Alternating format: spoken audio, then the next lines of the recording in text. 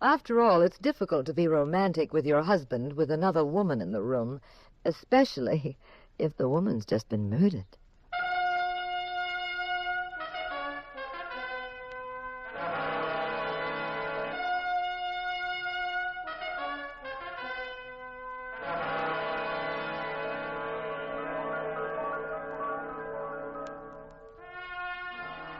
The National Broadcasting Company presents The Adventures of the Abbotts, starring Claudia Morgan and Les Damon as Jean and Pat Abbott, those popular characters of detective fiction created by Francis Crane.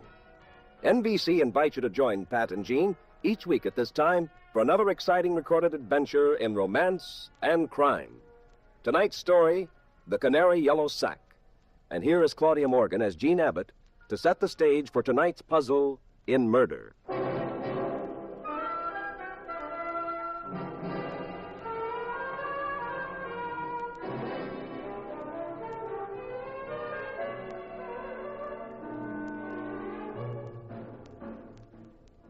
I'd gone to Pat's office to call for him and take him home. Pat's a very successful private detective in San Francisco, and you'd think you'd find him with secretaries, talking long distance, consulting perhaps with some brilliant criminologist. But when I came in... Hello, darling. Pat Abbott, it's hardly becoming to an outstanding detective to be found at his desk reading a nursery book. Mm-hmm. What is it, Pat? Hansel and Gretel. I bought it for a birthday present. For my nephew Donald. Remember him? Oh, well, that's different. He's such a cute kid. Yes, he's very cute, but that'll do, dear. Put the book away. You're going to solve a mystery for me. What's the problem? It's about this newspaper clipping. I took it out of the bulletin's classified section. Go on, read it. For sale, old chromo, picture of Zachary Taylor. Well, of all the silly... Go on. Chromo picture of Zachary Taylor. Price, $12.30, right box 27. Well, what about it? I sent them a check for $12.30, Pat. You actually want a second-hand chromo of Zachary Taylor? I most certainly do. For your information, my great-grandfather was related to Zachary Taylor. Well, do tell. Imagine being married to a celebrity all this time and not knowing it. Did you get the chromo? No, I got the check back. With a note saying they were very sorry the chromo had been sold. No, bad luck. So what? Well, I thought that's all it was, too, but... Look, here's another clipping. Advertising the same thing. I saw it in an out-of-town paper just this morning. Read it, dear. For sale, old chromo Zachary Taylor, second-hand. Price, $11.15. Now, you see, Pat? This ad offering the same chromo at a cheaper price just appeared today. Now, why in the world did they turn me down last week and then offer the same chromo in another paper for less money? I don't know, dear. Besides, I am not interested. Pat, it just doesn't make sense. Are you a detective or aren't you? Well, what do you think? I think a Smirnoff vodka at Leo's would be perfect. Yes, come in. Mr. Abbott? Yes? My name is Stewart. Mrs. Tom Stewart. I need your help, Mr. Abbott. Well, go ahead. What's wrong? Well, it's confidential. Oh, it's all right. This is my wife. We often work together on a case. Well, it's about my husband. He's disappeared. Disappeared? Well, when and where did you see him last? It all started about 2 weeks ago when I clipped this advertisement from the bulletin. Here, read it. For sale. Old chromo picture of Henry Clay, second-hand. Oh, Pat, it's the same... Wait a minute. Price, $17.20, box 89. Well, if that isn't the most amazing coincidence... Mrs. Stewart, what happened after you saw this ad? Well, I'm very interested in American history, so I thought I'd buy it. I sent a check to box 89, and then I never heard from them. I wrote again, and... Finally, the day before yesterday, I sent my husband down to the newspaper office. I told him to get the address of these people and ask them what they'd done about my check. Did he find them? Well, I don't know. Tom went down to the newspaper office and he never came back. I tried to find him. I called every place he might have gone. His office, his friends. Well, have you reported this to the Missing Persons Bureau? Yes, but, they're so casual about these things, and I wanted someone who'd take a personal interest in the case. Someone who wouldn't lose a minute. Someone who... Mr. Stewart, what does your husband look like? Well, he's tall. How tall? Oh, 5'8". Well, that's not very tall. Well, maybe he's 5'9" or 10. I don't know exactly. He weighs about 150 pounds. What color hair has he? Brown. He had brown eyes, and, well, he was very thin. Thin? 5'8", weighing 150? Well, I call him thin. He looks sort of... Pat!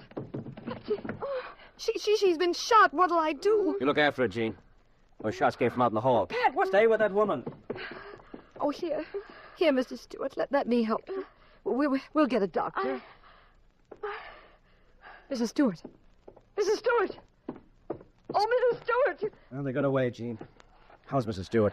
Pat, I think she's dead. What? Here, let me see. Uh-huh. You're right. Pat, it's awful. Give me that phone. You see, I told you there was something weird about those ads.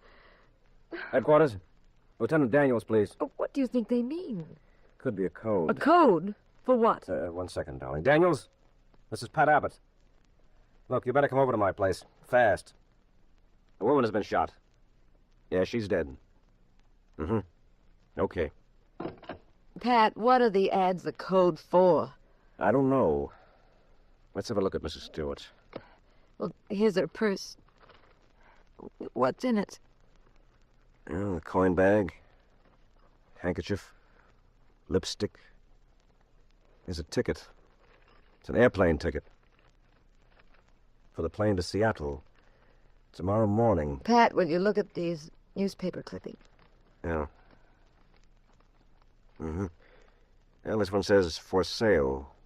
Old chromo, picture of Vice President Marshall, second-hand, price $21.20. Well, this one says, for sale, old chromo picture of Benedict Arnold. Price $8.40. Pat, what do they mean? Oh, let's see. In the first place, nobody on Earth, except you, darling, would actually want a second-hand chromo of any of these fellas. They're advertising something absolutely useless. Something they probably haven't even got. Oh, well, that's silly, dear. Well, then why advertise at all? Now, these numbers, the prices, what could they mean? 8:40, 12:30, 11:15. Pat, Hmm? that could mean time, not money. Except for the fact that there's no such time as 1720. Wait a minute. Could be military time, couldn't it? Oh? That's numbered from 1 to 24. 1720 would be 20 minutes after 5 p.m. Golly, that's right. What about the names? Well, let's go a step further. If you're telling someone time, what else might you tell them? Place. That's right. Sure, you see. Taylor, Stanton, Marshall. Those could be the names of streets and avenues. Well, suppose it's true. Where do we go from here? I know where you go. Where? Home. Home. Now? Gene, how many times do I have to tell you that detecting is a very dangerous business for you? Well, if you think with that woman lying there murdered and a mysterious code in the newspaper that I'm going I will along... not have you running around on these cases. Now, I said go home, Gene. Well, of all the ridiculous... Gene, Yes, dear. how long is it since anyone has spanked you? I'm going.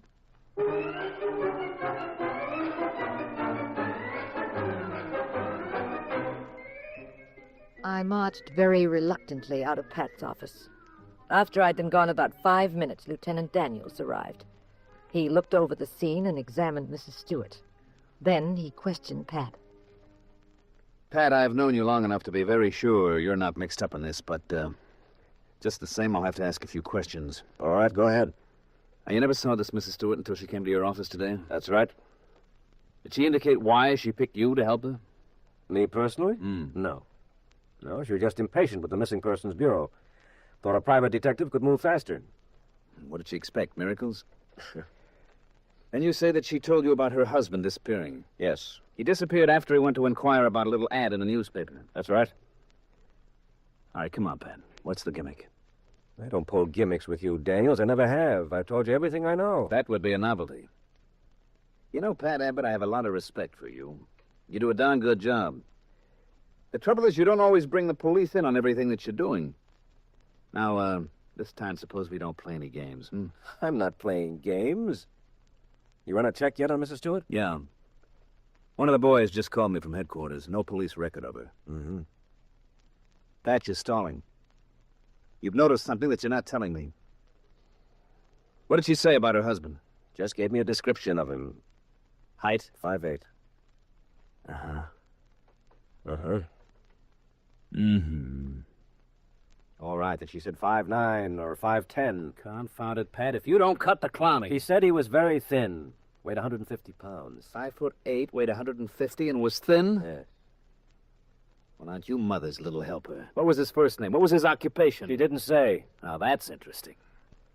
A woman you never saw before comes in, says her husband is 5'8", 9, or 10, or maybe he's tall enough to be a basketball player. He's short and heavy, or maybe he's thin, and she didn't even tell you his name. Then somebody, strolling by, who had nothing else to do, came along and shot her. Then you ran out in the hall instantly, but you didn't see them. And all of this is because there's a little ad in the paper selling old chromos of dead presidents that aren't worth a plug nickel. Now, this hasn't been a very pleasant day anyway. My wife burnt the toast this morning. I missed the bus, and... Maybe I just ought to go home and lie down until tomorrow, huh, Pat? Maybe tomorrow will be my good news day, hmm? I'm sorry, Lieutenant. I've told you all I know. Excuse me. Pat Abbott, Yes? I'm calling to give you a little advice. Who is this? We'll skip that. What I wanted to tell you was very simple. It's just this. Mind your own business, Abbott. Don't tell that cop anything. Look, if you think you're... Hold on, Abbott. There's someone here who wants to talk to you. Never mind. Get to the point. You better listen, Abbott. Pat, darling. Jean. Where are you? What is this? When I left your office, they were waiting for me in a car. They made me go with them, and I... I see, Abbott. We figured you might go poking around where you weren't wanted, so we invited your wife for a ride. We're gonna hold her, too, till this case sort of cools off. Now listen, you rotten... Easy, Abbott. Easy. Just remember, you want your wife back, mind your own business. Keep your mouth shut. Hello? Hello? Hello? Who was that? Pat, I said, who was that? I haven't seen you this upset since I took $56 off you in that poker game last year. Now, who called? Little Bo Peep. Wants police help. She lost her sheep and can't find them. How would you like to get slapped with a charge of withholding information from the police? How would you like to get sued for false arrest and maybe get busted and end up pounding a late night beat on the Oakland Bridge? Good afternoon, Mr. Rabbit. Good afternoon, Lieutenant Daniels.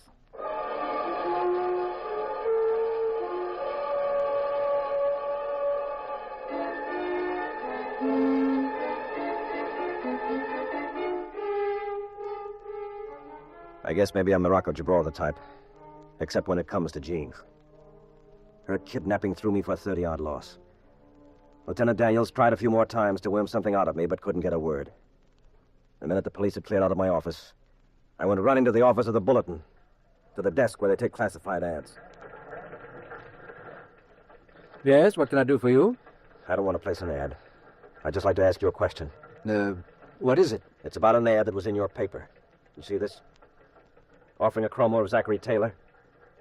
Well, Who placed that ad? we don't give out that information. This is very important. I've got to know. I said we don't give out that information.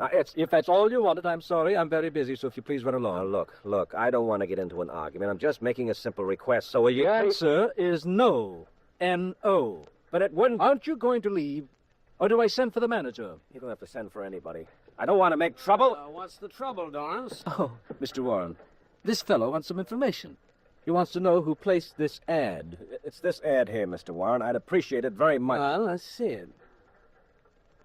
I think this ad was mailed in. To find out who sent it, we'd have to go back through our files. It would take some time. I'll wait. Besides, this ad is over a week old. It'd mean a lot of checking back. I'm afraid we can't oblige you. It isn't much of a favor. It's against our policy, too. It means a great, great deal to me.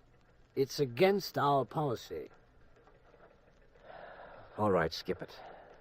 I'm sorry we can't be of more assistance. All right, Mr. Warren, all right. I said skip it.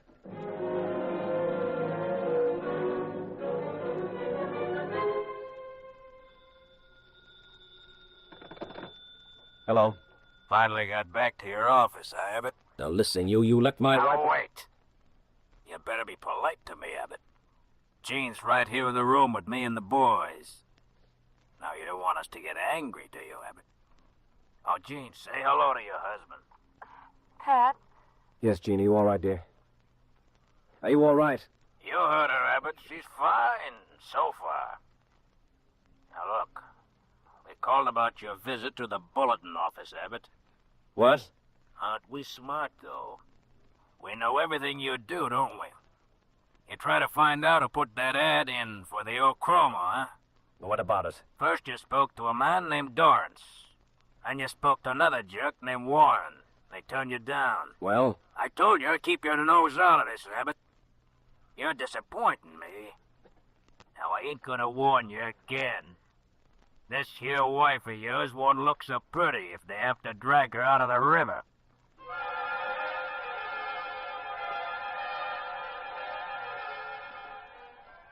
I ran back to the office of the Bulletin.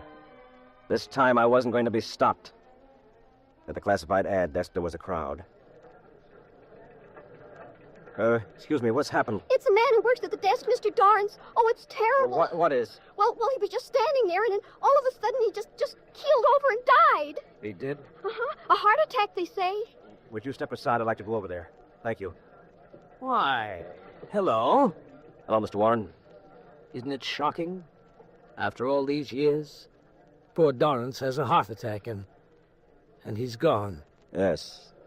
It's almost unbelievable.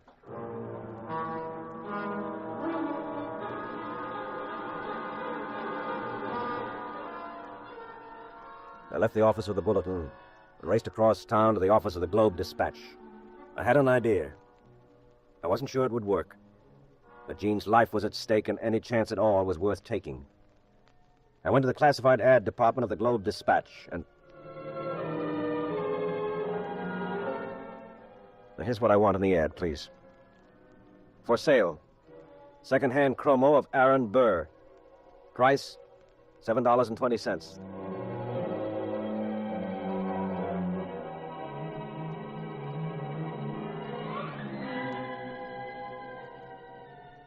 I didn't know, of course, if my first idea about the ads being a code was right. But there wasn't anything else I could do. Figuring the name in the ad was the street where a rendezvous took place, and the price was the time of the meeting, I advertised Aaron Burr, $7.20. And at 7:20 the next night, I went to Burr Street. It was in a desolate section of town by the river.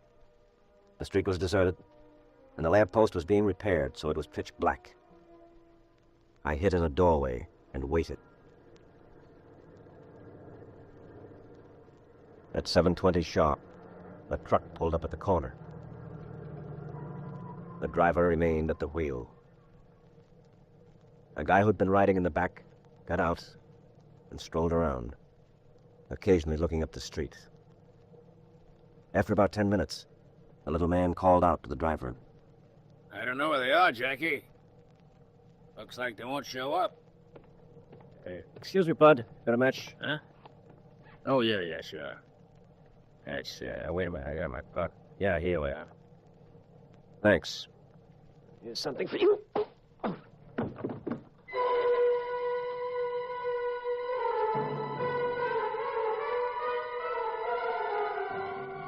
I knocked the little man off coals.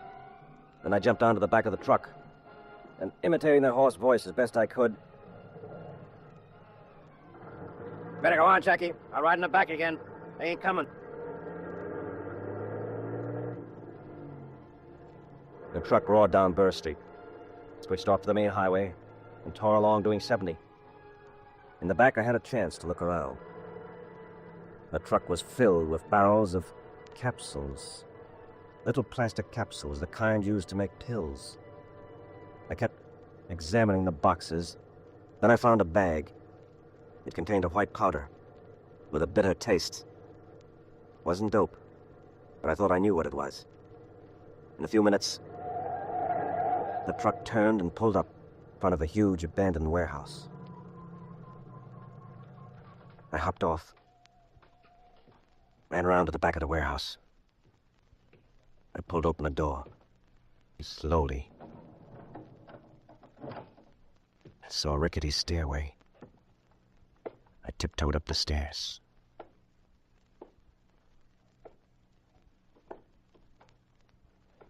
I tried some doors. Empty rooms, that's all. Then I saw another door at the far end of the hallway.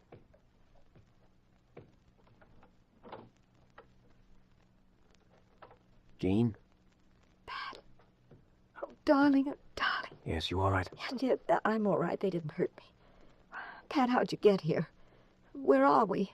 They blindfolded me until I got here. No, don't talk now. I've got to get you out of here. I know the way back. I can come here with Daniels later. Now wait. I'll see if anyone is outside. Do you see anyone? Yes. The driver of a truck I used to get here. We better shut this door.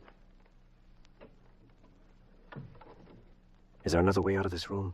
No, not even a window. It's a nice spot. Well, the driver doesn't know who I am. Maybe we can bluff our way out. Does he know you? I don't know. I don't know who brought me here. No, we just have to take a chance. Pat, listen, they're right outside. Yes, now keep quiet. If we make a sound, they'll let loose right through the door with Tommy guns. I saw the driver carrying one, now. Shh. I don't know who the guy was, boss.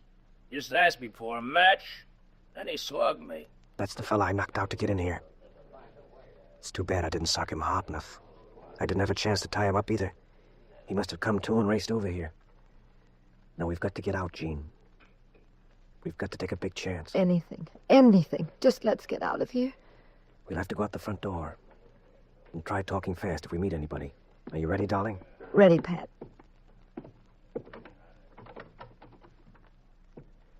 And so far, so good. Now, down the stairs.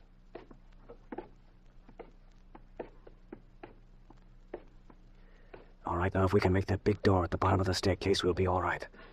It's very dark outside. It's only a short run to the highway. We're not doing badly at all. I wonder where they went. Oh, don't leave us so soon, Mr. Abbott. Warren. Pat! I didn't expect you to pay us a visit, but now that you've come, why don't you stick around a while? Pat, you know him. Yes, Gene, I do. Mr. Warren is the classified advertising manager of the Bulletin. We've met a few times. Last time we met, he'd just murdered one of his employees in the newspaper office, Mr. Dorrance. Hey, this is the guy, boss. The one who socked me. Put your hands up, Abbott. You too, Mrs. Abbott. Harry, see if he has a gun. Okay. Mr. Dorrance was supposed to have died of a heart attack. But I wouldn't be surprised if the autopsy shows he was poisoned. He could rise to your racket, eh, Warren? Using the ads for tip-offs? You talk too much, Abbott. People who talk a lot get on my nerves. Ain't got no gun, boss. Tip-offs for what, Pat? Pickups, darling. By their truck. From half a dozen guys working for them who sold them empty pill capsules on a QT. And other guys selling them barbituric acid. You're really quite bright, Abbott. I tasted some of that white powder in the truck, Warren. They gave me sleeping pills in the Marines when I was hurt. I remembered it. Sleeping pills, Pat? Yes, dear. One of the least known and biggest rackets in America today. Not narcotics. So the federal men don't have anything to do with it. Has to be enforced locally. Makes it very tough for the law and easy for the boys. Runs into millions of dollars. Sold without a prescription by bellhops and flea-bag hotels. And all-night diners by salesmen planted like bookies in business offices. Well, I thought we'd probably have to kill your wife, Abbott. But you want to make a regular party out of it, don't you? You want to get knocked off, too. Well, we can oblige you. You shot Mrs. Stewart, too, Warren. You were one of your pals here. Yes, Harriet got fancy ideas. She didn't like the way we were treating her. So she decided to double-cross you. She came to me with a lead about the ads and the story about a husband who probably doesn't exist. She figured I'd nail you while she took a plane to Seattle. We caught up with her, though. Yes, in my office. Then you waited downstairs for Jean. Hoping that would probably keep me off your neck. Go on, Harry. Take them in the back. Get rid of them. Okay. No. Wait. This Abbott here is a smart aleck. His wife wasn't very friendly either. Never mind taking them in the back, Harry. I'd get a kick out of seeing him get a face full of bullets myself. Go on. Give it to him now. Right here. Pat. Now, steady, darling. Look, Warren, you can't get away with 4 killings. You pulled 2 already that you'll be picked up for just as you... Yatta, talk again. Go on, give it to those 2, Harry. We're wasting time. Right. Put up your hands, Warren. Lieutenant Daniels. You heard him, Harry. Drop that gun. Go on, drop it. I have 20 men outside, so be smart and don't start any fireworks. They just love to celebrate the 4th a little early. Where the devil did Where did I come from? Out of the nowhere into the here.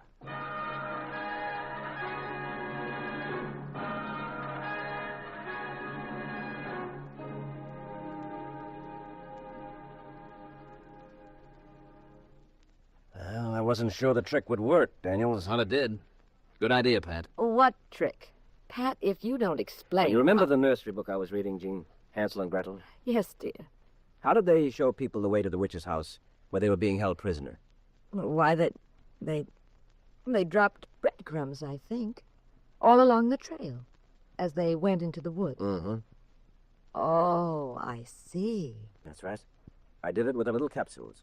While I was riding in that truck, I cut a hole in one of those sacks. I knew I had to lead someone to wherever the truck was going, and then I thought of Hansel and Gretel. There's a trail of capsules running all the way out here for blocks. One of our prowl cars started following it.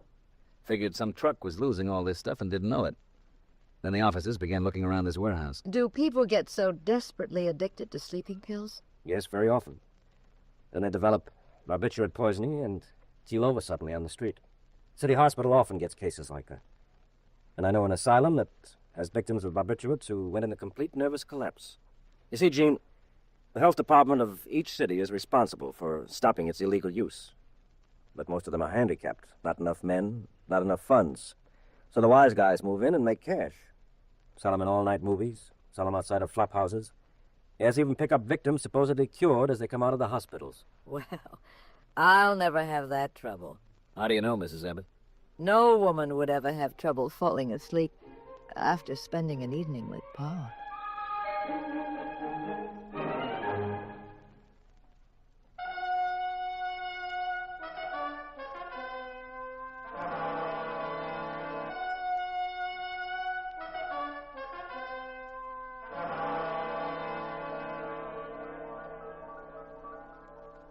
The National Broadcasting Company has presented The Adventures of the Abbotts, starring Claudia Morgan and Les Damon as those popular personalities of detective fiction, Pat and Jean Abbott, created by Francis Crane. The cast included Everett Sloan, Jean Darling, Mandel Kramer, and Lon Clark. The Adventures of the Abbotts was written by Howard Merrill. Original music composed and directed by Dewey Bergman. Produced by Ted Lloyd and Bernard L. Schubert. Directed and recorded by Harry Frazee. Next week, same time, same station. Another exciting adventure in crime with Pat and Jean in The Adventures of the Abbotts.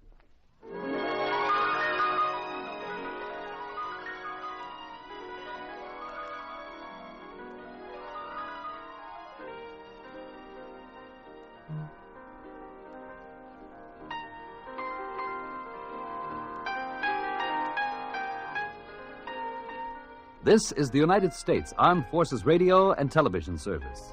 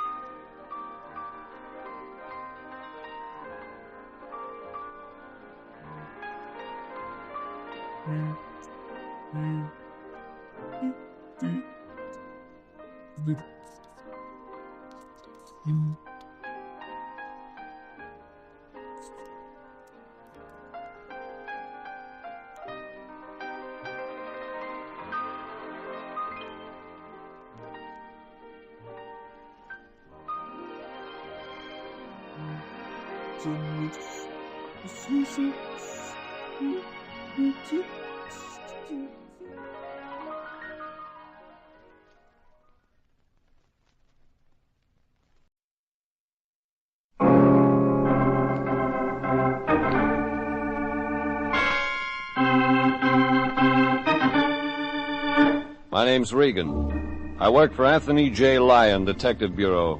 They call me the Lion's Eye.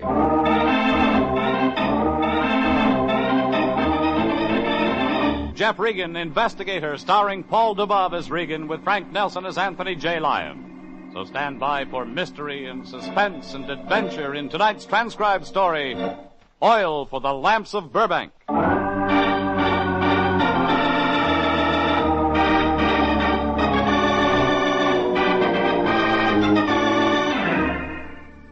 There was a girl in it, a young, pretty girl about 19, and her father, a scared little man who couldn't remember the last time he'd had an opinion.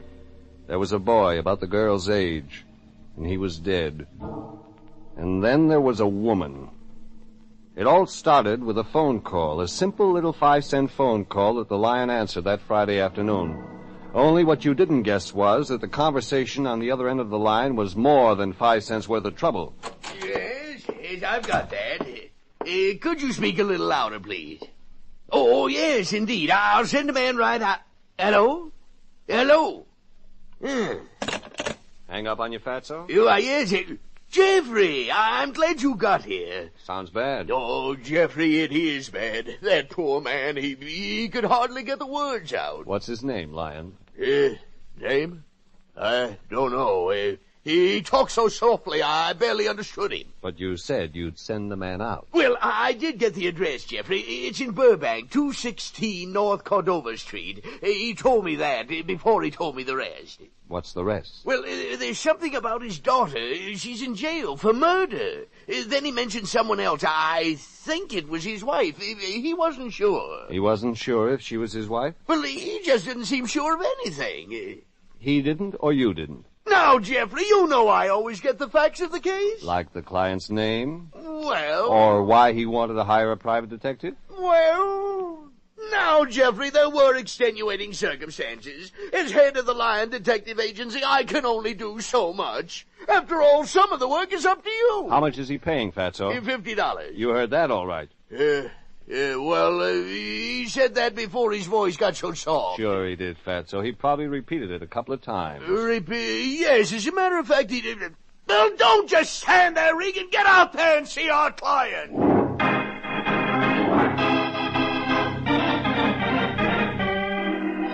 The Lion produced one of his more operatic-type roars, and I left the office.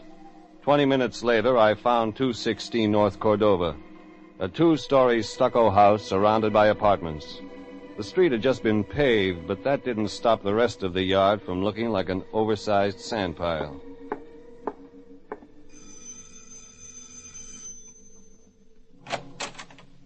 When the door finally opened, a little man, bald and red-eyed, stood peeking at me from behind thick-lensed glasses. He wore a pair of house shoes, an open vest, and a frightened look. You're from the detective agency? My name's Regan. Well, I'm Clarence Andover, Mr. Regan. Please come in. I'll have to ask you to speak softly, Mr. Regan. My wife is upstairs asleep. Please sit here. My boss said something about your daughter, Mr. Andover. My daughter's in jail, Mr. Regan. I just don't understand. They've taken her to jail. When? Last night. They took Dorothy to jail last night. You want to tell me about it, Mr. Andover? But, Mr. Regan, she didn't kill Jimmy Withers. She wouldn't kill anyone. Maybe you better take it from the beginning. Well, the police. They came here this morning, and they told me Dorothy was in jail. They said she'd shot Jimmy. Don't you see, Mr. Regan, Dorothy wouldn't hurt anyone. Jimmy was her boyfriend? Yes, they were, well, almost engaged. You see... You're talking to someone, Clarence. It's my wife, Mr. Regan. Well, Clarence, answer me. When I speak to you, I certainly expect... Oh, you are talking to someone. Well, Clarence, aren't you going to introduce me, or isn't your wife important enough to be introduced to strangers? Yes, This is Mr. Regan. He's a friend. How do you do, Mr. Regan? You're selling something, I imagine. How do you do, might Mrs. as well Andover? know we aren't interested in buying anything. We certainly can't afford to buy anything on the little money Clarence makes. He should have told you that. Clarence, Mr. Regan shouldn't isn't you selling have told anything, the gentleman Emily. we can't afford to buy... What's that? He isn't selling anything? Mr. Regan is a private detective, dear. Mr. Regan is a private detective? Clarence, what on earth is a private detective doing here? Haven't we had enough trouble for one day? I called him, Emily. You called him? Well, of all... Do explain it, please, Mr. Regan. Clarence, I'm waiting for an explanation. Look, Mrs. Andover, it's about your daughter. Dorothy? She most certainly is not my daughter. My first wife died 15 years ago, Mr. Regan. All right, your husband's daughter, Mrs. Andover. She's in trouble. Your husband figures she needs help. Well, he's certainly right for once in his life. The girl does need help. But I assure you, Mr. Regan, it's not the kind of help that requires a private detective. What that girl needs is spiritual and moral guidance. If Clarence had thought of that sooner... It's just like I always told you, Clarence, that girl would come to no good. You'll bear me witness, I told you so. Mr. Regan, if you'll just leave us alone, I'm quite sure we can handle our own problems. Isn't that right, Clarence? Well, Clarence? Yes, Emily, I guess that's right. Well, thank you, Mr. Regan, for coming out. We'll get along. I'm sure we'll get along. Won't we, Clarence? Yes, dear. We'll get along.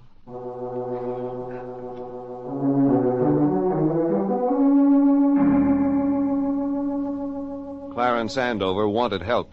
He told the Lion he'd pay $50 for a private detective. Only Emily, Clarence's wife, didn't see it that way. I decided to stick with Clarence. I headed my car for the city jail.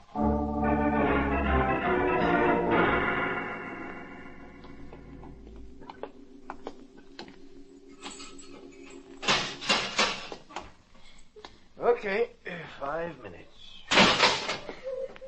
Dorothy? My name's Jeff Regan. Your father sent me. Daddy? He thinks we might help straighten this out. Then he knows. Your father knows you didn't kill Jimmy, Dorothy. But we gotta prove that. I knew he'd believe me, Mr. Regan. Daddy believes me. Suppose you tell me what happened. Well, Jimmy and I, we were in his car. We were parked by the side of the road. Must I tell it all over again? If you want me to help. They made me tell it so many times. So many times. I know, but try it just once more. For me. All right. All right, I'll tell you. We were in Griffith Park, Jimmy and I. We were talking, really, just talking. Go on, Dorothy. Suddenly somebody stuck a gun in the window and shot at us. Jimmy yelled, and I yelled, and then I guess I fainted. You didn't see who did it? No, I just couldn't see anything. It was so dark, and there was this gun in the window, and that's all I remember. When I came to, the police car was there, and they were looking at me. And What else? the gun was in my hand. The gun that killed Jimmy? Yes, that's what they said. That's all of it? Yes, that's all of it. Tell me about Jimmy. What did he do? Who were his friends, his enemies? He didn't do anything. He used to work for Daddy. Daddy has an electrical appliance store on Burbank. Jimmy used to work there? She made Daddy fire him. Your stepmother. She's awful. I hate her, Mr. Regan. I hate her. Why did she make your father fire Jimmy? Because he stole something. Tell me about that. He and another boy, George Dennison. They robbed the store one night. But Jimmy didn't really mean to do it. He brought everything back the next day. He just let George talk him into it. Daddy was willing to forgive. But not your stepmother. She took Jimmy to the police. They kept him locked up until he had to tell him who else was with him. So Jimmy told on George. He didn't want to, but they made him. It stands to reason George Dennison might like to get even with Jimmy for that. George had a bad record. When the police found out about him, he was sent to jail. And they let Jimmy go because he brought everything back. But it didn't do any good. What didn't do any good? My stepmother phoned everyone in town and told them not to give Jimmy a job because he was a thief. Is there anyone else who knew Jimmy who believed in him? My uncle, he believed in Jimmy. What's his name? Uncle Peter Cheney. He's not really my real uncle. He's my stepmother's youngest brother. But he's not like her, really, he isn't. He's a lot younger and he's nice. He works for my father, too, and he lives with us. Maybe I'll have a talk with him. You'll like him, I'm sure you will, once you give him a chance. He's kind of odd at first. That's only because my stepmother brought him up. Okay, Dorothy, I'll talk to him. Oh, there's one more thing, Mr. Regan. I haven't told anybody about that. Yeah. Jimmy and I, we were going to be married tomorrow.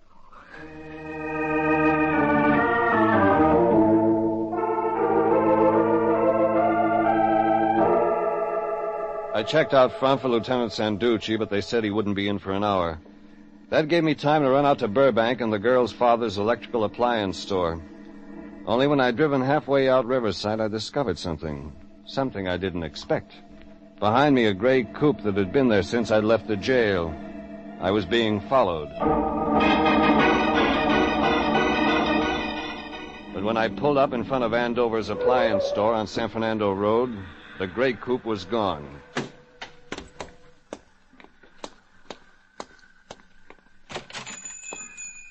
May I help you, sir? I'm looking for Peter Cheney. Then you've come to the right place. May I show you something in electrical appliances? No, thanks. Fine. If you'll step this way, I'll show you our new home exhibit. Suppose we start with your home. Now, here we have the latest in coffee makers. With this little gadget, I can... Look, Cheney, never tell me about Jimmy Withers.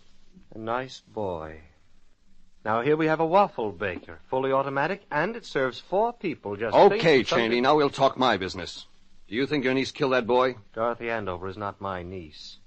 She's my sister's husband's child. I know that. Skip technicalities. I think we'd better skip the entire discussion, sir. I don't like your tone of voice. Jimmy Withers was killed at 11 o'clock last night, Cheney. Where were you at the time? I was at home reading, and I have a witness to prove it. Now, crude fellow, get out. That took care of that. Peter Cheney hurried off to another customer, and I walked outside to my car. Then I got another idea. A gray coupe had tailed me to Burbank and then disappeared. But maybe it had pulled over to a stop just before I did. Maybe the gray coupe was waiting for me to get started again. I left my car and walked down the street, then back. No sign of the coupe. Then I moved around the corner and back behind Andover's appliance store. There was a parking lot back there, and there was a gray coupe parked in it. The same car that had tailed me from the jail. 1941 Nash. License plate number 26N99072. But that wasn't what I wanted. What I wanted was inside, wrapped around the steering post in a neat little celluloid folder. The registration card that would tell me who drove the gray coupe. I leaned in, moved it around to where I could get a good look, and... Oh! I never got a chance to find out.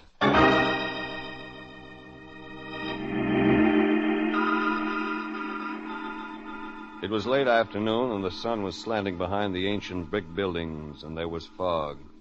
Fog mixed up with the sunshine and the taste of gravel in my mouth. I was lying in the parking lot behind Andover's appliance store, and the fog was in my head. I sat up and looked around. The gray coupe was gone, and with it, whoever had bent a blackjack over my head. I got up, dusted off my pants, and decided to have a talk with my old pal, Lieutenant Sanducci, so I drove down to police headquarters.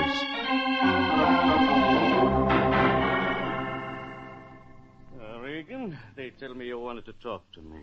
Yeah, that's right, Sanducci. You look like you don't feel very well. You know, that could be the most honest statement I've heard all day.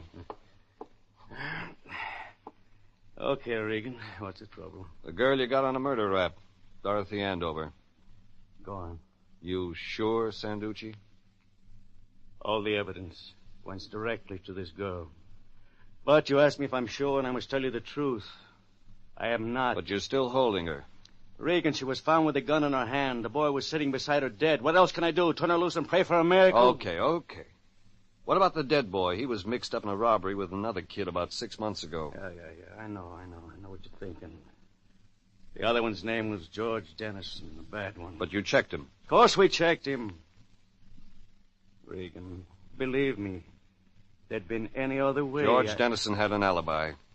6 witnesses, Regan. 6. He spent the evening in a bar. So we have the girl. There goes your mother, man. What's that mean? What a rotten way to make a living.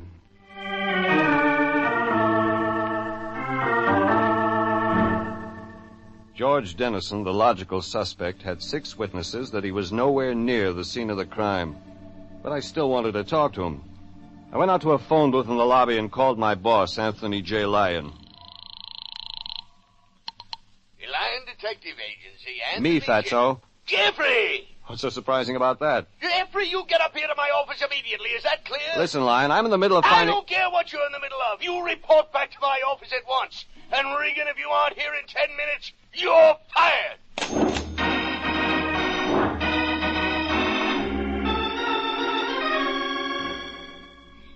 Is that clear, Mr. Lyon? I'll sue. I won't have you and your employees disrupting my life. Regan, come here this minute. That's the man. Arrest him. I want this man arrested. Regan, do you know this woman? He most certainly does know me, and if he says he doesn't, then he's lying. Yeah, I know her, Fatso. Now, just a moment, Mrs. Andover. Suppose we hear what Mr. Regan has to say about this. Well, Mr. Regan, what do you have to say about this? About what, Fatso? You know very well about what. Did you or did you not come to my home this afternoon? I did. Did you or did you not hear me say that my husband does not require your services? I heard you say it, Mrs. Andover. Mr. Regan, I will not tolerate your impudence. I told you we were perfectly capable of taking care of ourselves. And let me assure you, I intend proving it. Regan, why didn't you tell me Mrs. Andover had fired you off the case? So you're lying to your Yes, employer. of course. Shut up, both of you. Now, suppose somebody tells me just what the complaint is. Well, Regan, you had no right. You had no right to investigate the private lives of my family. The very idea of your questioning my brother. Oh, so that's it. That most certainly is it. Peter phoned me that a man had been in the store questioning him. And I knew immediately that you would be just such a person. Well, I'm going to put a stop to it. You all through, Mrs. Andover? You too, Fatso? Okay, then I'm going to tell you something, both of you. There's a girl sitting down there in a jail cell. She's charged with murder. Well, I don't think she killed Jimmy Withers. I think she's telling the truth, and I'm going to find out one way or another. I'm going to find out. And you, Mrs. Andover, or you, Lyon, aren't going to stop me. Have I made myself clear? Just stay out of my way.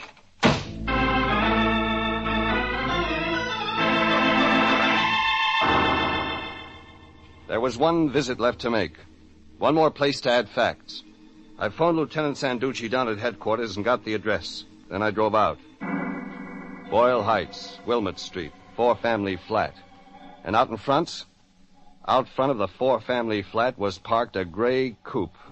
A gray coupe, 1941 Nash, license number 26N99072. I moved faster.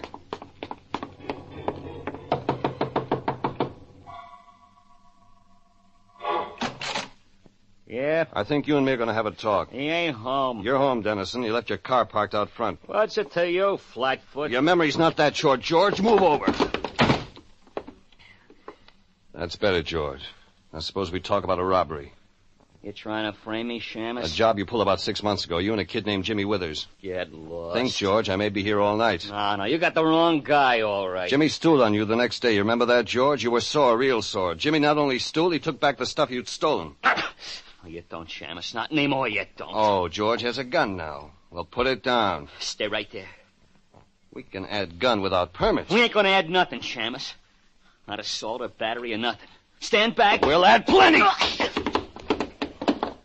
Now, let's not waste any more time. Leave me alone. Who killed Jimmy Withers? I don't know. Why did you rob Andover's store? It was his idea. He had the combination of the safe. Jimmy was just a clerk. They don't give clerks the numbers to the safe. He got it somewhere. He had inside dope. He told you that? Yeah. He wanted me to plan it. Then why did he squeal? Because of the girl, he said. Because he was in love with some girl. Finish it. He was afraid he'd lose the girl. She had other boyfriends? I don't know. Why did you tell me, George? Why did you sap me? I was down at the jail. They had me for questioning. I saw you leave Sanducci's office. I figured you were trying to frame me. You were going to make trouble. You made your own trouble, George. Plenty of it. You're going to frame me for that murder rap, Shamus? Just for assault, for carrying a gun without a permit, for trying to use it. You framed yourself. I called the police and waited for a squad car to pick up George Dennison. They came and went, and I drove back through town toward Burbank.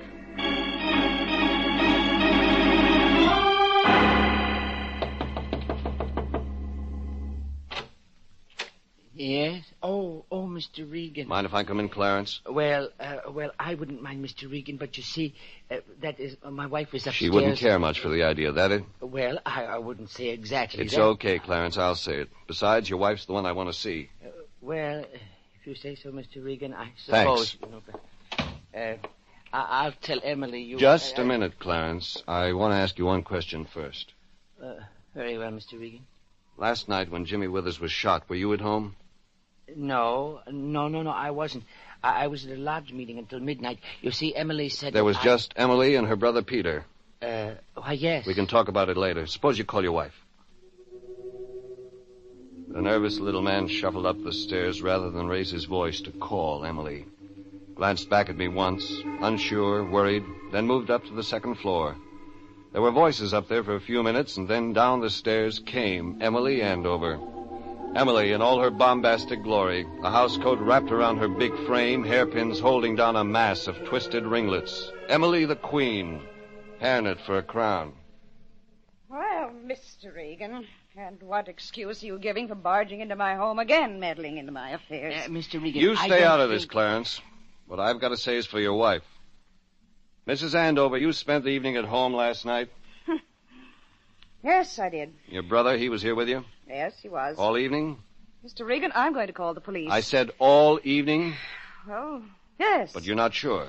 Yes, I'm sure. You sat here all evening with Peter? What is the meaning of this, Mr. Regan? Are you trying to imply that I lied to the police? Yes. Mr. Regan, you shouldn't say a thing A like boy that. was murdered last night, Mrs. Andover. Your husband's daughter's in jail for that murder. Sure, she's not your flesh and blood. She's your stepdaughter. But Peter Cheney is. He's your flesh and blood brother. He's yours. Mr. Regan, Yet you'd lie for what's yours and let another man's daughter die for a murder she didn't commit.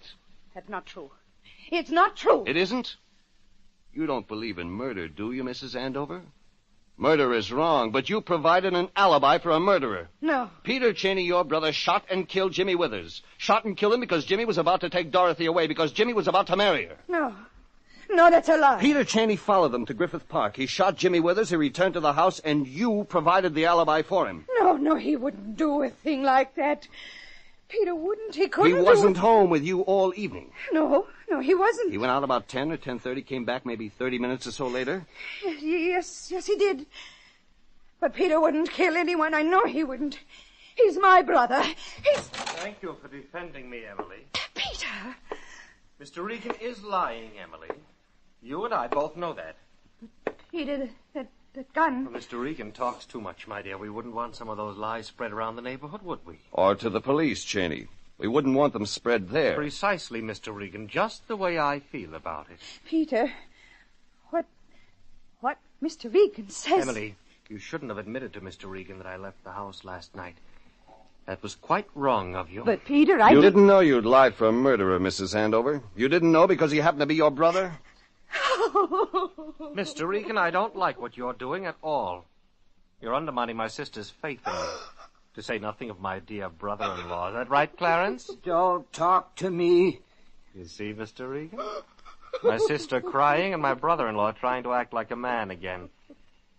Terrible what you're doing. Like you did to Jimmy Withers. You gave him the combination to the store safe. You encouraged him to pull off a robbery so you could turn on him, have him arrested, and have Dorothy for yourself. How did I know Jimmy was going to bring everything back the next morning? When George Dennison told me Jimmy had inside dope, it began to make sense. George also told me Jimmy was afraid of losing his girl, Dorothy.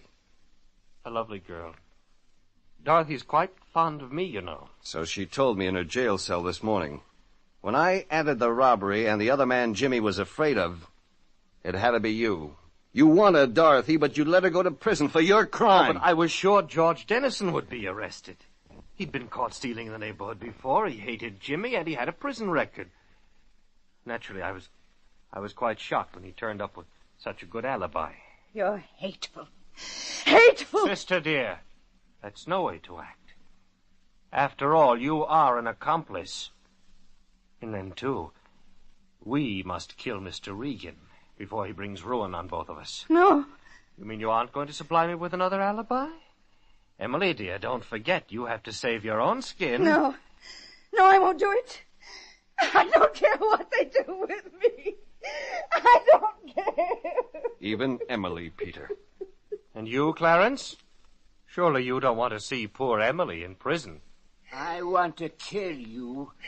Clarence, stay right where you are. I've hated you from the first moment you set foot in my house. From the moment I first saw you looking at my daughter. I listened to Emily. I gave you a job.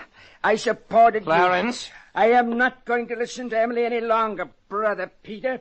I am not going to let you and your sister destroy what's left of my life. Stop him, Clarence! All right, Peter, I'll take that gun. No! Yes! Clarence? You all right? Yes, Mr. Regan. You saved my life. I know. Not me, Clarence. For once, you saved your own life.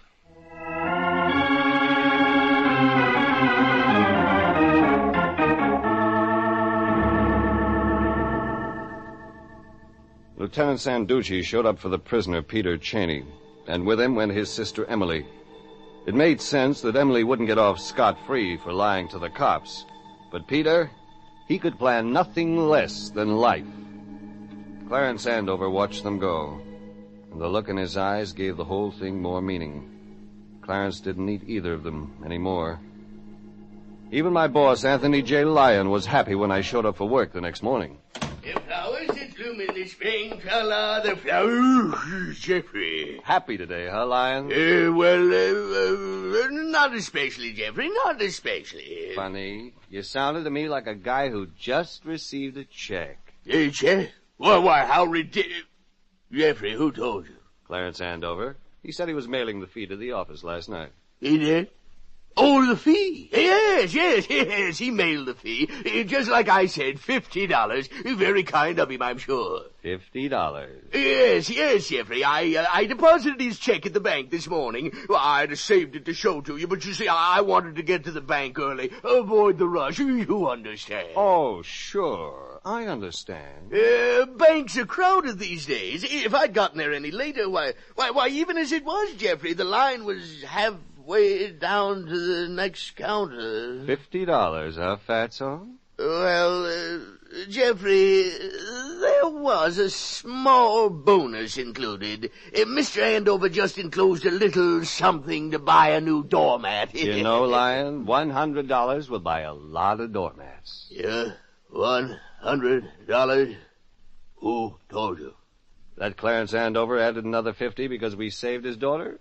Well, now, Fatso... Oh, very well, Jeffrey. $100 is in the bank. You'll get your share. Well, thanks, Fatso. I already have. What? I was at the bank this morning, standing in line right behind you. Jeffrey!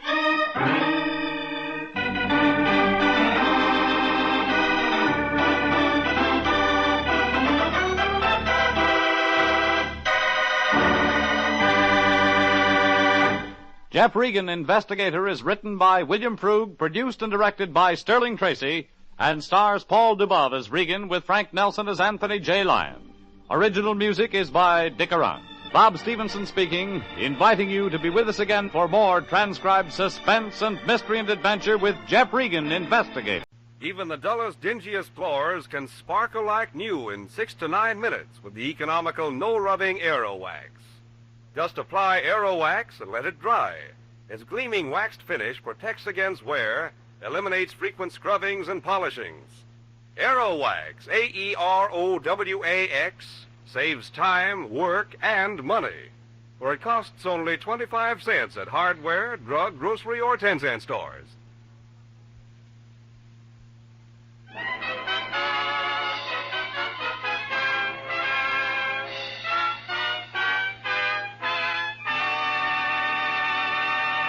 Mr. Keene, Tracer of Lost Persons, is on the air.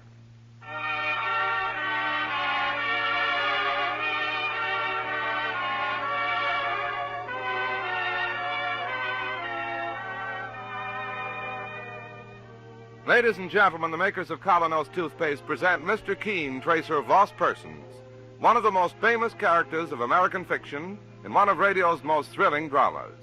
Tonight and every Thursday night from 7:30 to 8 Eastern Wartime, the famous old investigator will take from his files and bring to us one of his most celebrated missing persons cases.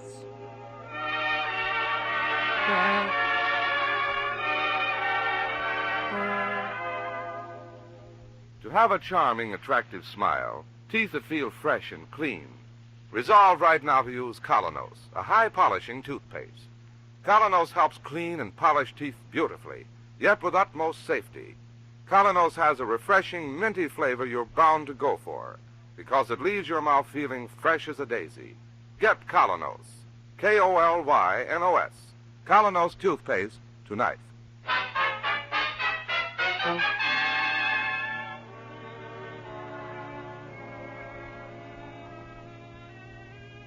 And now for Mr. Keene and the case of murder in the air. It is almost midnight, and in Mr. Keene's office, as the tracer and his spinster secretary, Miss Ellis, finish up a very hard day's work. You worked long enough, Miss Ellis. Don't you think you better go home now? There's still some more work to be done, Mr. Keene. We can finish it in the morning. You realize what time it is? Around 9, I should think. It's almost midnight. No. Yes. I'd just as soon you wouldn't come in at all in the morning. Now get a good night's sleep. I'll be here at the usual time. I had a feeling that's what you'd say. Oh, may I have the key to that closet, Mr. Keene? The key? Oh, I don't have the key. You didn't take it out of the door this evening? No. Well, that's odd. Maybe Mike has it. Oh, yes, I didn't think of Mike. You want to get something out of the closet, Miss Ellis? Just a book I left there. I tried to open the closet before, but it was locked. Mike must have accidentally locked it before he left. Oh, well, it doesn't matter anyway. I'm not going to do much reading tonight. I should hope not. You go home and get some rest, Miss Ellis. I'll finish up here and lock the office. All right, Mr. Keene. Just midnight, I guess. Late, even for you. I'll be leaving very soon. Good night, Mr. Keene. Good night, Miss Ellis, and thanks for staying in. I think I'll check this correspondence in the morning. Getting rather tired. Come out of that closet and keep your hands above your head. I said come out of that closet.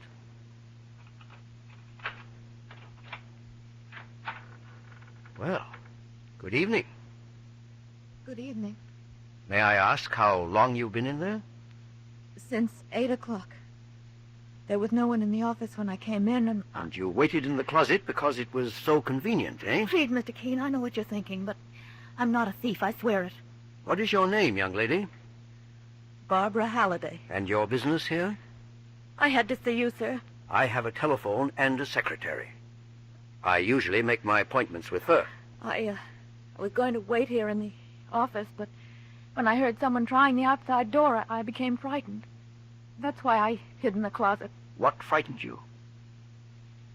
Mr. Keene, do you know what it's like to be marked for murder? Please sit down, Miss Halliday. Thank you. You'll help me, won't you, Mr. Keene? I have no one else to turn to. My real job in life is helping those who've had a loved one suddenly or mysteriously disappear. There are thousands of real missing persons cases every year in this country. I know there must be a great many, Mr. Keene, but I saw your name in connection with the Bennett murder case, the singing star at the Palladium. Well, that's true. In that case, I'd been asked by a man who loved that girl to try to find her when she disappeared. But I found her murdered. Mr. Keene, do I have to wait until I'm murdered to get you to take my case? Very well put. Of course you don't, my dear. I have money, inherited when my sister died. I can pay you whatever your charge is. The money is not important. I happen to have all I need, and I'm an old bachelor. But go on now with your story. Mr. Keene, I live in Cleveland. Up until the time of my sister's death a month ago, I'd been living with her and with my brother-in-law. His name is Tagus, Chester Tagus. I see. After Grace's death, I decided I needed a rest.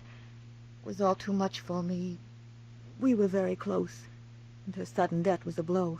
Her sudden death? Yes, Mr. Keene. Go on, please. I arrived in New York about 2 weeks ago, and that's when things began to happen. What things, Miss Halliday?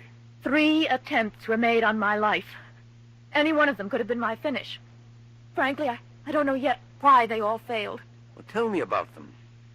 The first occurred on the street, in full view of several people. And where was this? Uptown, near Columbia University. I'd gone up to the university on a sightseeing tour by myself. I took a Fifth Avenue bus and got off at 110th Street. But the university is at 116th. I know, Mr. Keene, but I wanted to walk for a few blocks. I had an uncomfortable feeling on that bus, as if someone were watching me. I walked up the drive to 113th Street and then turned east toward Broadway. Do you know the street, sir? I think so. A few apartment houses, mostly 4-story walk-ups. Halfway up the block, some workmen were about to lower a piano to the street. They were moving it, apparently. There was a large pulley on the roof, and they had the piano halfway through a window. I only half noticed those things as I walked up the street. My mind was on something else. Oh? What? A man was following me. Man in a dark coat, the collar turned up, dark glasses. There were other people on the street, and I got the feeling for a moment that it was all very silly.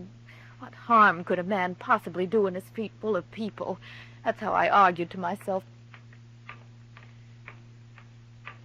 For a moment, I thought of running. I walked faster. So did he. But suddenly I decided to face him, and I turned. What do you want? Pardon me, ma'am? You've been following me. What do you want? I'm terribly sorry. I didn't mean to frighten you. I'm a stranger in New York, and I wanted to ask directions. You could have asked someone else. Of course. I'm sorry. Do you have the right time? It's 4:30. 4:30. You're very kind. Now, will you please go?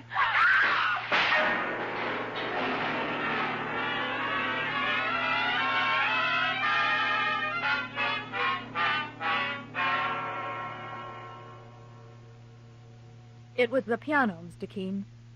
It hit a projecting ledge as it fell and missed me. Otherwise, I wouldn't be telling you this right now. You think that was deliberate? I know it was now. I know it sounds crazy, but I'm convinced that that man kept me there under the piano until his accomplice opened the pulley on the roof. Well, I don't want to sound skeptical, Miss Halliday, but don't you think it was quite a coincidence that you happened to walk up a certain street at a certain time just when some workmen were removing a piano? This is my explanation, Mr. Keene. May not be logical to you, but I believe it.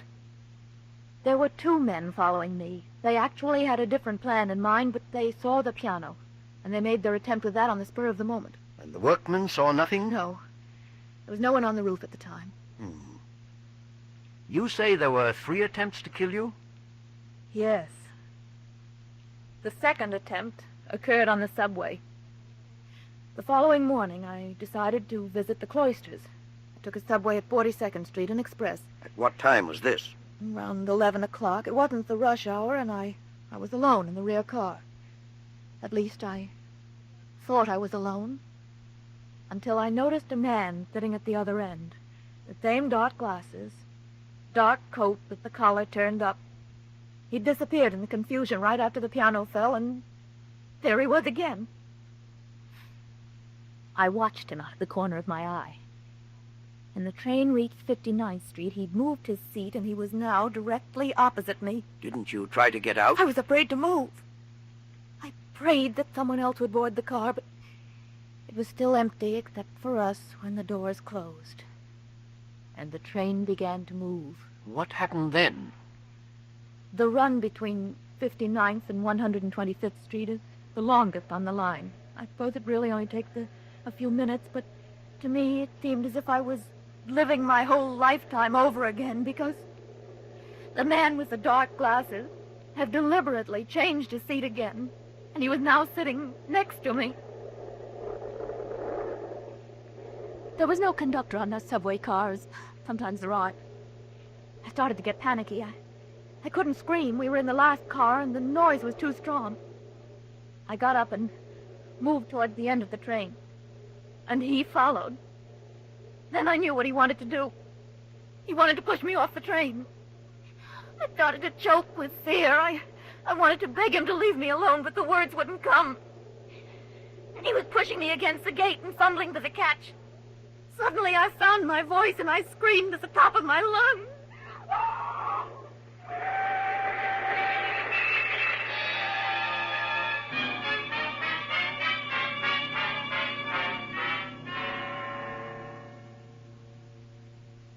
Later, I opened my eyes and found a conductor looking down at me.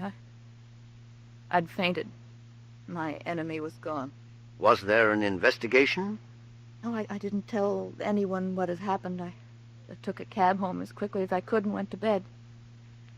The next day I was ill from fear and anxiety. Every time I heard a footstep in my hall, I thought it was the man with the dark glasses. You kept to your room then for several days. Yes, I had my meals sent up. The only one I would admit was the waitress who brought my food from the restaurant downstairs. Where were you living? In a brownstone house on 37th, Mr. Keene. I've since changed to a woman's hotel in Charlotte. Yes. Go on. Well, at the end of 3 days, I began to get hold of myself again. I felt stronger, and I decided to leave town as soon as I could. And then one evening, Marion, the waitress, brought my dinner as usual. Who is it? Marion, ma'am. Just a moment, I'll let you in. How are you today, Miss Halliday? Fine, thank you, much better. I got you some tasty stew, Irish stew. I'm sure you'll like it. Thank you, Mary. Oh, my goodness, you've been leading a hermit life up here. No friends, no fresh air, no movies. I didn't miss the movies so much, but the fresh air, I could certainly use some of that. Why don't you go out for a walk after dinner? No, I don't think so. Oh, but it's so nice out, and you'll feel fine after you have that lovely dinner. Wait till you taste that stew. I had some myself, and it's super. I'll bet it is. Do you want me to uncover it for you? No, thanks. I'll do it. Stew does look good. There's hot potatoes under the other cover. Oh, they look nice, too. And under that third dish, I guess they must be the peas. Oh, thank you very much. What is it, Miss Halliday? In the dish, Marion. Oh, it's a spider. A dead spider. Do you know what kind of a spider that is? They call it the Black Widow. The deadliest in the country.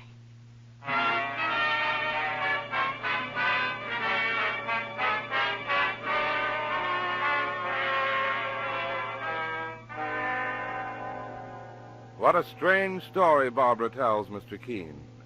It continues in just a minute. Mr. Keene is broadcast to you by Colonos Toothpaste. After all is said and done, all any dentifrice is supposed to do is clean your teeth. Thousands of folks like you and me have found that Colonos, the high-polishing toothpaste, does that job thoroughly and safely. And Colonos does a real job in helping remove surface film from teeth. Safely, quickly, it helps brush away that clouding surface film, which often hides the true beauty of your smile. It leaves your teeth shining clean, looking their loveliest. Run your tongue over your teeth, and you feel the difference. Look in the mirror, and you see the difference. What's more, you'll be delighted with the pleasant, minty taste of Colonos. You'll find it leaves your mouth feeling cool and fresh as a May morning. If you do not already use Colonos toothpaste, won't you try it soon? That's spelled K-O-L-Y-N-O-S. Colonos toothpaste. Now back to Barbara and Mr. Keene. You say the spider was dead, Miss Halliday? Yes. It may have been dead when it was placed there. I don't suppose the waitress knew anything about it. She was just as frightened as I was. See, I have a theory, Miss Halliday. I don't believe anyone was really trying to kill you. If they wanted you dead, they could have accomplished it in the subway or in some other less complicated way. But you do believe all this has happened to me? You don't think I'm making it up? No, my dear. I believe you. But I think they've all been merely attempts at murder, attempts to frighten you. Why? That's what I'm going to find out. You say you're living at the Charlotte? Yes, sir. You believe you're safe there? Safe as I could be anywhere. Well, suppose I see you home now. I must say this is one of the most peculiar cases I've ever had. And if it's in my power, my dear, I'll solve it for both of us.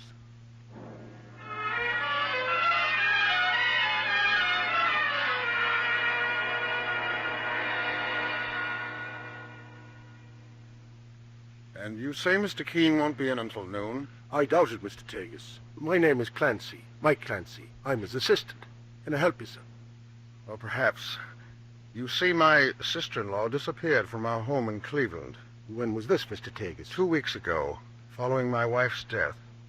I know she came to New York, and I've heard of Mr. Keene's marvelous work as a tracer of lost persons. I was hoping he might be able to help me. What is your sister-in-law's name, sir? Halliday, Barbara Halliday. I have a picture of her here. Oh, I see. Well, if it's just a simple case of... I'm afraid it isn't, Mr. Clancy. Simple, I mean. Oh. You see, Miss Halliday is not... well. She has what you might call hallucinations. Oh, I see. As a matter of fact, sir, there's no question about it. About what, Mr. Tegas? My sister-in-law, Barbara, has lost her mind.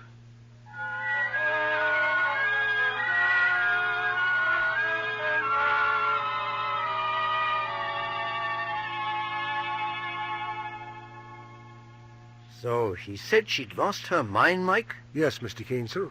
And according to Mr. Tegas, she tried to run away from home on several occasions. He was going to put her under the care of a doctor when this happened. And she has hallucinations? Yes, sir. She thinks someone's trying to kill her. What sort of a man was this Mr. Tegas, Mike?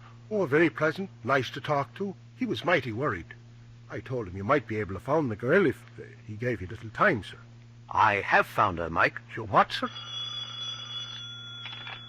Mr. Keene's office. Eh? Well, just a minute, please. Cleveland calling, sir. Thanks, Mike. Hello? Oh, yes, Inspector. You received my wire? Well, it's just a hunch. I suggest you call the coroner and consult with him. Yes. Yes, you can reach me here in my office. Very well, Inspector Bragg, and thank you. What's this all about, Mr. Keene? I can't explain now, Mike, because all the pieces don't fit. But I'll try to give you a slight idea of what's been going on while we're on our way. On our way where, sir? The Charlotte Hotel. I'm going to make an offer to Miss Halliday, and it's probably the strangest offer that's ever been made to anyone. Let's go, Mike.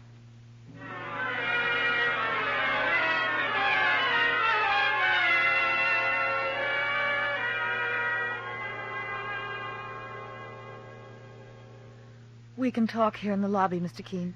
This is my assistant, Mike Clancy. Miss Halliday. How do you do? I'm glad to know you, miss. Sure, and I just met your brother-in-law. A brother-in-law? Here in New York? Well, we haven't got much time, Mike. Do you mind? Oh, no, of course not, sir. Miss Halliday, I've been thinking over everything you told me about your home life. And I've been trying to make some logic out of those details you've given me concerning your sister and her husband. Now, you say you were always on good terms with him? Oh, always, Mr. Keene. Well, the only thing is, I believe he sometimes resented my presence in his home, but that was only natural. When he married Grace, he didn't bargain for a third party. Well, that's neither here nor there at the moment. I've thought of one way in which we might be able to catch the would-be murderer. But it involves a good deal of danger. I'm not afraid, Mr. Keene. Well, first let me explain my plan, and then give me your answer.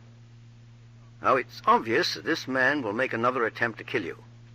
I say it's obvious because he has something definite in mind. He wants you to believe you're in great danger for some reason. Go on, Mr. Keene. When a hunter in the African jungles wanted to bag a tiger, he'd set a lamb in the trap. Well? Would you be the lamb? You want me deliberately to expose myself to him? Yes. All right. Now, wait. Don't give me your answer so quickly. Let me explain the greatest danger of all. Up to now, as I've told you, he's only been bluffing, in my opinion. Just trying to frighten you half out of your mind. Well, if he discovers that you have help, and that you've set a trap for him, he may want to really finish the job this time. I understand. And you're still willing to do it? I'd rather take that chance than live like a hunted rabbit for the rest of my life. That's how I'm living now, Mr. Keene. And I can't stand it any longer. Because... Oh, there now. It's all right, Miss Halliday. We're going to help you, I promise. Now, here is the plan.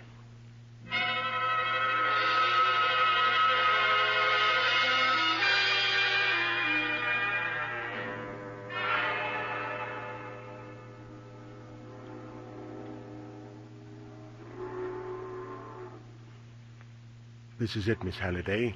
The Brooklyn Bridge. Mr. Keene wants me to walk across it alone, Mr. Clancy?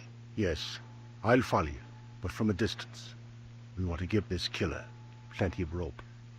It's very foggy tonight. So much the better.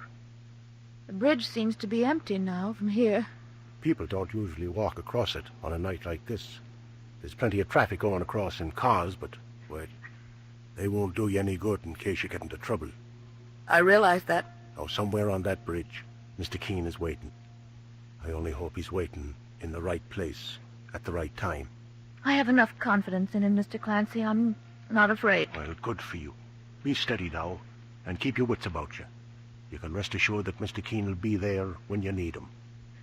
Well, goodbye, Mr. Clancy. No, not goodbye. Just till we meet again. And good luck, miss.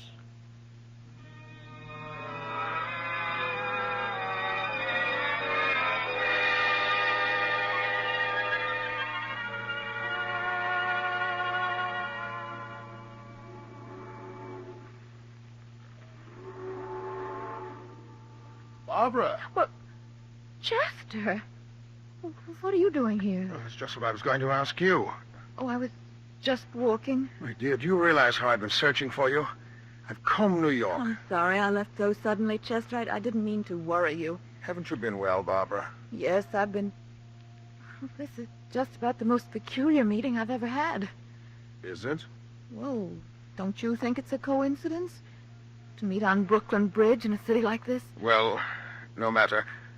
Come, we'll go home, Barbara. I can't go home. What do you mean? Chester, I can't explain now, but someone's been trying to kill me. What? I know it sounds crazy, but I have absolute proof. Have you? And someone is going to help me find this man. Who, Barbara? I can't tell you that. But you say you have proof. Yes, I'm going to the police tomorrow with my benefactor and... Wait. Just stop here for a moment. Hmm? Why? I have very bad news for you, Barbara. What is it? I'm the one who's been trying to kill you. You're joking. Was the piano a joke? Or the subway? Chester... Don't scream. It won't do you any good. There's no one about. Please, Chester, don't look at me like that. Your eyes. Chester, you're mad. We're in the middle of the bridge. It's a long drop from here, my dear. They say Steve Brody did it, but I don't see how he could have managed it and lived. Do you? No. You have $50,000 in trust, Barbara, which will go to me. Keep away from me, do you hear? Goodbye, Barbara. Oh, you really get out of my way. Mike! He's headed your way. You won't get far, sir. We've got you between us now, Mr. Tagus, and there's no escaping. No funny business now, mister. This gun really works. Stand back, you hear? Stay back! He's climbing the rail. He's going to jump. Stop him, Mike. I'll get him. I've got you, Tagus. Don't try to pull a Brody on me. Get away from me. Get away from me. Oh, no, you don't. I got you, and I'm saving you for the police, me fine feathered friend.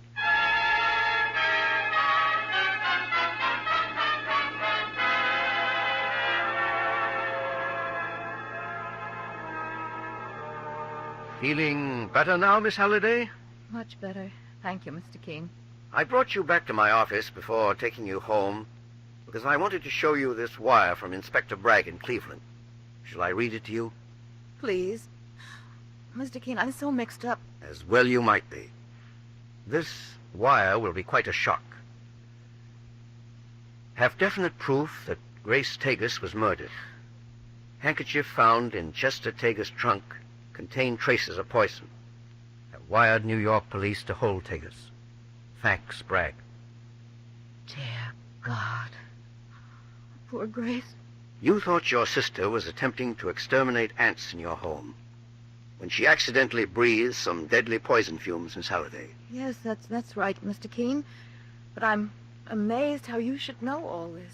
I've investigated it, my dear. Actually, those fumes came from a handkerchief, which her husband used to kill her with.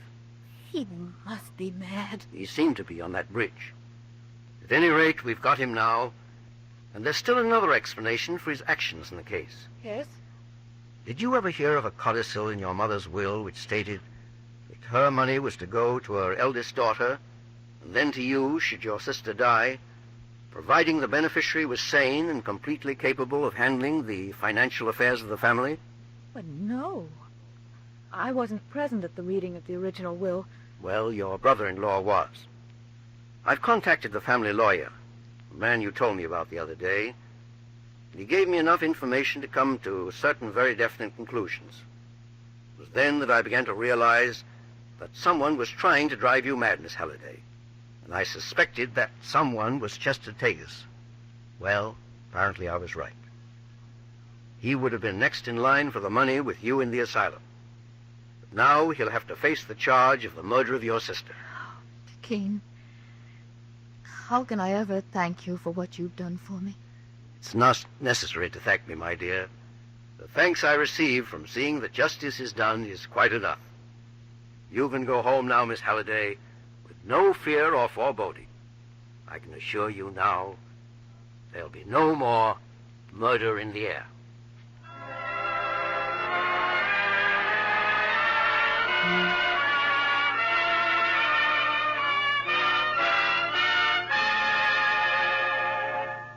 Listen next week at the same time when Mr. Keene brings us the fascinating case of the lady who didn't want to be found.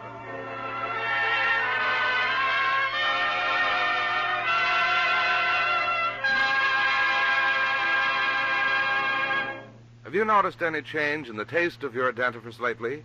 If so, we invite you to treat yourself to Colonos, a toothpaste that really tastes good.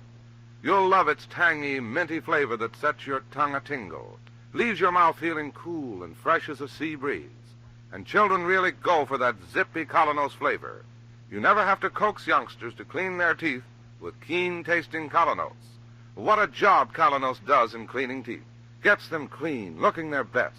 That's because Colonos is a high-polishing toothpaste.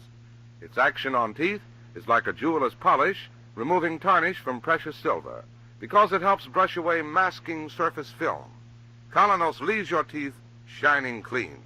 Ask your druggist for Colonos, K-O-L-Y-N-O-S, Colonos toothpaste tonight. You'll be glad you did.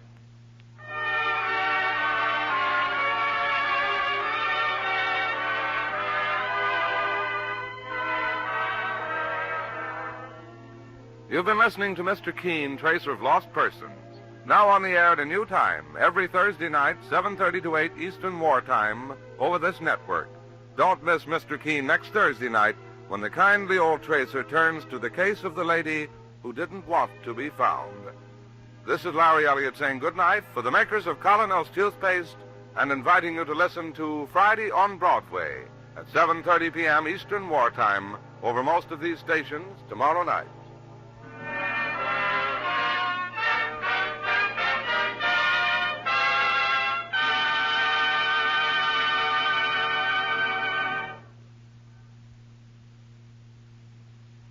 Here's marvelous news, ladies. Aero Wax gives you sparkling, new-looking floors for old in 6 to 9 minutes flat without a single stroke of rubbing. Just apply and let it dry itself. In no time at all, you're proud of your shining waxed floors. A full pint costs only 25 cents. Be sure to get Aero Wax, A-E-R-O-W-A-X, tomorrow. This is CBS, the Columbia Broadcasting System. From Hollywood, it's time now for Edmund O'Brien as Johnny Dollar. The Ambassador Travel Agency calling back, Mr. Dollar. Oh, yeah? Your reservation for Bermuda has just been confirmed. Pan American, flight number 134. You'll leave LaGuardia at 10:30 a.m., arrive Kindley Field, Bermuda, 2:30 p.m. Got it. We'll send the tickets right over. It's been a pleasure to serve you, sir, and I hope you have an enjoyable stay in Bermuda. Is it a vacation? Well, hardly. I'm going down there to look up a dead man.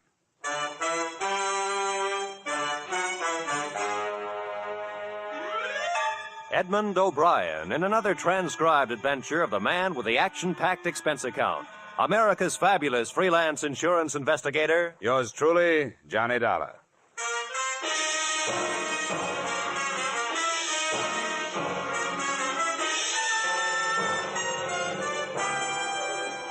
Expense account submitted by Special Investigator Johnny Dollar to Tri-State Life Insurance Company. Attention, Leland Scarf, Chief Adjuster. The following is an accounting of my expenditures during investigation of the Earl Chadwick matter. Expense account item 1, $1.80, cab fare to your Hartford office. The man has been seen alive, Dollar. I never was satisfied that he was dead.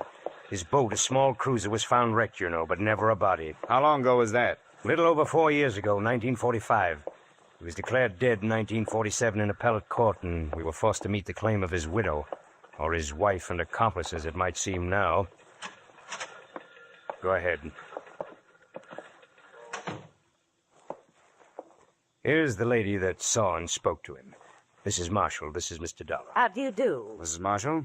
Now, I want you to tell Mr. Dollar what you told me, Mrs. Marshall, if you will. Well, my husband and I had been in Bermuda for 3 days. Mrs. Marshall, explain that you knew Earl Chadwick before. Oh, yes, we knew him. Not too well, thank heaven, but well enough to be pointed out as friends of that embezzler. You know how people are. Embezzler, Mrs. Marshall? Oh, yes, there was attempted theft. He worked at the Monticello Loan Company in New York City. $30,000 disappeared at the same time he did. Police theory was that he wrecked his boat while attempting to leave with the money. Now, Mrs. Marshall, how you happened to see him? We'd been there 3 days, and that night we went to this nightclub in Hamilton, slumming, so to speak. It's called the Port of Castile on the waterfront. It had been a number of years, mind you, and Chadwick was much thinner, but I recognized him. He was seated with some sailors, and I said, "Jerome, doesn't that look like Earl Chadwick?" And then you spoke to him. What else could I do? I was dying of curiosity. When he got up to leave, I met him and said, "Aren't you Earl Chadwick?" He denied it, of course, but being that close, I'm positive that it was. What did he say? Did he give you a name? No, but I found out. I thought I was quite within my rights in asking a few questions. The name he's using is George Brewster. Well, Dollar? What about Chadwick's wife? What happened to her? She remarried one of his business associates, Harold Anderson. Yeah. I had the girls draw up a complete record on the case. Photographs, police reports, everything you'll need. The wife's address is there in Queens, I think. All right, Mr. Scarf. I'll do what I can.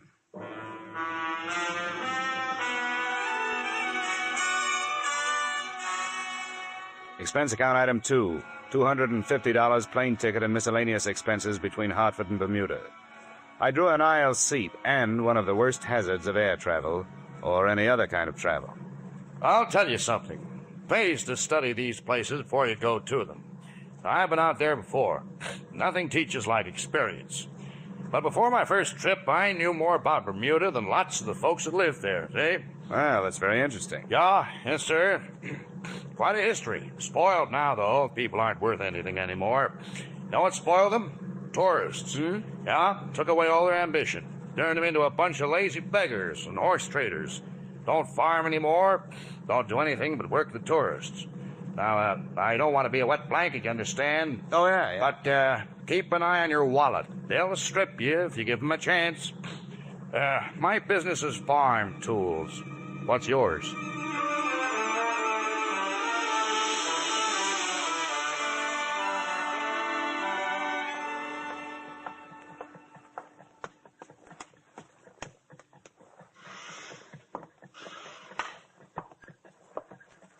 Yes, sir. My name is Dollar. Here's my credentials. I'd like to see the chief constable. Yes, sir. Yes? Mr. Dollar to see you, sir, an insurance investigator from the States. Yes, of course. Send him in. Right, sir. That door, Mr. Dollar. Thank you. Pleasure, Mr. Dollar. Your company cabled that you were coming. Sit down. Thank you. Well, now, you're here to look into the affairs of one George Brewster. What's he been up to? I'm not sure he's been up to anything yet. According to a witness, he answers the description of a man who disappeared from New York a few years ago with $30,000. He was declared dead, and the company that hired me paid off an $80,000 insurance claim to his wife. I see. Quite a valuable chap. Yeah, if he is the chap. What about this Brewster? Do you people know him? We acquainted ourselves with him after the cable arrived. Nothing against him. Lives a rather rum life. Doesn't seem to have much. Are his papers in order? Passport? Visas? I trust that he wouldn't be here if they were not. Like any other paradise, Mr. Dollar, Bermuda is forced to accept the existence of a certain percentage of misplaced or lost persons on its outskirts. That's what they are. They? Here's the address. Thank you. At the lower end of King George Road. You wish transportation? No, don't bother. The walk will do me good.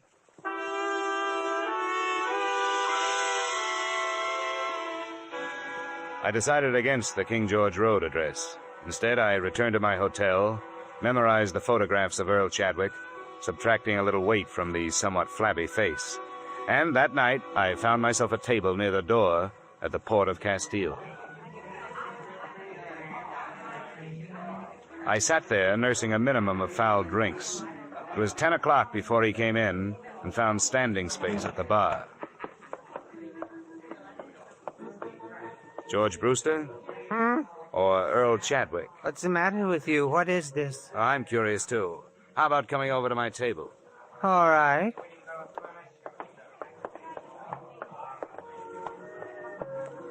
You act like a cop. Just 50% cop, no badge. I'm working for Tri-State Life Insurance Company. What does that mean? They insured a man and paid off to his wife. Now they are unsure he's dead.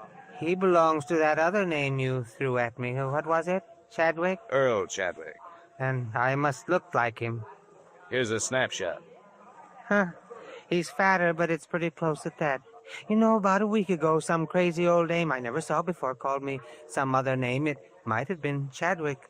I thought she'd drunk over her quota. She was an old friend of Chadwick's.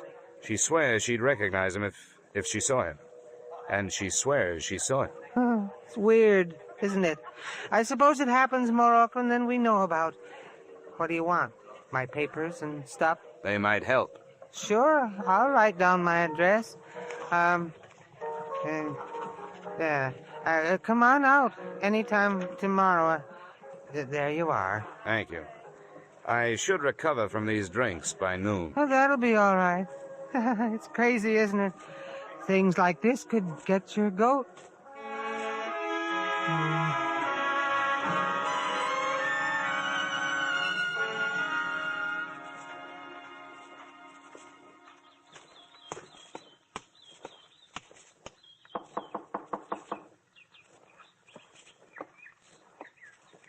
You the guy George was talking about last night? Probably. I'm Johnny Dollar. Is George here? No, he had to leave. But he said you could come in. He said you could look at this stuff. Here's his passport and cards, things. How long have you known him? Oh, 2 years last month. You know where he came from? Never asked me where I came from. This guy, he looks like. He had a wife? Yeah. I want to take some of his personal things into town to check his prints against this passport. Shaving brush if he uses one, tubes, jars, anything. You think he's the guy? I'll have to find out. Never mind. You told me you were going. The prints would check against the passport, but it wouldn't make any difference. Now that it's started, why stretch it out? Why not make it easy? George? No, Earl. I'd almost forgotten. Earl. Where can we talk? I've got a hotel room. The statement he made filled in most of the blanks in the case. 1, his wife was to have met him in Mexico City, but hadn't. 2, most of the stolen funds had gone to his wife to keep her going until she collected the insurance. So she got married. I didn't know that. She told me to wait, and I did. Grace married. We can leave for the States Grace anytime and you're ready. Harold. Huh? Oh, I can be ready anytime you say. All I have to do is pack a few things and say goodbye to Fran.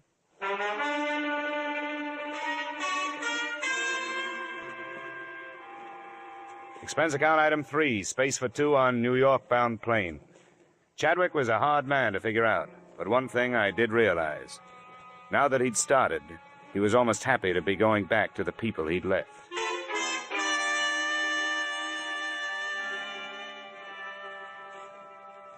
We arrived in the evening, and the next morning, I was told when I telephoned that Mrs. Grace Chadwick Anderson and her husband were at home and would receive me.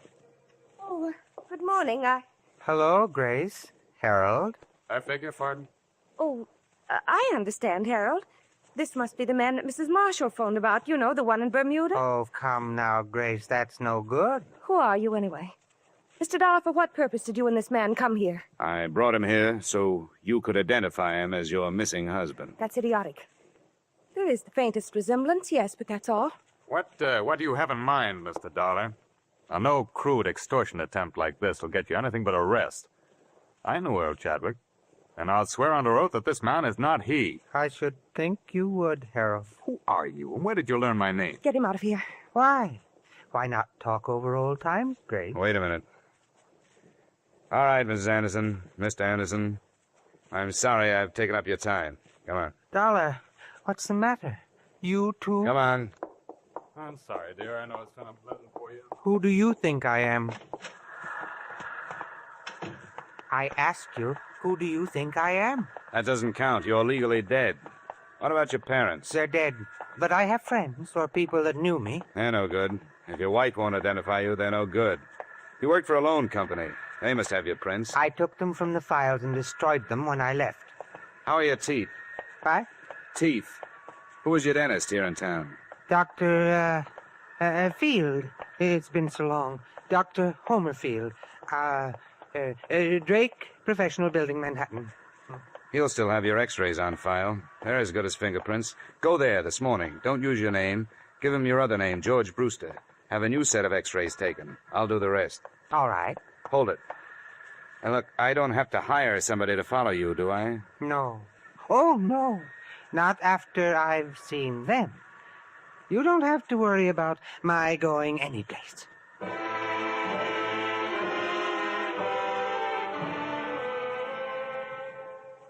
Expense account item 4, $25 services of a private detective. Assignment, tailing Earl Chadwick and/or George Brewster. At 1 o'clock, he had left the dentist's office and gone to his hotel room. At 3, he was still there. And at 4:30, I arrived in the office of Dr. Homer Field. Brewster? Oh, yes, his x-rays have come through. They're on the clamps. Don't touch them, please.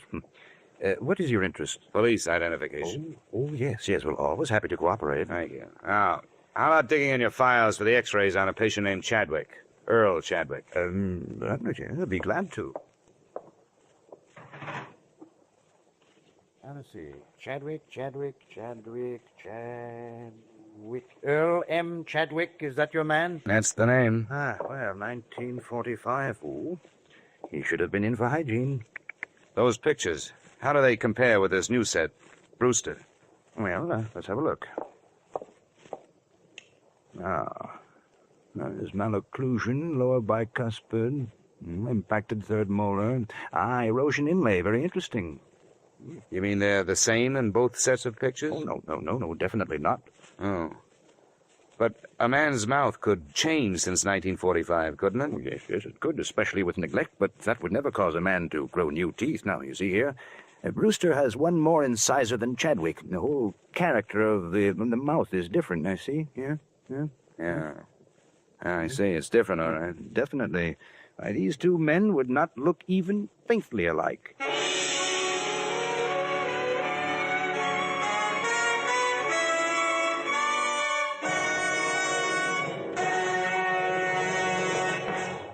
In just a moment, we will return to the second act of yours truly, Johnny Dollar. But first, down the old Ox Road, learn to croon straight from the shoulder. Milestones in popular American music. Milestones in the career of one of America's favorite troubadours, Bing Crosby. This Wednesday night, over most of these same CBS stations, you're invited to hear The Bing Crosby Show. Bing Crosby with the music of John Scott Trotter, with the Rhythmaires, with Ken Carpenter. Here's the show designed for the whole family. A pleasant and diverting mixture of music and merriment, guided by the one and only Bing Crosby. Plan now to hear The Bing Crosby Show this Wednesday night on CBS. And now with our star, Edmund O'Brien, we return to the second act of yours truly, Johnny Dollar.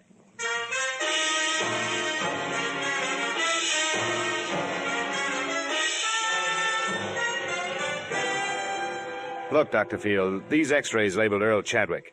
Could they be misfiled? Could they be under the wrong name? Misfiled? No, definitely not. My assistant has been with me for 10 years. Never made a mistake yet. No. Well, then could anyone else have gotten in here and planted a different set under that name? But why? I would realize the difference the moment I looked into the mouth. That erosion inlay alone. Yeah, I know. Look, your office. Has it been broken into? Yeah, a long time ago, for narcotics. How long ago? 6, 7 years ago, during the war. But not since then? I've missed nothing. The janitor, the nightman, does he have a key? No, it's cleaned in the evening, just before I leave. Robbery is out of the question. Just what is your problem, Mr. Dollar?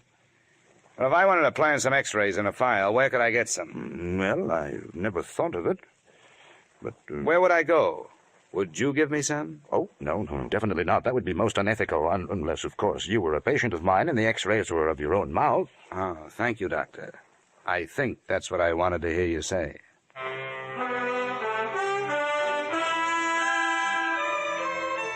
Before dark, I made 2 more stops, searching for something to help me prove that Earl Chadwick was alive, if he was. The Hall of Records had nothing but a couple of certificates on him. One recorded his birth, the other recorded his death. I checked the wanted file at police headquarters. They had checked him out in 47 when the court had pronounced him dead. On my way out of there, I made 2 phone calls. The second was to the detective I'd hired.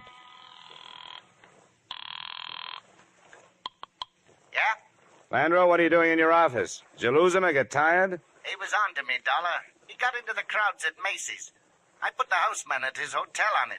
He's watching his door. I just phoned his room. He's not there. What's he been up to? He left the hotel at 318 and took a cab over to 3rd Avenue. What address? A pawn shop, Johnny. He bought a gun. Nice going, Landro. If you decide to change over to stopping traffic at school crossings, use me as a reference.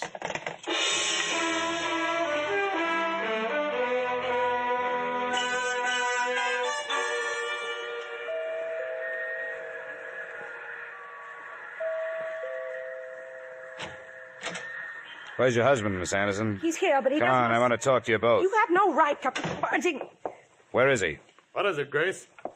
Oh, it's you again. That's right. He forced his way into the house. Make him get out, Harold. I will if I have to.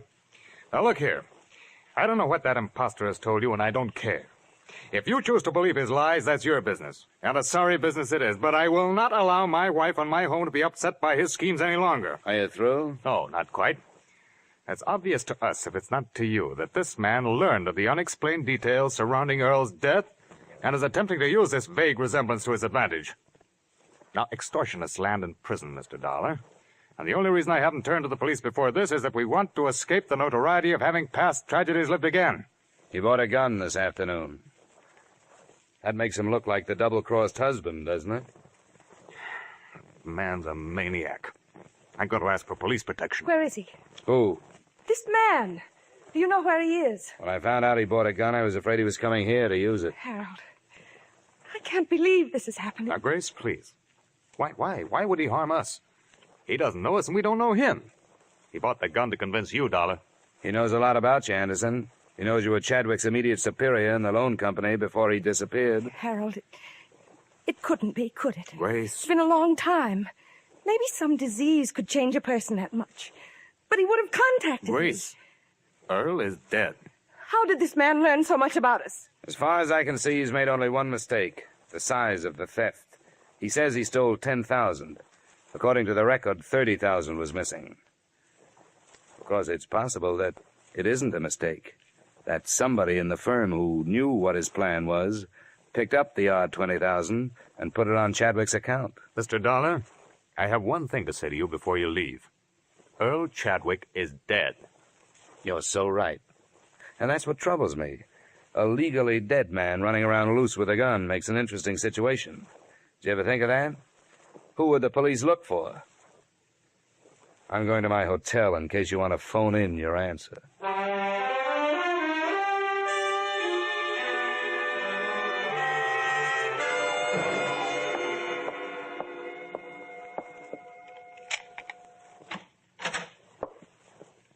Where have you been, Chadwick?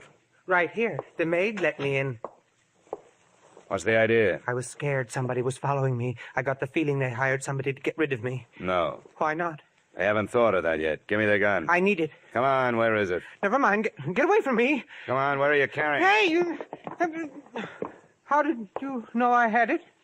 What were you going to do with it? I told you I was scared. You thought I was going to kill them? The idea crossed my mind. No. What good would that do? How should I know what's going on in that head of yours? Why'd you come back, then? Just to get things straightened out. You wouldn't have had to. I haven't found a way to prove who you are. Oh, I knew I didn't have to come back. But everything was stagnant. Being George Brewster was dull. I thought that's what I wanted. A new identity, even without Grace. But I guess nobody's ever satisfied. And when you have a choice of who you want to be, then it's really hard. What about the x-rays? No good.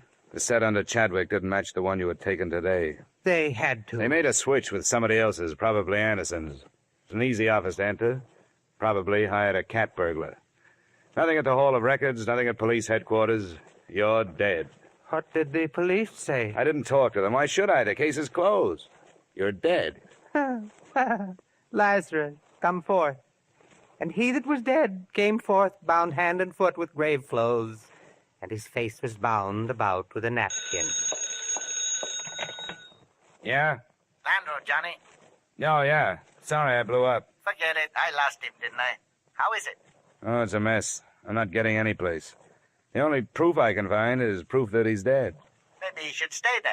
Yeah, I'm getting ideas myself. What about his draft board? They take prints. Police checked in 47. They lost. Look, I'm going to have to dummy up something.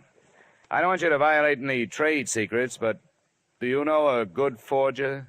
That depends. It'll be practically legal. All I need is a driver's license. I think that can be managed, Johnny. When? Tonight. It'll cost. Well, I'm working for a wealthy company. Oh, there's more, too, Landro. How about meeting us in your office in 45 minutes? Sure, Johnny. Bring a bottle. Expense account item 5, $500, one bogus 1947 driver's license complete with Chadwick's thumbprint. By 10 p.m., we were back in Landro's office. Johnny, how desperate is this Anderson? Desperate enough to welcome a nice, fast deal. Don't quote a price unless you have to. Just get him down here. Why anybody goes through all this to make prison? Prison? Come on, Landro, get on the phone. There's the number. You're my client.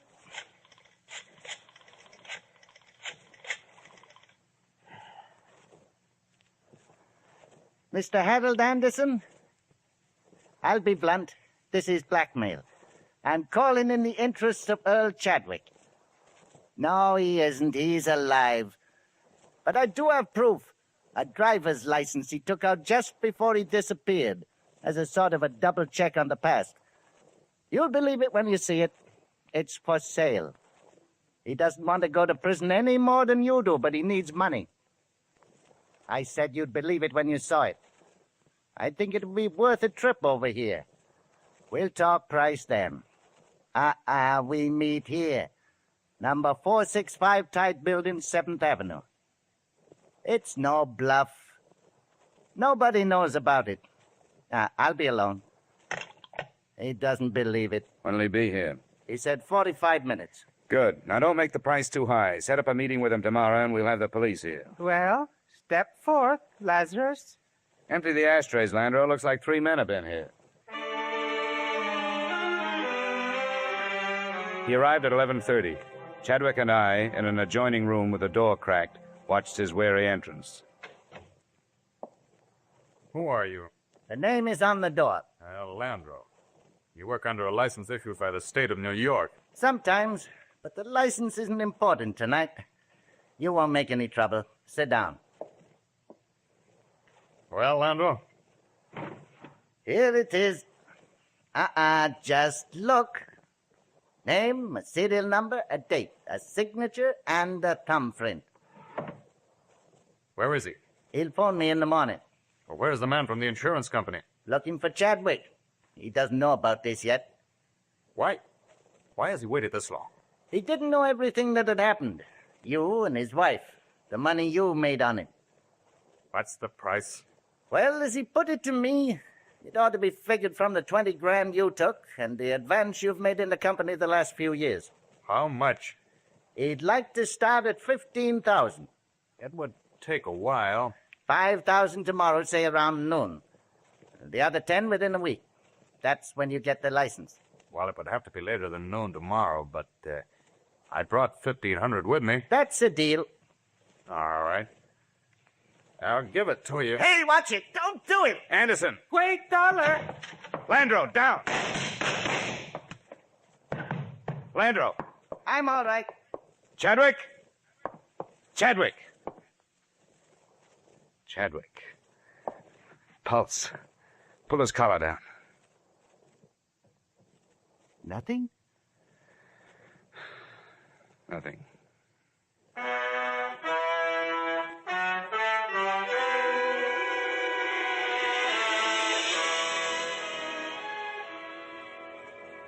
I don't know what your company can do about it now. Both Mr. and Mrs. Anderson gave statements to the police that same night, confessing their contribution to the original crime. You'll have a hard time prying Harold Anderson loose from the clutches of the state, which is working on a murder indictment for him. About the wife, Grace, I don't know. If she's not found guilty as an accessory, I'd be happy to appear as a witness if she's brought to trial on fraud charges.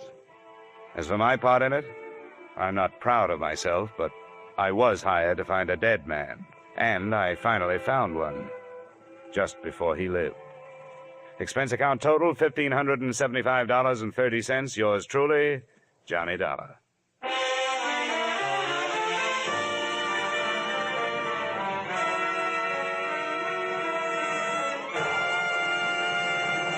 Yours truly, Johnny Dollar, stars Edmund O'Brien in the title role and is written by Gil Dowd and David Ellis, with music composed and conducted by Leith Stevens.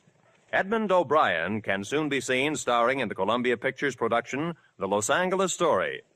Featured in tonight's cast were Lillian Baeff, Walter Burke, Virginia Gregg, John Boehner, Ben Wright, Tudor Owen, and Ted Osborne. Yours truly, Johnny Dollar, is produced and directed by Jaime Del Valle. Join us again next week at this same time when, from Hollywood, Edmund O'Brien returns in another transcribed adventure of Yours truly, Johnny Dollar.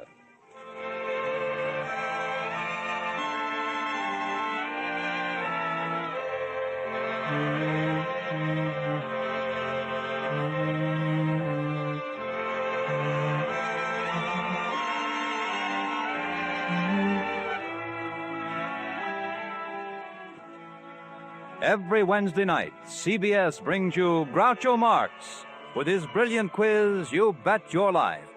It's one of the brightest, most spontaneous, most genuinely funny shows on the air. So be listening this Wednesday night on most of these same CBS stations for You Bet Your Life, starring Groucho Marx. Stay tuned now for the adventures of Philip Marlowe, which follow over most of these same CBS stations.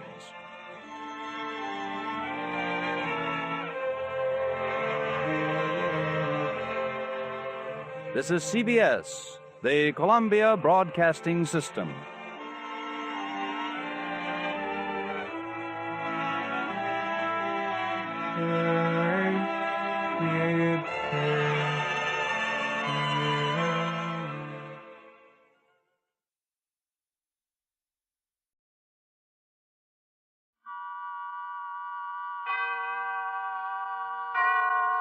Autolite and its 98,000 dealers bring you Mr. Frank Lovejoy in tonight's presentation of Suspense.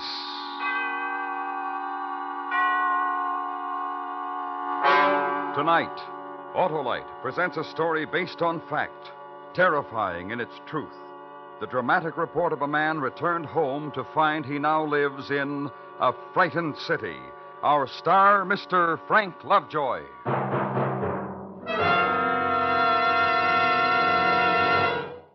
Hi, Harlow.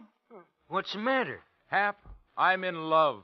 Oh, what's her name? It's not a her, it's the famous Autolite Stay Full. the battery that needs water only 3 times a year in normal car use. Why, millions of drivers go for the Autolite Stay Full, Harlow. Sure, Hap, because it's the great battery with the fiberglass retaining mats protecting every positive plate to reduce shedding and flaking. And that means longer life for the Autolite Stay Full battery, as proved by tests conducted according to accepted life cycle standards. Tell other drivers how to meet this lovable battery, Harlow. All right, friends, your neighborhood Autolite battery dealer services all makes of batteries, and he will gladly show you the Autolite Stay Full battery for your car. To quickly learn his location, call Western Union by number and ask for me, Operator 25. I'll give you the location of your nearest Autolite battery dealer where you can get an Autolite Stay Full. the battery that needs water only 3 times a year in normal car use. And remember, from bumper to tail light, you're always right with Autolite. And now, Autolite presents The Frightened City, starring Mr. Frank Lovejoy, hoping once again to keep you in suspense.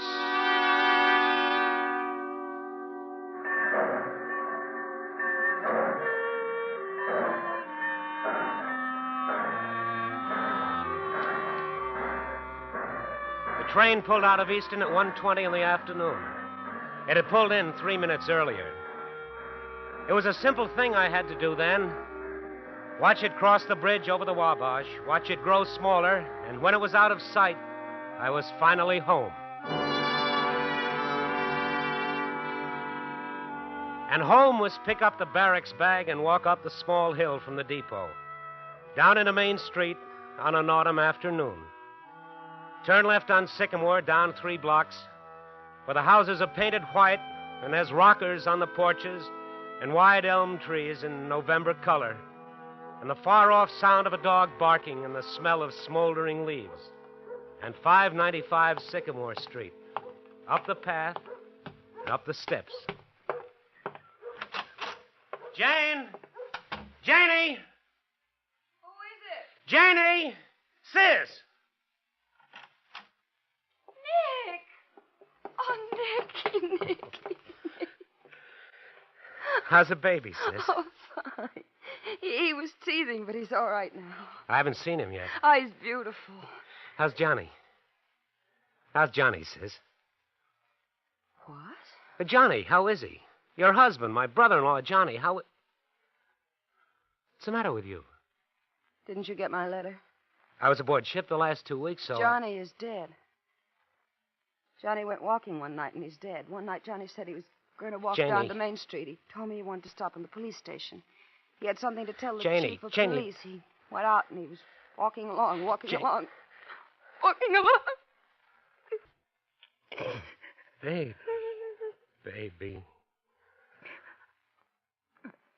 A car drove by, and someone shot a gun at Johnny.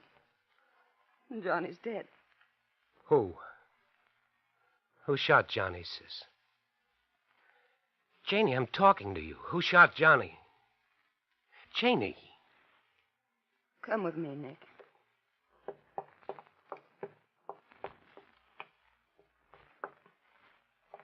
There's your nephew. He's sleeping, and he's my son. He's pink, and he's fat, and he says Mama. He can say Dada, too, but it's a word he won't need. He's a good baby. And I love him as much as a mother can love a child. Now, I want to show you something else. I've had it here in my apron, and I've been wondering what to do about it. I found it under my door about a week ago, the day after Johnny was shot. I'll read it to you. Don't talk to strangers. What happened to Daddy can happen to Sonny. Give it to me. My little boy is going to grow up. He's going to play with other boys and laugh and cry when he scrapes his knee on the sidewalk and go to school. Give me the note, and Janie. live a life. No. No note, Nicky.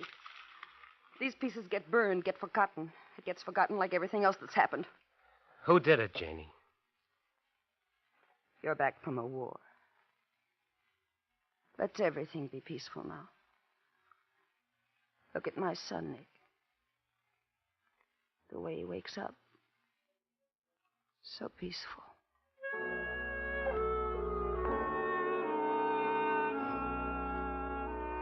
Then the infinite gentleness as she lifted the child, held him close and kissed him. And the room was stillness and anguish and the bitter fear and the emptiness. And this was homecoming.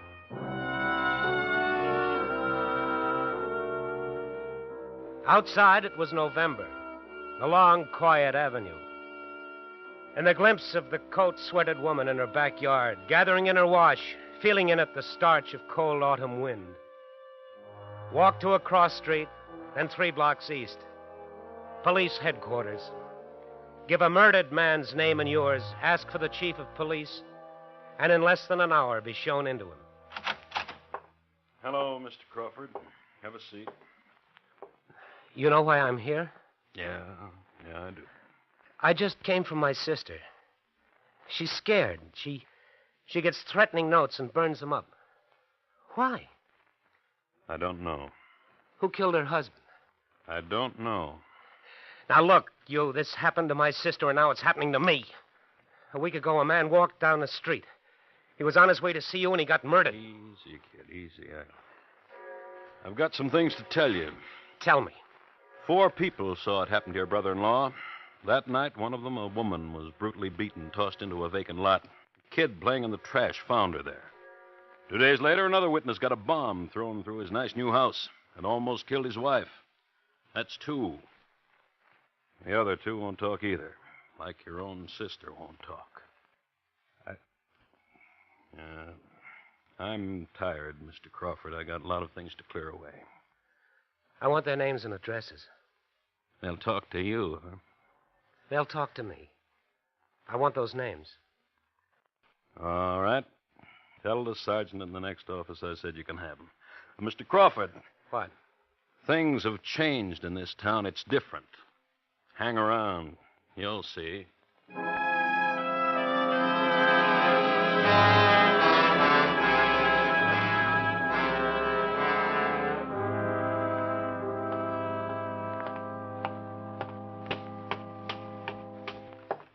Hello. Good evening. Mr. Osborne? Mr. Osborne. Something I can do for you? They told me down at your place of business you'd be home. It's about Jimmy Stewart. Mind if I sit down? Not at all. Johnny Stewart, huh? A friend of yours? He was married to my sister. Your sis? Oh, then you must be Nick. Heard a lot about you from Johnny. How you were soldiering. Welcome home, Nick. Johnny worked for you, didn't he? Good accountant. Nice guy, Johnny. One of the best. You were with him the night he was killed. That's right. I was with him. Well, you want to tell me about it? Johnny was walking by my store just as I was closing up. I told him to wait a minute. I'd walk with him. We walked. We talked. Got to a corner. I told Johnny to wait for me while I went into the drugstore to buy some cigarettes. Just as I came out, a car turned the corner. Shot him down. Drove away. That's how it was. What kind of car? I wouldn't know. Sedan, convertible, old, new? A week ago they put me through this. I didn't know then. I don't know now. Well, he worked for you. He was your friend. You knew all about him and me and his wife. Nick, I like it here on my porch swing. It reminds me I'm alive. Don't spoil it for me, Nick.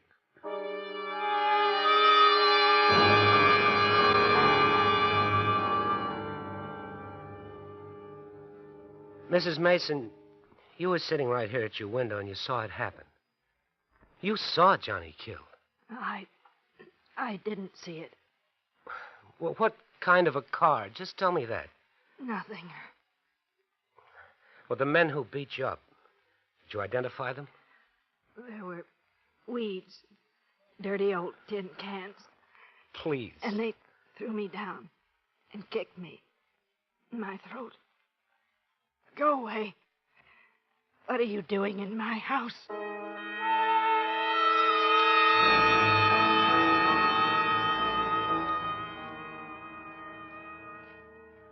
You listen to me, Nick.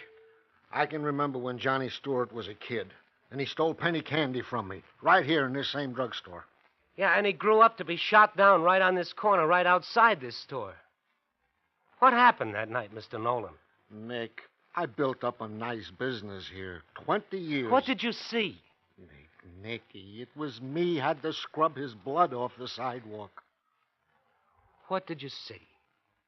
Nothing. Nothing, that's what I saw, Nick. Nothing.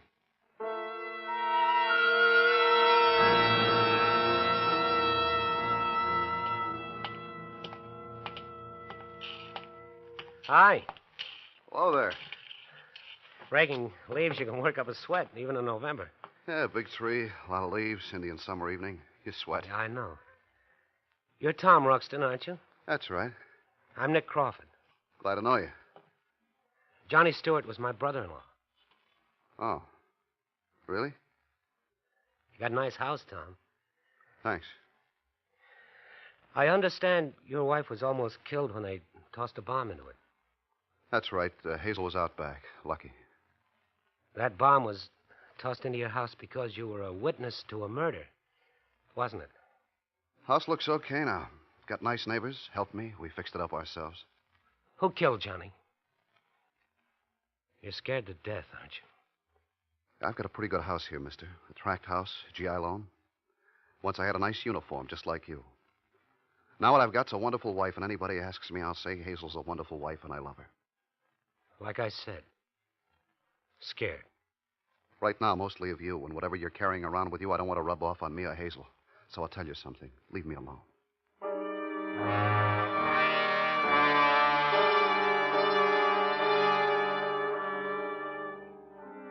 When I went outside, it was evening in Easton. The air was chill, and the dew was turning to light frost on the lawns. I walked for a while, and I noticed a thing. The people on the streets. Their stares, their looks over the shoulder at me, the whispers and the turning aside to let me pass. The word had gotten around that Johnny Stewart's brother-in-law was back in town, and he was asking questions. I was being pointed out and walked away from. I'd come home, and I'd come home to a frightened city.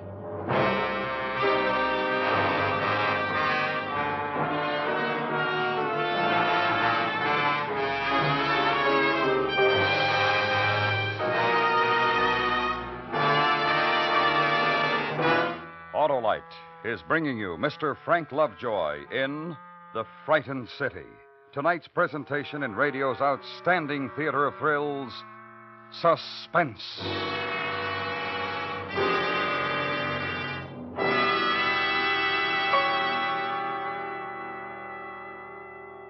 Hey, Hap, isn't that wonderful? Well, Harlow, it looks just like an Autolite Stay Full battery to me. Hap, I'm surprised at you. Don't you realize that this is the battery that needs water only 3 times a year in normal car use? Don't you know that the Autolite Stay Full is protected by fiberglass retaining mats around every positive plate to reduce shedding and flaking? Aren't you aware of its longer life, as proved by tests conducted according to accepted life cycle standards? Why, sure, Harlow. Well, then, Hap, only... you'll agree when I say money can't buy a better battery. So, friends, visit your nearest Autolite battery dealer. He services all makes of batteries, and he's got an Autolite Stay Full for your car in case a replacement is needed. To quickly locate your nearest Autolite battery dealer, call Western Union by number and ask for Operator 25. I'll tell you where you can get an Autolite Stay Full. the battery that needs water only 3 times a year in normal car use. And remember, from bumper to tail light, you're always right with Autolite. And now, Autolite brings back to our Hollywood soundstage Mr. Frank Lovejoy in Elliot Lewis's production of The Frightened City, a dramatic report well calculated to keep you in suspense.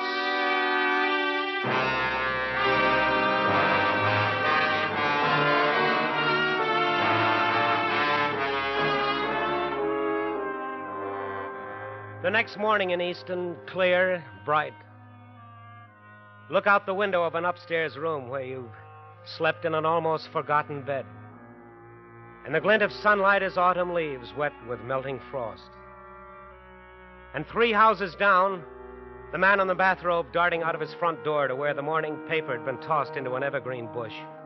Watch him stalk it, retrieve it, scurry back. Trace a design on a pane of steamed window. And it's almost the way you remembered it. Almost. Nicky, you up? Yeah, come on in. Hi. Hi. You sleep good? Yeah. I heard the kid bawling a little while ago. Woke me up. Oh, he was hungry. He's all right now. Nicky, What? got home real late last night. I waited up a long time, then I got tired and went to sleep. My brother's first night home in 3 years. You'd think you could have managed to get home early enough for us to talk. Well, what do we talk about, Jane? You? What's happened to you in 3 years? But Johnny. Dead Johnny. Murdered Johnny. Your husband, the man you had the kid with. We don't talk about that, huh, sister? Shut up. Janie. I told you, shut up! You're going to yell me into keeping quiet, Janie? I told you.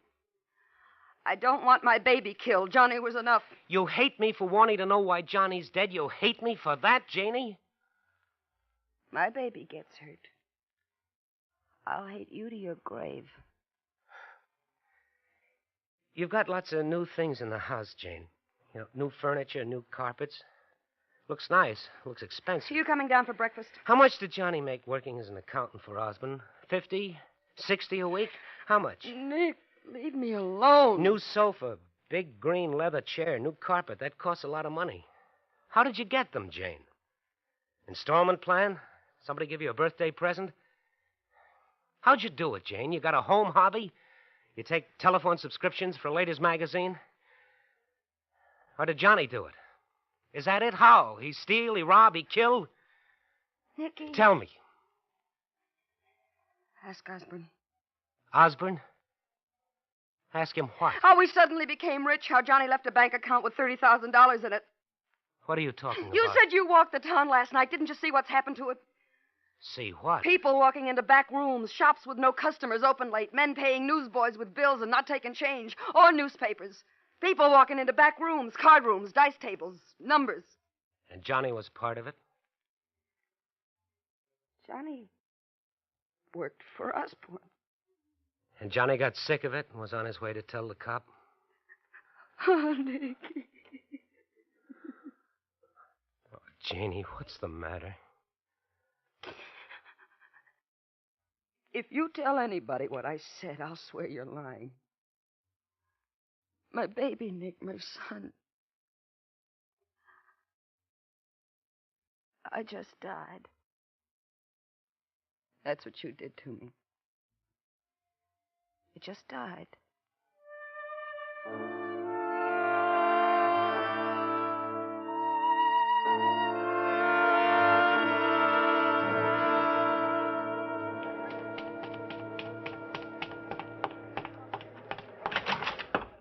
Hi, Nick.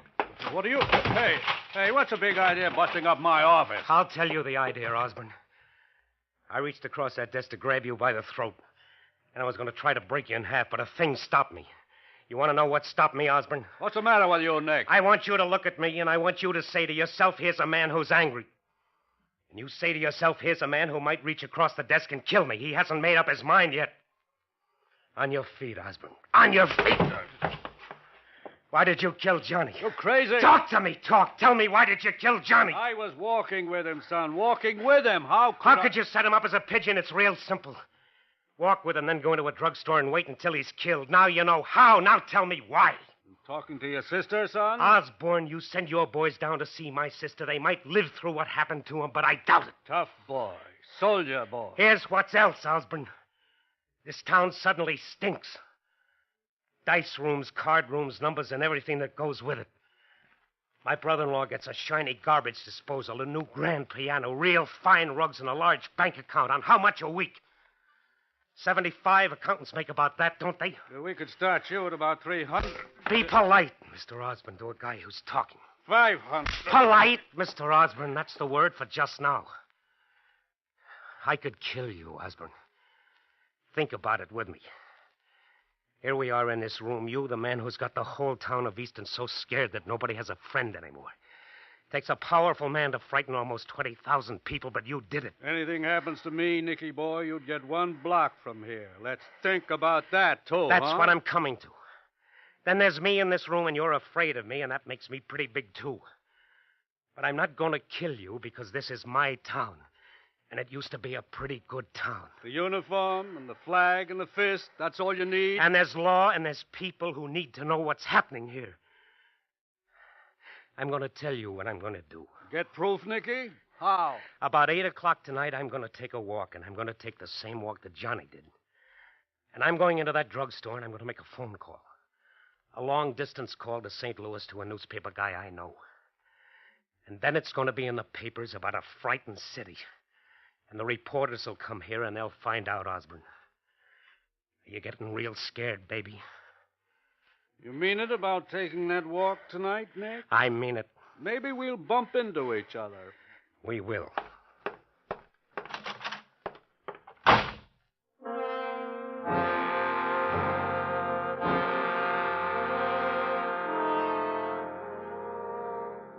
And on the way home, stop at Lane's sporting goods store. Buy a gun, buy cartridges. And Mr. Lane is all business. No good evenings. No, how have you been, Nicky?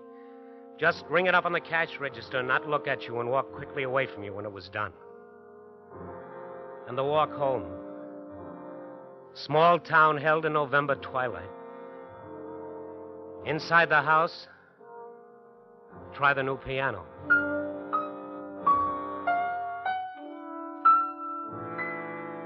The room where the baby is. Play with him.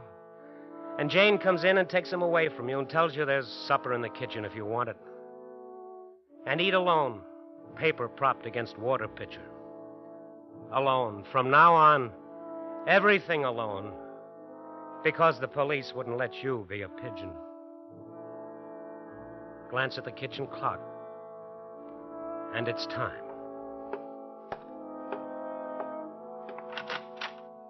You going out, Nick?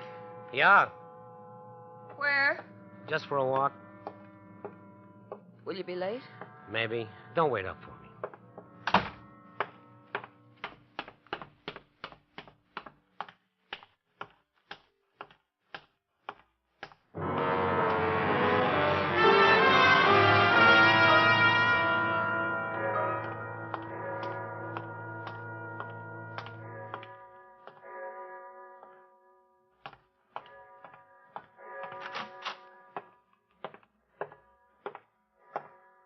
Something for you, Nick? Some change. I want to use your phone. Sure, Nick.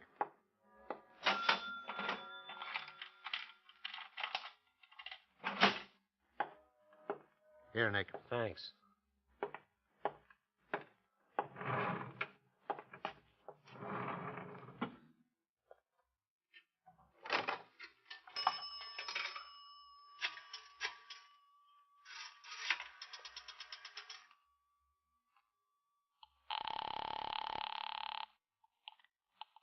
Long distance. Oh, long distance. What's the station-to-station charge to St. Louis? Just a moment, please. That will be $1.20, including the tax. What number do you wish, please?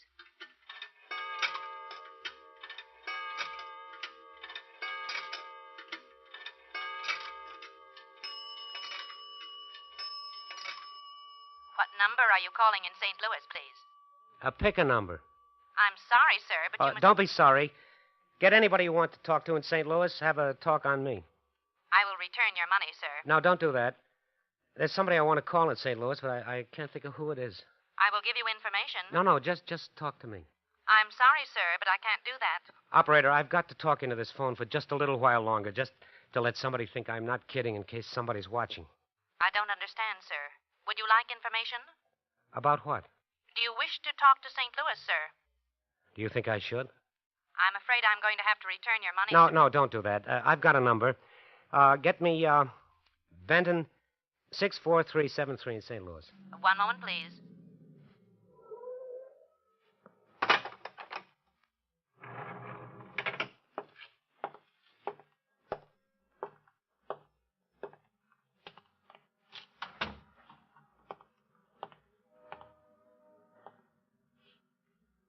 Nick! Osborne.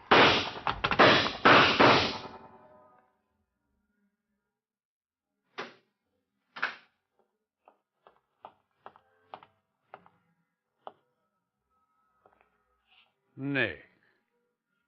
Oh, Nick. Sorry, soldier. And just think, you could have died on a battlefield, not in your hometown.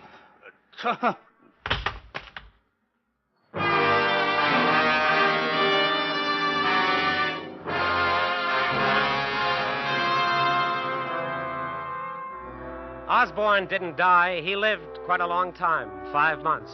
Hospital, trial, confession, sentence. And in 5 months, it was spring in Easton. It was a good spring. And you know how people are. They react to the weather. Hi, Nick. Tree's starting to bud already. You notice? They get friendly and they smile a lot, like winter was a long time, a dark time, and it was over. Come on over to the house when you have a chance, Nick. You do that, you hear?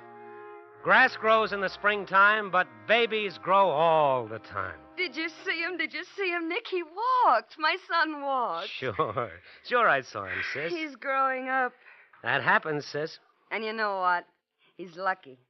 He's got a good town to grow up in.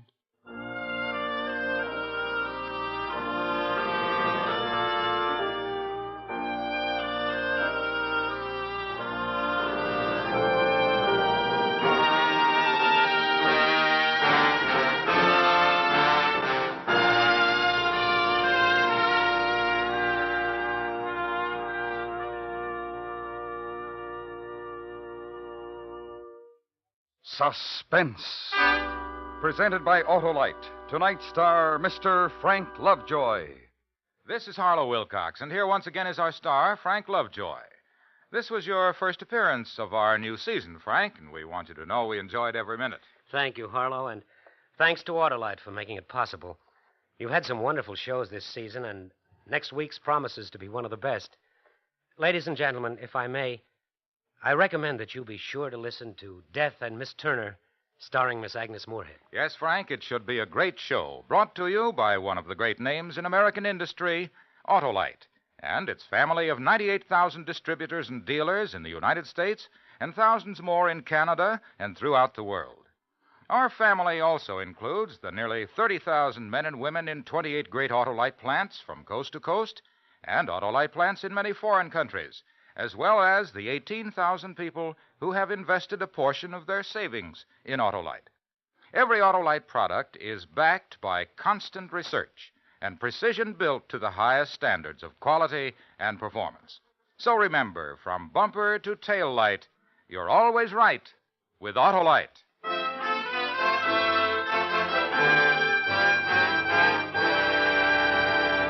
Next week, a new radio play by the originator of suspense, Mr. William Spear. The story is called Death and Miss Turner, and it will star the First Lady of Suspense, Miss Agnes Moorehead.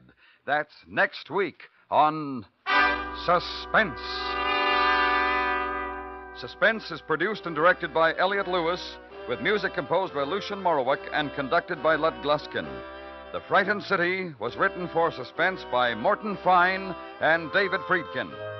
Featured in tonight's cast were Joan Banks, Lou Merrill, Herb Butterfield, Paula Winslow, Hy Averback, and Charles Calvert. Frank Lovejoy appeared through the courtesy of Warner Brothers, whose current release is Operation Secret. Remember next week, Miss Agnes Moorehead in Death and Miss Turner. You can buy Autolite Stay-Full batteries, Autolite electrical parts, and Autolite resistor or standard-type spark plugs at your neighborhood Autolite dealers. Switch to Autolite. Good night. This is the CBS Radio Network.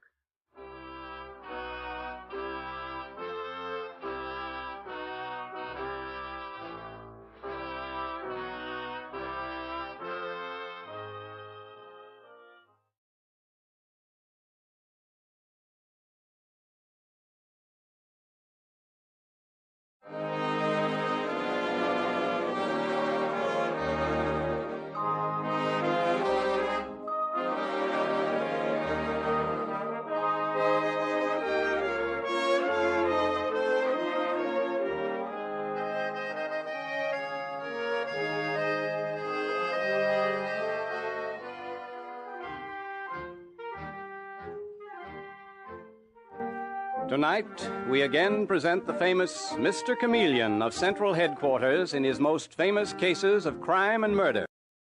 For those who do not know who Mr. Chameleon is, we give a quick sketch of his character. Born of a well-to-do family and a college man, he tried from childhood to live up to the name he bore, Chameleon, by taking on the color of whatever situation in which he found himself, appearing in endless guises, finally entering the police force where he became known as Chameleon, the man of many faces, the underworld's most dreaded man. Throughout this series, the listener will invariably know who Mr. Chameleon is, no matter in which disguise he appears. But the criminal he's tracking seldom does. Tonight we give you Mr. Chameleon and the case of death and the dependent husband.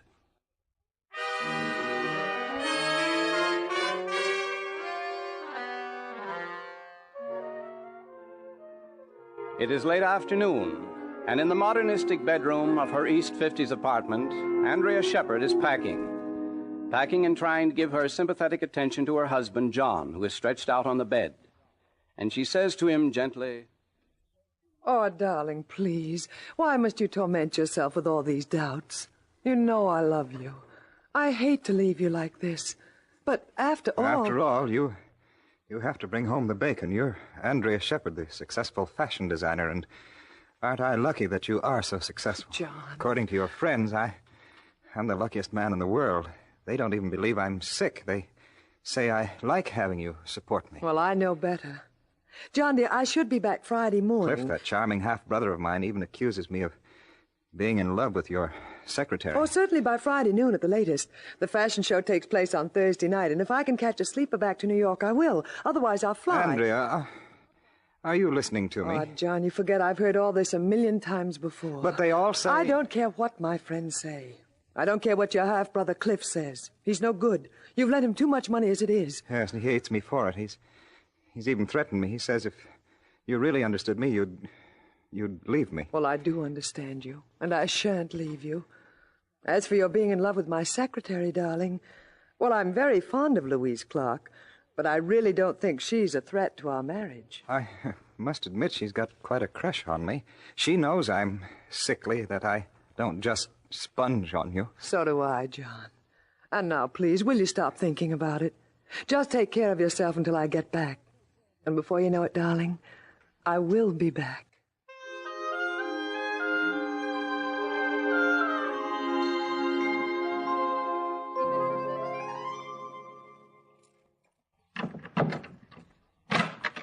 John, I'm home. John, sweetheart. Andrea. Oh, Andrea, thank heavens you're here. Well, Louise, what's the matter? He's dead. He's dead. Who? John. John. When I got here this morning to go over your mail, he didn't answer the bell. The superintendent let me in, and we found him in the kitchen, slumped over the table. He'd been dead for hours, Andrea. He'd been poisoned. John dead? No. No, he can't be. John! John!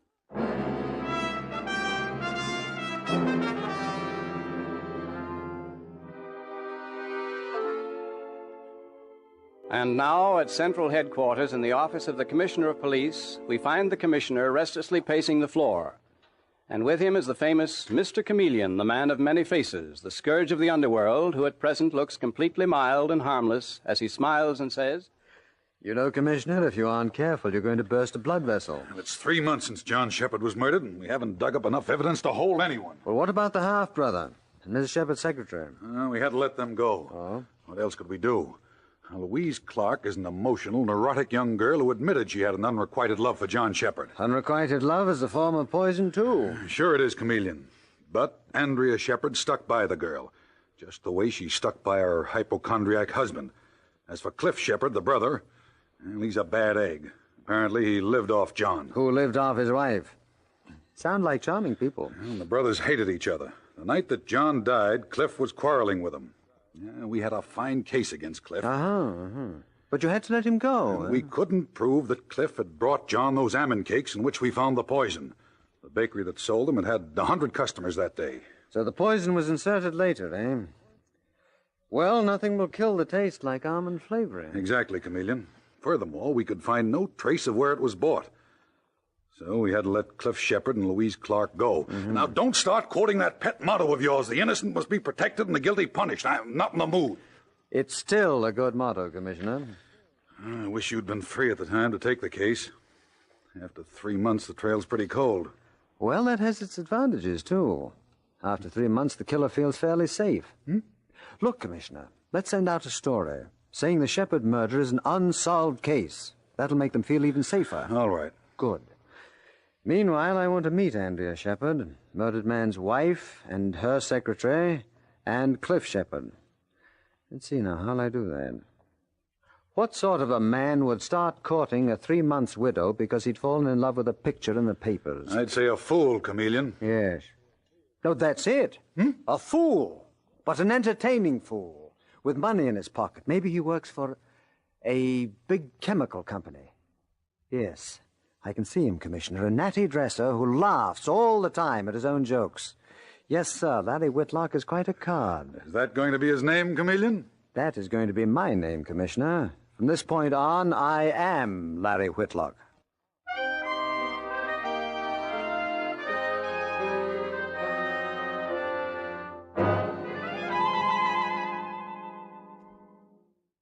Darling, can hardly wait till tonight. Your witless friend, Whitlock. How's that, Dave? That's not bad, eh? You know, Mr. Chameleon, if you have to keep this up much longer, you're honestly going to start thinking those jokes are funny. Well, never mind, Dave. I'm making headway. Tonight, for the first time, I'm having dinner with Andrea Shepard. Took weeks of flowers and telegrams to do it, but at last I'm having dinner with her at the Coronet Restaurant. Alone? Dave, for a detective sergeant of police, you ask more questions. Alone?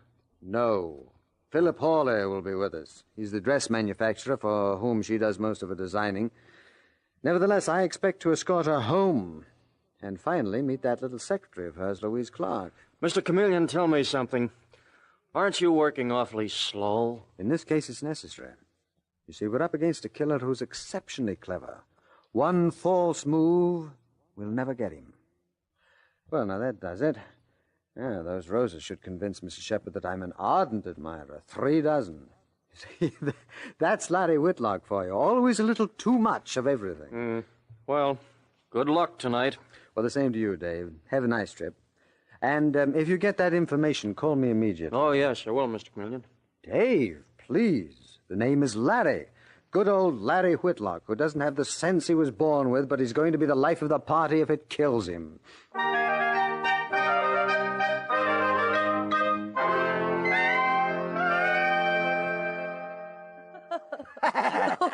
Oh, really, Larry, your humor is certainly not subtle. I don't know why I even laugh at it. Do you, Philip? Well, he doesn't. I haven't heard Mr. Hawley laugh once. I don't have to, Mr. Whitlock. You make up for it. Not bad, not bad. It's not bad at all. Is it, Andrea? He has a nice wit, too. What do you mean, too? Yeah. Beat you to it, Mr. Hawley, or rather we came out even. Mr. Whitlock, do you mind if I ask you a question? If you really work for that big chemical company... Well, don't you believe I do? Well, it's simply amazing to me that you ever stopped laughing long enough to hold such a job. Philip, really, you're being very rude. Larry's my friend, and he's done me a lot of good. I, for one, can use a little laughter. I'm sorry, Andrea. You're absolutely right. Mr. Whitlock, I apologize. Your apologies accepted, Mr. Hawley. No. Seriously, you've been extremely good for Andrea. And as her friend and employer, I appreciate that. I'm only sorry that I have to leave the two of you so early. But you'll see that she gets home all right, won't you, Mr. Whitlock? Oh, don't worry. Though I warn you, I'll make love to her all evening. Well, that's all right, just as long as she keeps on laughing. Oh. Andrea, I don't think he takes me seriously, but he will someday. He will. Now, let's see. What do I want for dessert? Oh, yes, we'd better order it if Philip has to leave soon. Yes. I know. That cake with almond filling that they make a specialty of here. I'm simply crazy about anything with an almond filling. Well, what's the matter? Oh, Andrea, oh, darling, I'm so sorry. How stupid of me. I completely forgot about your husband.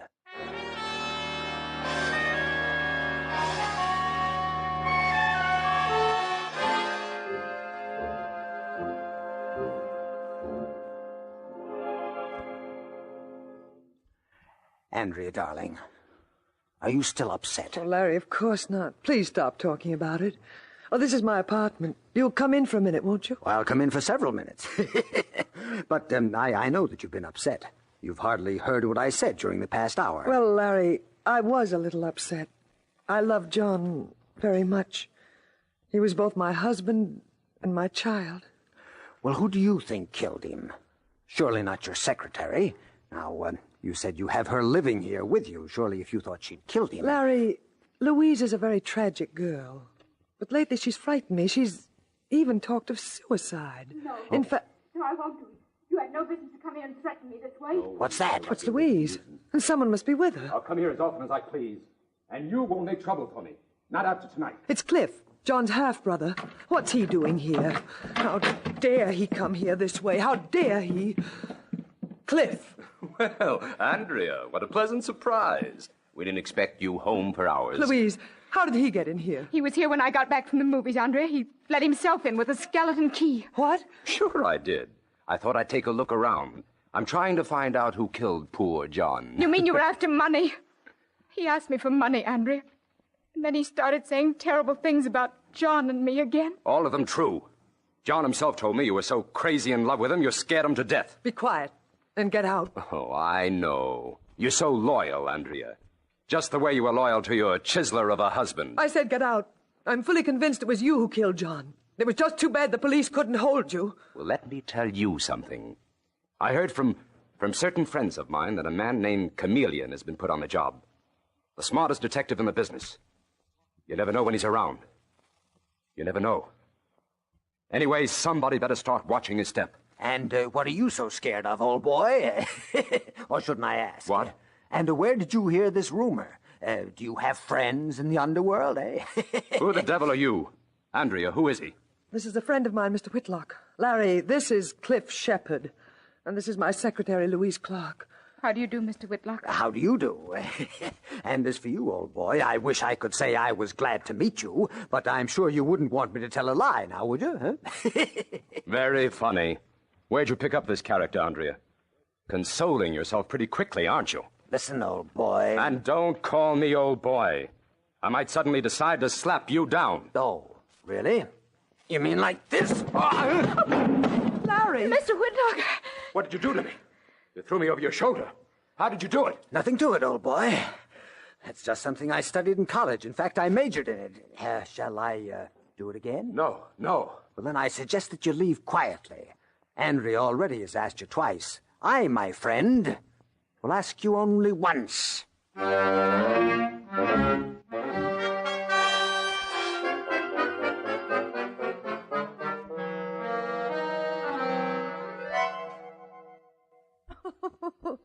Oh, Larry, really, it was just too funny. I didn't expect it from you. I know.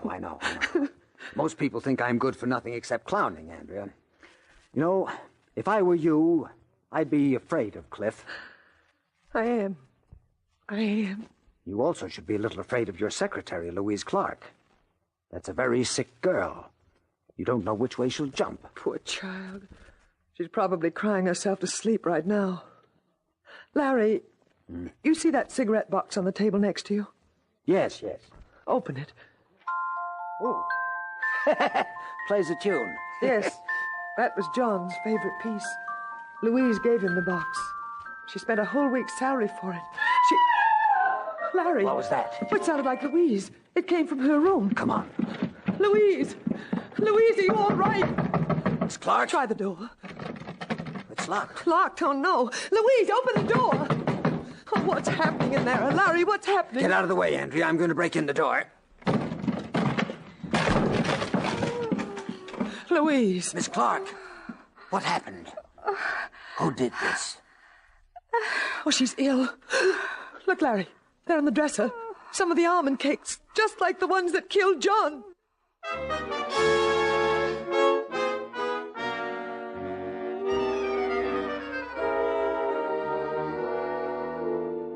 Mr. Chameleon and the case of death and the dependent husband continues in just a moment.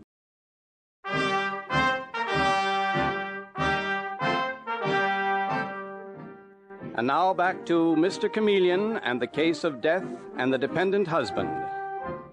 It is the following morning, and again we find Mr. Chameleon in the police commissioner's office. And this time it is he and not the commissioner who is pacing nervously about the room. How is Louise Clark? What's the latest report, Commissioner? I'm afraid she's still in a coma, Chameleon. I'm in her at the hospital, but she hasn't been able to talk, so we still don't know exactly what happened. Well, do they think there's a chance that she might die? Well, apparently there is. What about Cliff Shepard? He's gone. I'm not surprised. We sent out an alarm for him right after you telephoned, but he'd already skipped. Did they check on the almond cakes? Miss Clark herself had bought them. The baker was able to swear to that. He remembered her this time. She and Shepard certainly had a fatal taste for almond cakes. Well, Chameleon, you know as well as I do, it's the one thing that'll make that poison palatable. Quite right, Commissioner. Well, that's one way of killing yourself. You think that's what it was? Attempted suicide? Possible. Almost anything is possible now. Lord knows Cliff Shepard had plenty of time to put the poison in those cakes. Been there at the Shepard apartment for some time when Louise Clark got in from the movies last night. Well, Chameleon, does it occur to you that if Cliff murdered John Shepard, he might have hidden the poison right there in the apartment? Oh, of course. Well, Commissioner, I guess it's up to me to locate that poison. I wish you luck. The Shepard apartment was searched this morning. The boys couldn't find any trace of poison anywhere. If only Dave Arnold would get in touch with me. Well, apparently Detective Sergeant Arnold is having his troubles, too. That's the most elusive poison I've ever come up against. I'd better get me a search warrant. Hey, wait a minute, Chameleon. Do you really intend to search Mrs. Shepard's apartment? I do. I have a hunch the poison's still there. And, Commissioner, I want to get my hands on it fast. But how the devil will you work it? Now, you're disguised as Larry Whitlock, a gay young blade who's employed by a chemical company. What reason could you give her for searching the apartment? The very best reason in the world, Commissioner. I'm glad you find it so funny. I'm sorry. As Larry Whitlock, I have acquired the bad habit of finding myself amusing. But it'll pass. And seriously, I'm going to search that apartment. And believe it or not, Andrea Shepard will let me go ahead and do it.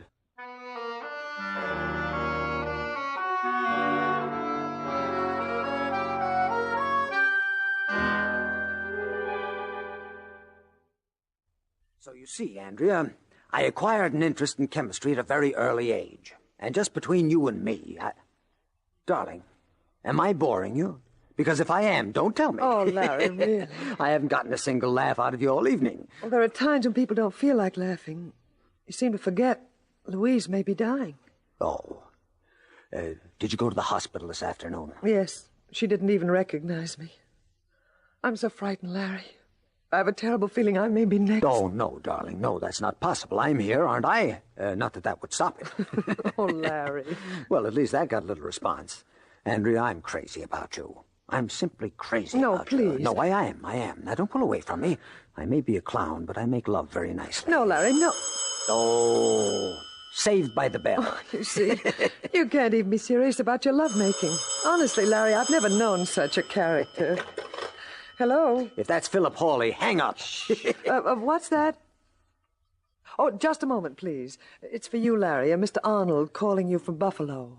Oh, well, thank you. I left this number down at the hotel. Hello, Dave? Yes?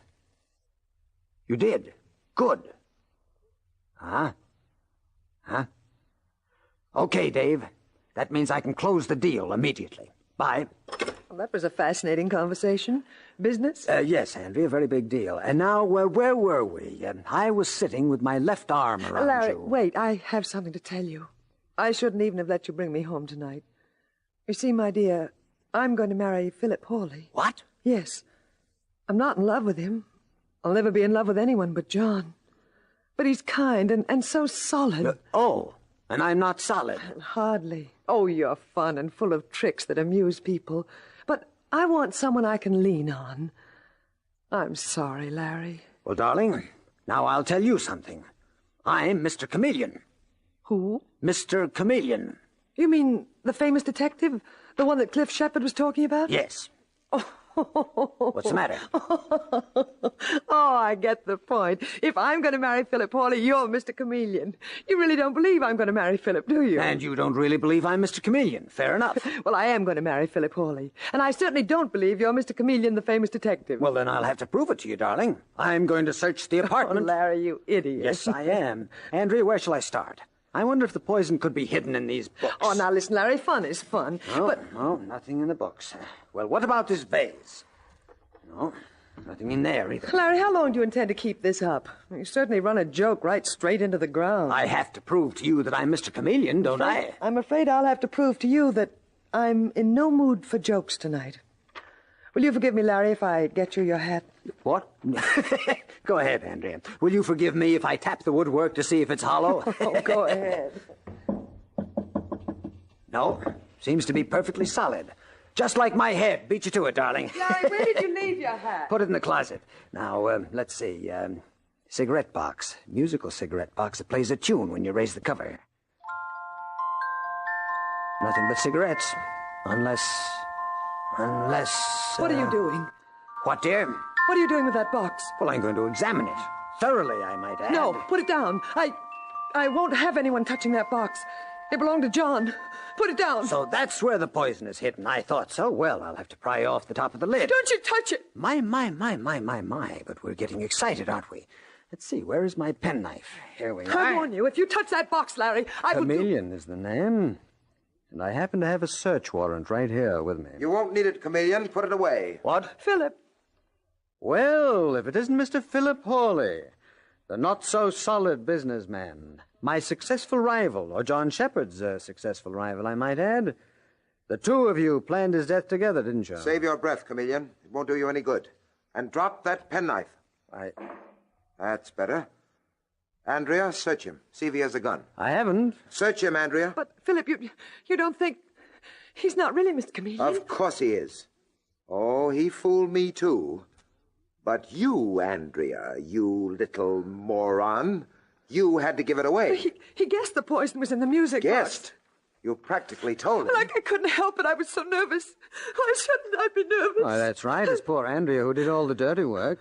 First John and then Louise, because Louise might suspect. As Andrea so rightly said, why shouldn't she be nervous? Aren't you just a bit nervous, Mr. Chameleon? You should be. You'll never get out of here alive to tell your story. I don't have to. What do you mean?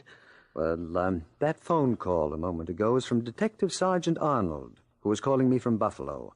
He called me, Andrea, to tell me that at last he'd managed to trace the sale of that poison. Philip. See, I sent Dave to Buffalo because I knew that you had spent quite a lot of time there, supervising your fashion shows. It was on one of your last trips that you purchased the poison, under another name, but the man who sold it will identify you. If he finds her. Also, needless to say, if anything happens to me, the police will know who did it. Philip, he's right. Yes, Andrea, but there's one little thing he's forgotten. At least if we get rid of him, we can make a run for it. How about it, Chameleon? Isn't that true? Quite true. Philip, don't go so close to him. Don't be silly. You don't think I'm afraid of him. I have a gun, and he has nothing. Nothing.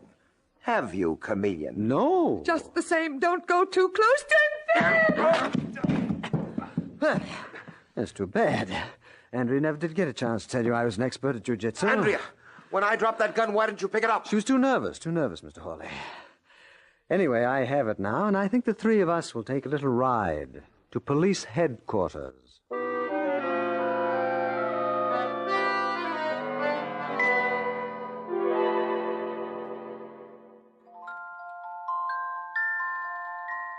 You see, Mr. Chameleon? They hid the poison right here inside the music box. Right under the edge of the lid. Very clever, Dave. Would you like to take a look at it, Miss Clark? No, please, Mr. Chameleon. I never want to see that box again. Okay, Dave, take it away. Yes, sir. Miss Clark, may I say something? You're all right now. The doctors managed to save you from that poison. But there's more than one kind of poison, you know. You must try to forget this. You must forget John Shepard. I will. I made up my mind I will, Mr. Chameleon. I was afraid I'd be accused of murder. There's only one thing I can't understand. Oh? Why did Andrea kill John? Why didn't she simply divorce him? I suppose that only a psychiatrist could really answer that one. My guess is that Andrea Shepard had played a part for years, and she loved it. She loved being the noble young wife. People felt sorry for her. They admired her. They wouldn't have admired her so much if she'd thrown aside a sick husband in order to marry Philip Hawley. You see, when I finish a job, I put aside my disguise. Andrea Shepard couldn't bear to put aside hers.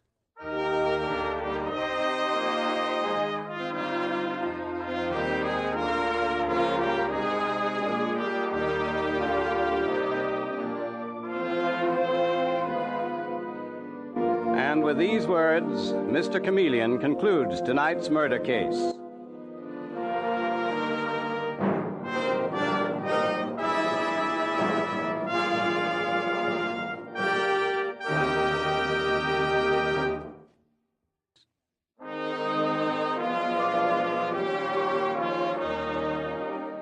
Listen next Wednesday night at this same time for Mr. Chameleon, the man of many faces, in The Vestibule Murder Case. The part of Mr. Chameleon is played by Carl Swenson, with dialogue by Marie Baumer from the original story by Frank and Ann Hummert. Music directed by Victor Arden. Your announcer is Howard Claney.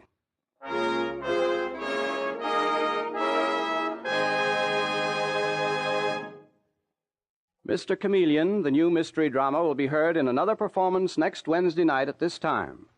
This is CBS, the Columbia Broadcasting System.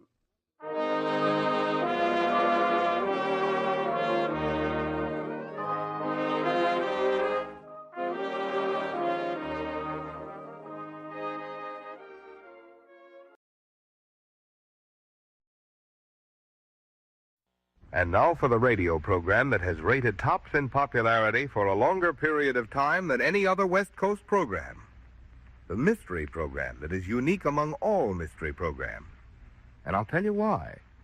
It's because you know who's guilty. You see his every move. You know his complete plans, even his innermost thoughts. Yet the final curtain always brings a startling surprise. In the Signal Oil program, The Whistler.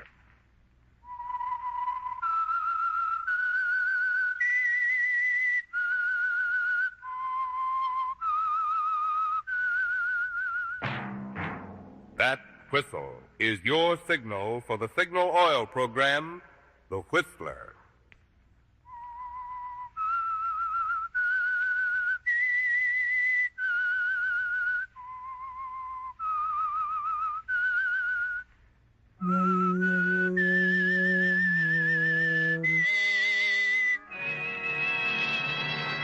I am the Whistler, and I know many things, for I walk by night. I know many strange tales hidden in the hearts of men and women who have stepped into the shadows. Yes, I know the nameless terrors of which they dare not speak. Yes, friends, it's the Whistler for the tops in entertainment. And for the tops in gasoline quality, it's Signal. It takes extra quality, you know, to give you extra mileage. And Signal is the famous Go Farther gasoline. So look for the Signal circle sign in yellow and black that identifies friendly independent signal stations from Canada to Mexico. And now the Whistler's strange story. A question of murder.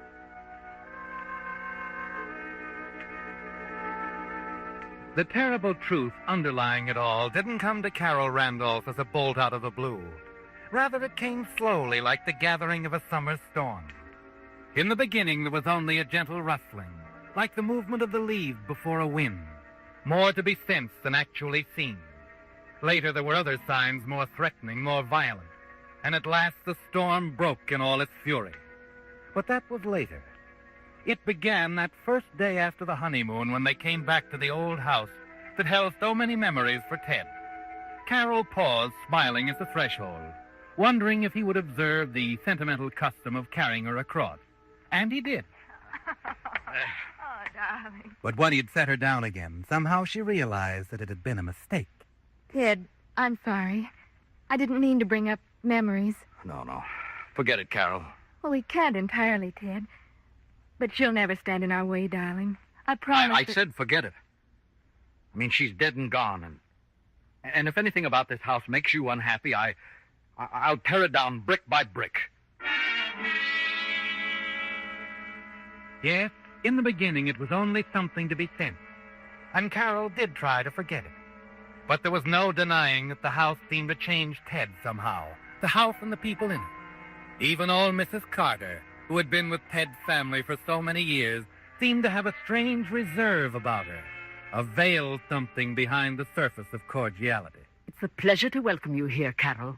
I'm sure Ted will be happier now. Thank you. He's told me so much about you, Mrs. Carter. I practically raised him. Then, after his father died and he and Francis came here... Oh, I'm sorry. It's all right, Mrs. Carter. I don't mind talking about Francis, if you want to. Oh, but I don't.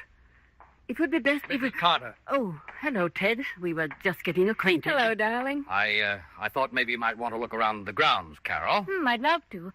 You'll excuse us, Mrs. Carter? Of course. I've got my work to do. Oh, did Gillis unpack your things? Gillis? But I told... Oh, I meant to talk to you about that, Ted. Later? Yes, of course, Carol. Come along, please, Carol. Now, how about the rose garden first, huh? Fine. Ted. Yes, darling? What was that about Gillis? Oh, why, nothing, Carol. Nothing for you to worry about. Now, let's look at the ground, shall we? Oh. Yes, darling, of course.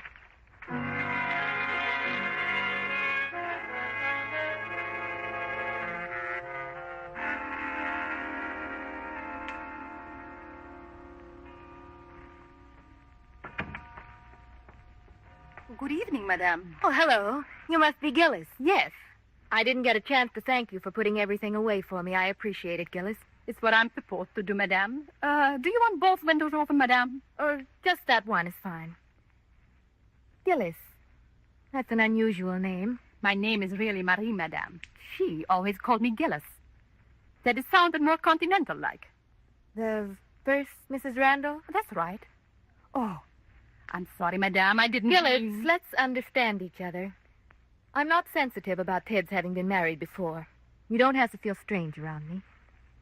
I'm sure we're going to get along just fine. Oh, then you've spoken to Mr. Randolph about me? Spoken to him? Yes. You see, he said that I should be let go. Oh? Mrs. Carter says it's because I talk too much. I don't mean to. Words don't come too easy for me, madame. The right ones, I mean. And when they asked me all those questions at the inquest, Mr. Randolph didn't like... Inquest? Gillis, you don't mean inquest. They only hold an inquest when there's something strange about a death. I know, madame. And there certainly was something strange about... Gillis. Yes, madame? You may go now. I won't need anything further.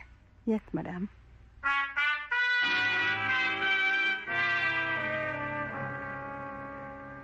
Yes, Carol, it all began slowly. But as you watch Gillis shuffle off down the hall, you're conscious of a chill in the air, and in spite of yourself, you shudder slightly before you're able to push it out of your mind and go downstairs to join Ted. But by the following evening, the whole incident is forgotten, as you and Ted entertain Dave Arnold, one of his oldest I'll never friends. forget that one. Oh, you two must really have had good times together. Good and bad, ain't them? That's right. So I must say you've always managed to get the things you wanted from life.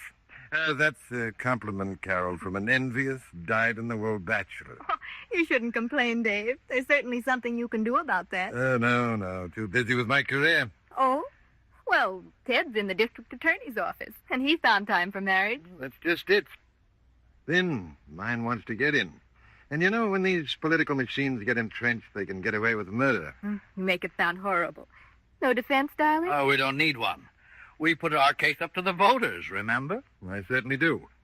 What we need is a Ted Randolph to run our campaign. I couldn't swing you over to our side, could I, Ted? We can promise big things, too. No, I'm afraid not, Dave. Oh, I'll admit your candidate's all right, but I think our man's a little better. Well, nothing to do then but dig up some dirt in your past and smear you. Dave. I'm joking, Carol.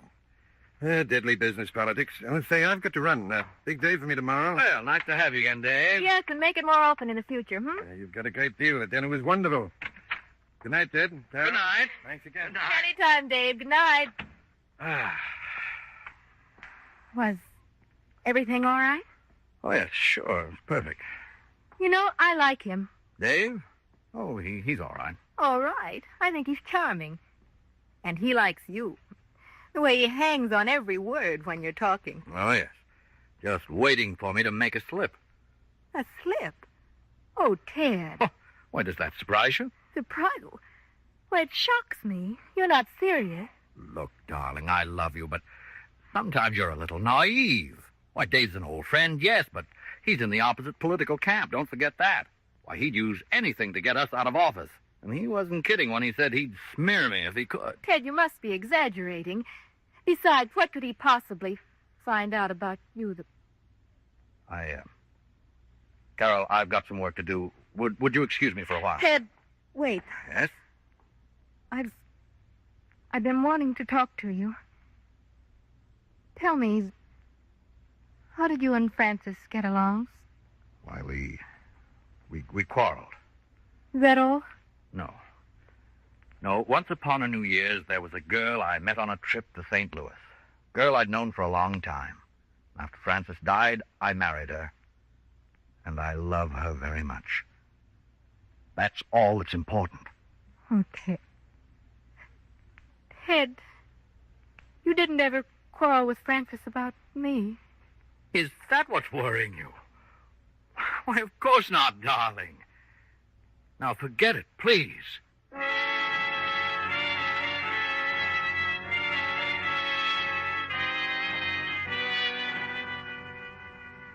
After that, you do try to forget, don't you, Carol?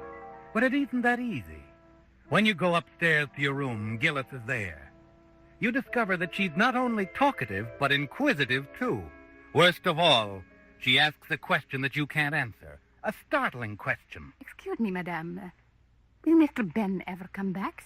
Who's Mr. Ben? Why, Mr. Randolph's brother. Madame, you've never met him? Oh, yes, Ted's brother. I wondered if they had ever patched things up. It was a terrible argument they had, you know, the day Mrs. Randolph died.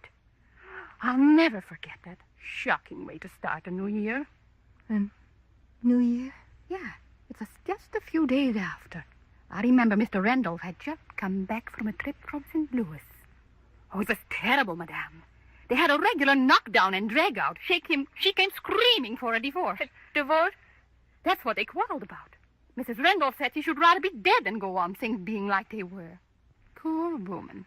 Little did she know that in less than 12 hours from then, she would be dead. What did you say, Gillis? When did she die? The very next morning. Early. Didn't you know, madame? It was an accident. She started to fix her bath and slipped somehow. Tried to grab something to keep from falling and caught a loose wire from the electric heater. Oh, no. Yes. And I never have been able to understand how a bare wire could have come loose that way. Oh, it was terrible, madame. He was electrocuted on the spot.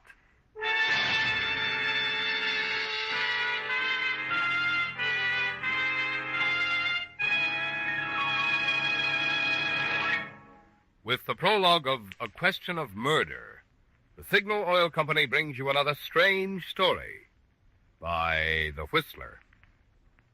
Did you know that contract bridge has become such a popular game it's now played by almost half of the adults in America? Well, that's why Signal Oil Company decided that something should be done for this important group of our listeners.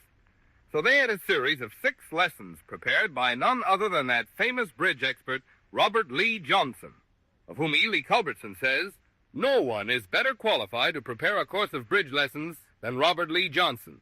I recommend these Signal bridge lessons to all who are interested in learning bridge or improving their game."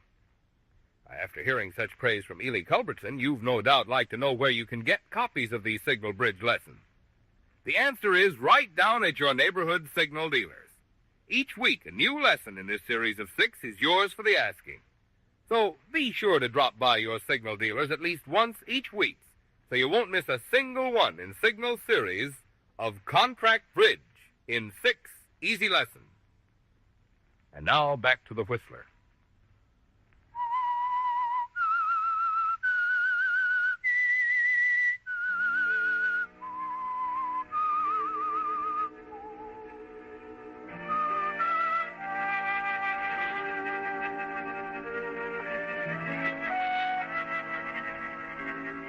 The gathering storm is closing in, isn't it, Carol? Like dark, warning clouds before the storm. You're sure now that Ted lied about the argument with Frances, his first wife. He told you it was nothing serious, didn't concern you. But from what Gillis has told you, you're certain the quarrel was over you, and that shortly afterwards Francis was dead. It's the terrible knowledge you possess, isn't it? Because you don't know what to do about it. The next morning you spend walking around the ground, going over the whole nightmare in your mind. And then as you start back across the terrace to the house... Well, hello. Oh. You must be the new Mrs. Randolph, huh? I'm sorry, I don't believe we... No, my dear, we haven't met. We're going to be real friends. I'm Ben, Ted's brother. Oh, I'm sure he told you all about Brother Ben. Oh, yes, certainly. Ted's spoken of you so often, I did wonder when I was going to have the pleasure. Nice work, Mrs. Randolph. Shall we go in the house? Carol? Oh, you have talked to Ted about me. Oh, frankly, no. I simply read in papers. I was going to run down here sooner, but I allowed time for you two to get back from the honeymoon. A few days to get settled. Well, after you, Carol. That's it. My. Place has been all redone, huh? Your ideas? Why, no. It was like this when I... Mrs. Carter, I'll bet. Thinks of everything, that woman. Ted's always been her favorite.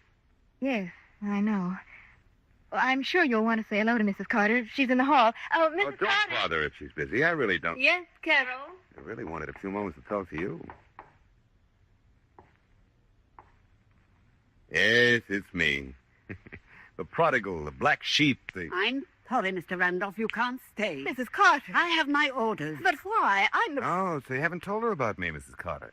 What a rascal I am, a stealer. Please, Mr. Randolph, don't make it unpleasant for me. I'm hired to do exactly... No, old girl. Don't get the blood temperature up. I'm not staying. I have a perfectly satisfactory place to stay in town, the Marlborough. Nothing but the bed. However, Mrs. Carter... Yes? Tell Ted I'll be dropping in, huh? Have to see him.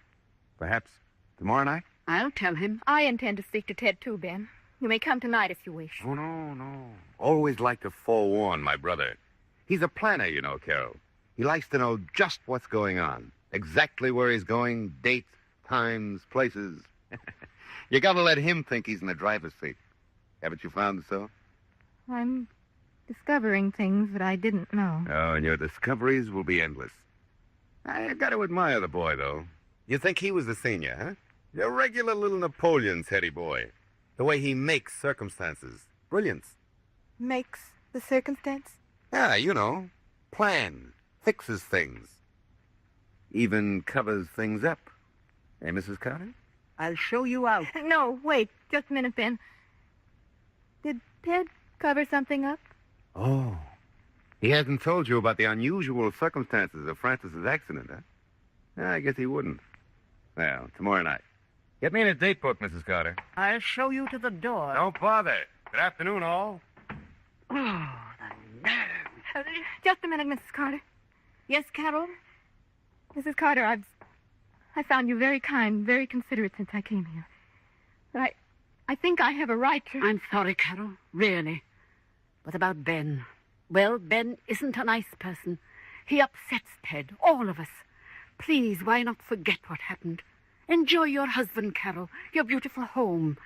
Just don't puzzle and fret over things that are dead and gone. I wish it were that simple, Mrs. Carter.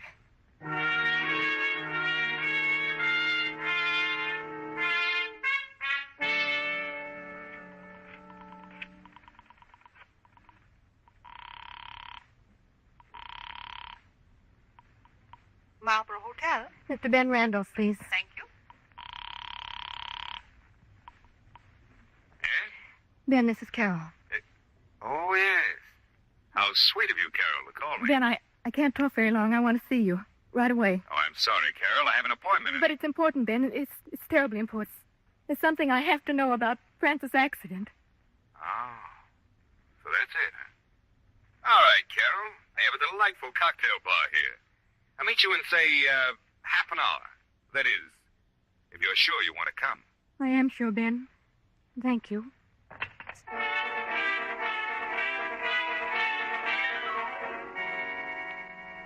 You are sure, aren't you, Carol? The time has passed when you can push your doubts away in a corner of your mind. You must know all the facts, and Ted's brother Ben seems to be the only one you can turn to. 20 minutes later, you start across the lobby to the cocktail lounge. Oh, Carol, wait. Ted! Yes. Mrs. Carter called me. I'm sorry, Carol, but you mustn't meet him. She told you. She was spying on me. She heard me ask about Francis. No, you're wrong. She just happened to hear you mention Ben's name, that's all. I guessed the rest. Carol, I don't want you to see him. And is there some reason why I shouldn't? No, Carol, only that it won't do you any good. I'll have to ask you to go home. I'll deal with my brother, Ben. You turn and hurry away from Ted. Driving home, your hands tremble holding the wheel. By the time you reach the house and start inside, a terrible sick feeling sweeps over you. Your brain seems to pound miserably. And as you start up the stairs, your legs grow weaker and weaker until they give way beneath you.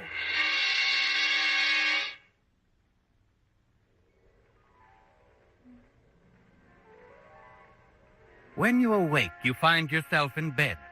Mrs. Carter is looking down at you, smiling her quiet, assured smile. Feeling better, Carol? Better? Why? Oh, I feel fine. Why did you put me to bed? I fainted going up the stairs. I told Ted when he came home. He agrees with me that you should stay in bed for a while. Is there anything you want me to bring you? No. Oh, nothing. Just leave me alone.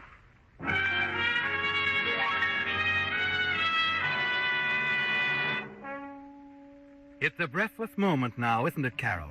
The quiet before the storm. You fight against the feeling that perhaps you're to be held prisoner. But as you hear Mrs. Carter's footsteps going down the stairs, you know you have to find out. You cross to the door, find it unlocked, and then tiptoe to the head of the stairs. And then you stop, frozen in your tracks, as Ted's voice drifts up from the study. Dave Arnold, huh? Well, we expected him to do some snooping. Yeah, that's right, he was here to dinner, but I know I didn't let anything slip.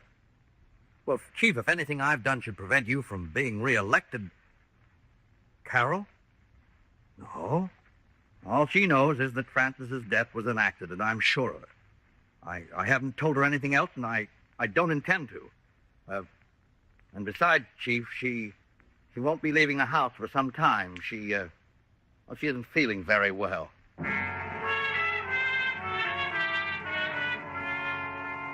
Yeah, the storm has broken now, hasn't it, Carol? And the meaning of everything that's happened is clear to you. The man Ted was talking to was the district attorney. He knows the truth about Francis's death and is helping to cover it up. And then you remember what Dave Arnold said about entrenched political machines, that they can get away with murder. And from what Ted said on the phone, you know you're being held prisoner. But it's more than just you now, Carol, more than your happiness or your safety. There's a principle involved, a principle that affects thousands of people. And suddenly you realize only one man you know can do anything about it. Your husband's political enemy, Dave Arnold. You go back to your room, take a piece of paper from the desk and scrawl a hurried note. Then a few minutes later... You rang for me, madame? Yes, Gillis, here. I've written a letter. I want you to take it and mail it. A letter? Yes, madame. And, Gillis, it must be done right away. Don't let anything stop you. I won't, madame. Hide it, Gillis. Hide the letters. Oh, Gillis, I didn't know you were in here. She was just leaving, Mrs. Carter. Thanks for looking in, Gillis, but I don't need anything. You may go. Yes, madame. Is there anything I can do for you, Carol? No, Mrs. Carter. There's nothing anyone can do for me. Right now.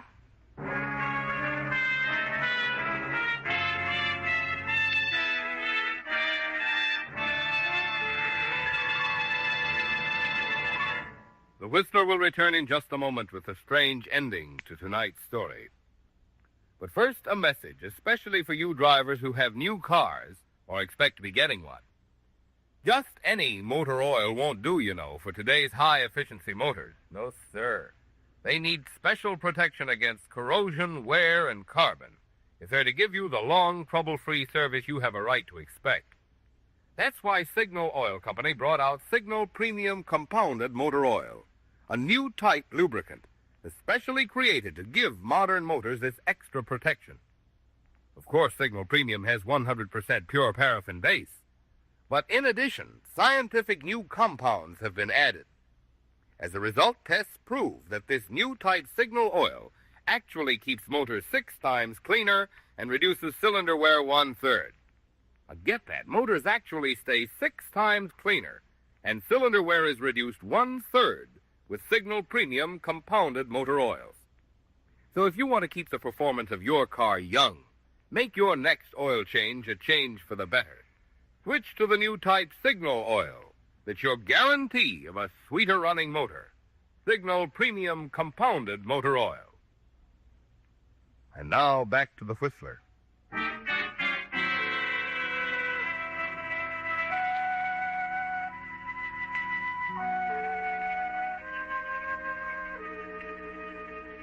You can't fight the storm anymore, Carol. You're weary of it, of thinking about Ted and the way Frances, his first wife, died. It was shortly after he saw you in St. Louis that she refused him a divorce. And it's all too clear to you what happened to her. It's an hour now since you gave Gillis the note for Dave, explaining everything. Suddenly you realize that you can't fake Ted when it's over. You want to get away, take a train for another city and try somehow to forget. Put this terrible nightmare behind you. You dress quickly, slip out into the hall, and tiptoe down the stairs. You wait until you can hear Mrs. Carter in another part of the house, and then run for the door. You're hurrying down the drive to the garage where your car is parked when... Well, we meet again, Carol. And just where I ran into you before. Ben. Oh, don't let me alarm you. Ted's furious enough with me as it is. I came to apologize. Talk to you about me? Oh, he certainly did. Poor old Ted. His women give him a lot of trouble. Frances certainly led him a merry chase, in another direction, of course. Frances? Yeah. First she tried spending his money, and when that got boring, she started spending some of it on me. Well, that was pleasant for a while. It means Frances was interested in you? Interested? Well, that's one way of putting it, yes. Tell me about her, Ben. All right. Well, she wanted to marry me. It scared me silly when I found out. Oh, we had our laugh together, sure, but marriage? Well, that's a little bit more than stealing your brother's slingshot, huh? You and Frances.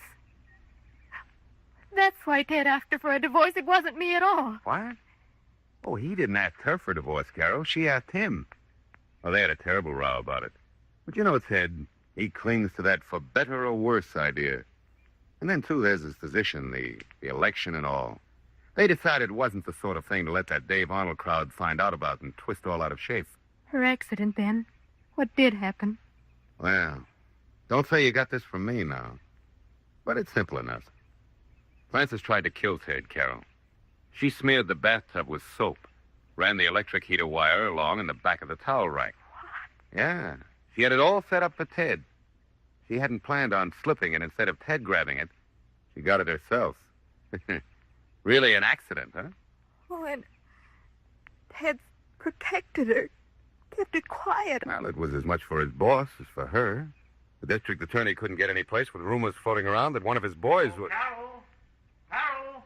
Ted's voice, calling from the house, seems to bring your heart up into your throat. You move slowly along the drive, almost stumbling, the tears starting as you realize what you've done. That note you sent to Dave. It will ruin Ted, the district attorney, everything. You reach the terrace, stop, unable to go any farther. Carol? Mrs. Carter. You're feeling better, aren't you, dear?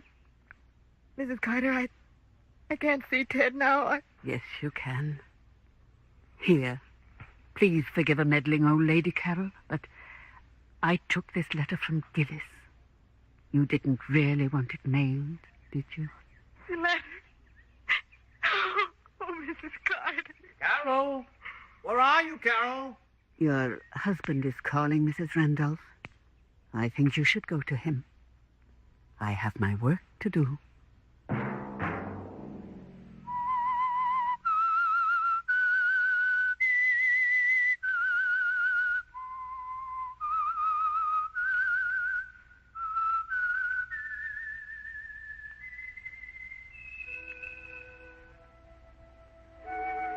Let that whistle be your signal for the signal oil program, The Whistler, each Wednesday night at the same time. Brought to you by the Signal Oil Company, marketers of Signal gasoline and motor oil and fine quality automotive accessories. Signal has asked me to remind you, to get the most driving pleasure, drive at sensible speeds, be courteous, and obey traffic regulations. It may save a life, possibly your own.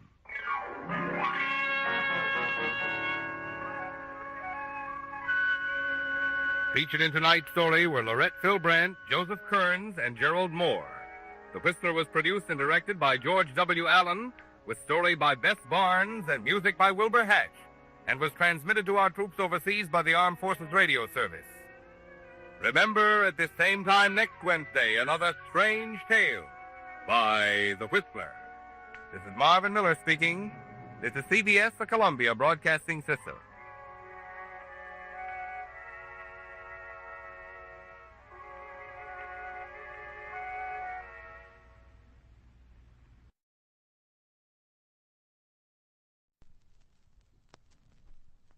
After all, suppose you were a detective's wife working on a case involving a baseball team, and one of the star players tried to get to first base.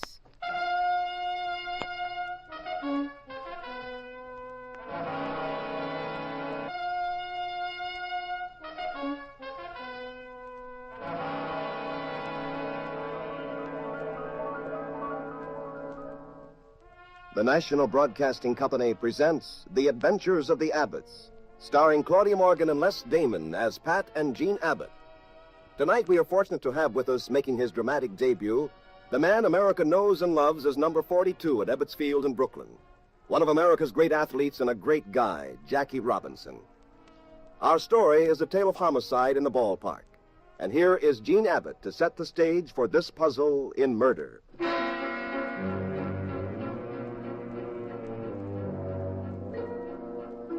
Pat and I had gone for a spin in our convertible. Meantime, in a hotel room in San Francisco, Marty Phillips, the best catcher the Yellow Sox ever had, was entertaining a visitor. I told you to stay away from me, Louie. I told you I'd be back, Marty. It's funny, you're a very smart apple on a ball field, but you ain't using your head now. Get out of here. I ain't gonna ask you again. You're a sap, Marty. Look.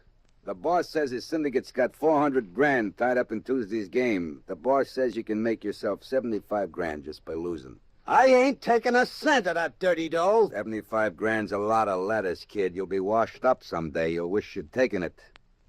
It's awful easy to throw the game, Marty. You lose a foul ball in the sun. You make a slow throw to second. Little things like that, nobody'd notice. Will you scram out of here? The boss says if you don't want to take his dough, you're not going to play Tuesday. You're not going to play ever, Marty. I'm giving you one last chance. You take the dough and lose on Tuesday? No. Now, I told you I'd break your... Okay, Marty. Hey, put down that gun. I'm awful sorry, kid. The boss just can't afford to lose at 400 G's. Hey, Louie, don't! Yeah. It's like I said. You were a very smart ball player. But really, you were just a jerk, kid. Just a jerk.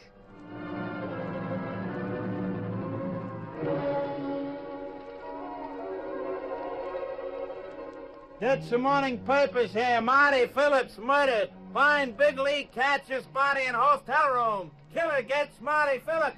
Get your morning papers here. Get your morning papers. When we got home that night, John Stafford, an official at the Baseball Commission, telephoned and asked Pat to go to his apartment immediately. Pat, as usual, tried every trick in the book to keep me off the case. But later on, in John Stafford's apartment, yours truly was in the case right up to her little ears. I'm not calling off the game next Tuesday, Mr. Abbott. You're not, Mr. Stafford? No. I think it would be the worst thing we could possibly do. I want the boys to go ahead and play as though absolutely nothing had happened. Well, do you think that'll convince the people that the Yellow Sox are playing an honest ball game? I do, Mrs. Abbott. If we cancel the game, it'll seem as though something rotten had been going on. Of course, meantime, you've got to find out who killed Marty Phillips. That is your job, Mr. Abbott. You say whoever shot him didn't leave any clues in that hotel room? None. You know Marty well? Yes, ever since he played high school ball. You know anything about his private life? Something that might be a lead as to who killed him? I know nothing of the sort. Plenty of blind alleys in this case, aren't there? Does the case faze you, Mr. Abbott? Simply because the killer has been rather ingenious? No, it doesn't faze me. Who's going to catch for the Yellow Sox on Tuesday? Ned Tilton. He's a manager player, you know. How does Ned feel about all this? I don't know. Why don't you ask him? Thanks, I will. Maybe he'll be more helpful. Maybe.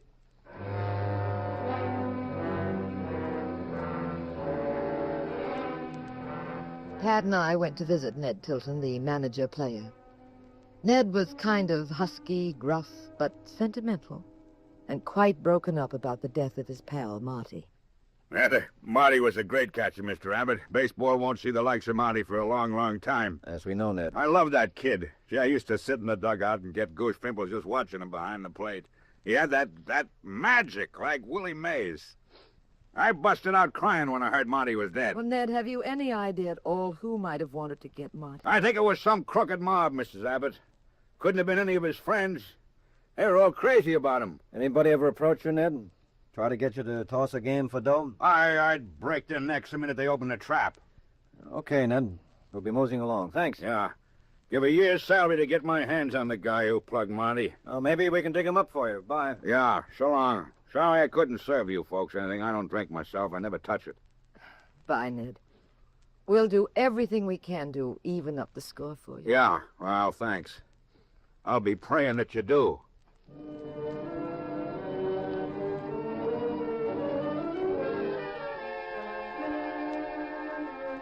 Pat and I went home, and he sprawled out in his favorite chair. He began toying with his chin thoughtfully. You know, dear, there's one thing that might open up this can of peas. What is it, dear? The Yellow Sox pitcher. Freddie Manning? Mm-hmm. Suppose a mob did get to Phillips. He and Freddie Manning are the whole team anyway. Now, Phillips is out of the way, so their only hope would be to reach the pitcher, Freddie. Mm-hmm. I've an absolutely sensational idea. Well, naturally. Well, now, if you go to talk to Freddie Manning, it'll be no dice. But if I... Stop. Right there.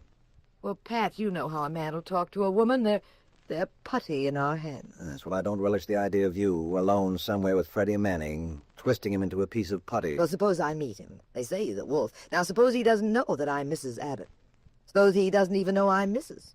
The answer is still no. I won't allow you to do it. But if it'll solve the case... I am not going to risk some gangs using you for target practice. But I just want to find out if anyone's tried to bribe him. I just want their name. I just want him to get palsy-walsy. Yes, I know. Well, there are degrees of palsy-walsy. It just means taking off my wedding ring for a few hours. Means what? Well, so that Freddie doesn't know I'm married. So that he'll get, friendly. All right, Pat? No. Oh, okay, Warden. I won't try to make a break for it now, but someday I will. I'll get out a stir. Wait and see.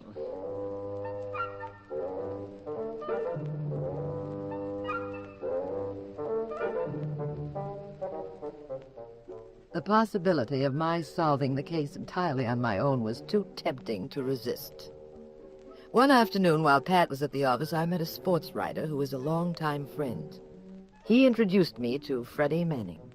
Then, with a double-talk story about my old maid aunt being sick, I gave Pat the slip for a night and went out on a date with Freddie. He was young, dark, terribly handsome. A dreamboat.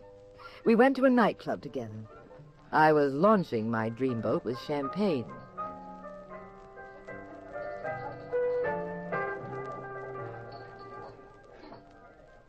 Jeannie, baby, you have just connected with a guy who's going places. You know that? Sure, Freddie, I know.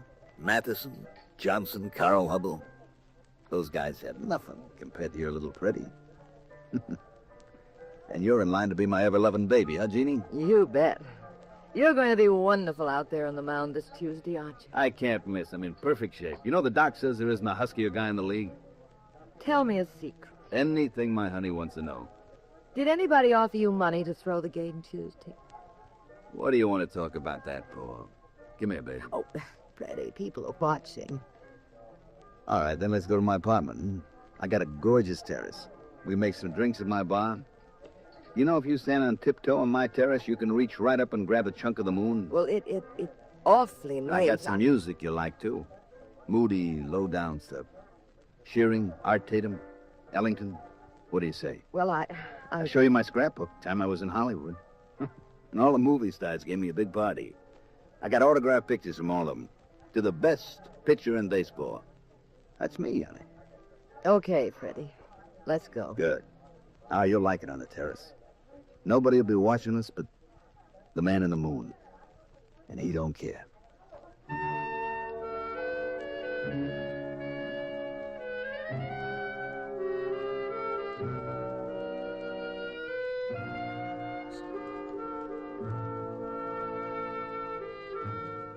Freddie took me to an exquisite, ultra-modern penthouse overlooking the bay.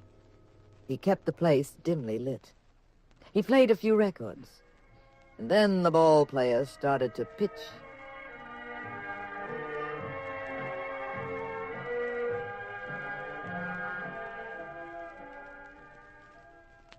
Come here, Jeannie, honey. Give me a kiss. No, wait. What? What's the matter? Well, I thought you were going to show me your scrapbook. Oh, that can wait. But I want to see where it says, to the best pitcher. Okay. Scrapbook's here, right under this table. Must have cost a lot of money to fix up this place, didn't it? Yeah, why? Oh, I was just wondering. I know the Yellow Sox pay you plenty, But maybe I could be picking up some extra dough on the side for throwing a few games, I wouldn't blame you for it. You ever do that, Freddie? Do you think that's why Marty Phillips was killed? Get this. The cops went through that whole routine with me. I don't know anything about it, so forget Freddie, it. You're hurting my arm. Unless you like to get slapped around, forget it. All right. Don't get excited. Now, let's see the scrapbook. That's better. Say, who's she? Oh, give me that picture. That doesn't belong in there. To my darling, my own adorable sweetheart. Should I be jealous? No, she's an old flame. Gone and forgotten. Go on, look at the rest of the book. Look at the big shots I'm with. Oh, that's Commissioner Stafford, isn't it? Swell guy.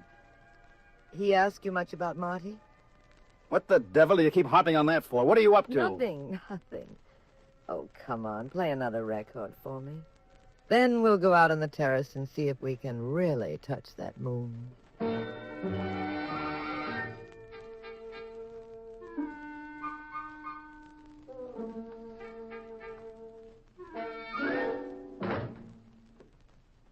Good evening, Jean. Hello, Pat. Or should I say good morning? Oh, it is better, thank you. Amazing old girl, isn't she? Yes, amazing. Especially the way she has people sit up with her when she's sick. What's wrong with sitting up with a sick old aunt? In a strapless evening gown? Oh, the hat. Well, you see, my other dress... Well, I mean, this dress... What'd you find out from Freddie Manning? Freddie Manning? You're not wearing your wedding ring, dear. And you've been dancing with somebody who's clumsy on his feet. Your slippers wouldn't look like that after a taxi ride to your aunt's house. Not much fun being married to a detective, huh? Pat, I went to my aunt... I said, what did you find out from Freddie Manning? He wouldn't talk. You were with him all evening and you didn't get a lead? No, I tried very hard, Pat. He was kind of touchy when I spoke about Marty. But that's all. No, I ought to get the hairbrush and spank the daylights out of you. I was only trying to help, dear. Pat Abbott, I have half a mind to... You have a half a mind, period. After I told you not to fool around in this case, after I told you to stay away from Freddie, after I... Jealous, Pat? No, I certainly am not. Worry about me tonight? I never gave it a thought. You're as amazing as my aunt. And why do you say that? You don't get jealous. You don't worry. Nope. But you smoke 2 whole packs of cigarettes. Oh, that. Not much fun being married to an observant wife.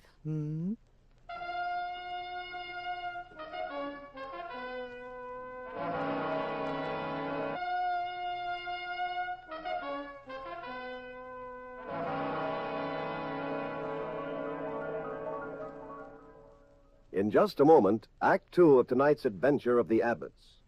What do you know about your government? Do you know, for example, who is responsible for your personal security? The security which comes from being healthy, having a good education, and being well taken care of when we are unable to care for ourselves. A new secretary has been added to the President's cabinet as head of the Department of Health, Education, and Welfare. Actually, the department handles the work of several governmental agencies. The United States Public Health Service, which safeguards the general health of the American people. The Food and Drug Administration, which makes certain that our food is pure and safe. The Social Security Board, which takes care of older people, children, and the blind who may need help. And the United States Office of Education, which through research acts in an advisory capacity for the various state boards of education. All these agencies, through the Department of Health, Education, and Welfare, are ever watchful of our personal security. That's how your government works. And now for Act Two of The Blood Red Diamond.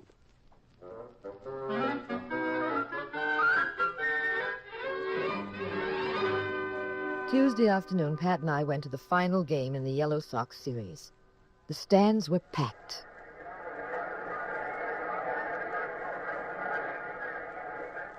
There had been no break in the case. Freddie Manning, my boyfriend, was pitching as sweet a ball game as you've ever seen. Ned Tilton, the manager-player, was giving him wonderful support at the plate. Pat and I knew Tom Whitley, the sportscaster. Tom was the sportscaster who sounded strangely like Jackie Robinson, and we sat right beside the mic as he broadcast the game. Pat's eyes kept searching the stands, the dugout, and the field, watching for a tip-off if there was to be any dirty work. This is Tom Whitley, fans. The game's tied at 1-1. It's the last of the sixth at the bottom of the batting order coming up. It'll be Freddie Manning, the pitcher, who's doing a great job out there today. The game has been a rough-and-tumble affair, not as dignified as the games we have at Everett's Field, where we never try to influence the umpires. It just happens that the field over there in Brooklyn is the only one in the world where they serve right and left-handed pop balls. Yes, this has been a wild game, and the only thing that's missing at a brawl like this is Leo DeRocher. I know a great new gag about Leo, but he's on top of the world now, and we'll just let him have his day. Well, here's Manning, get ready to step in. He gets a great big hand. There are two down, nobody on. There's the wind-up, the pitch. It's a hard grounder wide of third. Taylor's over, comes up with the ball. This will be close. But Manning falls down, and the throw is there for the third out. Said he seems to have tripped as he headed for a first. He's not getting up. The lad must have twisted an ankle or something. Everyone running towards Freddie, and he isn't moving. He's got his face right down in the dirt. The crowd's tense. This may mean he's out of the ball game. Ned Tilton, his catcher, is going over to him now. He's waving for the doctor. There goes Commissioner Stafford, leaving his box, heading for Freddie. Stands are quiet now, very quiet. One woman seems to have broken past the field police. Oh, yes, a good friend of the team's, Mrs. Tilton, Ned Tilton's wife. Now, there goes my man on the field, and he's going to signal me as soon as the doctor finds out what's wrong. He's waving at me now. He's saying, Freddie, why, that's impossible. That's... Ladies and gentlemen, Freddie Manning is dead.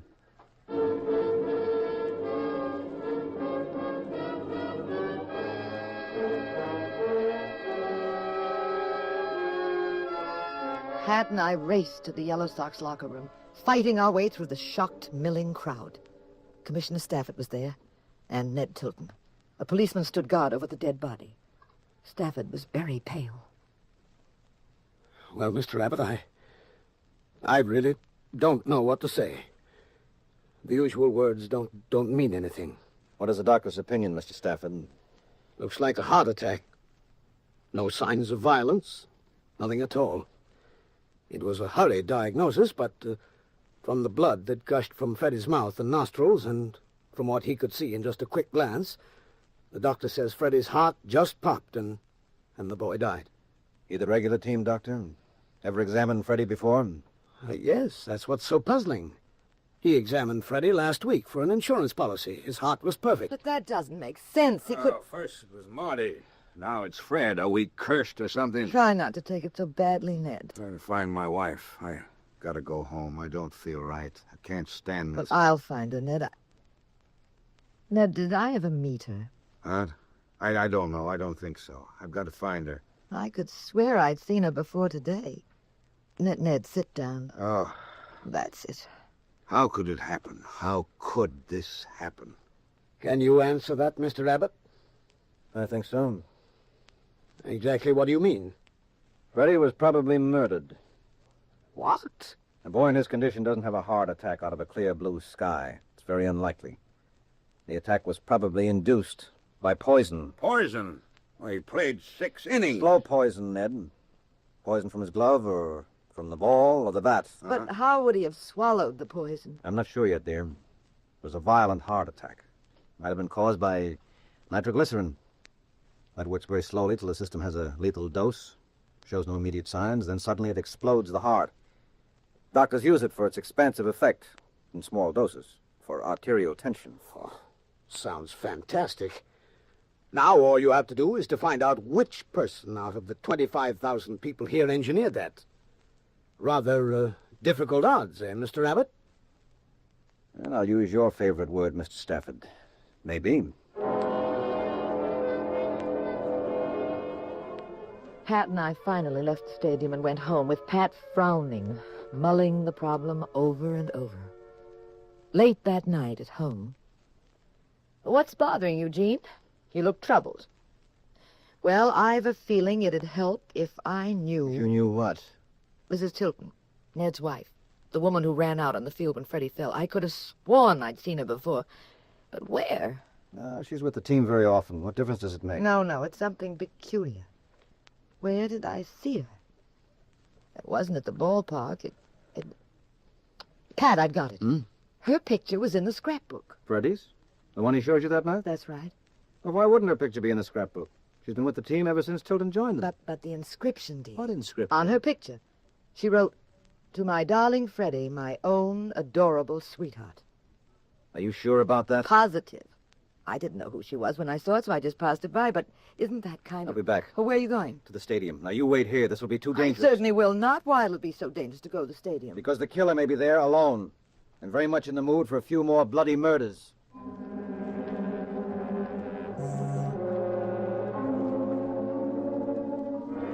Naturally, Pat couldn't shake me off. We bribed the night watchman to let us into the stadium.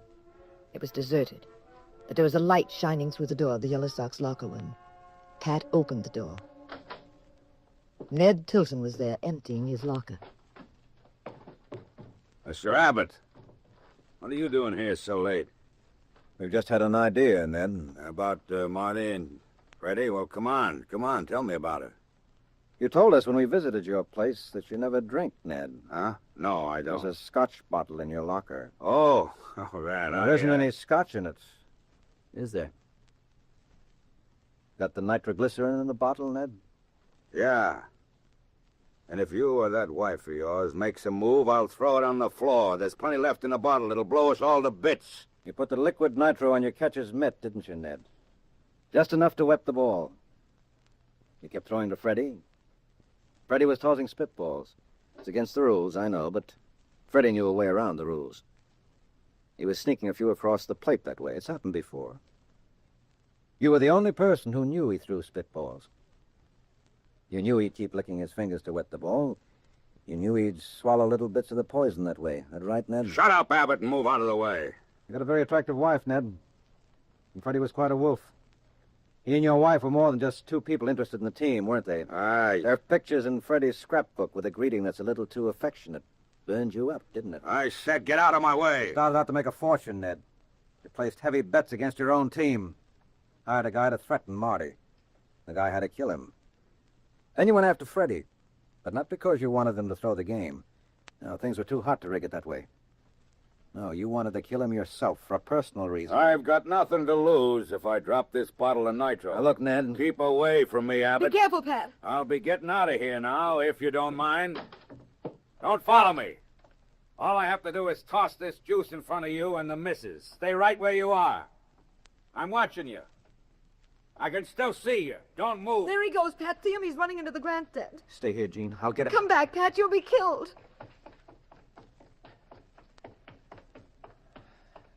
I lost him. He must have ducked behind the benches. Come back, Pat. I told you not to follow me, Get Art. down, Pat. He's going to throw the nitro.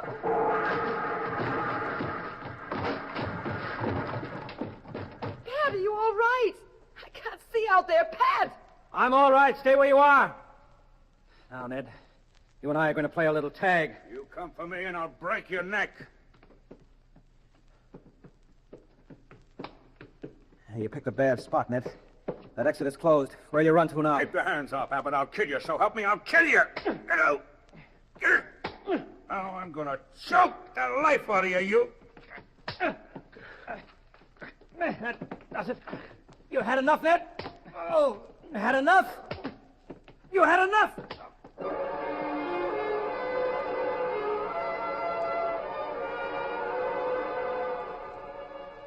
As I came running up the ramp, Ned was out cold. Pat still had strength to haul Ned's body to the locker room where we waited for the police.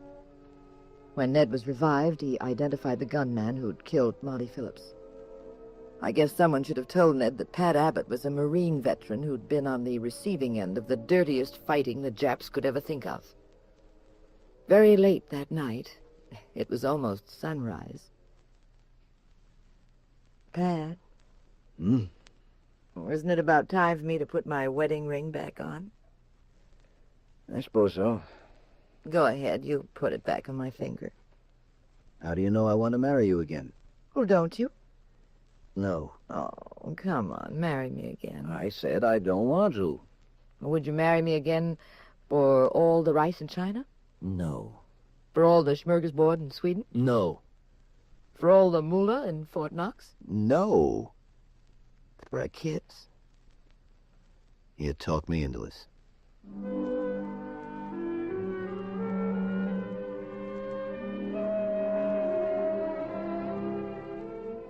Moral of the story. Husbands who wonder if their wives still love them should let their wives spend an evening dancing with a handsome stranger. I know a perfect nightclub they can go to. And the management is not responsible for hats, coats, or stolen hearts.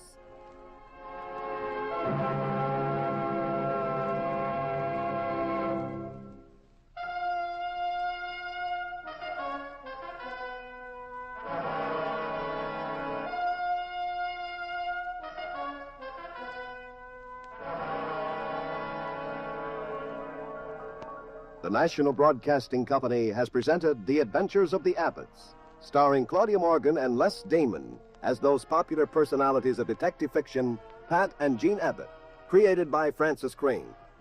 Also heard tonight were Everett Sloan, Mandel Kramer, and Kenny Delmar. The Adventures of the Abbotts was written by Howard Merrill. Original music composed and conducted by Dewey Bergman. Produced by Ted Lloyd and Bernard L. Schubert.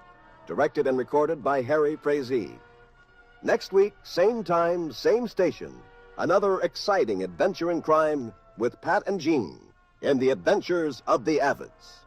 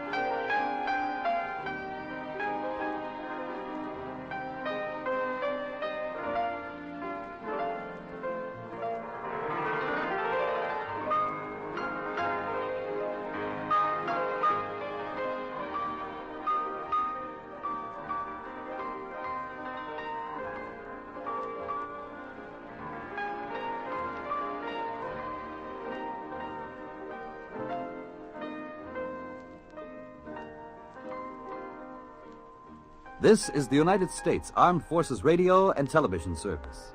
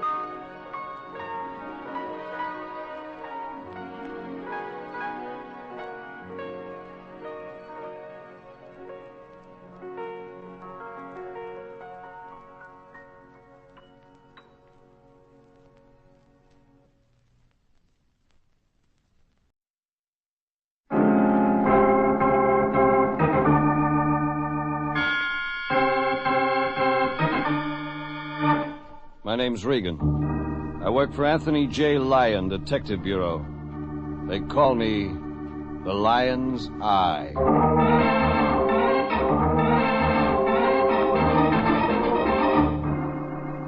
Jeff Regan, Investigator, starring Paul Dubov as Regan, with Frank Nelson as Anthony J. Lyon. So stand by for mystery, suspense, adventure in tonight's transcribed story, A Claw, a Corkscrew, a Coffin, a Crab.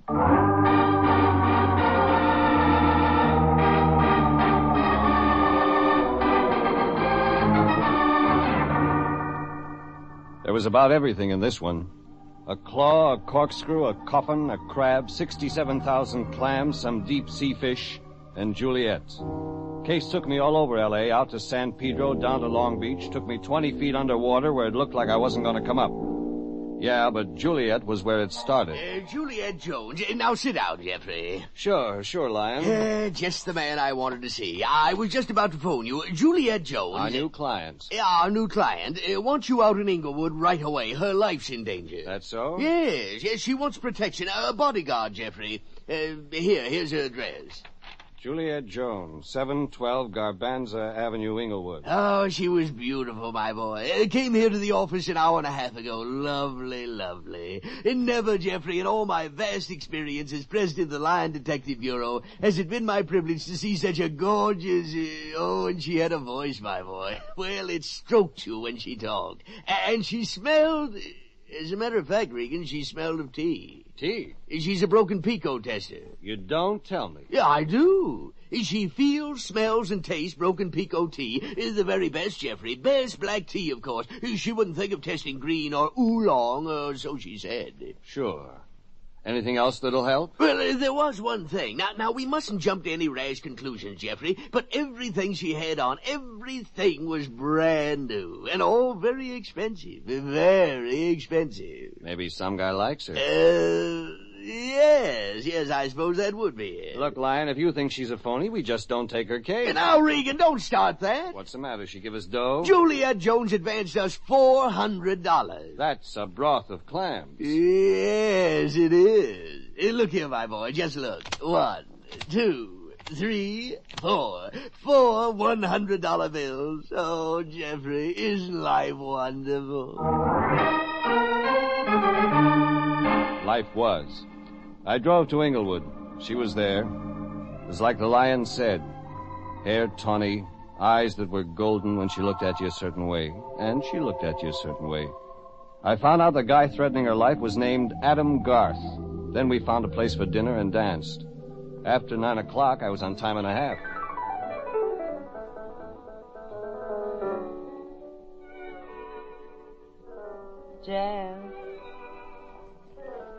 Jeff.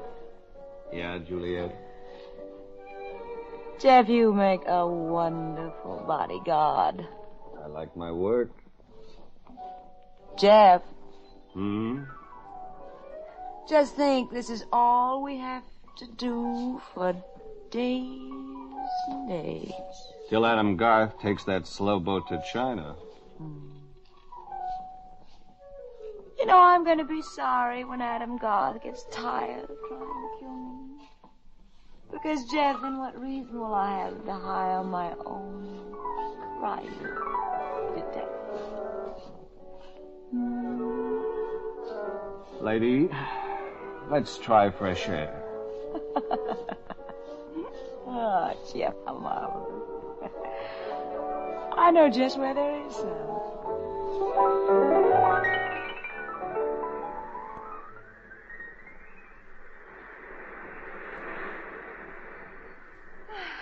Let's walk along another few yards so the lights of the Long Beach Amusement Pier won't blind us. Yeah. Juliet, Yes, Jeff. Adam Garth. Oh, Adam Garth. Maybe I ought to take off and hunt him up. You just stay right with me. Sure, it's nice work, but if Garth is gunning for Jeff, you... I explained. I looked at the guy once. He's a big lug, Jeff. All thumbs. In the brain, I mean. I looked at the guy. He fell over his thumbs. That could happen. Well, it isn't easy to be a girl like me, every guy's dream. Guess not. You gotta be triple careful, huh? I didn't do anything, Jeff, to encourage Adam Garth to think... But he got crazy all of a sudden. He thought he owned me. You told him he didn't. He said if that was it, then nobody else would. I see what he meant. Adam Garth threatened to kill me. He said Jeff, he said he'd fix it so my beauty would never wreck another guy's life. You hired me to block his punch. Yes, Jeff. I want you with me every minute, all day, evenings, wherever I go. Because...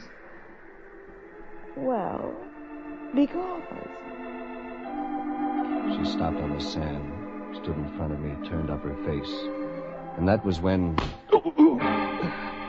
Even Juliet's kiss didn't pack a wallop like that. Somebody sat me from behind. I whirled, half groggy. There was a black shape between me and the white cream of the surf. But I didn't even get my fists up. All right, Regan. Oh!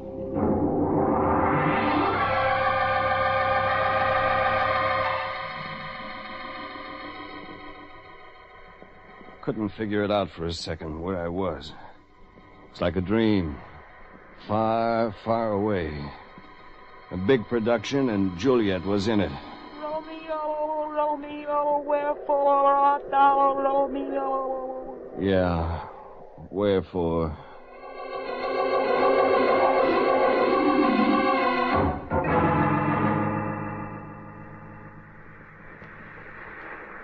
Coming out of it now, are you, Regan? Yeah. Yeah, I guess so. Your jaw where I hit you. All right? Oh, sure. Well, then you'd break it up off the sand, Regan. Yeah. Okay. You can stand up. Fine. Now, just sit down here on this bench. I'll stand in front of you. Thanks, I'll stand. Sit, Regan. Yeah. That gun in your hand, yours or mine? Mine. Yours is in my pocket. Sure, that's how it would be. Juliet take a walk someplace? That's right. She took a walk. With Adam, maybe? Why, yes, Regan. To get apples. Candied apples up on the amusement pier. Yeah, well, you're not Adam. You don't fit the description Juliet gave me. Squat, hairy guy, thumbs in the brain. You're a little taller, smarter. And I have my clothes on. Regan, quit kidding. Where's the money? I got $4.75 in my pocket. Oh, that's enough, lion's eye. You know me. You're one of those private investigators. It'd be hard to do any kind of a job.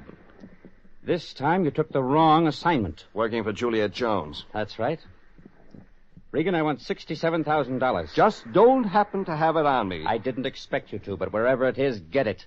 Bring it to me. Bring it to you like where? I told you not to kid. Oh, why? You know where. Oh, and Regan, the police aren't doing this job for me. Holding a gun on you, getting $67,000 from you. Maybe you're wondering why. Nope, hadn't occurred to me they might. Of course not. All right, Regan, I'll be fair with you. I have a reason to keep the police out. When you come with the money, make it $66,000. Keep $1,000 for yourself. Thanks. Here's your gun. Unloaded. See you around. He handed me my gun, walked off. He was a nice guy. Lovely. And he smelled. Yeah, when he came up close and handed me my gun, I caught a whiff of... I couldn't place it the first second, but then I remember what the lion had said about Juliet Jones.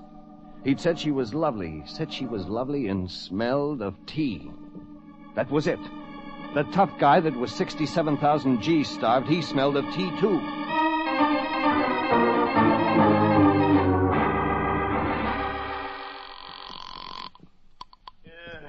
Hello. Wake up. Oh, Jeffrey, it's 10:30. I've gone to bed. Where are you? Payphone booth, Long Beach Amusement Pier. Jeffrey, this is a toll call. That's right. Lion, when Juliet Jones talked at the office this afternoon, she said she was a tea tester, even smelled of tea from being around it so much. Jeffrey, if you've called me in the middle of the night, 10:30, a 25-cent toll call or 30 cent or whatever it is... Did she say where she tested tea? Where she works, you mean? I can't remember a thing like that. Call me tomorrow.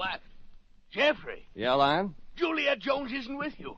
That's why you haven't asked her. That's it. Jeffrey, my boy, nothing's gone wrong with our lovely $400 case. A couple of things. We're in the red on it. In the red? But we can't be. Why, I have the four $100 bills right here, Jeffrey. In this chamois bag tied around my neck. Yes, here it is, under my nightshirt. Well, with that $400 taken away, we're only $66,600 in the hole on the case. That's the amount we have to cough up to get out. Jeffrey! No, I understand now. I'm asleep. This is a nightmare.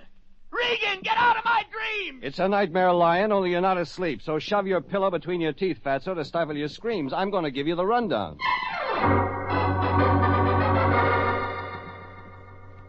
Lion whimpered, moaned, but he took it. One thing, story shocked his memory into double quick. He remembered where Juliet Jones had told him she worked. The Phelan Great East Importing Company place was called. Tea importers, San Pedro Docks. I phoned Juliet's house in Inglewood. Like I figured, nobody home. Tracks in the sand down on the beach hadn't helped much either. I just had one thing to go on. Phelan Great East.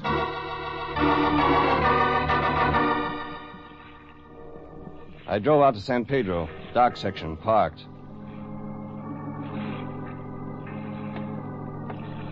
Dock's empty. Streetlights far apart. I unclipped my shoulder holster as I walked up the dock. My unloaded gun might back up a bluff.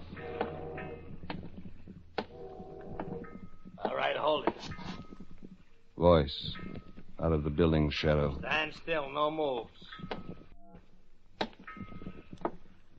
Who are you? Who are you? Private detective. Like you I too? said...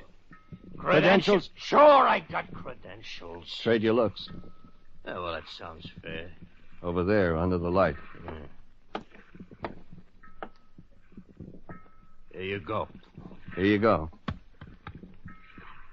Regan, private investigator. Beckett's private investigator. Here. Here. You working tonight? Yeah. You? Yeah. Dock detail. Keep an eye on stuff for some warehouse owners. Big shippers.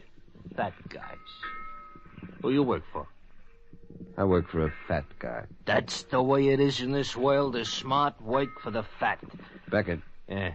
Phelan Great East warehouse around here somewhere. Yeah, that's it up there. Go up the stone steps, turn into the alley. There's a door in the alley. Yeah. See you, Peeper. See you, Peeper.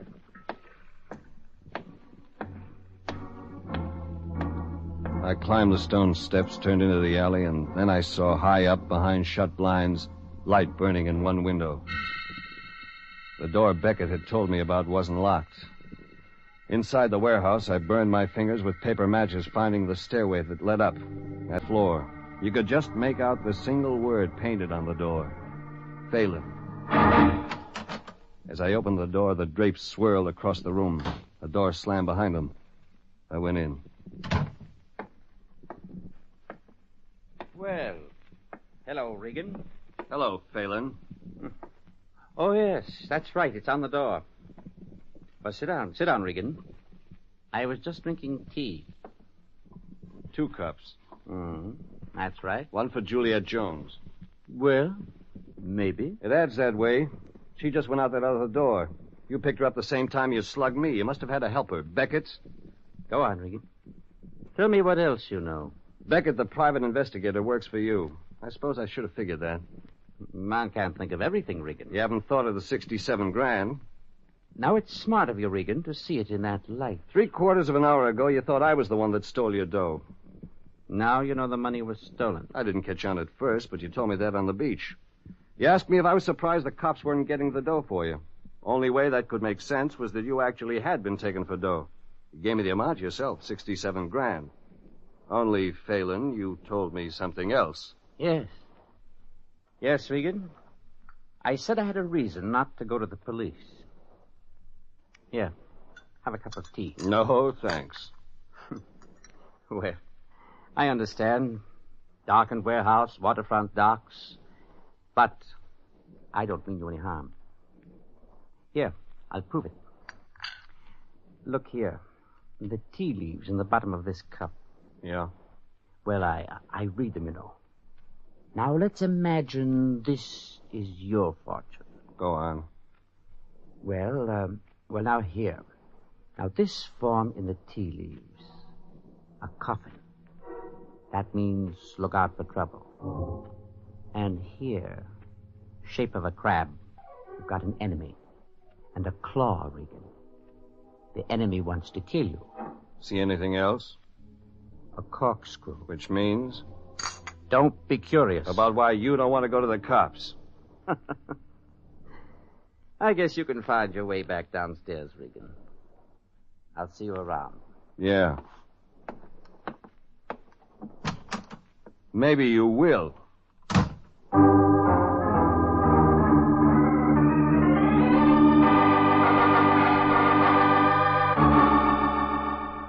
I had the pieces of the puzzle, jagged jigsaw pieces.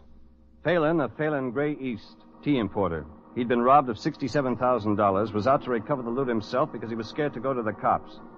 My client, Juliet, was mixed up in it. That made sense. She worked for Phelan as a tea tester.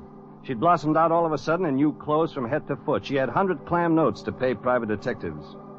Then there was Adam Garth, gunning for Juliet. Juliet said. I hadn't met him yet, but I didn't have to wait long. I let myself out of Phelan Great East warehouse by the door that opened on the alley. That was when I got a big surprise. Not who, but what she did.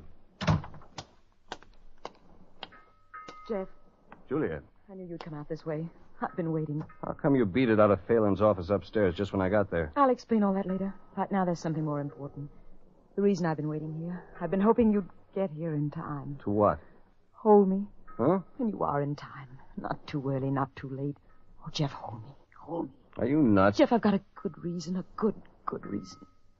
Jeff, you've got to hold me close to you and kiss me. You are nuts. Hold me. What? I think this will do it nicely. Now stand back, Jeff. I said stand back. Lady, you've skipped your rocker. Stand back, Jeff. I've got to get back from you now. I've got to get back. Jeff, stand back! She hurled backward, flattened herself against the far wall of the alley, and then I saw. End of the alley, away from the docks, man standing watching us. You couldn't make out his face, but his posture, feet apart, right hand forward, meant gun ready. I sucked back flat to the wall across from Juliet. 6 spurts of orange from the black silhouette. Yeah, but Mr. Jealous didn't score. Instinct, anger, threw my right hand to my unclipped shoulder holster, brought my gun to ready. Then I remembered. My gun empty. Regan, why don't you shoot? No bullets, baby. Gun's not loaded. Oh, you stinking dumb sap. You dumb shamus, and I paid $400 for this. You did, huh? What do you mean? You let go of me? Oh, no, Juliet. Exactly what did you pay $400 for? Regan, let me go. Why, you little... Let go! Juliet ran down the alley toward the docks.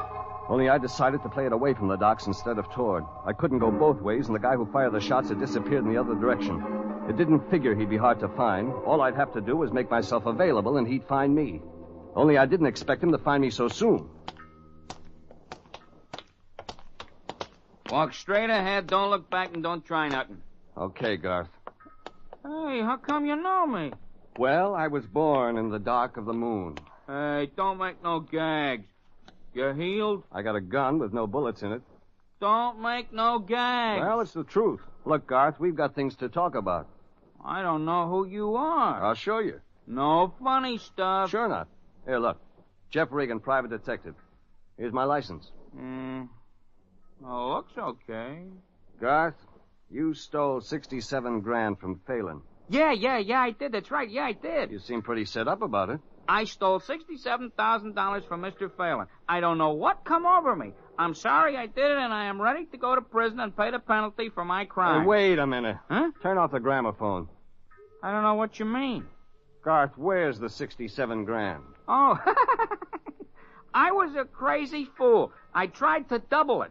I don't know what come over me. I went to Las Vegas, Nevada, and I... Lost every cent of it. Yeah, that's what I did. Garth, you gave the 67 grand or most of it to Juliet Jones before you left.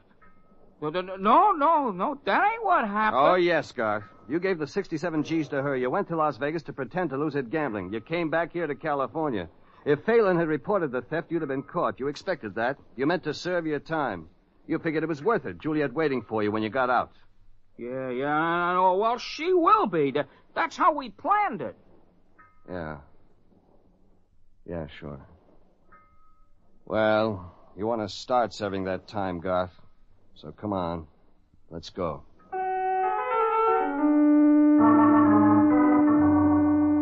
I drove him to the police station in Long Beach. I let him think Juliet's plan had just misfired. I didn't have the heart to tell him what her real plan was. When Garth was booked out of the case, I had other business. I wanted to see Juliet, bad. And I figured I knew how to find her. She'd left her coat in the check room at the Long Beach place where we dined and danced. She'd be going there to pick it up. I'd wait on the pier and get on her trail. That's how it worked out. Hello, Juliet. Well, Jeff, how could you possibly have found me here? Not tough. You unchecked your coat just now at the dine and dance place. I figured you would. And you followed me out here on the amusement pier. That's it. Well, I'm glad to see you, Jeff. Sure, yeah. In case Garth shows again, you'll want me to protect you. Well, yes, of course. Yes, of course, that's it. Sorry I lost you at the docks. Oh, well, that's understandable, Jeff. The confusion. I took off after Garth. I don't suppose you found him. No, I guess like you said, I'm a no-good dumb shamus. Oh, well, now, Jeff, I was upset. I wasn't responsible for what I might have said, what I might have done, Jeff, just You at that knew time. Garth was in range, watching. Yes, that was it. Why you wanted to get close to me? Because Garth was around. Well, yes, Jeff, because I was scared. I wanted protection. Sure. Lady, you and I got things to talk about. Things, Jeff? Things. Like a fall guy, like a poor dumb cluck in Las Vegas, Nevada, pretending to lose $67,000. Like that guy being willing to come back here, get caught, service time, expecting you to be waiting with the dough when he came out. You did find Adam Garth. I found him, and I didn't tell him all I knew. What else do you know, Jeff? Why you hired me. Oh? You wanted me to be around you all the time. Guard you from Garth, you said. Oh, no. You wanted to make Garth Shooting Iron jealous. Now, why on earth would I have wanted a thing like that? So he'd shoot, kill me, and go up for murder, or I'd kill him in self-defense. Either way, you'd have the $67,000 clear for yourself. Jeff, you are smart. Thanks. Come on, we're going to the clink. Jeff. Yeah? Are you sure there isn't anything else we could discuss? Such as? Jeff, I know a place we could talk. Alone. Just up the Midway. It might be worthwhile. All right. Let's go.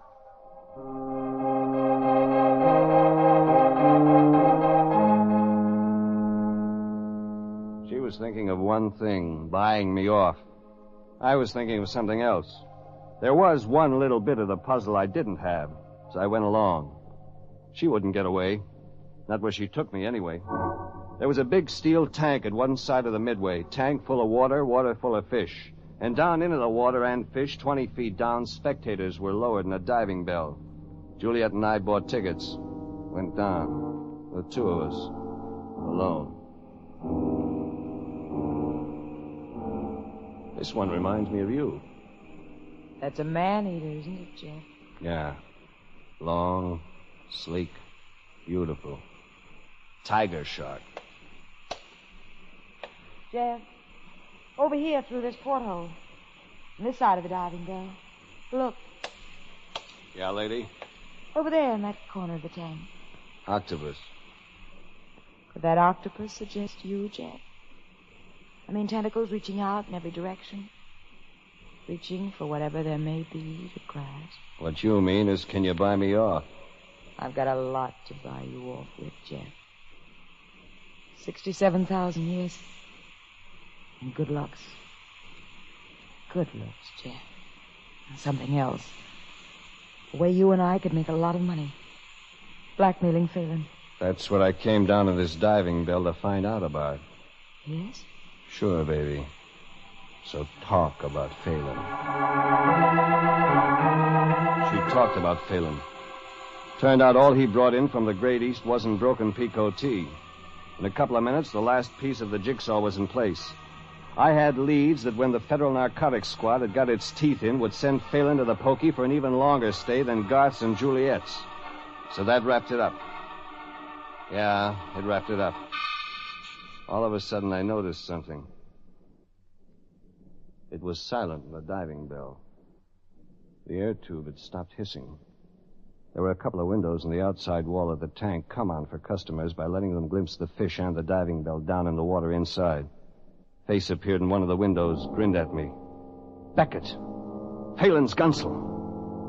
Beckett drew his forefinger slowly across his throat. I was as dumb a shamus as Juliet said.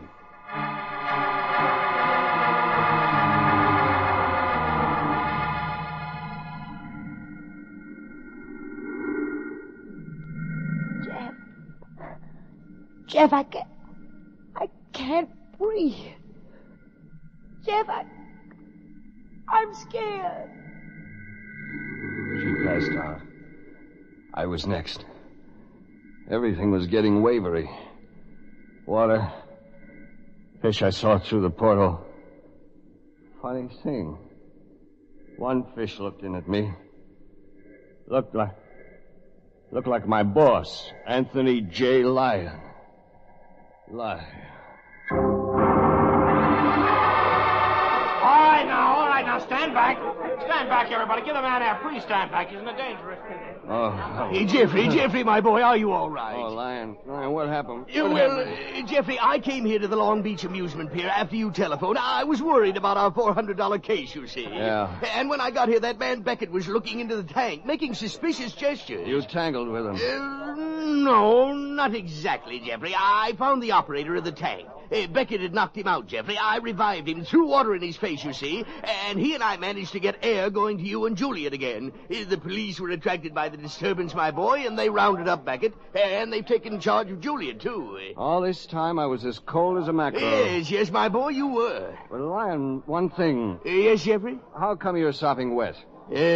Well, it was nothing, my boy. I saw you in peril in that diving bell. My heart overflowed. I dove in to save you. Save me through the steel wall of the diving bell? Jeffrey, I was going to tear those steel walls apart with my bare hands. Lyon, you were going to do that for me? Maybe I've been misjudging you. Mr. Lyon. Don't bother me, lad. Well, Jeffrey, we'll forget the past. Let bygones be bygones. No man really sees another's metal till the test of battle. Mr. Lyon, please, Get away from me. Stop bothering me, boy. Go away somewhere. But, Mr. Lyon, here's your chamois skin bag full of money you dove into the tank to try to save. Money. Lyon? Lyon? Now, Jeffrey, don't excite yourself, my boy. You've been a sick man, you know. Hey, Jeffrey, what are you doing? Oh, no! Not in the tank again!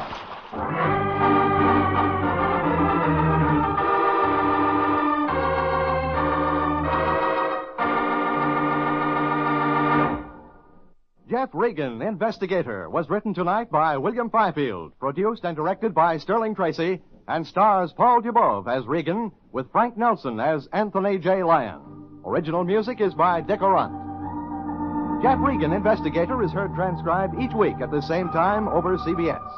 Alan Botzer speaking, and inviting you to be with us again for more suspense, mystery, adventure with Jeff Regan, Investigator. It's time now for Mr. Keene, tracer of lost person.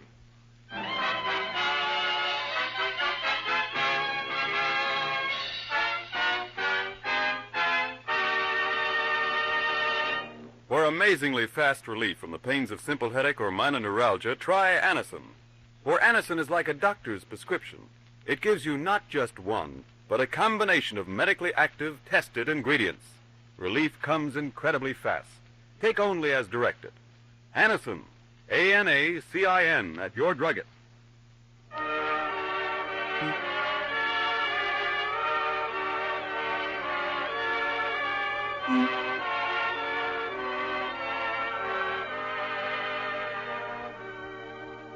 Ladies and gentlemen, Colonos Toothpaste presents Mr. Keene, tracer of lost persons. One of the most famous characters of American fiction in one of radio's most thrilling dramas. Tonight and every Thursday at the same time, the famous old investigator takes from his file and brings to us one of his most celebrated missing persons cases.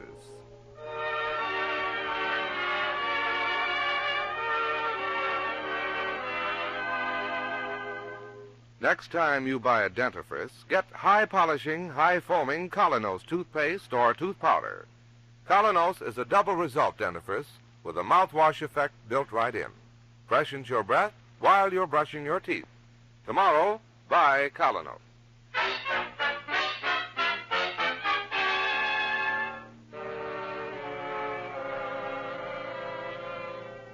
And now for Mr. Keene and the Nightmare Murder Case. As our story opens early one morning, we find the kindly old tracer and his assistant, Mike Clancy, poring over some documents in his office. Mike, ask Susie to step in here for a moment. I want her to attest these signatures. Well, Mr. Keene, sir, Susie ain't in yet. At this hour? Well, that's odd. You suppose she's ill? I couldn't say, boss. Well, Mike, bring her apartment right away. Yes, sir. I don't understand it. She's always so punctual. Well, you'd think she'd let you know if she was sick or something. Yes, that's right. It's got me worried. They're ringing, boss. I hear 'em, but I don't get any answer yet. Well, suffering cat's his, Susie, now. Well, that's one phone call that hasn't aided the war yet. Oh, I'm sorry to be late, Mr. Keene. What happened, Susie? Just as soon as I get my breath, Mr. Keene, I'll tell you. The family by the name of Nolan lives in the apartment below mine. There's the father, Jim Nolan, and his wife, Mary, and their daughter, Helen. Yes? Well, at 5:30 this morning, I was startled out of a sound sleep by hearing Helen cry out. She was calling, "Daddy, don't leave me. Come away from there. I beg you." And then I heard violent sobbing. Family row, huh? No, Susie, that ain't any reason. Mike, don't interrupt. Go on, Susie. Well, I couldn't imagine what had happened. They're usually such a quiet family. And then this morning, just before I left for the office, well, Helen came to see me. Mr. King, she told me the strangest thing. She'd had a terrible dream about her father last night. A dream? And to cap it all, her mother told her this morning that her father hadn't been home all night. And they're afraid something terrible's happened to him. Well, Helen's nearly out of her mind. And, well, I brought her along to the office with me. I wonder whether you'd talk to her, Mr. King. Well, all right, Susie. Send her in. And I'll take these documents along now that Susie's coming. Yes, please do, Mike. Mr. Keene, this is Helen Nolan. Oh, come in, my dear, and sit down. Thank you, Mr. Keene. Susie has told me briefly what has happened, so suppose you let me ask you a few questions first. When did you last see your father? Yesterday evening when he got home from work. And what does he do? He's a typesetter at the Daily Advocate. That's down on Center Street. Yes, go on, my dear. I'm sure he's been murdered, Mr. Keene. Murdered. I dreamed it last night as clear as could be. Oh, try to calm yourself, Helen. A dream is one thing and the facts of life quite another. Has anything happened lately that makes you believe someone wanted to murder your father? Oh, no, Mr. Keene. My father has no enemies. He leads the most regular life in the world. Oh, he's never stayed out all night in his life, but my dream was so clear. Well, try to think back. Now tell me, when you last saw your father, what were you doing? Well, last night I was seated at the piano when Dad returned home. You see, Mr. Keene, I love to sing, and just as I was beginning a song...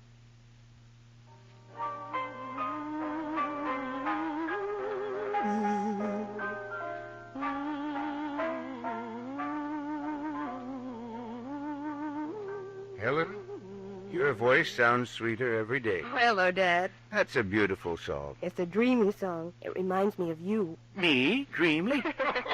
Hear that, Mother? Well, come to think of it, perhaps you're right. Guess what tomorrow is? Tomorrow I'm celebrating. I'll have been working 25 years at the newspaper office, and I have a big surprise in store for you. Jim, Helen has to be leaving. Oh, that's so, Mary? Sorry, Dad, I've got a date, a very special one.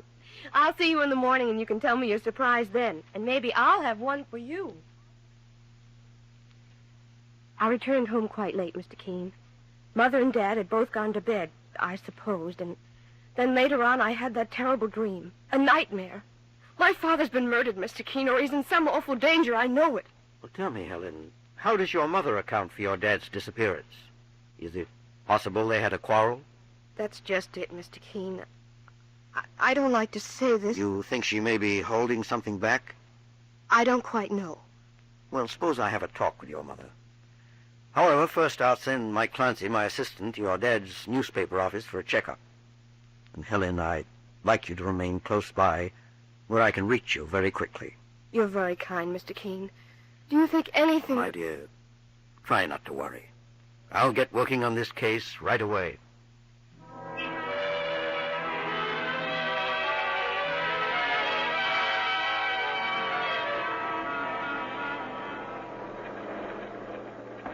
Well, I talked to Jim Nolan's boss like you asked me, Mr. Keene. What did he say, Mike? Well, sir, Nolan didn't show up at this newspaper office today at all.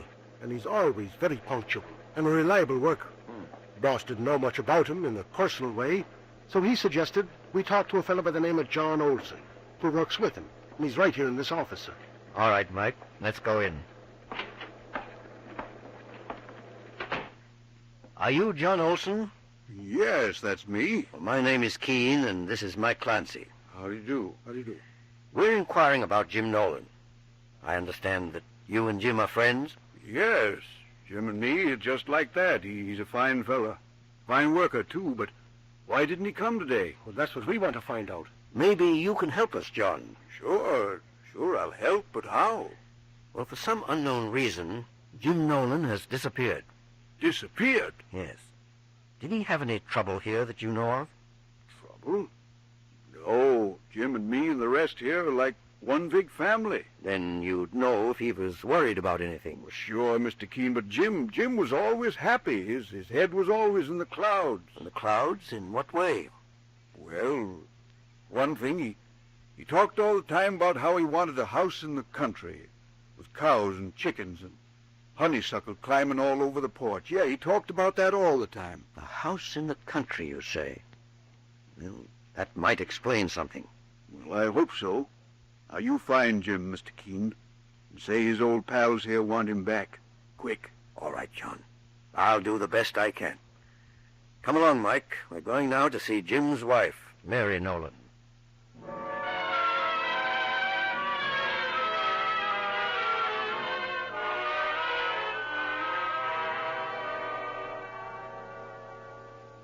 But, Mr. Keene, I can't imagine why Jim didn't come home last night and why he didn't show up at work today. Are you sure? I'm going to ask you something, Mrs. Nolan. What was the surprise your husband had in store for Helen? Well, I suppose it might have something to do with his work, with a raise, perhaps. Could it possibly have had anything to do with that cottage in the country? Well, your husband may be in great danger, Mrs. Nolan. You want him back, don't you? And Helen's heart is breaking. You're right, Mr. Keene. I'd give anything in the world to have Jim home again. Perhaps I should tell you everything. I think perhaps you should. You see, it was this way. From the first day we were married, Jim would bring his weekly paycheck home to me. We agreed that out of it I'd lay aside $5 every week to put in the savings bank. And last night, after Helen had left the house, Jim said to me, "Well, Mary, I guess you know what my big surprise is. Tomorrow is 20 years to the day when we started our savings account." "Tomorrow, Jim? Oh, I hadn't remembered." I don't wonder, Mary. 20 years. It's been a long time. But now our dream can come true. Together with the interest, there must be over $6,000 in the bank. Enough to buy that cottage in the country and a few acres of land to live off of. Yep, tomorrow I'm quitting my job. Quitting? But, Jim, hadn't you better wait just a while longer? No, Mary, I've made up my mind. Tomorrow I'm going down to the office and tell them I'm through. Think of it. No more grinding away at the shop. Just green fields, blue skies, and air a man can breathe. But things aren't too easy now, Jim. With expenses so high, some weeks I've hardly been able to make ends meet. That what you're worried about? Well, I understand, Mary. If we're a few $100s short, that's all right. It's more than that, Jim. More? How much? Answer me. How much? Jim, I didn't realize... Is there $6,000 in the bank? Forgive me, Jim. Is there $5,000? 3? 1? Is there anything? No, nothing. Nothing. I didn't know you cared so much, but... Jim, let me tell you... That's all I've lived for the past 20 years. Now, no house, no country. All gone. Jim, what are you going to do? Where are you going? I don't know, Mary. I don't know. See, Mr. Keene, I couldn't tell Jim the truth for Helen's sake. The truth? How do you mean, Mrs. Nolan? What happened to the money? Well, a few years ago, our daughter Helen developed a very fine singing voice. I spent the money having her voice trained under one of the best teachers in the country. I see. Last night she had an audition. If Helen wins, it will mean a contract with the Metropolitan Opera. So that's it. But, Mrs. Nolan, you were wrong in not telling Jim the truth. Oh, I realize that now, Mr. Keene. I was gambling Jim's happiness against Helen's future. And if Helen failed, Jim would never forgive me. Now I'm afraid Jim may have done something terrible.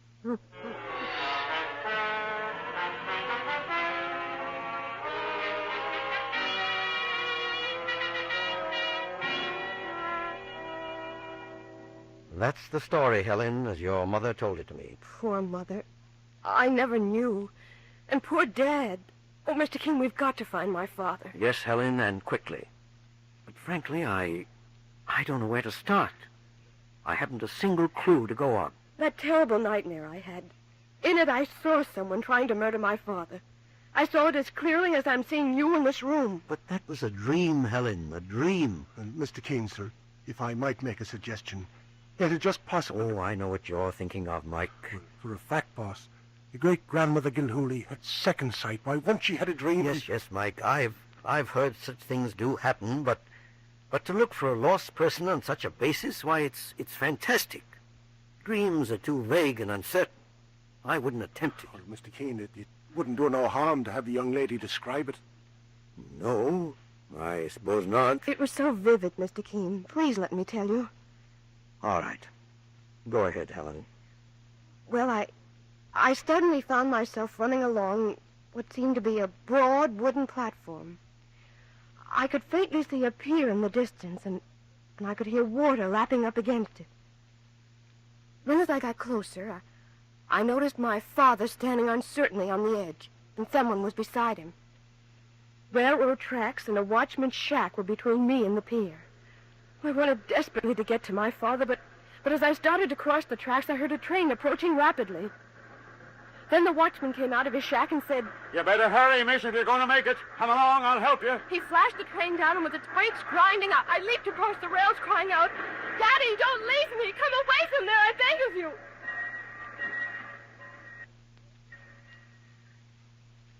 Suddenly, my father was gone, and the other person ran away. And I woke up sobbing wildly.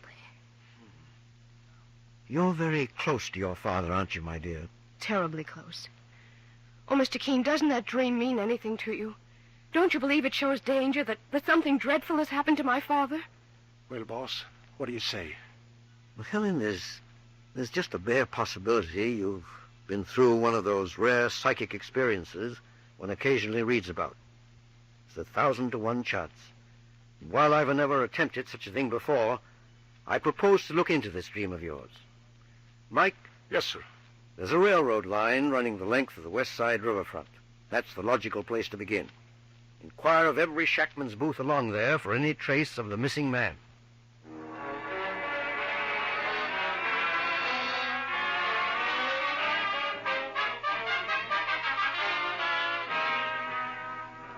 In just a moment, we'll hear the outcome of Mr. Keen's search for Jim Nolan.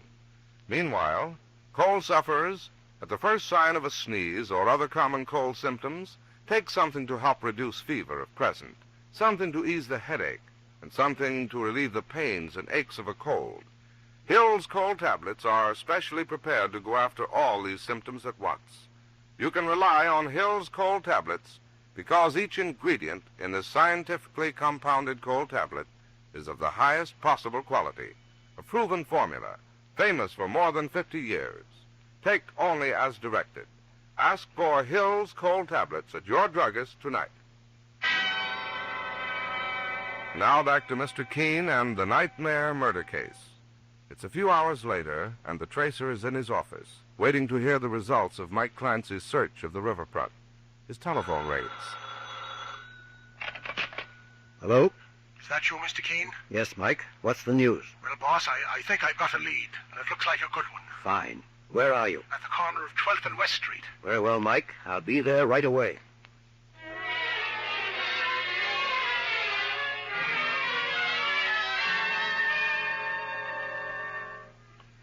And this shackman I told you about, Mr. Keen, he says to me, well, here we are at his hut now. I let Tom, that's his name, tell you the story himself. Very well. Suppose you wait outside, Mike, while I go on in. Right, boss.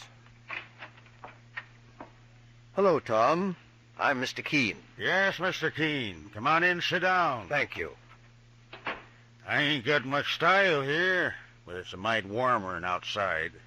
Pike Clancy was telling me what you's after. Yes, I understand you noticed someone early this morning who answered the description of the man we're looking for. That's right. I spied him first about 5 o'clock. He was hanging around the pier there. The pier, eh? Yes. Well, the early mill train comes by here at 5:30. As she was coming down the stretch, I sees this here fella easing towards the tracks. That's funny, thinks I. So I called him to get back, but he took no notice.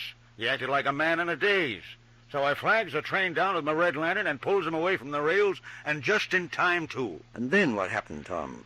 Well, I took him into my shack here, Mr. Keen. He didn't look like the usual waterfront hobo, so I asked him what his name is. And what did he say? Well, he says, "What's that to you? Jim Jones is good enough." I talked to him for half an hour, kind of quiet-like, but didn't seem to make no kind of impression. He acted real beat down. He did, eh? Yeah. He just couldn't seem to get hold of himself. Kept saying he had no interest in life. Finally, I persuaded him to go and get some sleep. Told him he'd feel better then, and I directed him to a hotel around the corner. A hotel, you say? Yes, sir. Last I saw him, he was headed that way. Well, thank you, Tom. You've been a real Samaritan. God bless you.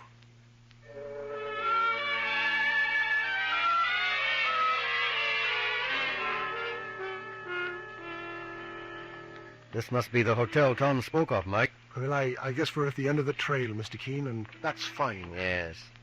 Well, here's the lobby door. Go ahead, boss. Mike, you see what I see? What, police and plenty. Well, it looks like trouble, sir. There's Inspector Hopkins. Come on. Hello, Inspector Hopkins.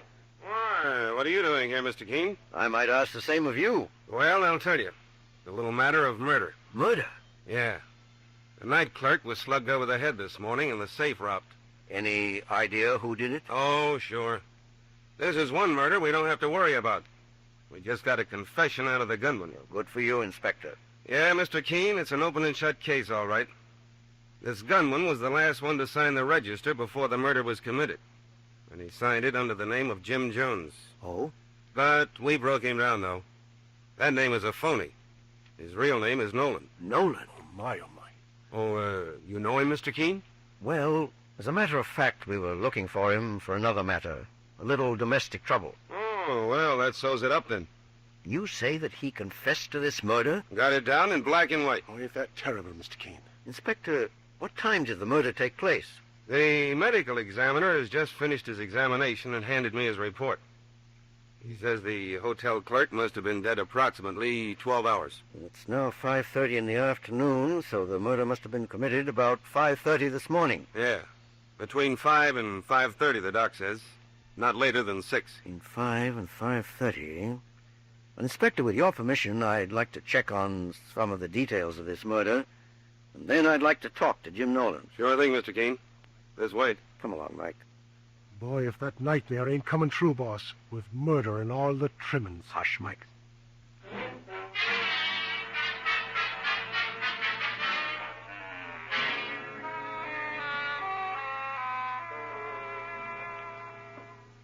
All right, Mr. Keene, you've seen the desk clerk's body. Now, do you want to have a talk with Nolan? Yes, Inspector. I'd like to see what I can get out of him. Well, he's right in here, Mr. Keene. Oh, Nolan. There's someone wants to talk to you. Hello, Jim. I'm glad to see you. My name is Keene. Keene, you say? What do you want? I've been sent by your wife and daughter to look for you. I haven't any wife and daughter. No? The inspector tells me you've confessed to killing the hotel clerk. Sure, I confessed. Why don't you fellas let me alone? I've told you I did it, so let's get it over with. The sooner the better. Do you want to die, Jim?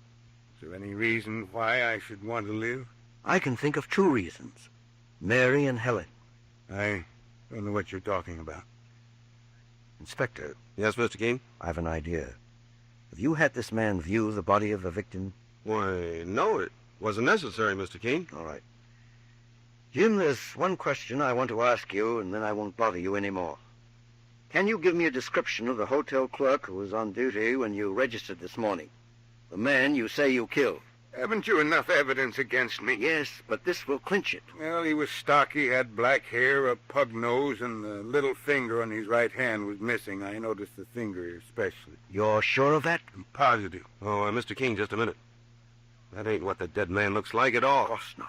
That's a perfect description of Bugs Morelli, the safecracker. Why, sure. That mug we've been out gunning for some time, eh, Mr. Keene? Right. Morelli's your man, Inspector.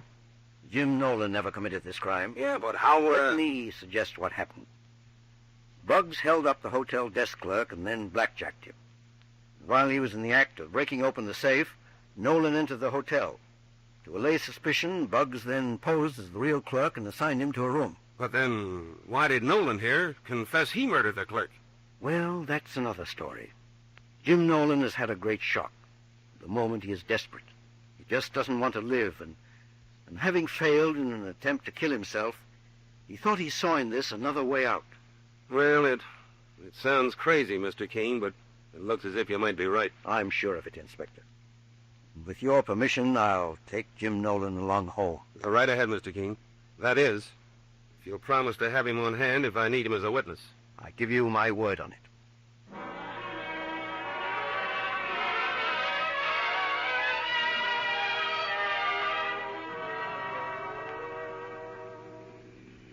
Mr. Keene, don't you see I can't go back? Jim, don't talk that way. Of course you're going home. I can't face them, Mr. Keene. Why not? You haven't been guilty of any crime. You've acted a little foolishly, I think. But then so has Mary, your wife. With our dreams, they've all gone sour. And our cottage has turned out to be just a house of cards. What have I to live for?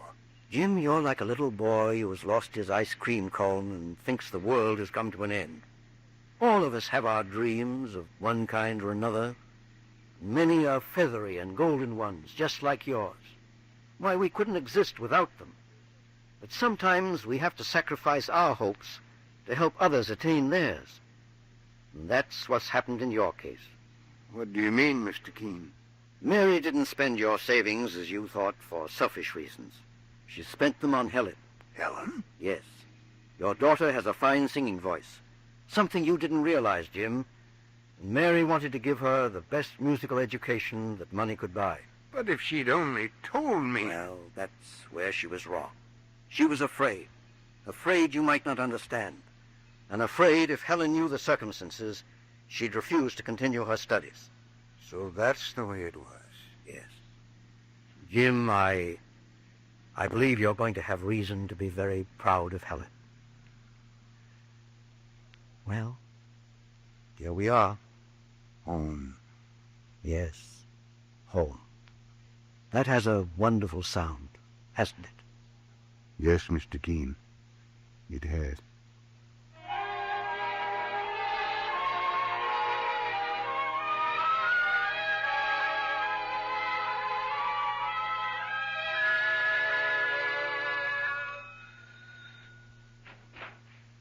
Mary. Jim. Oh, Jim, thank God you're home again. Helen, he's back. Daddy's back. Oh, Dad, I'm so happy. If you only knew how we've worried about you. There, Helen. It's all right. Oh, Jim, it was all my fault. Can you ever forgive me? Don't worry, Mary. Mr. Keene explained everything. I guess I was a little foolish, too. You did exactly right about Helen. How can we ever thank you, Mr. Keene? Oh, yes, how can we? Don't try, my dears. My reward is in seeing you all so happily reunited. But, Mr. Keene, I still don't understand. How did you manage to trace me? Well, it's a strange story. Strange and incomprehensible. Helen had a vivid dream about you last night. She dreamed you were in great danger. And from the misty gropings of her mind, she saw almost an exact duplicate of the spot where you were standing. By following this lead, I was able to pick up your trail. That's amazing, Mr. Keene. And I've never been one to put any stock in dreams at all. No, I never did either. But it is an amazing coincidence. Suppose we call it just that. And now I must be going. Oh, wait, Mr. Keene. Helen has something to tell you. I won that audition, Mr. Keene. You won that audition? Good for you. And a contract to sing at the Metropolitan next year. Helen. Oh, Daddy, I'm so happy. Helen, darling, it all seems so wonderful. I can hardly realize what it means. I think it means, Jim, that you're going to have that cottage in the country after all.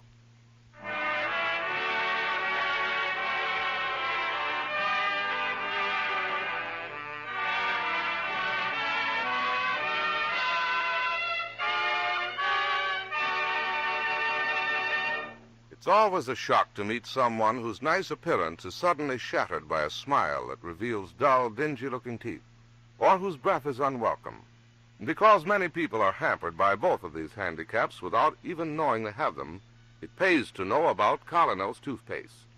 To help correct these conditions when caused by improper cleansing, just brush your teeth with Colonos, as you would with any other toothpaste, with this one exception. When you finish brushing, swish its rich, active foam thoroughly through your mouth. For Colonos is one toothpaste with a mouthwash effect built right in. Thus it fosters a double result. First, Colonos helps your brush remove ugly surface stains from your teeth. Then, at the same time, it freshens your breath while you're brushing your teeth.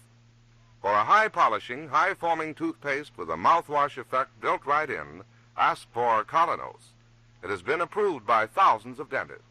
If powder is your preference, try Colonos Tooth Powder. It offers the same double result, has a wonderful wintergreen flavor.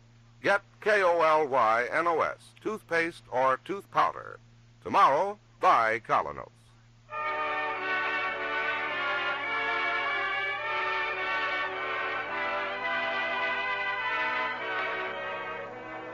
You've been listening to Mr. Keene, Tracer of Lost Persons. On the air every Thursday at this time. Don't miss Mr. Keene next Thursday when the kindly old tracer brings us another thrilling missing persons case.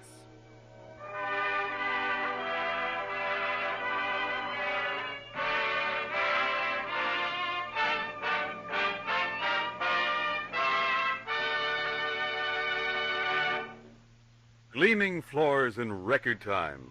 Yes, no rubbing Aerowax goes on quickly, dries in minutes, lasts for weeks. It polishes floors to a sparkling luster that makes rooms lovelier and saves frequent scrubbing. Only 25 cents a pint at any leading store. Get Aerowax, A-E-R-O-W-A-X, tomorrow.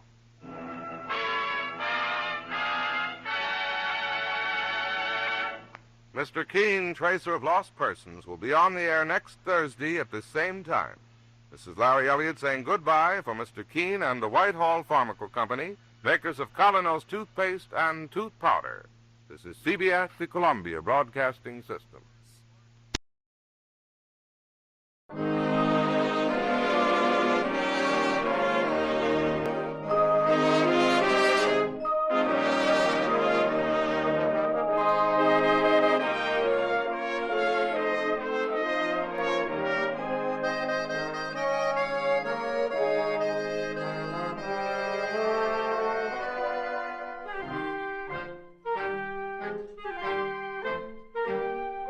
Tonight, we again present the famous Mr. Chameleon of Central Headquarters in his most famous cases of crime and murder.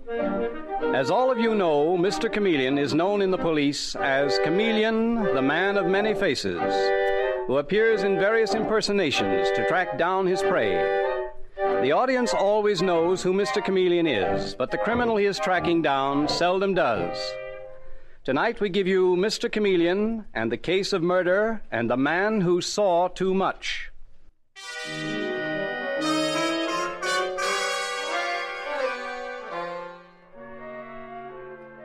Our story opens at twilight in that lively section of New York City where Broadway crosses Columbus Circle. Already electric signs are flashing in the dark and the sidewalks are swarming with hurrying forms. And lost in that crowd is the figure of a man, stalking another man like a panther stalking its prey, until suddenly the air is shattered by a cry of pain and terror. I've been stabbed! I've been stabbed! Oh, no. Oh, how ghastly. Wilfred, did you see that? Yes, I saw it. And I saw the man who stabbed him. Oh. Catch him! Catch him, somebody! The man in the gray suit! Don't let him get away! What's happened? It's murder! A man's been stabbed to death! Somebody said a man in a gray suit did it.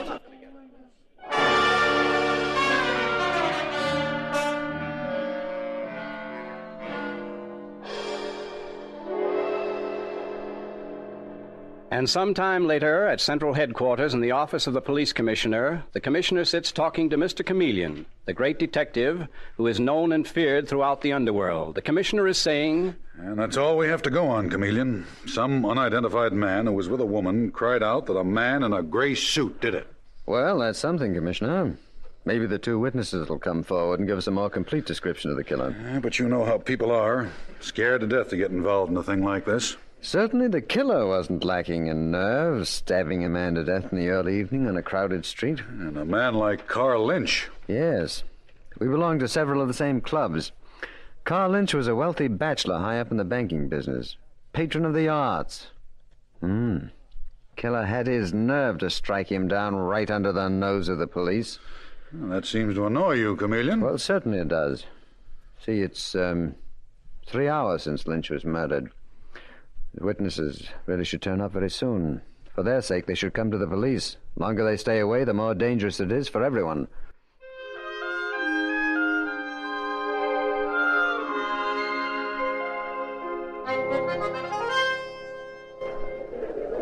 Wilfred, don't you think we should have gone to the police instead of putting it off this way? So silly of us to come to the theater, darling. I can't keep my mind on the play, and neither can you. Oh, it's a very good play, Millicent. The cast is excellent, especially that one actor, what's his name, Roger Appleby, who was just on in the first act. He was really remarkable. Stop it, Wilfred. You don't fool me for 1 minute. You're just as nervous as I am. I don't even like being alone in this theater box. I'd rather be in the orchestra, surrounded by people. You have got the jitters, haven't you, dear? All right, we'll leave during the next intermission and go straight to the police. Can't tell them much, but at least I could identify the murderer if I saw him. Feeling better? Much better. So am I. This intermission should be over in a few minutes. Meanwhile, let's relax and... Oh, Millicent. What's the matter? Have you a pin in your evening wrap? Something just pricked my arm. Oh, no, there's no pin. Well, there must be. It was a sharp, quick stab. And I feel so strange, so drowsy, as if... Oh. Wilfred!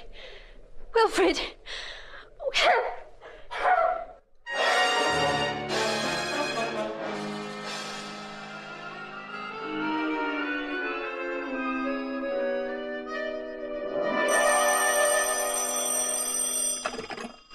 Hello. Yes, this is the police commissioner. What? Where? The Garrick Theater? What is it, Commissioner? Who is he, do you know? I see. Okay, send Detective Sergeant Dave Arnold over there. Okay, I'll call you back. Well, this is quite a large evening, Chameleon. A second murder in a box at the Garrick Theater. Any tie-in with the murder of Carl Lynch up at Columbus Circle? Not at first glance. Lady Millicent Hay, you know, the famous English beauty? Oh, yes, of course. Well, she went to the theater with her fiancé, a chap named Wilfred Crane. It seems he was attached to the American Embassy in London. Well, anyway, he died in the theater box, just like the... Chameleon, are you listening? Yes, I'm listening. Commissioner, a play called Salt of the Earth is playing at the Garrick Theater. What about it? I just remembered Carl Lynch had money in that play. Well, you'd better get over there, Chameleon. I'll leave orders that nothing is to be touched. No one is to leave the theater until you arrive.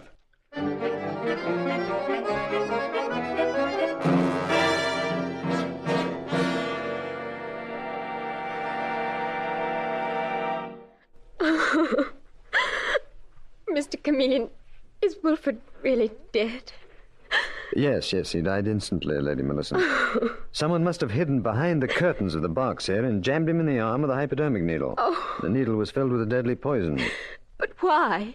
Why?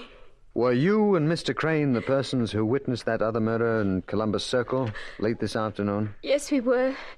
Wilfred and I were discussing it just before he died. We intended to leave during the next intermission and go to the police. Well, you should have come to us immediately. Anyway, there is your answer. Your friend was killed, Lady Millicent, because he saw too much. But, Mr. Chameleon, I saw that murder, too. Yes, I'm well aware of that fact. Where are you staying? At the Millbrook Hotel. Oh, that's fortunate. That's one of those small, exclusive places. What do you mean? Lady Millicent, from now on, you must not be alone, not even for 1 minute.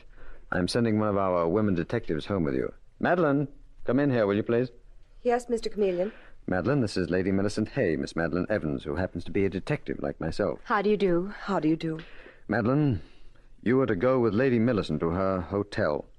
You're to stay in the same room with her night and day. Is that really necessary, Mr. Chameleon? Yes, it is, Lady Millicent. If you want to remain alive. And Madeline, remember, no one is to be admitted to Lady Millicent's hotel suite except myself. Is that clear? Perfectly clear, Mr. Chameleon. Right. Where's Dave? Right outside in the corridor. Detective Sergeant Arnold, Mr. Chameleon wants to see you. Okay, thanks. Say, Mr. Chameleon, the manager of that show, Ted Martin, is awful anxious to talk to you. Oh. And the actors are getting very indignant about being kept waiting backstage. Well, I'll get around to them as soon as possible. Dave, I want you to accompany Lady Millicent and Madeline. Now, you're to take up your post outside the Millbrook Hotel. Now, I believe there's only one entrance. Is that right, Lady Millicent? Yes, Mr. Chameleon. Good. Now, Madeline is going upstairs with Lady Millicent, Dave, and you are to keep an eye on that entrance. All night, if necessary. But, Mr. Chameleon... Dave, believe me, I know exactly what I'm doing. Nothing is more important than keeping watch over Lady Millicent.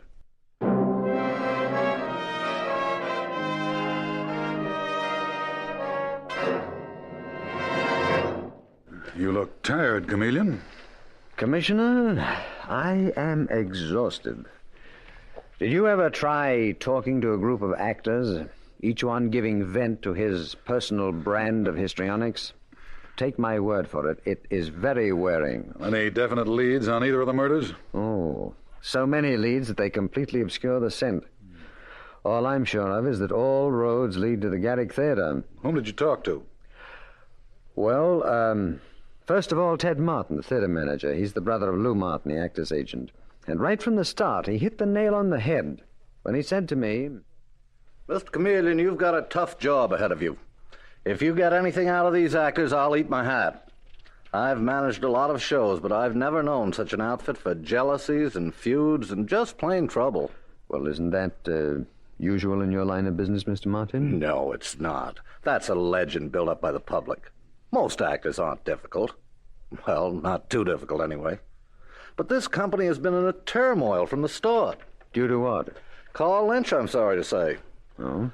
I hate to speak badly of a dead man, but from the day he put money in this show, there have been fireworks. Within a week, Mr. Chameleon, Lynch had incurred the bitter enmity of 3 people. Who? First of all, Roger Appleby. He's an actor whom Lynch had demoted from one of the leads to a minor part. His salary was cut, too, and Roger needed the money desperately. Secondly, Hess Markle, the stage manager. He has a bad temper and is, well, shall we say, unstable. Lynch once got him fired from a previous show. You tried to get him fired from this one? Correct, Mr. Chameleon.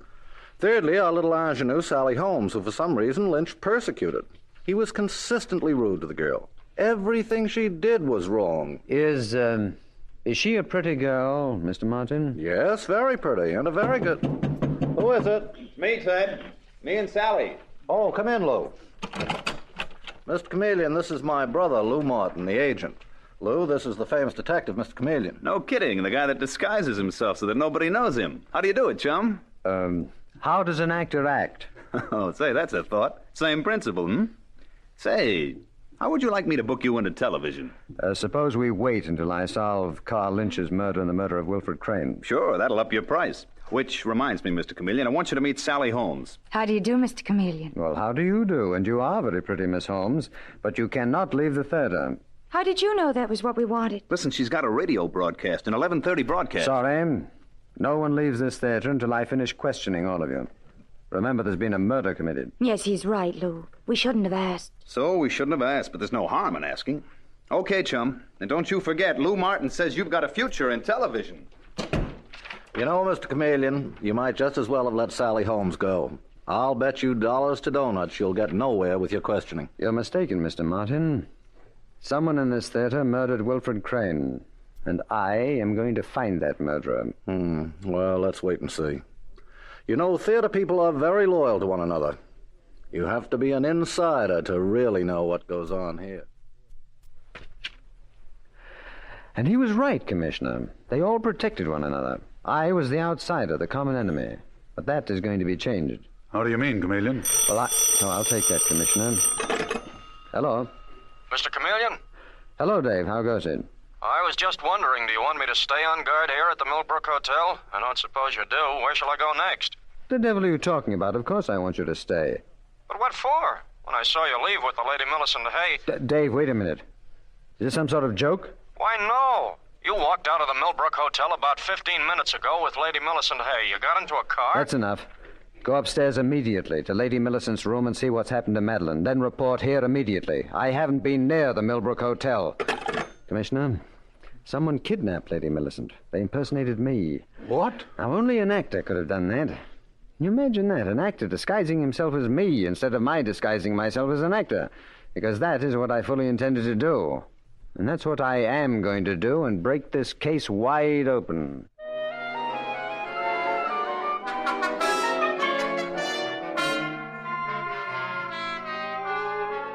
Mr. Chameleon and the case of murder and the man who saw too much continues in just a moment.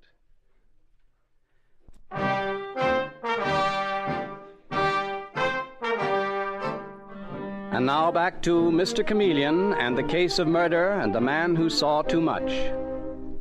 It is later that night, and in Mr. Chameleon's office at Central Headquarters, a distraught Madeline Evans is saying bitterly, I'll never forgive myself, never, Mr. Chameleon. But that man's voice on the telephone sounded just like yours. He called up from the hotel lobby downstairs, and when the doorbell rang... You stepped into the hall and were promptly struck on the head and knocked unconscious. Yes. He dragged me into a closet, and then he must have knocked on Lady Millicent's bedroom door and convinced her he was you. And she went with him. Now, the murderer of Carl Lynch has already done away with Wilfred Crane, the first witness to his crime. Now he's got the second witness, Lady Millicent. Madeline, you realize that she is in terrible danger. She may already be dead. Yes. Yes, I know, Mr. Chameleon. Well, this tells us one thing about the murderer, however, narrows down the field. What do you mean? Well, the person we're tracking down, certainly an actor. Clever one. So good at impersonating me that Lady Millicent actually went with him. That man I want to see. As Lou Martin said, he should have a future in television. Well, so should Rupert LaRue. Rupert? Who's he? Rupert LaRue, Madeline, is an old Shakespearean actor with prominent teeth and long gray hair. And since I won't have time to let mine grow, I'll have to wear a wig. Mr. Chameleon? And I'll carry press clippings, too. The printing department's taking care of them now. While the police are scouring the city looking for Lady Millicent, I am going to haunt the Garrick Theatre and get a good look at that actor, Roger Appleby, and the stage manager, Hess Markle, and anyone else who might have impersonated me.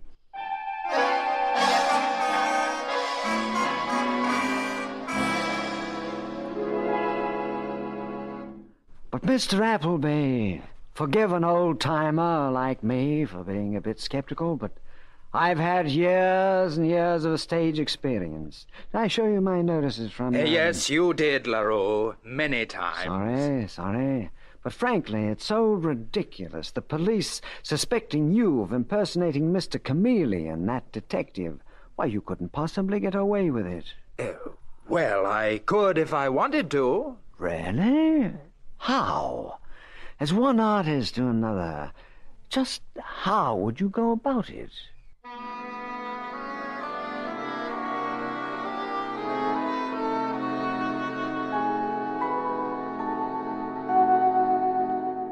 As I was saying, Mr. Markle, when I toured in Othello, or am I boring you? Oh, that's okay, LaRue. I'm just kind of all in. Those dumb dicks started questioning me again today. I got the notion I posed as that detective Chameleon. Oh. What's the matter? Quit it, will you? I don't let anyone laugh at me. Quit it. I'm sorry. Excuse me. I didn't mean to scare you like that. I got a bad temper. Anyway, I could take off Chameleon if I wanted to. If Roger Appleby could, I could. But Appleby is a first-rate performer. I'm glad you think so. But let me show you something. Let me show you just how I'd go about it if I were going to take on the part of Chameleon.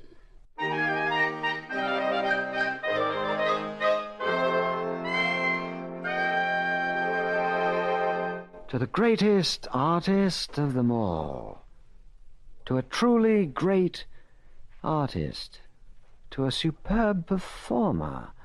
To... What are you doing in here?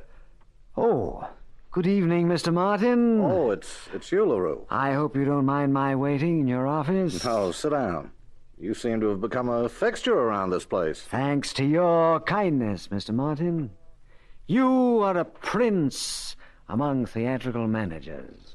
I'm also known along Broadway as a soft touch. Let's see now. You wanted a job, didn't you? Anything, Mr. Martin. Anything at all. Maybe my brother, Lou, the agent, could get you into radio. No, sir. Not that. Never that. Never that. I promised myself that I would never stoop to radio, but anything else, even if it's a bit shady. Such as what? I'm not saying that you would do anything shady, Mr. Martin. Some theatrical managers are known for slightly crooked deals. But let him, without guilt, cast the first stone. Mr. LaRue, may I see those press clippings of yours again? You may indeed, sir, certainly. Here they are. Thank you. Yellowed with age, I'm afraid, but mine own. They seem to be on the level. On the level? My dear Mr. Martin. Mr. LaRue, suppose you come back tomorrow. It's quite possible I might be able to get you a job as well as a doorman or something similar. Will you do that? With pleasure. Shall I come here to your office? Why, yes, if you'd like to. I'd like to very much.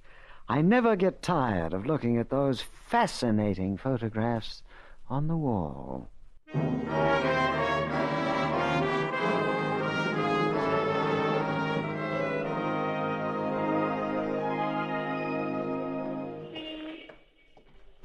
No trace of Lady Millicent, Dave, is that right? Not a sign of her, Mr. Chameleon. For all we know, she's... No, Dave, she's still alive. She must be.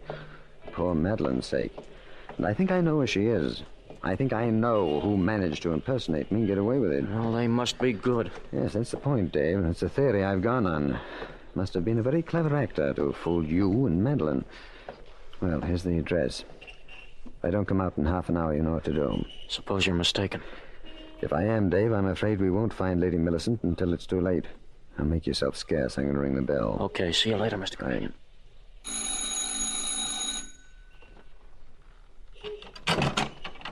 Yes?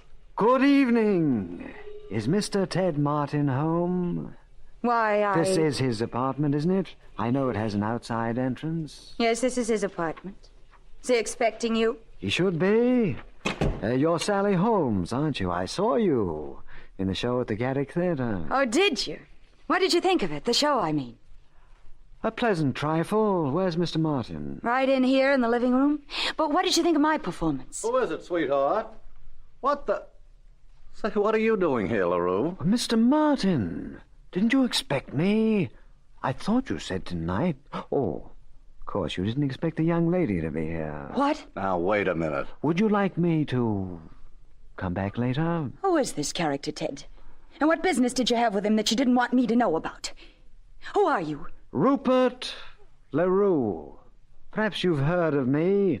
I toured the Middle West in... 1700, I'd say. And you still haven't told me what business you've got with Ted. He hasn't any, Sally. He's been hanging around the Garrick Theatre. And I told him if there were any odd jobs that I could do for him, I'd be only too happy to, even if they were a bit shady. So we reached an agreement. What about? Are you crazy? What about, Mr. LaRue? About Lady Millicent Hay. What's that? I understand her continued existence is becoming a burden. I'm afraid I wasn't supposed to discuss that in front of anyone. Say, what are you up to?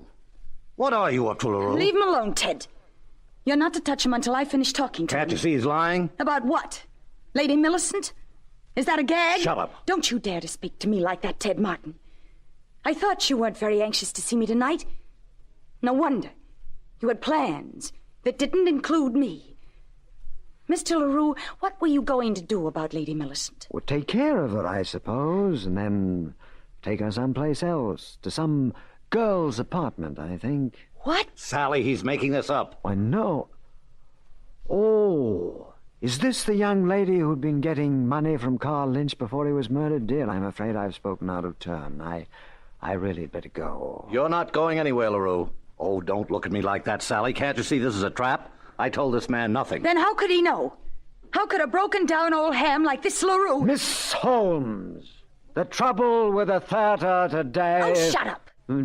How could he get this information unless you'd given it to him, Ted? I have no idea, Sally. But I'm going to find out. But of course you told me, Mr. Martin.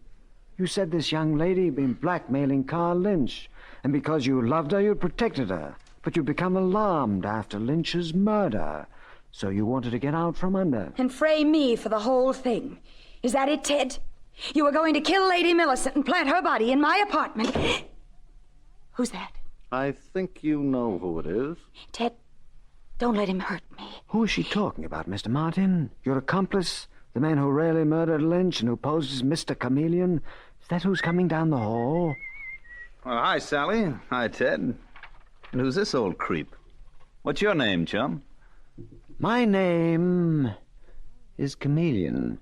What? Chameleon? And you, Martin, neglected to tell me that you were an actor before you became an agent. Not only an actor, but a famous impersonator, as I learned through your brother Ted here. Ted, you dirty rat, what did you have to tell him that for? Oh, he didn't tell me. But his office walls are covered with photographs. Half of them addressed to you, describing you as a great artist. I'm flattered, of course, that it took a great artist to impersonate me successfully. That still doesn't prove anything. Sally spilled the whole story, Lou. She gave it away that we intended to kill Lady Millicent. And Ted told Chameleon that we'd been blackmailing Lynch. No, Sally. Carl Lynch's cancelled checks made out to you told me that. And that cover-up, that elaborate pretense of persecuting you.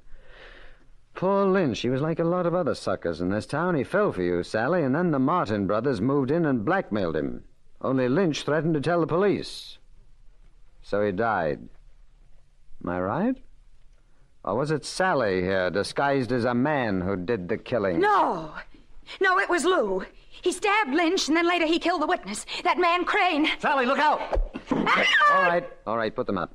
I'll use this gun if I have to. Don't move, Lou. Ted. Sally, you hurt? No, the knife missed me. I missed you by an You inch. shouldn't have thrown that knife, Lou. You use knives better at close range. But, at least you've given me the murder weapon. I wondered where that was. And now, you show me where you've hidden Lady Millicent Hay.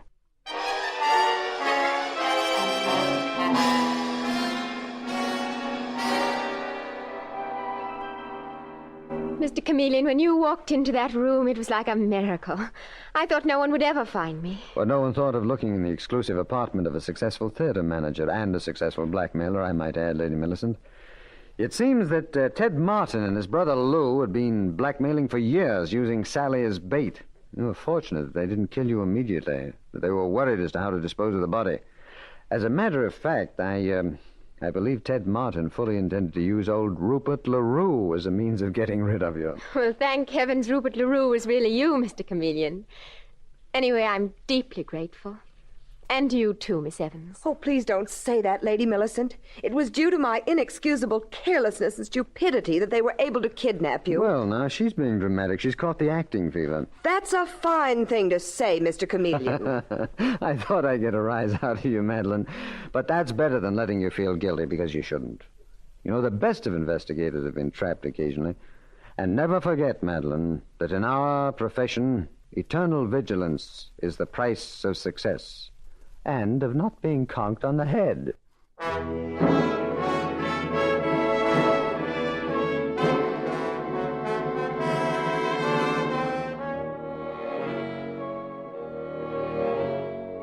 And with these words, Mr. Chameleon concludes tonight's murder case.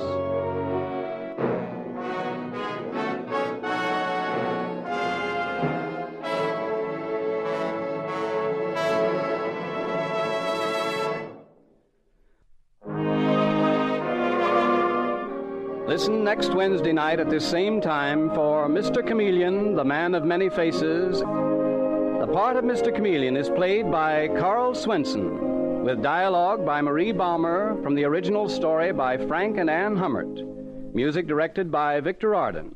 Your announcer is Howard Claney.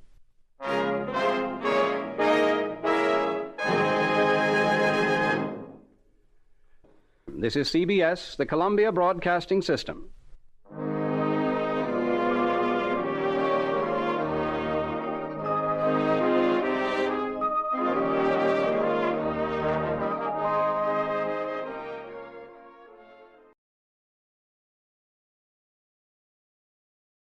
The Signal Oil Program, The Whistler.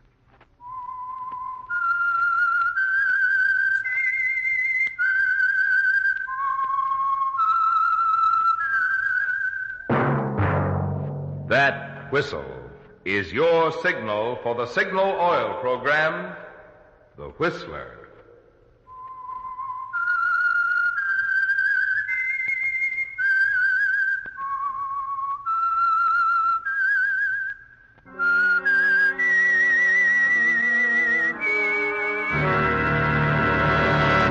I am the Whistler, and I know many things, for I walk by night.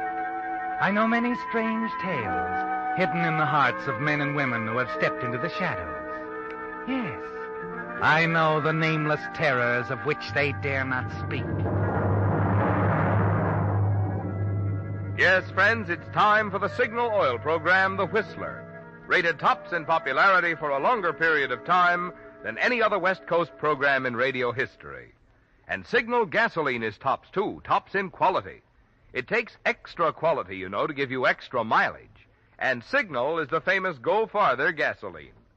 So look for the Signal Circle sign in yellow and black that identifies independently operated signal stations from Canada to Mexico. And now the Whistler's strange story. The HANGTREE affair.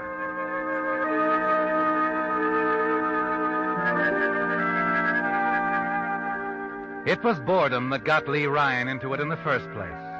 His train out of Chicago for the West Coast was moving slow, with further delays expected because of the snowstorms ahead. Yes, he was bored and impatient. His last business venture in Chicago hadn't paid off too well, and he looked forward to his arrival in California and the prospects of a deal worthy of his talents. Lee decided that the club car might help pass the time. It did. The car was crowded, and he found himself sitting with a talkative man who seemed to know many things about many people, including a number of their fellow passengers. He was a reporter, a man whom Lee had known casually over a period of years. A reporter who apparently loved to report and he talked to Lee confidentially as if to his city editor. Oh, you picked a great choo-choo, Lee. Yes, sir. I'm glad I'm getting off. You can carry on for me. How do you mean? Well, you can follow my boy, Jeff Larkins. There's no story there as far as my newspaper concerned. The city editor's washing it up. Larkin? That sounds familiar. Yeah, I bet he looks that way, too. Hey, right over there with that girl. Oh, she's not bad. Huh? Oh, she's just like all the rest. Hanging around him thinking he's going to get that money. Money? Oh, you didn't recognize him, eh? An ex-con. But I knew him when he was a big, big man. And whose Lee? Anybody's. Time it happened, he was the brains. Yeah. Well, that's what they say. He'd planned the robberies, and his partner, Noisy Nevins, pulled them off. Oh, great team, great team. Oh, Noisy Nevins, huh? The nitroglycerin artist. Yeah. Oh, Noisy could blow a safe door off clean as a housewife and open a can of peas. Oh, sure, now I'm with you. They used to work together. But the last big job they pulled, a $100,000 bank job. Larkin got careless. He also got 5 years. Who got the 100,000? Oh, it disappeared, and so did Nevins. That's why I've been tagging Larkin around ever since he walked out of that pen 6 months ago. Your paper figured he'd meet Nevins, split the dough. That's right. Only my paper was wrong. Larkin knows from nothing where that dough is. And Noisy? Oh, he's quiet now as they get. And permanent, too. Oh. Yeah, got that way about a month ago. I think it was an auto accident out in Frisco. It was too bad. Nevins was probably the only guy in the world who knew where that money was. You figure he stashed it away somewhere? Right. Absolutely right. $100,000, and it stays stashed. Well, that poor girl wasting her time with Larkin. Somebody should tell her. Yes, $100,000 in unmarked bills. Negotiable as a mud puddle and a pogo stick. Say, you know what's a funny thing? Why, when I was a kid, I could never manage one of those things. Oh, no? No. Well, I was pretty good. Oh, you kidding me, Yeah. really? Well, I'll be seeing you, pal. Happy as scoops. Well, don't worry about me. I'm getting off the next stop. My best to Larkin if you should run into him. Yeah, I'll remember. And I just might run into him.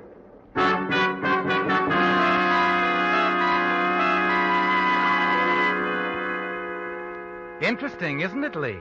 A man with $100,000, only he doesn't know where it is. It was hidden away by a partner who's dead now.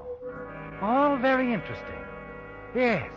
And you think about it a lot after you leave your reporter friend in the club car. Wonder if he's right. If that girl really is going to be disappointed. It's hours later that you feel the train grind to a stop. Glance out of your compartment to see that you've pulled onto a siding at a small town station. Porter, what's wrong? Why are we stopping? Hey, it won't be for long, sir. It's just the snow. Oh, yes. There's time to get off for a while if you want to. Some of the passengers are. We'll be here bottom now. Oh, thank you. I don't think I'll bother.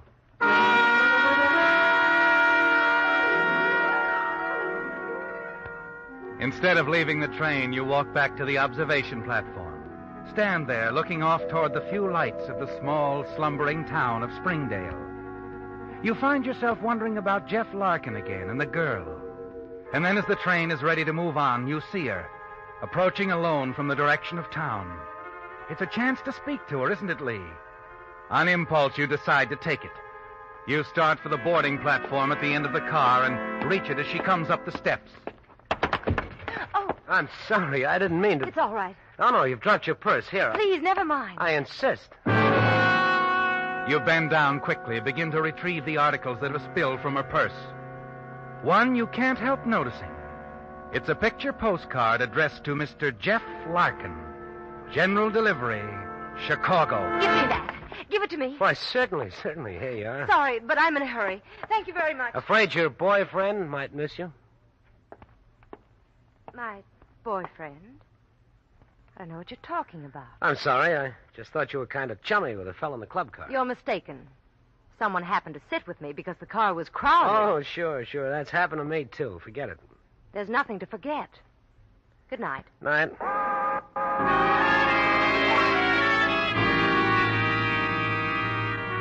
She wasn't very cooperative, was she, Lee? And you wonder why. Wonder also about the card addressed to Larkin. Why she got so excited about it. The next morning, following the stop at Denver, you find out. Yes, conductor? I'm sorry to bother you, Mr. Ryan, but we've been questioning all the passengers. Questioning them? About what? Oh, I'm sorry. This is Lieutenant Knowles, Denver Police. Lieutenant? To explain quickly, Mr. Ryan, a man a few compartments down from you has been murdered. On this train? No, happened at a place called Springdale. When we pulled into a siding, Mr. Ryan. Oh, I remember. We stopped for about an hour. Yeah, that's the place. During that hour, the victim, a man named Jeff Larkin. Larkin? You know him? Oh, no. I've heard of him, that's all. I guess a lot of people have. Anyway, Larkin got off the train for some reason, never got back on. His body was found a short time later in an alley at the edge of town. He'd been shot. Poor devil. We've been trying to find someone who got off with him or talked to him just before. No luck so far. But now, the young lady in 29, Miss Clinton, says she spoke to Larkin earlier in the club car. But that's the last she saw of him. Oh, she didn't get off at Springdale? No. She says she stayed in her compartment the whole time. I see. And you, Ryan? Well, I walked back to the observation car. I was there, 20 minutes or so. But you didn't observe anything? Oh, no. I'm sorry, Lieutenant. I didn't observe a thing.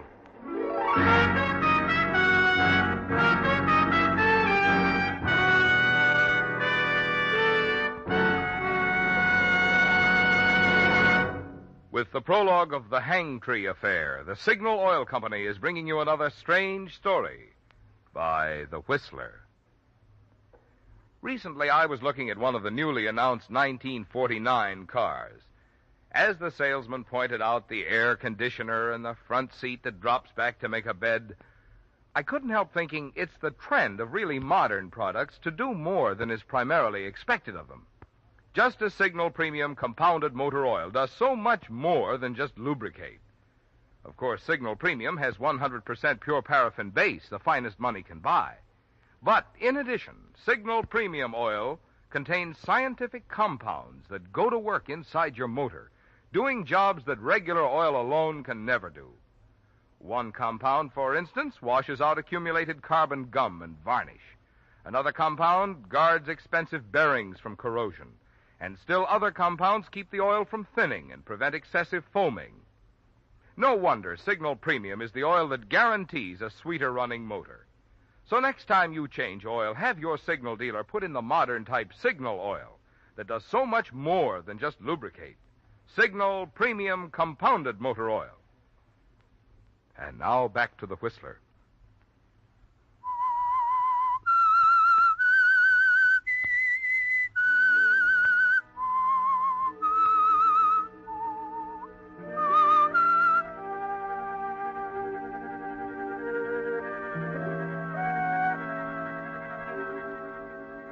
Well, Lee, you don't have to wonder anymore about the girl you saw with Jeff Larkin. It all fits, doesn't it? The reporter's story about that $100,000 hidden away. Larkin's death in a deserted alley back in Springdale. The girl's claim that she didn't see Larkin leave the train. And that she herself didn't get off. You know different, don't you, Lee? And the knowledge gives you absolute confidence when you reach Los Angeles. Check into the same hotel that she does, and then half an hour later call her room. Hello? Hello, Julie. Who is this? Oh, a friend of yours, a good friend. We, met on the train. The train? I didn't meet anyone who Well, you met Jeff Larkin, Julie. You got real chummy, like I once said. Oh. Well, you still there, Julie? Yes. Well, stay there, huh? I'm coming down to your room so we can talk. Now, wait a minute. Now, you wait a minute, Julie. That's all it'll take me. Well, the name is Lee Ryan, and Julie... Yes. I like my martinis very dry. Well, don't expect too much, Mr. Ryan. I haven't any ice. Don't give me that. So far, it's all you've had. Just, use that cold shoulder of yours. Have it right down.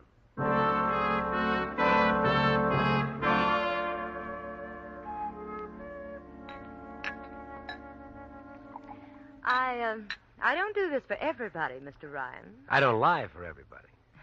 Really, you're mistaken about that. Oh, is that so? Yeah, the drink looks good. I think yours looks better. Let's switch, shall we? Cagey, Suits me. Oh, it's good. Now, to the business at hand, Julie. Sounds terribly boring. Oh, I'm not nearly as bored as I was when I started this trip. Things are beginning to look up. It's why I didn't tell that police detective that you got off that train. I couldn't resist a certain possibility. Namely? That you know something. Look, I don't care about Larkin. What were you after? What's that address unknown, Julie? That spot where Nevin stashed that $100,000. Hey, I got it. What have you got, Mr. Ryan? The, postcard, that picture on it. Someplace up north. Motherlode Country, Silver City, wasn't it? You're talking thick, Mr. Ryan. Hey, what did you do? What did you put in this? In my drink? I'm getting dizzy. Julie! I had you figured perfectly, smart boy. You shouldn't have switched drinks with me. But you'll be all right.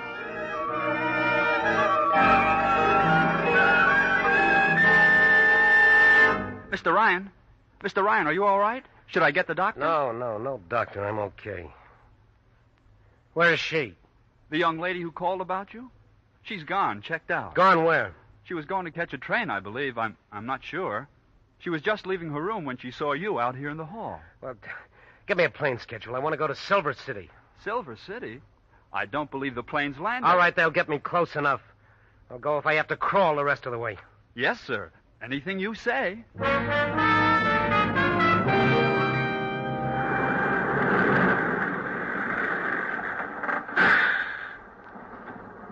It's as far as the stage goes, mister. Silver City.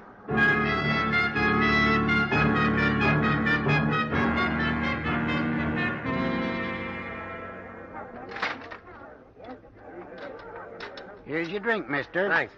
Like I was saying, Silver City's real quiet during the day, but it'll open up round sundown.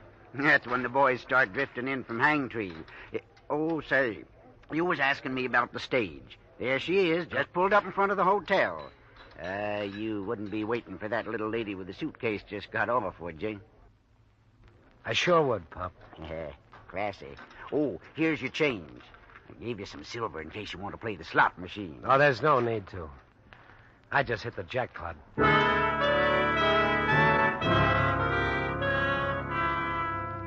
As you sit there at the bar, watch Julie enter the hotel across the street. You congratulate yourself, don't you, Lee? Your trip to Silver City paid off, with a bigger payoff yet to come. A quarter of an hour later, you see Julie leave the hotel. Watch her as she enters a cafe halfway down the block. Quickly, you leave the bar and hurry into the hotel. Say, clerk, I've been expecting someone, a young lady. She was supposed to arrive on the bus. Oh, Miss Clayton. Why, yeah, she checked in a little while ago. A room 8. Oh, good. But she ain't in now. Oh, well, I'll see you later. Say, let me have your pass key, will you? I've left my key in my room. I'll bring it right back. Well, okay. Just a second. I'll get it for you.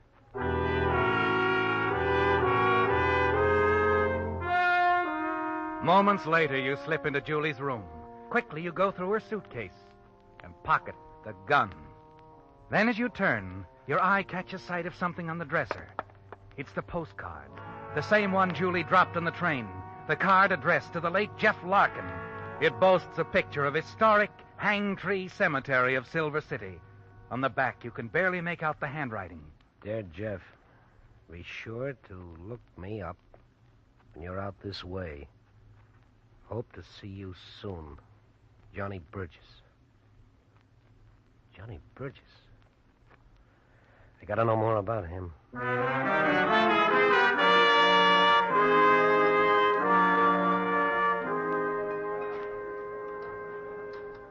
Burgess? Yeah. Well, how do you like that?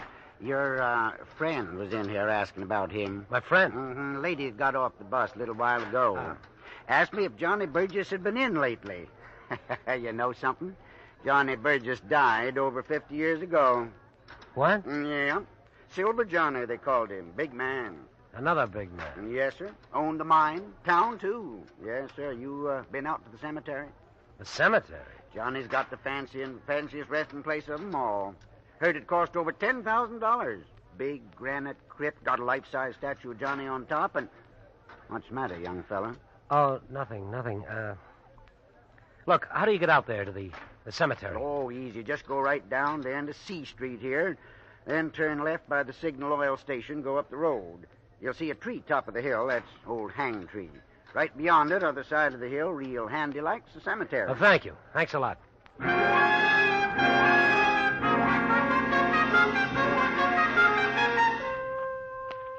You're out of breath when you finally reach the old cemetery. As you start down the hill, you notice a handful of people moving about the tombstones. Tourists, Lee. Yes, they're all about you, peering at the time-worn inscriptions on the tombstones, taking snapshots. Then you notice someone else. Yes, there she is, standing before a massive vault, staring at the statue on top of it. Quite a gent, wasn't he, Julie? What? Don't look so surprised, baby. Oh. What are you doing here? I'm writing a book on the Old West. Now, what are you doing here? You won't believe this. I'll try. I'm writing a book, too. About Johnny Burgess? That's right. Yeah, a remarkable character, Burgess. I understand that broken-down pile of rocks there, that crypt, cost $10,000. I must make a note of it. Doesn't look much like anything now, does it? Overrun with the weeds and all. That lock on the door doesn't look very good to me, does it to you? I'm not an expert on locks. You know, from here it looks like it could be forced with a marshmallow. I wonder what's inside. That is, besides Johnny Burgess, I mean. I wouldn't have the faintest idea. Look, baby, our tourist friends are going to be parked here all afternoon, if I'm not mistaken, so why don't we go back to town? Talk. About the romantic old West and all? No, about this. This postcard. And Johnny Burgess' crypt. Where'd you get that postcard? I happened to wander into your room. It was quite accidental, really. I was looking for the elevator. May I have it, please? Well, sure. Now, let's go back to town, find some place nice and private. Your room at the hotel will do.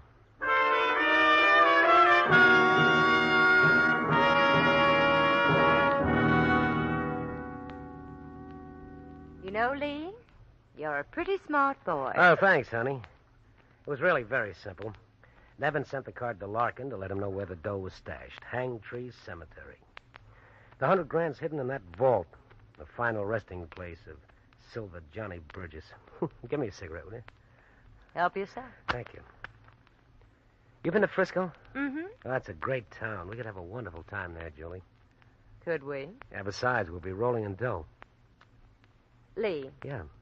Just where do we stand? I mean about the... We're partners, honey. We're partners. I see. You'll have to give me a little time to think it over. Oh, sure. You know, there's one little thing I've been wondering about you, Julie. How'd you break into this affair? You're not Larkin's girlfriend. You picked him up on the train, didn't you? That's unkind. Oh. So you and Noisy Nevins used to hold hands. So we did. I met him in San Francisco while Larkin was in prison. You must have discovered that your boyfriend sent word to Larkin when he got out.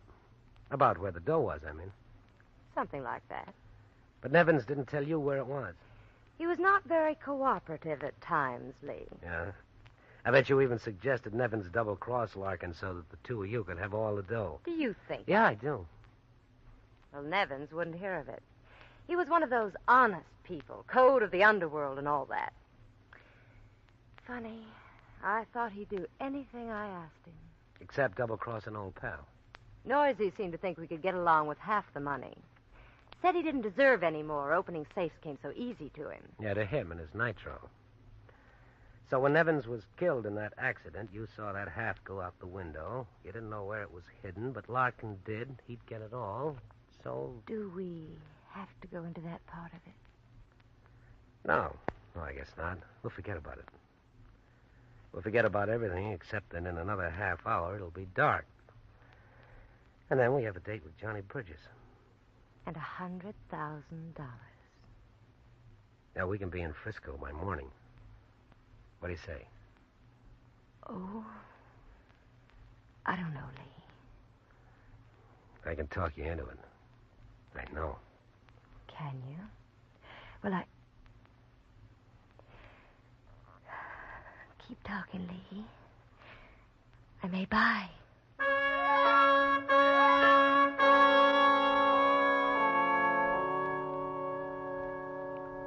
A half hour later, as you step out into the street, you suddenly discover that Silver City has come alive. The main street is swarming with men from the mine. As you walk past the saloons, the cafes, and stores, you can hear the shouts, the laughter, jukeboxes, and player pianos. You walk to the edge of town, stop, and stare at the hill beyond. HANGTREE silhouetted against the sky. For a long while you stand there, trying to make up your mind about Julie. After all, Lee, she killed once.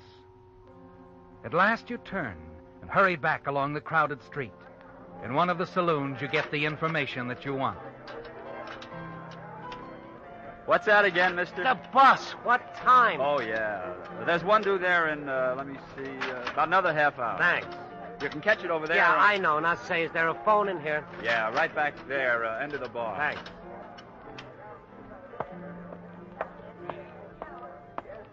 You push your way through the crowd to the rear of the saloon, to the telephone booth, and place your call.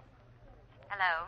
It's all set, baby. Still want to go to Frisco? Of course I do. All right. We'll get the stuff and leave tonight. Now, you wait for me. Stay right where you are. I'll pick you up in about 10 minutes. I'll be waiting, Lee.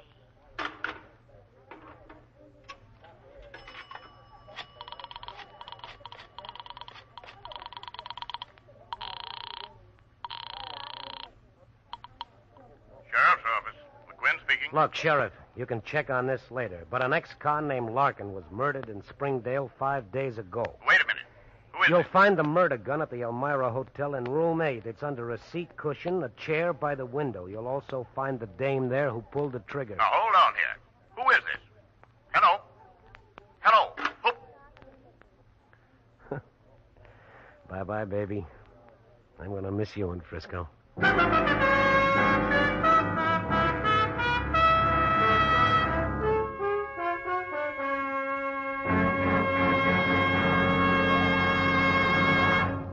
The Whistler will return in just a moment with a strange ending to tonight's story. Meantime, since there are only 5 shopping days till Christmas, I have a brilliant last-minute idea. I hope there are no little boys listening, because what I want to suggest is that there is no finer present than a switch for that forgotten name on your gift list. The forgotten name I'm referring to is your car, and the switch I'm suggesting is a switch to Signal. You know that Signal gasoline must have something. For Signal to have grown so in popularity from a mere handful of stations in Southern California to almost 2,000 Signal dealers serving 6 western states from Canada to Mexico. Of course, I don't have to tell you that Signal is famous as the Go Farther gasoline. But even more important to you is the extra driving pleasure you enjoy, thanks to the extra efficiency today's Signal coaxes from your motor. So if you want your gas pedal to keep that Christmas morning thrill year-round, remember Marvin Miller's suggestion. Give your car a switch for Christmas. A switch to Signal gasoline. And now back to the Whistler.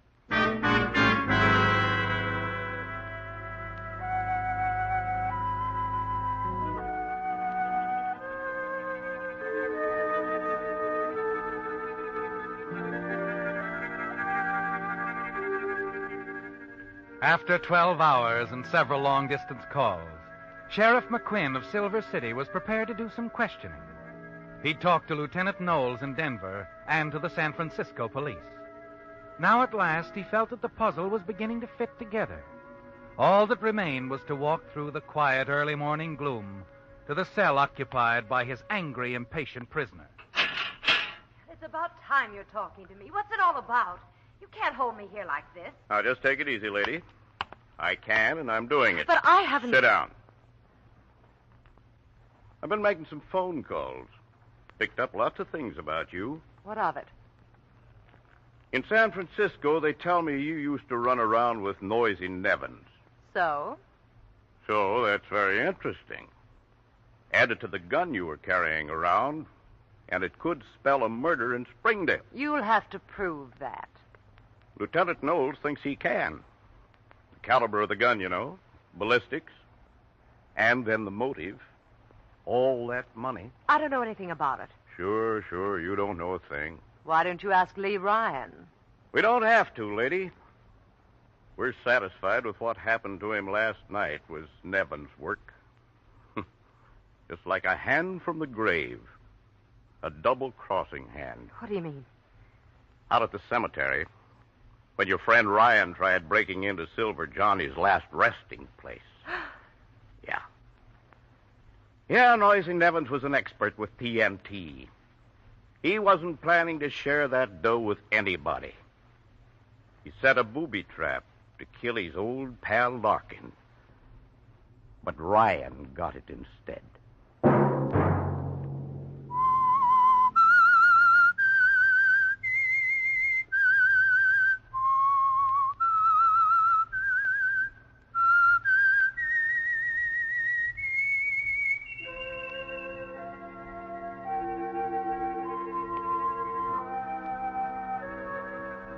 Let that whistle be your signal for the Signal Oil program, The Whistler, each Sunday night at this same time.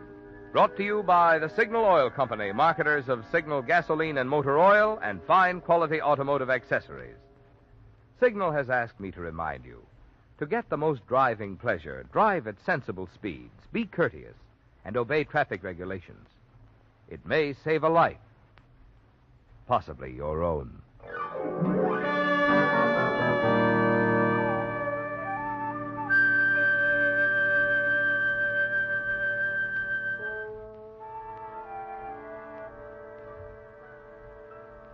Featured in tonight's story were Frank Lovejoy and Doris Singleton.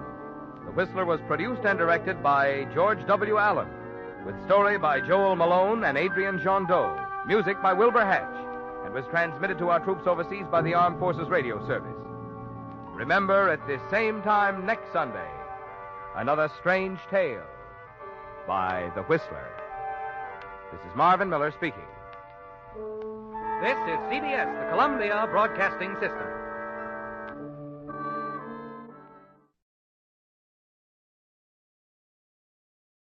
From Hollywood, it's time now for Edmund O'Brien as... Johnny Dollar. This is Bill Hudson, Johnny. Grand Industrial Swords. Remember? How can I forget? Whose assembly line busted down this time? It's steel, Johnny. Cornell Steel, Pittsburgh. Lots of so-called accidental deaths from the open hearth furnaces. Frankly, it smacks of murder to me. Could be hot work. I'll bring my sweatshirt.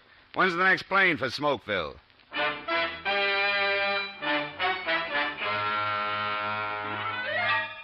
Edmund O'Brien in another transcribed adventure of the man with the action-packed expense account, America's fabulous freelance insurance investigator. Yours truly, Johnny Dollar.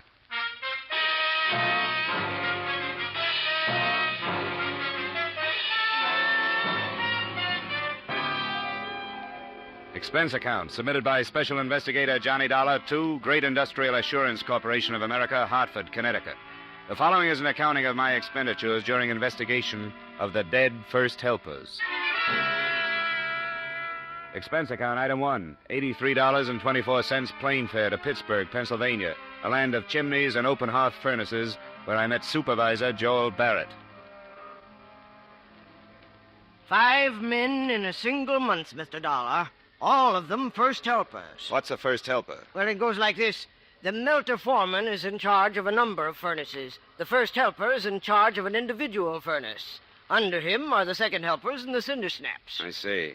Well, how did the deaths occur? In a number of ways. One man tumbled down a flight of stairs. 2 were killed by a crane magnet. Another one fell from the pouring platform. And just last week, one of our best men was killed in an explosion of a hot-cap mold. You better explain that one. Certain types of steel have to be capped after they've been poured from the ladle to the ingot, you see. Sometimes the pressure is so great inside of them that when the pourers shoot water on the cap to seal it, the cap flies off and sprays a man with molten steel. I've seen it happen only once, Mr. Dollar. That's enough for me. Any connection between these deaths? How do you mean? I mean any common denominator, anything that could provide a motive for murder. None that I know of, except for the fact that all the men had been with us for a long time, 15 or 20 years. Just the boys who know their way around, eh? That's what's so strange, Mr. Dollar. None of them have ever been found to ignore safety regulations. Uh-huh. How do you plan on proceeding? Well, it's been my experience that plant investigation from the outside is pretty often a waste of time. The men are on their guard. You want to go right to work in the shop? What did you say they call the lowest man on the open hearth furnace? Cinder snap. Well, you break out the overalls, Mr. Barrett. We'll see how good I am at snapping cinders.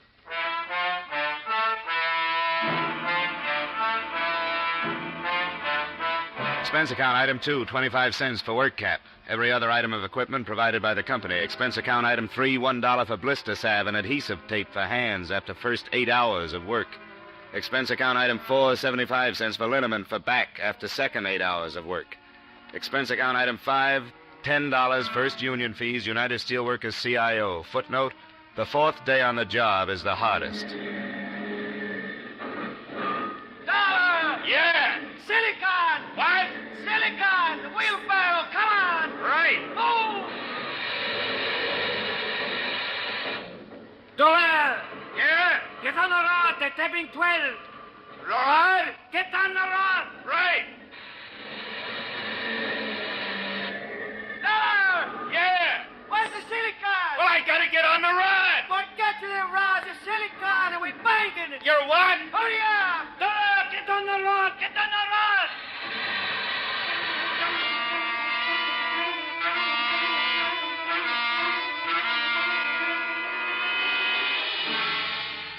The routine was a killer, but more and more I felt myself becoming a part of the making of steel. It's really something to watch the straight white-hot steam pound into the ingot molds from the ladles. And I began to know these men whom you never hear about, the men with the big backs and the soaking red bandanas around their waists, like Andre with a funny last name, who got a kick out of helping me along. That's all right, Dollar. You get the swing of it. It's not half so hard like you think. After a while, you get strong, get tough like nails. Oh, my aching back. Bet you never eat so good, huh? Bet you never sleep so good. Oh, I dream about lime-silicon ratios. You on seat turn tomorrow? Yeah, if you mean the midnight shift, yeah. Good, you be with me. I'll show you lots of things. Well, I don't mind the work, but frankly, I'm scared. You work good. They don't fire you. It's not that, Andre. I mean cranes and scrap cars and ladles of steel 3,000 degrees hot. You learn how to go around, you have no trouble. You remember the rule, you have no trouble. You'll be fine. Maybe, but some of the boys were saying that 5 men died in the last month, and boys that should know how to get around.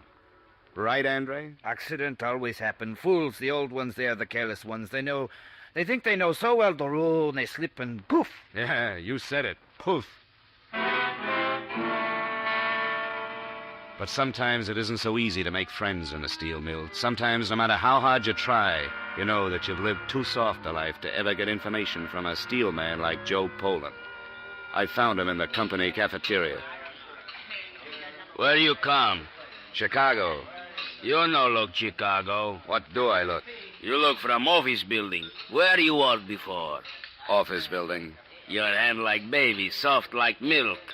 How'd they take you? Guess I've got an honest face. What? Skip it. Eat your soup. It's getting cold.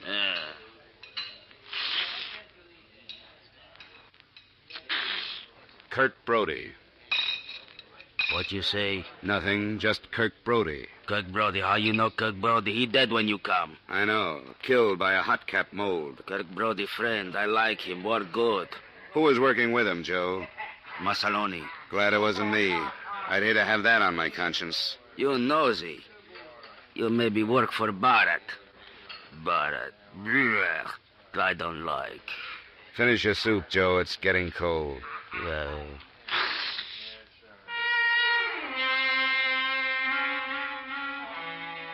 But then there was Fred, another first helper, who helped me understand the general feeling about Mr. Barrett. You'll learn what it's like, Dollar. You married? Not yet. Well, if you were married and maybe had a couple of kids, you'd find out. You'd lie awake at night and you'd wonder, will it be me? Will I get that blue slip tomorrow? What if something happened to me? Would she get anything from the insurance? Things like that. How long you been here? 5 years. And tomorrow they can say, that's all, friend. And where are you? You sound like you know your way around, Fred. What's your idea on these accidents? Accidents? There's no such thing as an accident, Dollar. People who want to live cross the street with the light. It's the same way in steel. Like Kirk Brody, killed last week.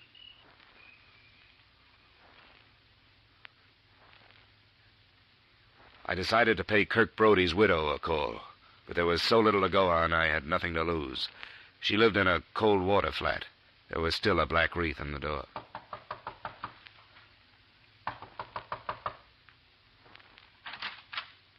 Yes? Mrs. Brody? That's right. I wonder if I could see you for a moment. I'm with Cornell Steel. Come in. Won't you sit down? Thanks. My name is Dollar. I'm investigating the accidents that occurred in the open hearths, Mrs. Brody. I'm sorry to trouble you about it, but there are some things I have to know. Kirk was the last one. It happened 3 weeks ago, is that right? Yeah. 3 weeks ago, Tuesday. On the accident report, it said he was killed when a hot cap blew off a mold. I knew it would happen, Mr. Dollar. I knew it would happen. It was as if I could have stopped it. Oh, Kirk was always careful, always. Only that day when he left the house, I had a feeling something was going to happen. I said, Kirk, please be careful. He smiled.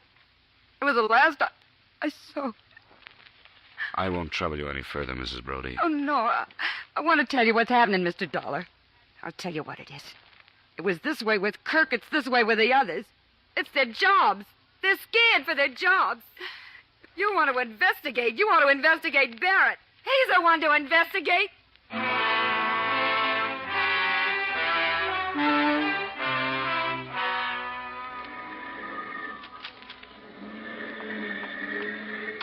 Huh. Hope nobody saw you come in here. Nobody did, Barrett. What'd you find out? Well, nothing you could call factual, but there's some kind of tension in the shop. Something's going on. Well, production is holding its own. No, they work all right. But it's like they're frightened of something. I want to look at your employment records. Why, sure thing. Right in that file drawer. Thanks. You know, it certainly is odd, Dollar. Every one of the men killed was alone at the time. No witnesses at all. Oh, really? That's something you neglected to tell me on my first visit here, Mr. Barrett. Slipped my mind. It seems several other things slipped your mind. What do you mean? Well, like a little communication I found on the bulletin board in the locker room. What communication? To the effect that due to various conditions beyond our control, layoffs will be necessary in some cases, and men will be laid off consistent with their seniority. But, now, what possible connection could that have with the 5 deaths? You had the answer to that question, but I had to find it out on my own. I don't call that active cooperation, Mr. Barrett. What's that, The 5 men were killed in order of seniority. The killer, whoever he is, obviously is scared to death of losing his job. According to your files, the next man slated for accidental death is another first helper, Mike Baroldi. Now, you knew all that. Why didn't you speak up? Well, I don't know. It never hit me as particularly important. You know Cornell Steel isn't laying off anybody right now. Maybe you're trying to scare the men into more work. And I doubt if that's company policy, Mr. Barrett. You have your job to do, Dollar. That's to find this killer. I have my job to do. That's to boost production. Is that all right with you? Perfectly all right. And I'll take my job any day.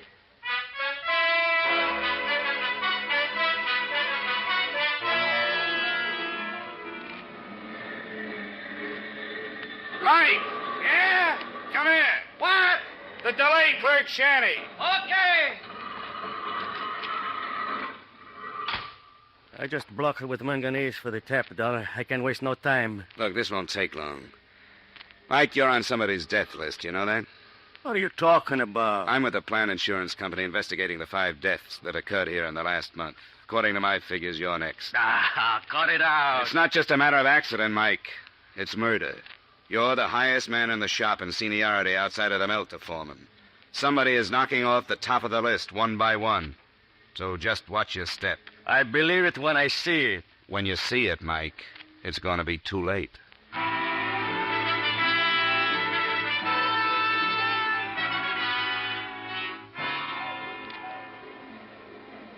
That night, toward the end of the shift, must have been about 6 a.m, Mike was cleaning cinders from the furnace floor on the tap hole side. I was making it my business to keep an eye on him. He was sweeping the cinders off the platform down into the empty ladle pit 30 feet below. As a first helper, it wasn't his job, but Mike was like that. Suddenly, from the other side of the furnace came the huge figure of a man in an asbestos cloak and hood over his head and body. Mike turned, and a look of terror came into his face. I started for him, but too late. Whoever it was picked Mike up, held him aloft for a split second, and hurled him to his death.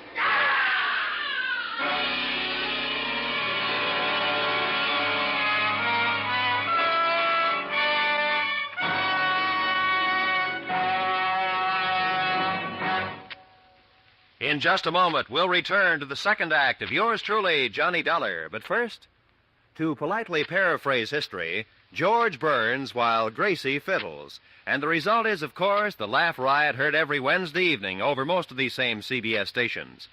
George and Gracie are two of America's best purveyors of nonsense, and two neighbors everyone enjoys visiting. You can never tell what Gracie has up her sleeve, but you can always bet it'll get George into trouble. Be sure not to miss the Burns and Allen Show this Wednesday and every Wednesday at that spot on your dial marked CBS. And now with our star, Edmund O'Brien, we return to the second act of Yours Truly, Johnny Dollar.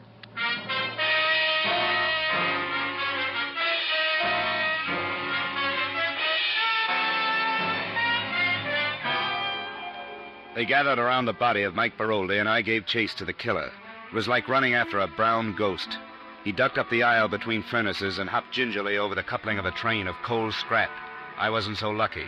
I climbed up, but my foot got caught in the coupling guide, and I fell on my face.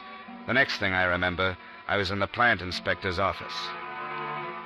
He was dismayed. He took one gander at my noggin and launched into Lecture 1A of the Safety Inspector's Manual. And look at this one.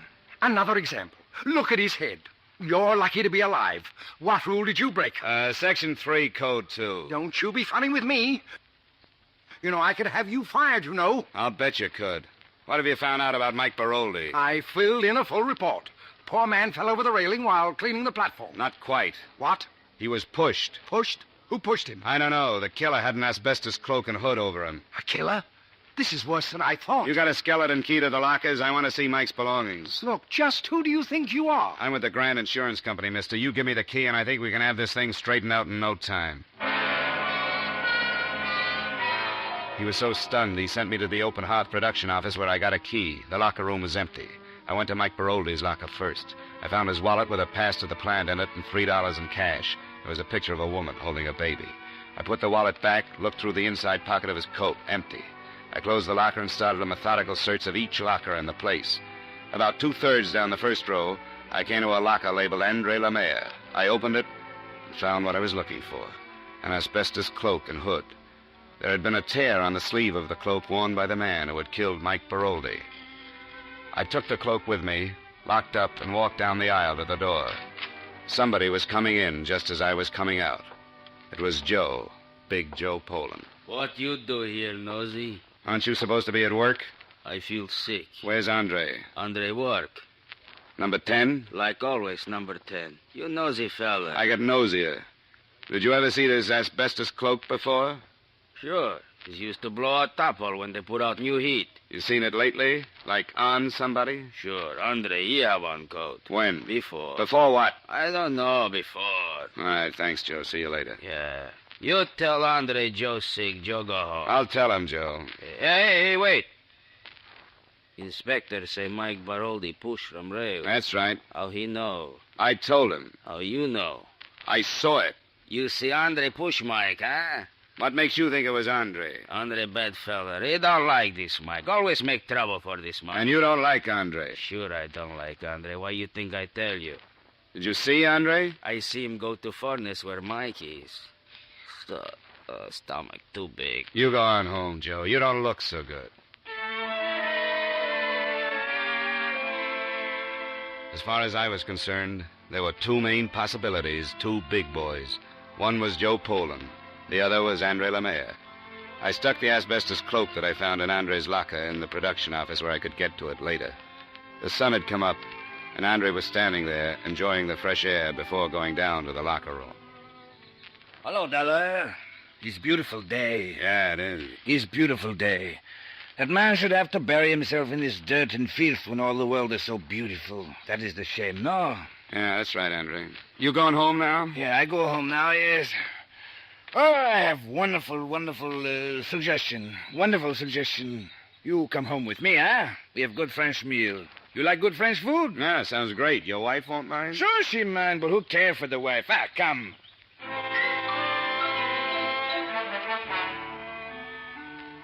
What's your name, monsieur? Johnny Dollar. Funny name. Ah, you have no sense. Woman, you do not tell a man he has funny name. I'm sorry, monsieur. Oh, think nothing of it. You work at mill? That's right. You'll make a wonderful worker. A very good man because he think, he use his head. Oh, I forget Marie. The most terrible thing has happened. What? You know Mike Baroldi. Mike, tall, long, thin, little hair. Well, Mike He is pushed from rail and kill. Oh, no. Kill. Oh, terrible, terrible. You see it, no, Dollar? Yeah, I saw it. Somebody do it. Somebody. They catch him, boy. Andre, I think it's about time I let you in on a little secret. I'm with an insurance company. I'm investigating these murders. Huh? I found an asbestos cloak in your locker today. I have no asbestos cloak. I saw him I killed, Andre. The killer wore this cloak. The cloak was in your locker. Maybe you'd better take it from there. You say I killed Mike? You tell me this? I take you to my house. You say terrible things to me like this. You lie to me. You say you are friends of mine. You leave. You leave. Leave. Well, there goes some nice French cooking.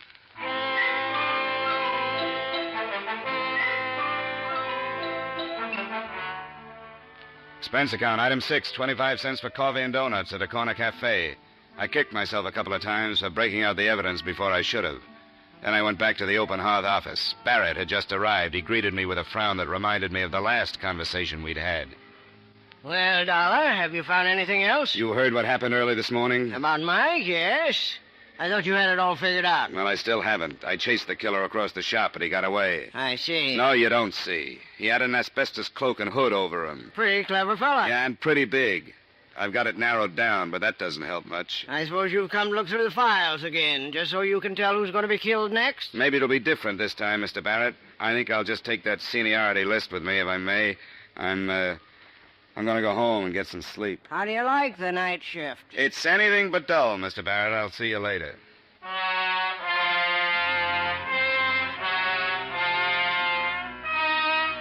Expense account, item 7, $1 even, cab fare to boarding house, to which a surprised taxi driver chauffeured his first overalled customer in what must have been years. Did I study the list in the cab? I did not. I grabbed a little sleep. The driver shook me awake. I paid him, went upstairs, and flopped in the cot. Then I opened the paper. The next name on the list was none other than Andre Lemire.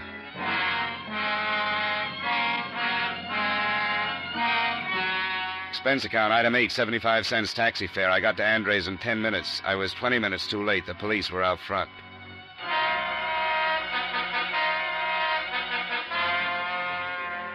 Dead. He's dead. They killed him. Who killed him, Mrs. Lemire? Killed him. Killed. Who? Who, Mrs. Lemire? The man. The big man. He killed him. Sergeant, take your... I'm sorry, Mrs. Lemire.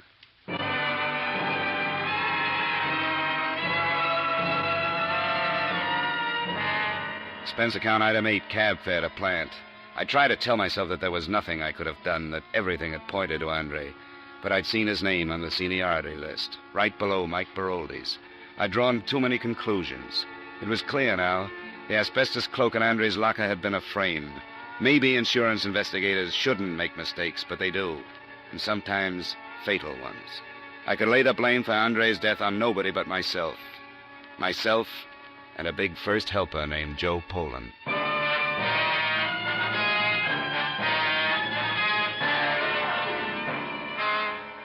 Where's Poland, Barrett? Why, I don't know. He got sick. We sent him home. What's his address? I have it right here in my book. Well, bring it with you. You and I are paying a visit to Joe Poland.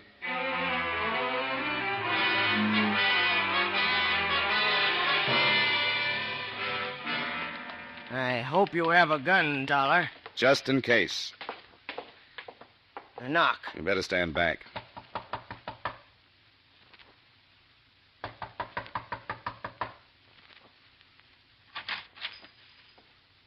Yeah? Mrs. Poland? Yeah? Is your husband home? No. We're from the mills. This is Mr. Barrett. Huh? Where can we find your husband, Mrs. Poland? He's not home. Mind if we come in and see? He's not home. Go away. He's not I'm home. sorry, Mrs. Poland. We'll have to make sure. You stop. You try that door, Barrett. I think you'd better try it You now. go. Right. You go. I call police. He's not here, Barrett. He's not home. I told you he's not home. Mrs. Poland, you may not know it, but your husband is wanted for murder. Murders? Yeah. Now, come on. Tell us where he is. You from Mills? I tell you nothing. Look, Mrs. Poland, be reasonable. Reasonable. You be reasonable. 5 kids. Be reasonable. This place be reasonable. Mills be reasonable. Barrett. You go. I call police. Come on, Barrett.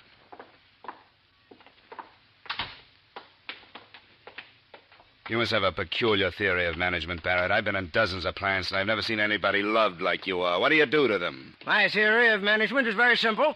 Men work better when the pressure's on. There it is, cruel but true. I have the top production result in the plant. You can't beat that. How did you ever get off a bookkeeper's stool and into a mill? How did you ever get to be a supervisor? I'd like to meet the man that hired you. I give you 10 days as a supervisor in the steel mills, Dollar. You'd change your opinions fast. Men are no different now than they ever were. Give them an inch, they take a mile. Give them 5 minutes off, they take an hour. Let them out of your sight for a minute, and they're playing cards in a corner. You know, men are more than figures on a production chart.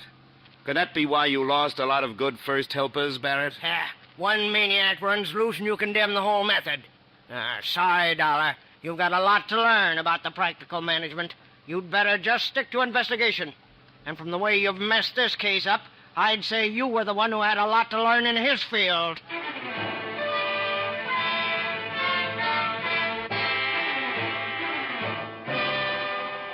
We rode back to the plant without a word. It wasn't just anger. There was so much difference between us, there was just nothing to say. Barrett got off and said he'd call the police if I had proof that Joe Poland was the killer. I said I didn't have any proof and for him to call the police anyhow.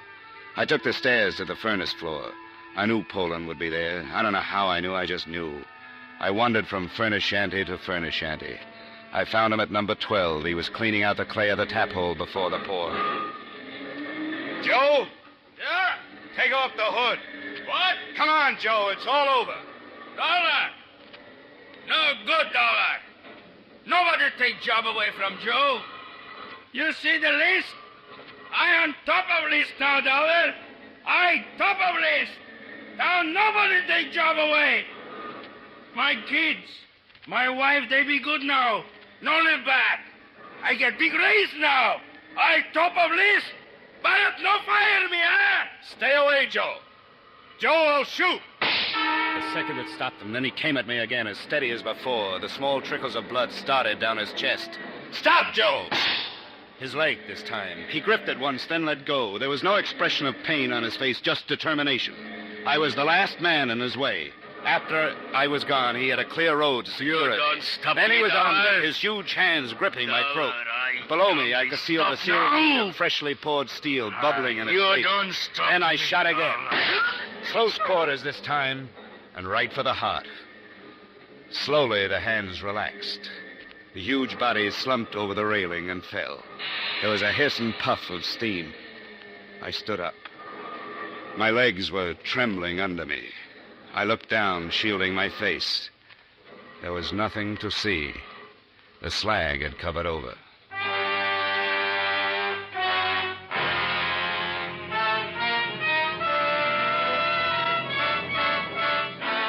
Expense account, item 9, $20.53.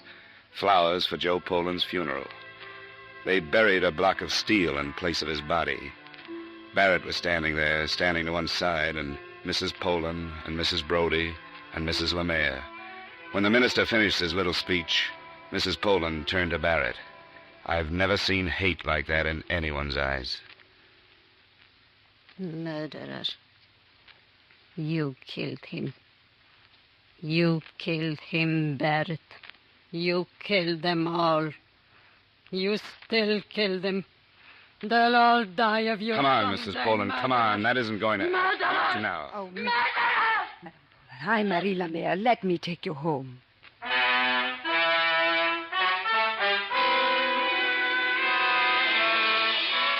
So Mrs. Poland went home with the woman whose husband Joe had killed. And I wondered, who are the murderers, and where does murder start? Though I don't like to see anyone lose his job, I like petty Simon Legree's even less. So I'm pleased to report that Joel Barrett has been replaced as supervisor. I finally concluded that if you trace a murder far enough, you get right back to anonymous.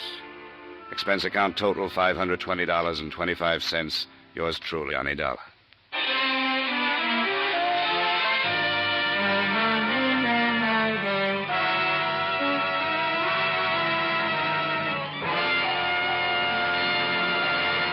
Yours truly, Johnny Dollar, stars Edmund O'Brien and was written by Gil Dowd and David Ellis, with music composed and conducted by Leith Stevens. Edmund O'Brien can currently be seen starring in the Harry M. Popkin United Artists production, D.O.A. Featured in our cast were Joe Forte, Junius Matthews, Jack Petruzzi, Raymond Burr, Jack Crucian, Kay Stewart, and Peggy Weber. Yours truly, Johnny Dollar, is produced and directed by Jaime Del Valle. Join us again next week when, from Hollywood, Edmund O'Brien will return in another transcribed adventure of Yours truly, Johnny Dollar.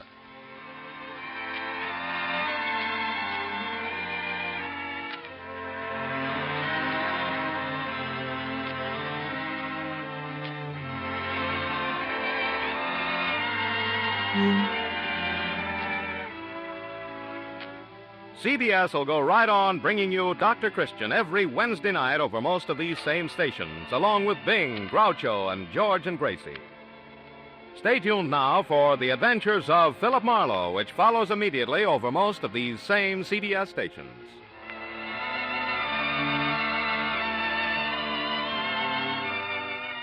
This is CBS, where Wednesday night is Bing Crosby night, the Columbia Broadcasting System.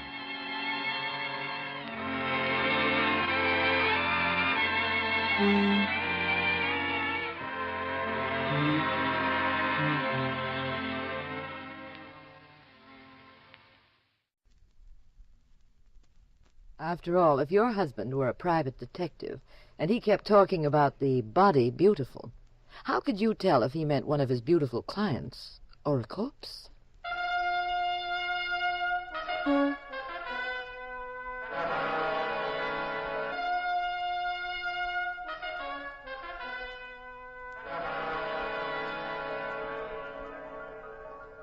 The National Broadcasting Company presents The Adventures of the Abbotts, starring Claudia Morgan and Les Damon as Pat and Jean Abbott, those popular characters of detective fiction created by Francis Crane. Tonight we are honored with the appearance of Miss Claire Luce, world-famous dramatic actress who is making one of her rare radio dramatic appearances on The Adventures of the Abbotts. NBC invites you to join Pat and Jean each week at this time for another exciting recorded adventure in romance and crime. And here is Jean Abbott to set the stage for tonight's puzzle and murder, a story entitled The Burnt Copper Powder.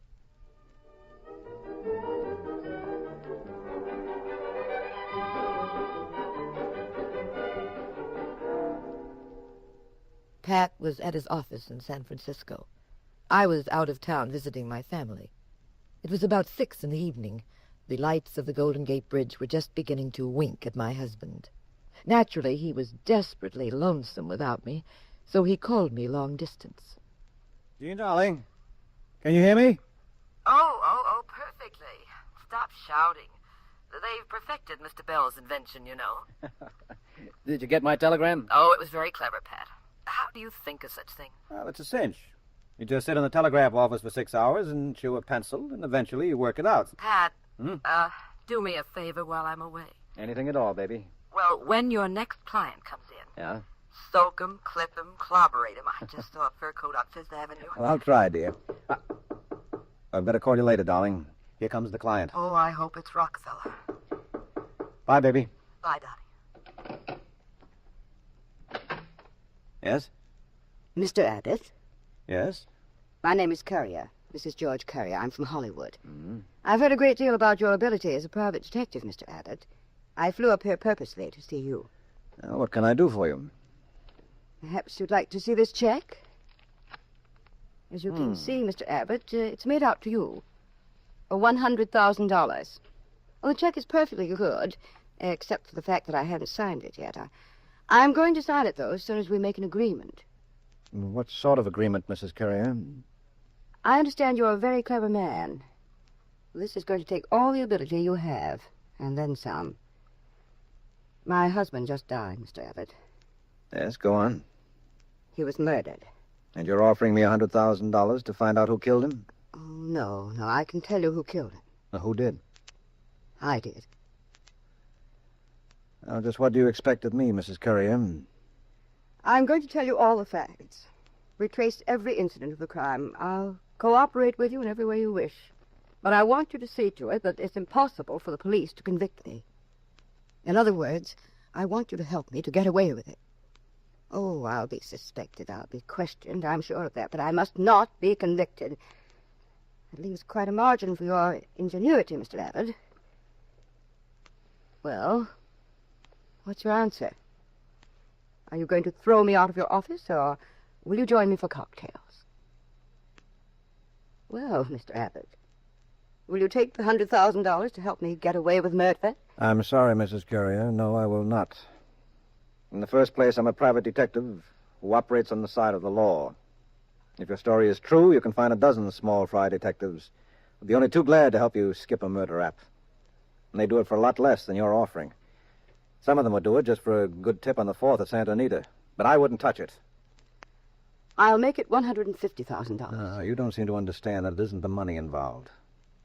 But let me finish. In the second place, I don't believe a word of what you said. This sounds to me as though, frankly, you're either out of your mind or playing some kind of practical joke. All right, Mr. Abbott, if you want to be very old-fashioned and highly moral about this, we won't discuss it any further. I was just thinking, though... Yes? Well, perhaps we could have cocktails anywhere. Mrs. Carrier, I'm sure it would be delightful, but my wife... Oh, you're married? Yes, my wife just happens to be out of town. Well, that makes it perfect, doesn't it? Well, I don't know. You are old-fashioned, aren't you? What are you going to do tonight? Play chess at the old men's club? Oh, I just... I don't usually have this much trouble with men. Well, I can see why. There's some other better reasons that you can't see just yet, Mr. Abbott. Yes, well, I think you better go along without me, Mrs. Currier. Well, if you change your mind, I'll be at the champagne room.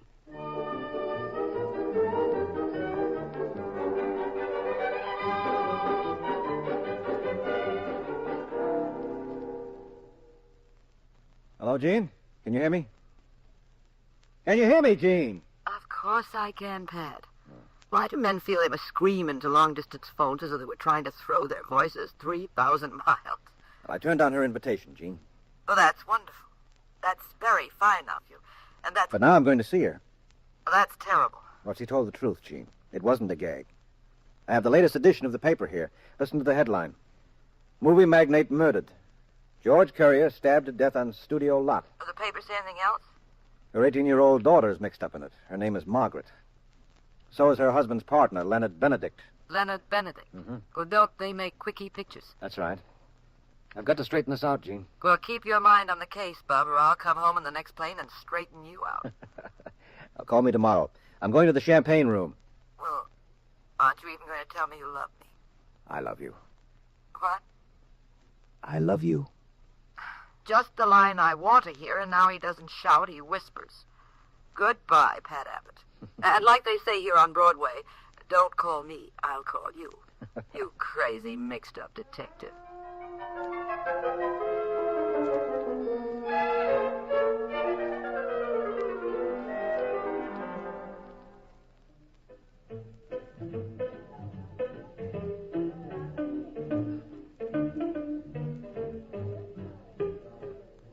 Oh, I see you've changed your mind, Mr. Abbott.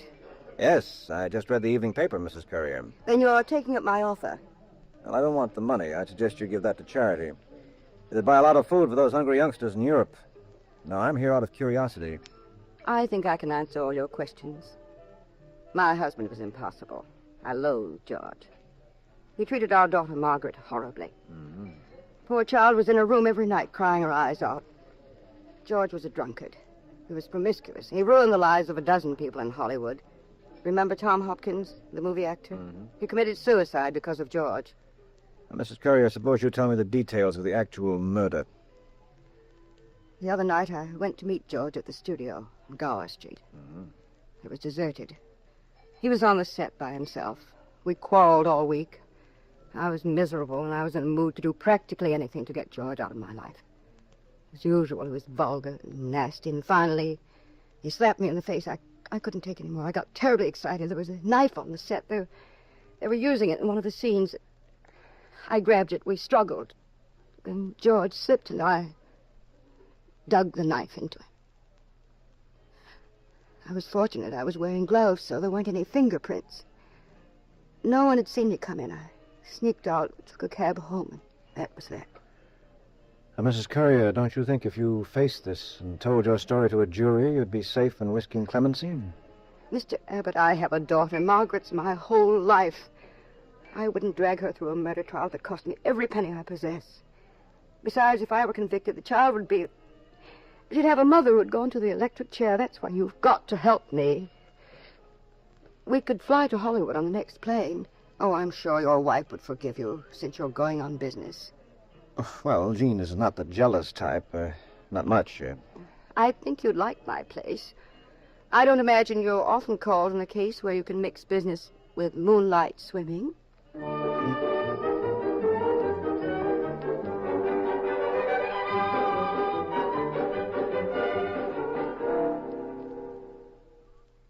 Hello, Jean? Go ahead, Pat. Where are you now? I'm in Hollywood. Well, tell Marilyn and Ava to calm down. There'll be enough to go around for everybody. What's with the killing, dear? Well, I'll bring you up to date. From the airport, we drove to Mrs. Currier's estate. Oh, fancy? Oh, even the cocktail lounge is a cocktail lounge. Architecture, Frank Lloyd Wright. Interiors, Dorothy Draper. 3 tennis courts, swimming pool. Shangri-La. These people have more money than Godfrey. Mrs. Currier introduced me to her daughter, Margaret, and left us alone. Well, Margaret looked like a teenager on the cover of an expensive magazine. Margaret took me for a ride in her convertible.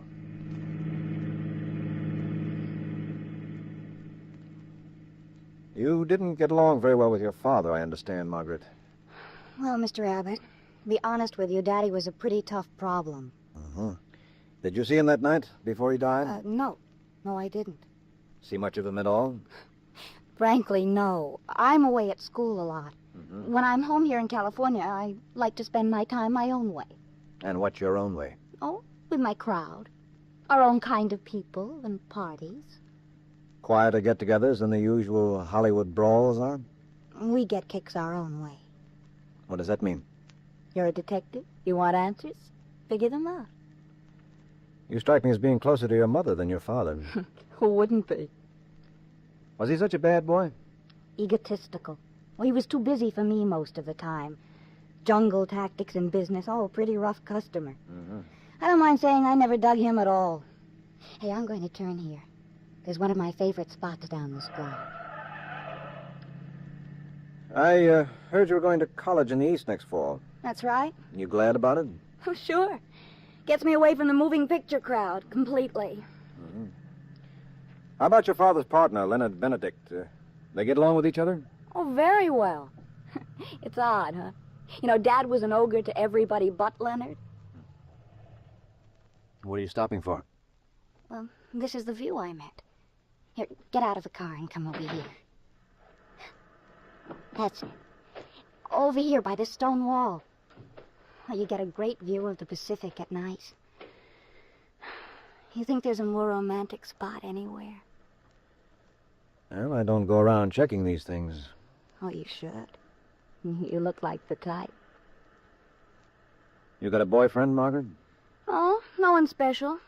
Particularly since most of the boys around here are just kids.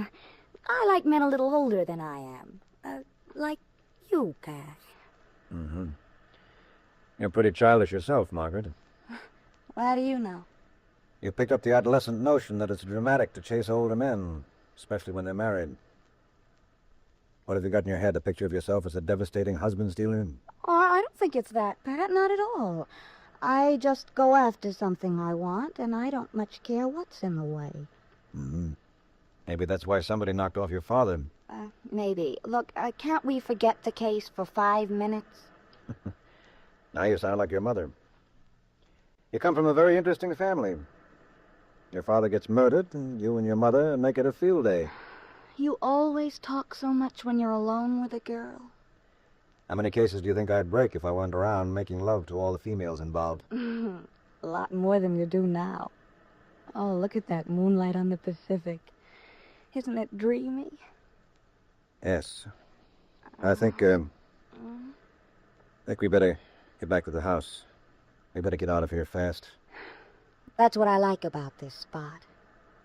What do you mean, that's what you like? It separates the men from the boys.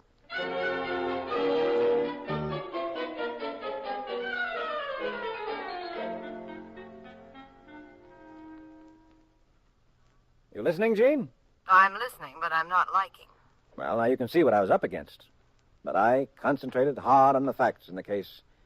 I wasn't responding to this girl at all. What did you say? This girl was getting nowhere with me. Oh, that's funny. I thought you said the girl was getting nowhere with you. That I could not believe. Well, I decided to pay a visit to that studio where George Courier was stabbed. The police had it locked up, but I got a pass and decided to give it the once-over. It was very late at night.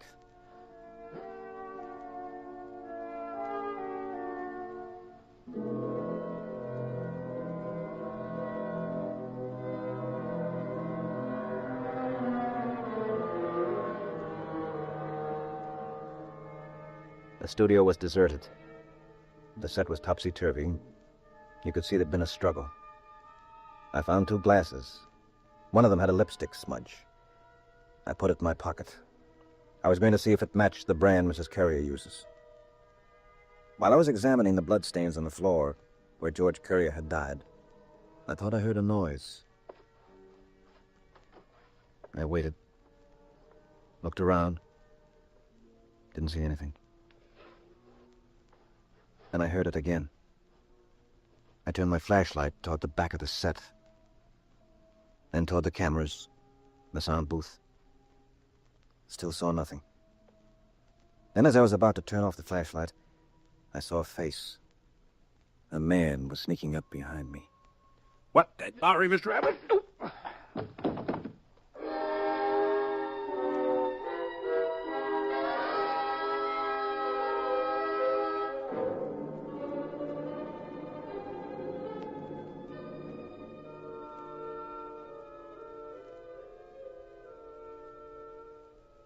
When I came to, I found myself in a small, dirty bedroom. I could see headlights passing frequently by the window, so I knew I was near a highway. A man, extremely well-dressed and impressive-looking, was sitting by the bed with a gun in his hand. Allow me to introduce myself, Mr. Abbott. I'm Leonard Benedict. Mr. Benedict, what's the idea of bouncing me on the head with a blackjack? Oh! Ooh, that's quite a bump. I had no other alternative. I was afraid you might not come with me or listen to me. We're at a motel, Mr. Abbott, about 10 or 15 miles out of town. Mm-hmm. And you're going to sit there and answer my questions, Mr. Abbott, or I'll put every one of these bullets into you. You're, George Courier's partner, aren't you? That's right. And you're working for his wife, who's trying to get out of the rap for having killed him. You're probably getting a fortune to rig it, too. No, I'm not getting a cent. I'm just interested in establishing what actually happened. You're not getting paid for it at all? No, she offered me $100,000, but I turned it down. If she's really guilty, I'll find out soon enough. And I'll be the first man to tell the DA about it, too. She is guilty. That's what you've got to believe. That's what you've got to prove. Now, she mustn't get away with this. George was a wonderful man. I've been told quite differently. By, Mrs. Courier? Yes, and Margaret. They made him out a combination Boris Karloff and Simon Legree. Well, he did treat Margaret pretty roughly. Tell me, what's your stake in this, Benedict? Seeing that the woman who killed my partner dies for it. Mm-hmm. Get any ideas about how you prove it, one way or another? So that a smart lawyer couldn't rip it to pieces in court. Motive, Mr. Abbott. In George's will, Mrs. Courier inherits $500,000. Wow. No wonder she was hiring detectives at $100,000 a clip. Well, it still won't do, Mr. Benedict. We need scientific facts. Evidence you can get your hands on. That's your business. But listen to me and get this straight. I'll be watching you every minute. I'll be right behind you. And if you've been lying to me, if you're finagling around to fix this so that Margaret's mother gets away with it, I'll kill you, Mr. Abbott.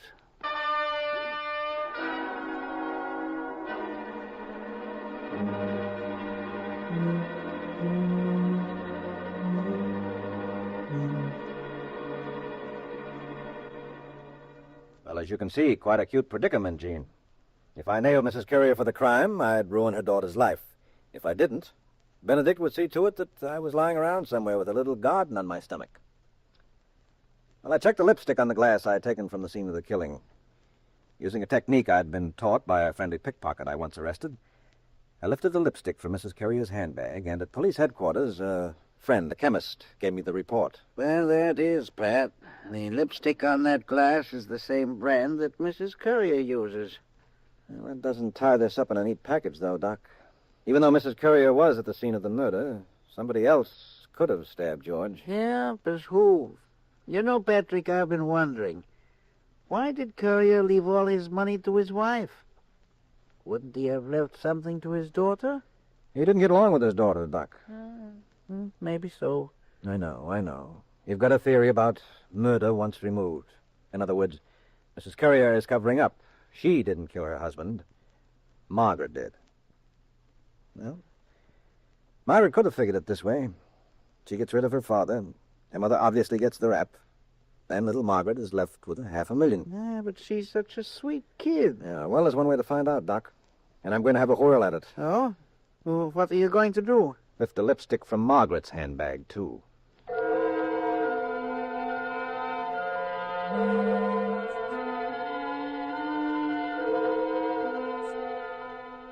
Sorry, Pat, you get nowhere. Margaret uses exactly the same kind of lipstick her mother does. Could mean she killed her father. Could mean she didn't. Yeah. All right, Doc. I didn't want to do this, but I've got one more card to play.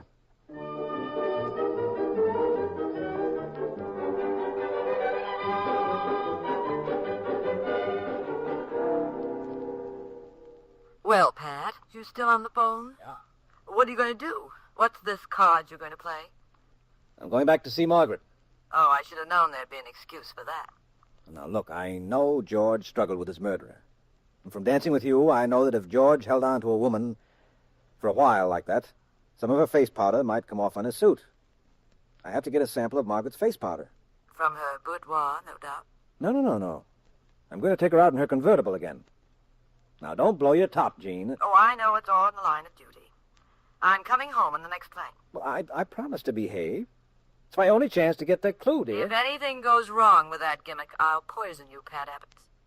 Good night, Pat Abbott. Good night, Lucretia Borgia.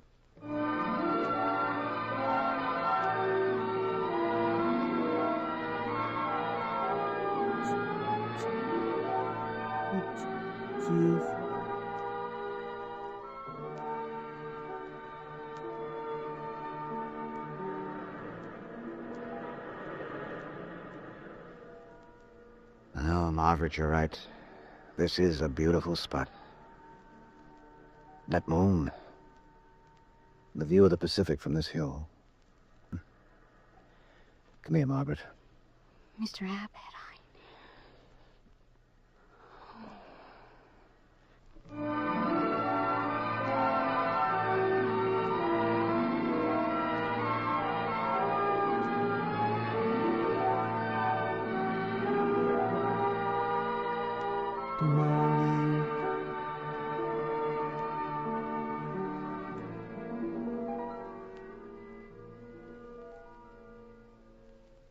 Mr. Abbott? Yes, Mr. Benedict. I saw you drop Margaret at the house. Where are you going? To the morgue. You see, Mr. Benedict, I found out that both Margaret and her mother used the same lipstick.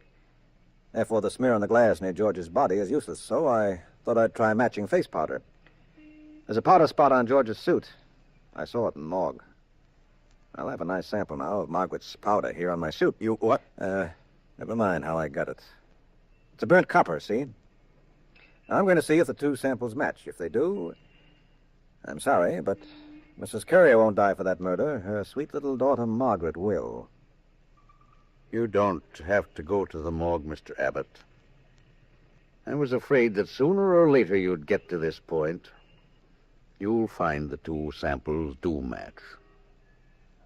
Oh, using your gun again, Mr. Benedict? Yes, it's in my pocket. Margaret killed her father, Mr. Abbott, and I helped her to do it. Now we're going back to the house, and we're going to kill you. Start walking, Mr. Abbott. Walk straight to the courier's house, and don't try anything. I just as leave shoot you down here in the street.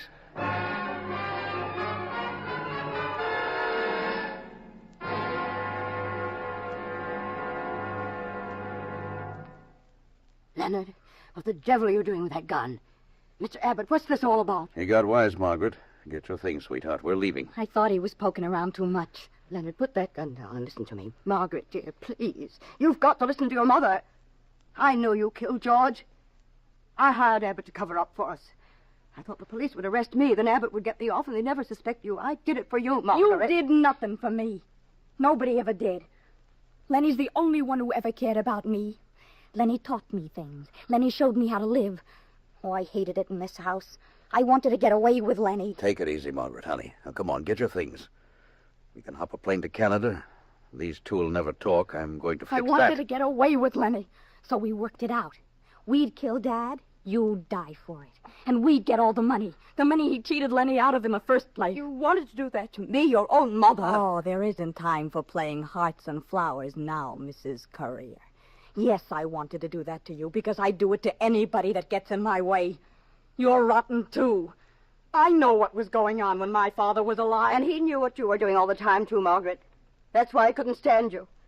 He saw that hypodermic needle in your bathroom. Was dope one of the nice things Lenny taught you? Now, get easy, Abbott. Get your things, Margaret. Hurry. I told you I'd take care of her and Abbott, too. You're not getting out of here, Margaret. I won't let you. Your hands, oh, please. Let go of my dress. Now, stop that. I'll shoot you. Margaret, I didn't mean it. I meant to hit your mother. Margaret! You killed her, Mr. Benedict. I'll take that gun. That's better. You all right, Mrs. Carrier? Yes, Mr. Abbott. Now that it's all over, I'm all right. This isn't the way I hoped it would work out. This isn't the way I hoped it would work out. Oh, Margaret. Oh, Margaret.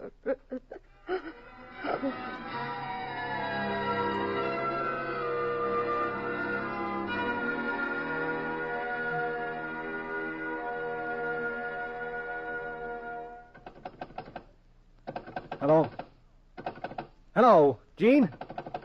Operator. Operator. One moment, sir. Yes, Pat? Oh. Well, now you know the whole story, darling. Don't you darling me, Mr. Whatever your name is. I know what's bothering you.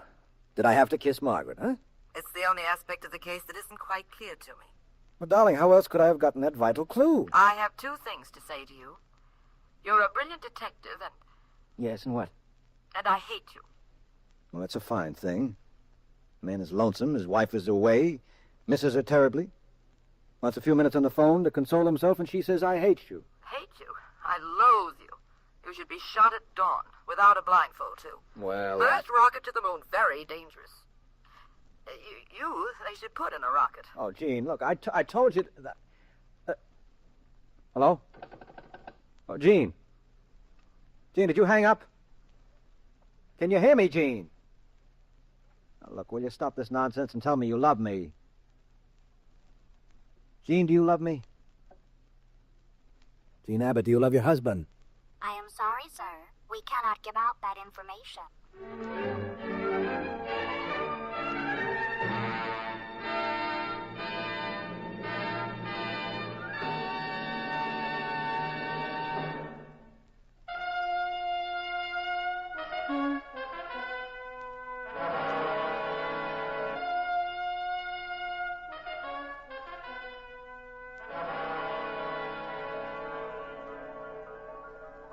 The National Broadcasting Company has presented The Adventures of the Abbotts, starring Claudia Morgan and Les Damon as those popular personalities of detective fiction, Pat and Jean Abbott, created by Francis Crane.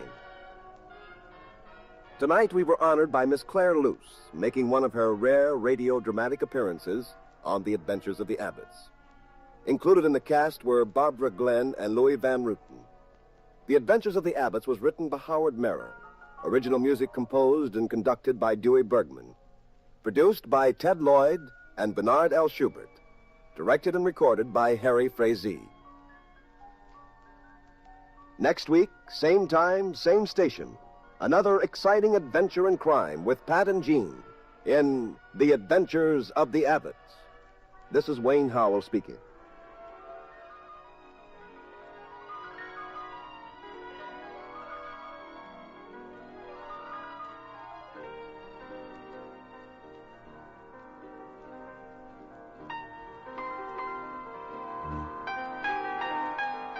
This is the United States Armed Forces Radio and Television Service.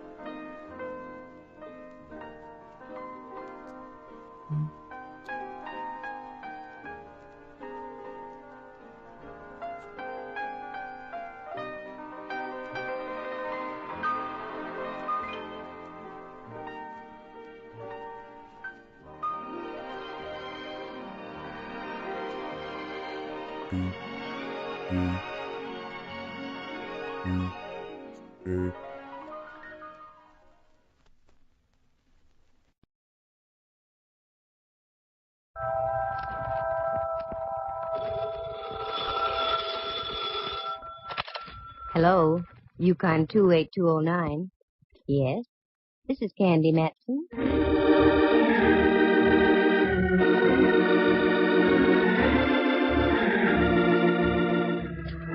Do you have a little unsolved murder in your home? Got some blackmail you want to unload? Are you the victim of some vulgar extortionist? I know a girl you should meet. She may not be the greatest private eye in the world, so what if it does cost you $300 or $400? She sure is sweet.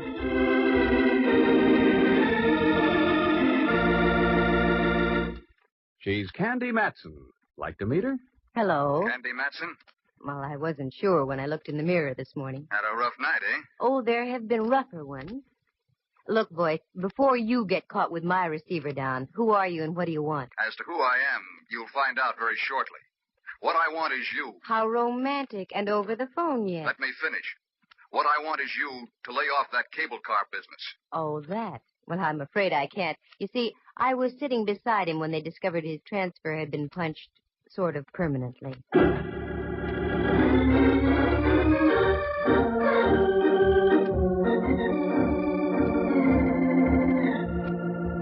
That's how things happen with me. I get into the craziest routines.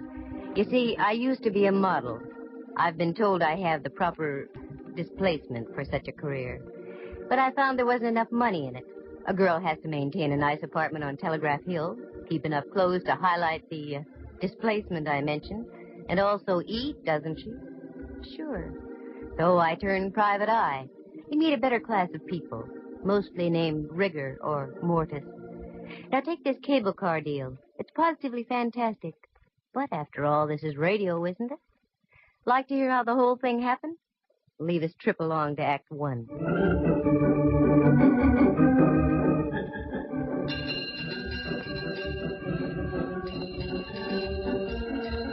I wanted to get downtown that morning, but I couldn't take the F car on Stockton. They were ripping up about 87th Street, which is par for the course. So I walked down Telegraph Hill and up to Mason. That's where the Bay and Powell cable car stops. All aboard! Come on, Lana, show that shapely ankle. We gotta make the Fairmont by Whitsuntide. The car was loaded, and so was the character next to me. I tried to budge into the seat between him and a fisherman's wharf dowager. but I couldn't quite make it. I'd forgotten my shoehorn. Say, pardon me, but would you mind reading your Wall Street Journal over that-a-way a bit? I'd like to sit in here. Oh, if you insist. A knight of old. He budged his hips a quarter of an inch, and I slipped in, ready for my rocket ride over the hill and down into town. The trip, as usual, was uneventful. 3 smashed fenders and several choice words I'd never heard before, but I wrote them down. By the time our prairie schooner reached the turntable at Market Street, the crowd on the car had thinned out. But Buster was still beside me, his head buried in common and preferred. Market Street. I started to get down. Hey, lady, take your boyfriend with you. We're heading back up the hill. Boyfriend? I'll sue. He looks like the advance man for Lewis and Clark. How do you like that? He fell asleep over his stocks and bonds. I looked again. Hipsy wasn't asleep. Hipsy was stone cold dead on Market.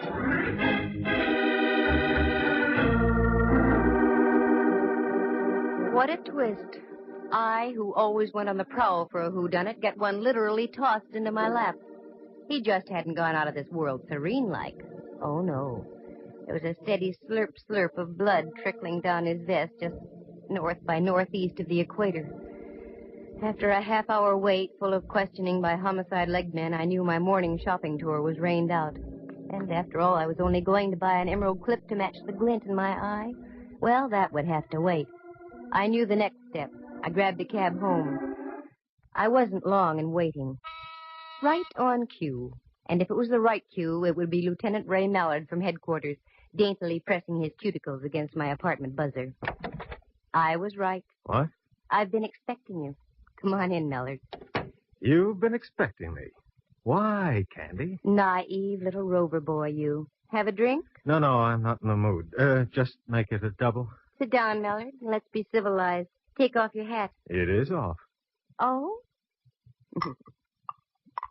Candy, for once I'm puzzled. You're just saying that. Yeah, because it's true. I've checked and rechecked. No matter how many loose ends I tie together, I still get no connection between you and Dwight Ellsworth. Dwight who'sworth? Ellsworth. Your extremely limp traveling companion on the cable this morning? Mallard, I can give you an angle on that. Yeah? Yeah. The angle being that I didn't know him from Adam. Level? Straight. Oh, look, honeypot, this mediocre dialogue is getting us nowhere. What did you haul your size 11s in here for? Oh, frankly, I don't know. Here, fill it up, will you? Well, you're not just going around in circles, Mallard. You're going around in doubles. Yeah. Like I've said before, Candy, you've got a pretty view from here. Oh? Wait till I turn around. I mean from your window. Look at that ship down there, just docking. Where? Down there. There's romance for you.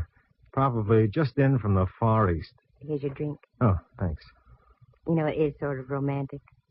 Don't you think it'd be fun to jump on a tramp like that and whisk off to the South Seas? Hmm? On a honeymoon? No. That's what I thought. South Seas. Mallard. Don't call me Mallard. Why not? We're just playing for ducks, aren't we? Very crisp. Playing for ducks. No, Candy, we aren't. Not in this case. We've got a dead man on our hands. Rudy Toot Toot shot right through the heart. And you were sitting next to him. Sure. Go on now. Get out of here. What? You heard me. Lift your hindquarters and get back to headquarters. Candy, I don't like that look. You've got something on your mind. Yeah, but you wouldn't recognize it if I told you about it. One word of warning. Don't dabble. You're in deep enough. Got it? Got it. Here's your hat. Grab it. So long, Mallard. See you around a jailhouse sometime. Bye, fo fum. 'Twas then I smelled a big fat fee. That great, big, kind of attractive Mallard. He missed the boat. Oh, he saw it, but he missed it. It was that ship he saw docking.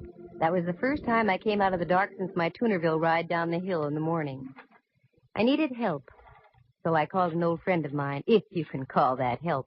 Rembrandt Watson was his name. He was a photographer and other things. He spent most of his life in the darkroom dabbling with bottles. His negatives and prints were sharp. His thought processes not quite. But he'd given me assistance in the past, so I called him. Rembrandt Watson speaking. Photography, portraits, and camera work. Yes, Rembrandt, I know. Also available for gardening, janitorial service, and babysitting. Rembrandt, it's Candy. Especially at the over 21. Who? Candy? Now you're tuned in. How dare you, baggage. I was experimenting with a new type of formula. 90 proof for 100. 100. And Candy, it works beautifully. There's a delightful little pixie in a pink ballet skirt in my living room. Well, leave her there and get over here immediately to my place. Take a cab. I'll pay for it. I'd much rather have a handsome carriage with a brace of chestnuts. You've got 'em in your head. Now just do as I say and get over here.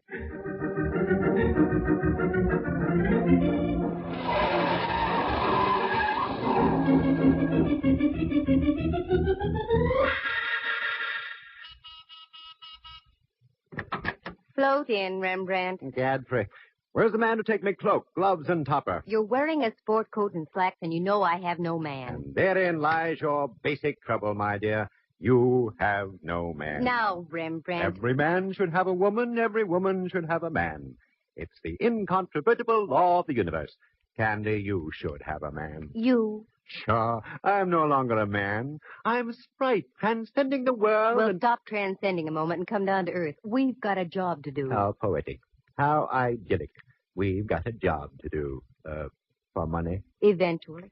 Oh, one of those. Very well, my dear. Bring me up to date. Well, I don't really know if I can or not. Good. Then I shall leave and return to me formula. Oh, no. What I mean is, the whole story is so fantastic you'd never believe it. I might. Try me, Candy. Well, I get on a cable car and sit next to a character reading the Wall Street Journal. A strange coupling. A cable car and the Wall Street Journal. Yeah.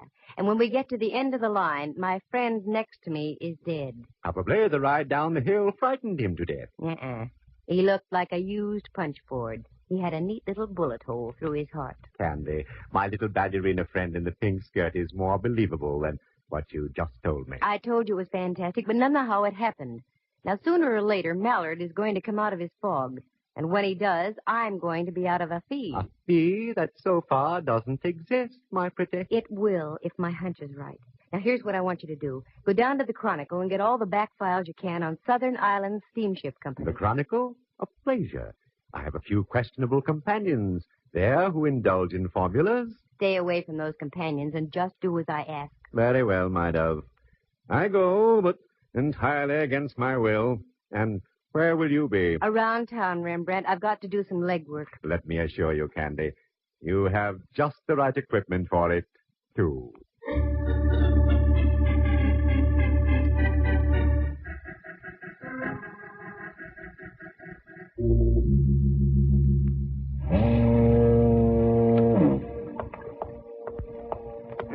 What a joint. I'll bet they mount slit gullets on the walls instead of deer heads. Well, come on, Candy. Get your tools out and screw up your courage. Yeah, miss, what'll it be? Nothing right at the moment except information. Information, water, both free. What do you want to know? Well, I'm looking for the purser off the Dwight-Sonia. I hear he does his shore duty in here. That's right. Name Campbell. That head on the table over there belongs to him. Thanks.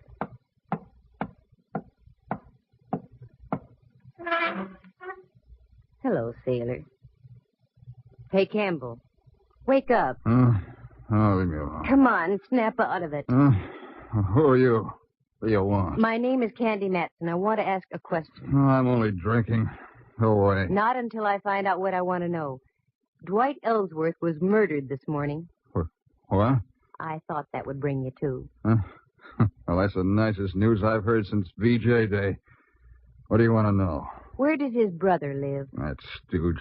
He's got about as much spine as a water eel. Never mind. I want to find him. He seems to keep his whereabouts as secret as an atomic stockpile. The whole family ought to be knocked off. He lives out in Seacliff, 25 Dashel Road. Good. Bartender, buy my friend a little reward. And one for yourself, too.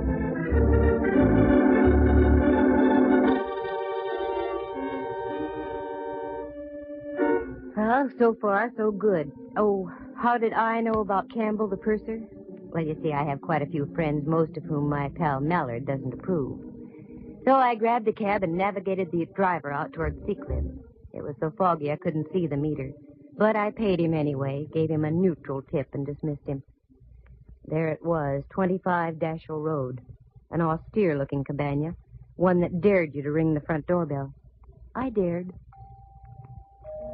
I had the awful feeling I should have been around at the side door delivering hand laundry. Good evening. Except for the fog, yes.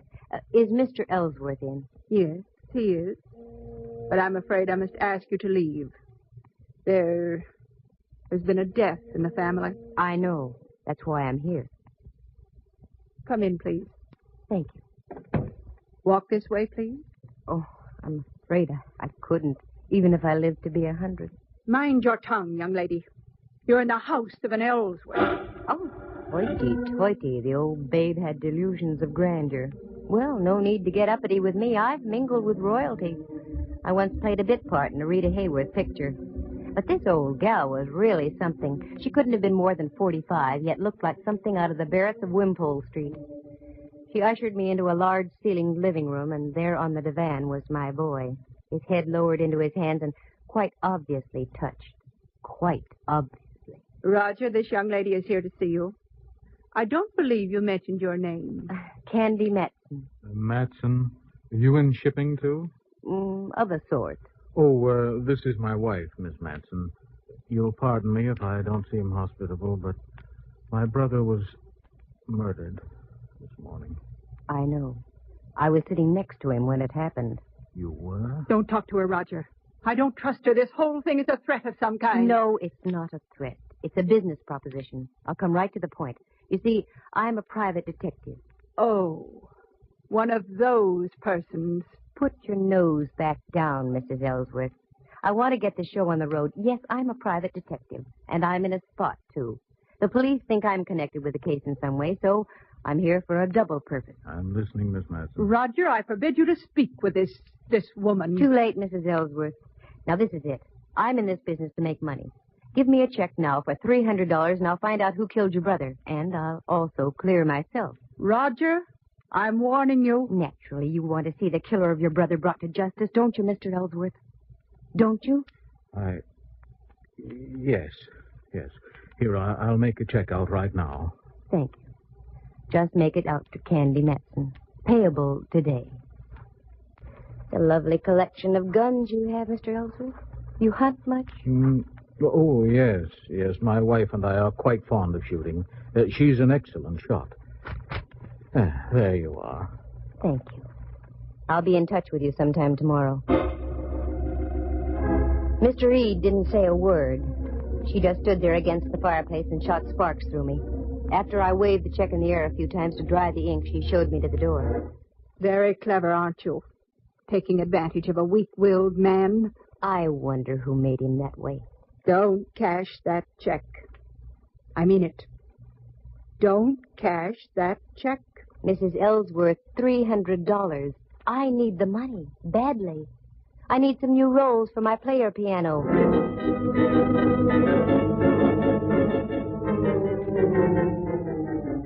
I buzzed back downtown. I wanted to cash that check in a hurry. I knew of only one person who would give me the crisp green at that hour of the night. Uncle Charlie, the honest miller who ran the chase room. Uncle Charlie, in the strict sense of the word, was a gentleman. So with a tender little pat on my cheek, he cashed the check, and I went up Telegraph Hill and home.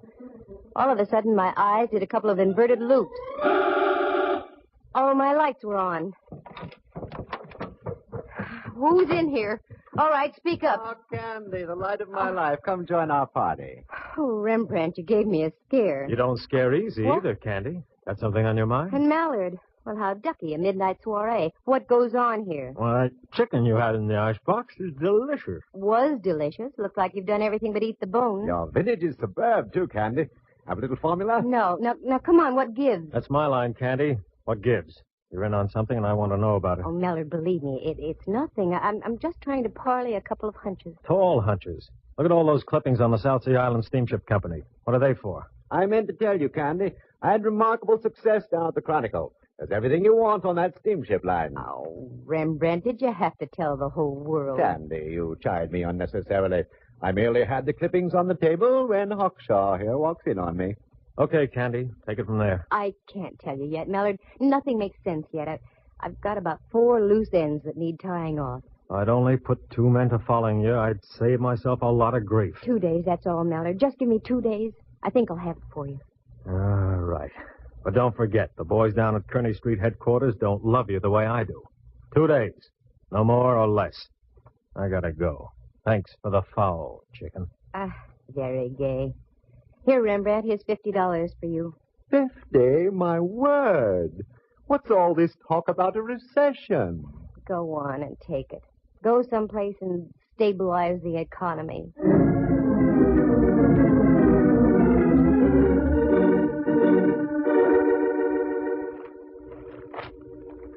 I whipped through the old newspaper clipping. It was all there. Fire at sea on Ellsworth ship.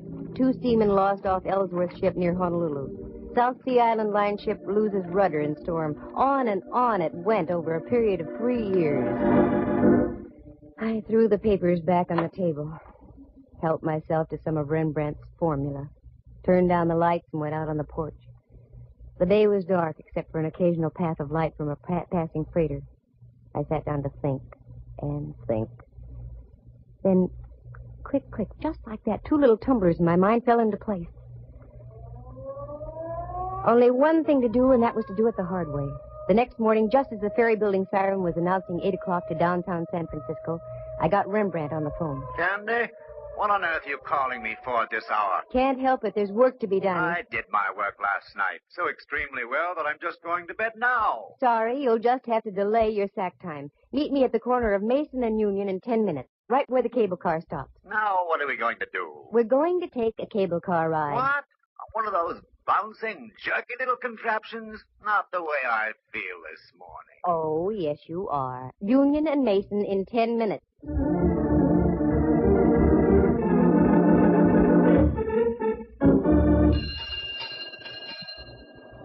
All right, Rembrandt, get on. This is the silliest thing you've ever done, Candy. Maybe. We'll see. Dwight Ellsworth was already on the car when I got on here. And alive. How could you tell? He mumbled something when I asked him to move over. Sounds logical. Although I once remember stumbling into a corpse who mumbled for hours after it had been liquidated. Rembrandt was in one of his rambling moods, so I let him alone. The car pulled over Mason Street, down Washington, and then swung on to Powell and up the hill. Now I watched the buildings and apartments carefully. There was a little red brick building, now a big apartment house, a woman's residence club, and so on. Then over the hill, more apartments, and the possibilities petered out at Bush. Well, only one thing to do. Canvass all those blocks between Washington and Bush. Okay, Rembrandt. Off the car. The strangest corpse I ever did see.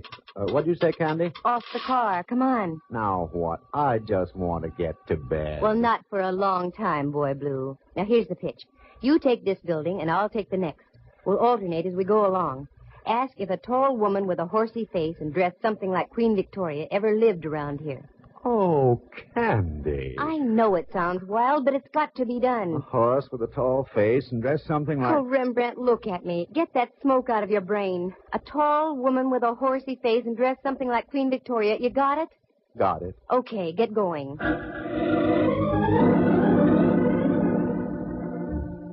It was slow and tiresome.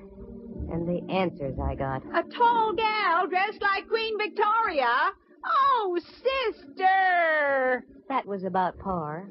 Nope, nobody like that ever lived here. Are you positive? A dame who fits that description? Yeah, I'm positive. The morning wore on, and so did we. We were over on the other side of California Street now, so we stopped and had a bite to eat. I had pickles with mine, and Rembrandt had olives on toothpicks in a glass. And again, we picked up the hunt. My heart was suddenly making with a Roomba.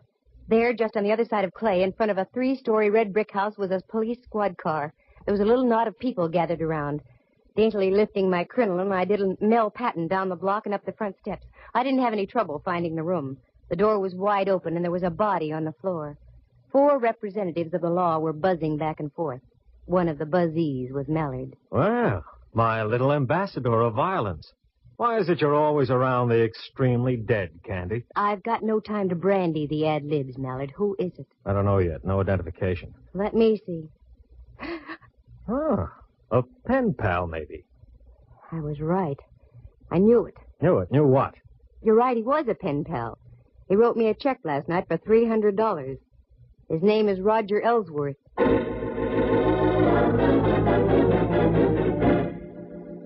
very interesting. Must be open season on Ellsworth. Okay, Candy. Time you filled in the blanks. Start. Wait a minute. I want to look at the window over here. Mm-hmm. Mallard, there are a couple of younger Ellsworths living around town here. I'm sure you'd like to see them stay healthy. Yeah? Get out to 25 Dashiell Road and pick up an old crone also named Ellsworth. 5 will get you 20. She's the one you're after. All right. But you get back to your place and stay put, understand? I want to have a more illuminating chat with you. Oh, Mallard, I'm just like putty in your hands.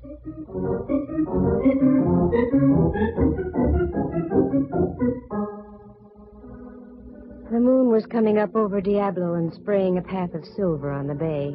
Still no Mallard. I wondered what could be wrong. Well, this was it. This was the showdown. Have you seen a tall face with a horsey woman? Oh, Rembrandt. Candy, I'm so mad at you I could... Oh, what's the use? Now what's the matter? What's the matter, she says. I've been roving all over Powell Street ringing doorbells.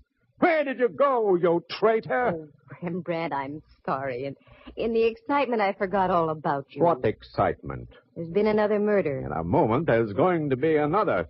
I'm looking right at you, Candy. Oh, cool off. Have some formula and stop snorting steam. What was that? Your window, Candy. It just shattered. What?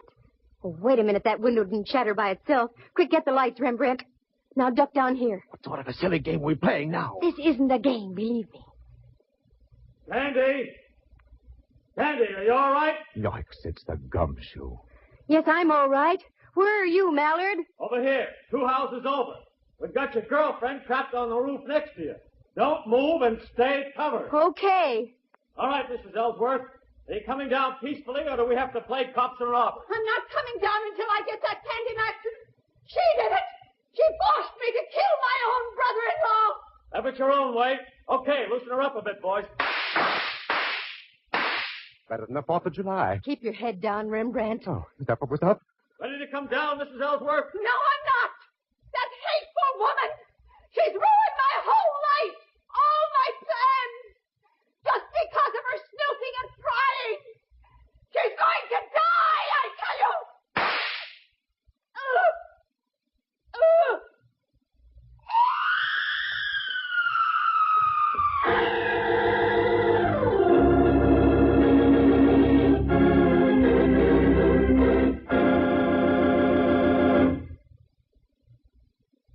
It was a miracle, Candy. You must have moved slightly just as she shot at you. Well, it was too close, I can tell you.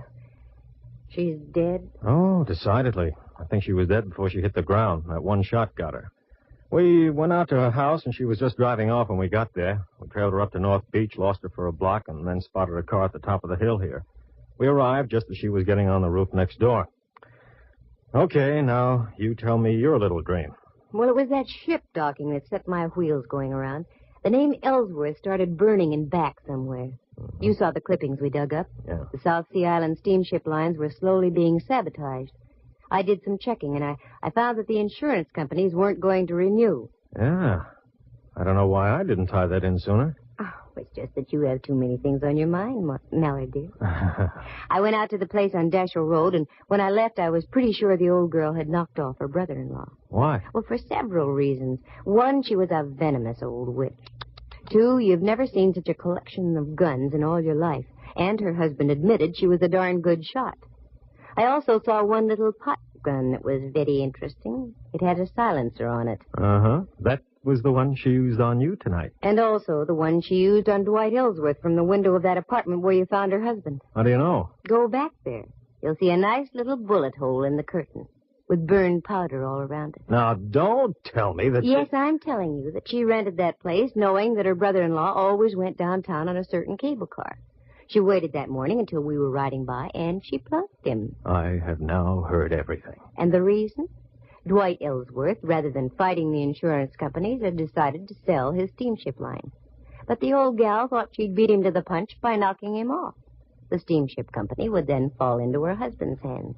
Yeah. What about her husband? Well, after he gave me the check and I left, they evidently had a fearful row, and she spilled the beans. Somehow she lured him down to that place on Powell and gave him some lead poisoning, too. And that's all there is to it. Candy, I wish you'd have told me all these things earlier. We might have been able to save the life of Roger Ellsworth. It wouldn't do any good. Because if she hadn't killed him, I was going to. What? Mm-hmm.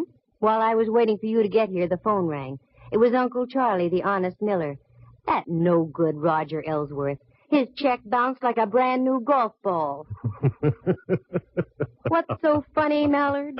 Listen in again to the further adventures of Candy Matson, Girl Sucker. Well, that's the way it goes. Sometimes you win, sometimes you don't. In this case, nobody did, except Rembrandt. He'd stocked his darkroom with $50 worth of formula, and not the kind you use on negatives either. Let's see. Murder on a cable car, Dwight and Roger Ellsworth done in as well as the old gal. One check that bounced. It really does sound fantastic, doesn't it? But I told you this was radio, didn't I? Oh, wait a minute. Maybe I did come out ahead at that. On the way out, Mallard leaned down and kissed me. The first time it ever happened. You know, at times it's kind of fun to be in the arms of the law. Listen again next week at the same time. For excitement and adventure, just dial Candy Matson, Yukon 28209. Heard tonight were Helen Cleve, Jack Cahill, and Harry Bechtel, Jack Thomas as Rembrandt, and Henry Leff as Mallard. The program stars Natalie Masters as Candy and is written and produced by Monty Masters.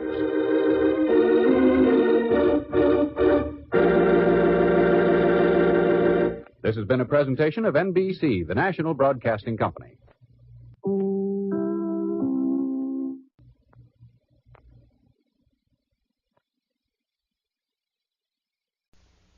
Do you have a half hour to kill? Then stay tuned to Half Hour to Kill. Your company, makers of your products, present another study in murder and suspense. From the pen of Robert Webster Light comes Blackout, an unusual tale especially designed for your Half Hour to Kill.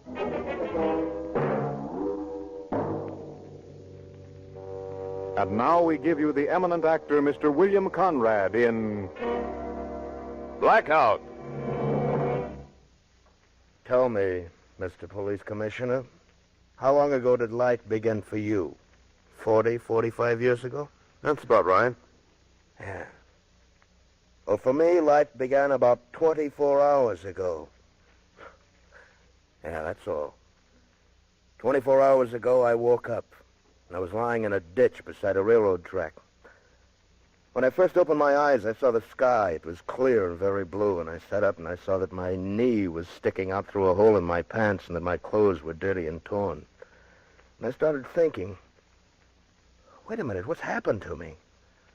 I rubbed my eyes like you'll do when you first wake up, and my hand ran across something sticky, and I looked at my hand, and it was blood, dry, sticky blood. I didn't get it. I didn't get it at all. In the distance, I could see a train. Could I have fallen off it or been thrown off? And then a guy started walking toward me. He looked like a bum. I could see him quite a ways off. Hi there, young fella. Yeah? You hurt? No, I'm all right. What's the matter? Nothing. I'm all right. It's dizzy, I guess. You've been kind of banged around. Get bumped off the rods? I don't know. But how'd you be here in the ditch if you wasn't bumped off the rods? I don't know, I tell you. Okay, Pete, okay. My name isn't Pete. No, I just call everybody that. What is your name? My name is... Wait, my name is... Well? I can't remember my name. You can't remember? You kidding? What are you trying to pull? Don't know your own name. I tell you, it's true. I don't know. I can't remember. It ain't so easy to forget your own name, Pete. Look, don't ride me, will you? Something's happened. I don't know just what, but something's wrong. Where you from? What? Where you from? I don't know that either. I just can't remember. It's all crazy. Hey, you really got it bad, ain't you, Joe? Let's see now. No, it's no use. Well, look in your pockets. Maybe you'll find something with your name on it. Yeah, that's an idea. Let's see. Here's a handkerchief. Some keys. Any money? No money. Anything with your name on it? No, I can't find a thing. How about a wallet? Look in your coat pocket. Oh, nothing. My inside coat pocket's been torn, you see? It's like the wallet's been torn right out. Yeah. You probably had a fight and lost it. It's hopeless. What am I going to do? If I was you, the first thing I'd do is try to find out who I am. That's kind of important. Yeah. I seen the train pass through, the train you fell off of. It was coming from Chicago. Chicago? Yeah. It ain't far back. I'd get there if I was you and start asking questions. Then I'd get myself to a hospital. You don't look good, Pete. You don't look good at all.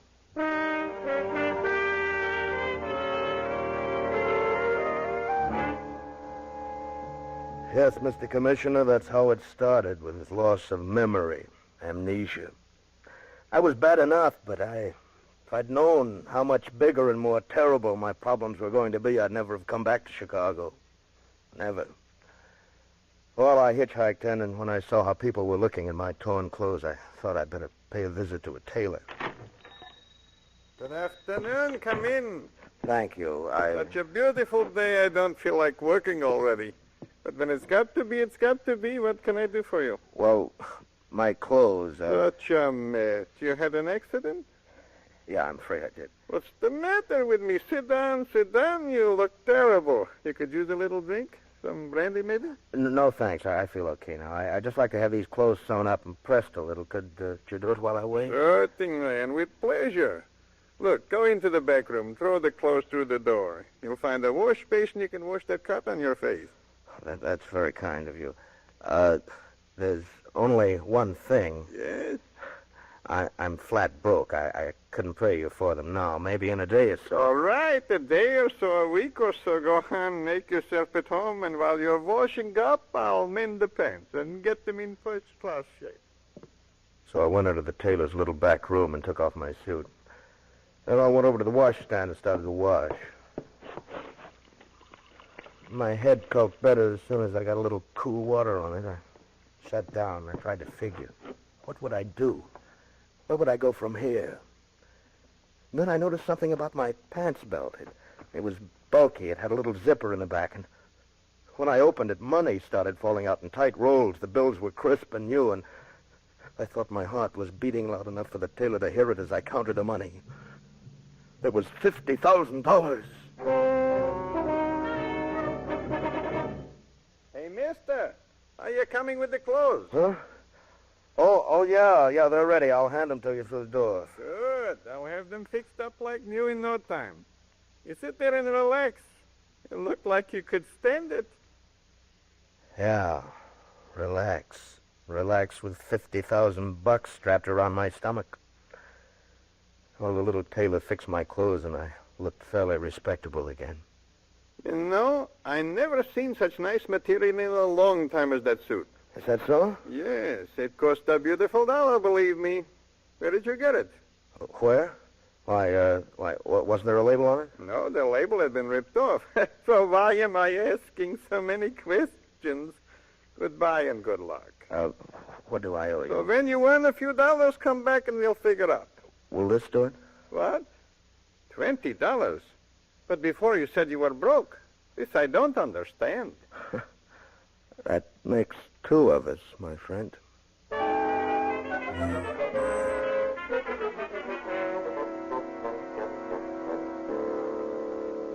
You can imagine how I felt, can't you, Mr. Commissioner? I didn't know what to do, where to turn. I thought of going to the police, but something in my subconscious warned me against it. When the little tailor had fixed my clothes and I looked fairly respectable again, I went out on the street and began walking. I didn't know where I was going or why. $50,000. I tried with every ounce of strength to crush through the wall that separated me from the past, but it was no use. I must have walked for miles because suddenly it was dark and I was on a dismal little side street lined with hock shops and hamburger joints and honky-tonks. And then some punk kid brushed against me. Hey, mister. Huh? You better fade fast. What? You're being tailed. What do you mean? Not so loud, not so loud. A guy's been following you for the last hour. Following me? Relax. Don't get so jumpy. Boy, you must really be hot. Now look into this window. You can see his reflection. The tall, skinny guy in the white suit. Yeah, I see him. How do you know he's been following me? 'Cause I've been walking a little behind you ever since you turned down 14th Street. And I can tell when a guy's being tailed. Why are you telling me then? 'Cause maybe you'll be big-hearted and slip me a bill for it. And 'cause maybe I don't like cops. Cops? Sure. Sure he's a cop. I can tell him a mile away. Yeah. You must really be hot, mister.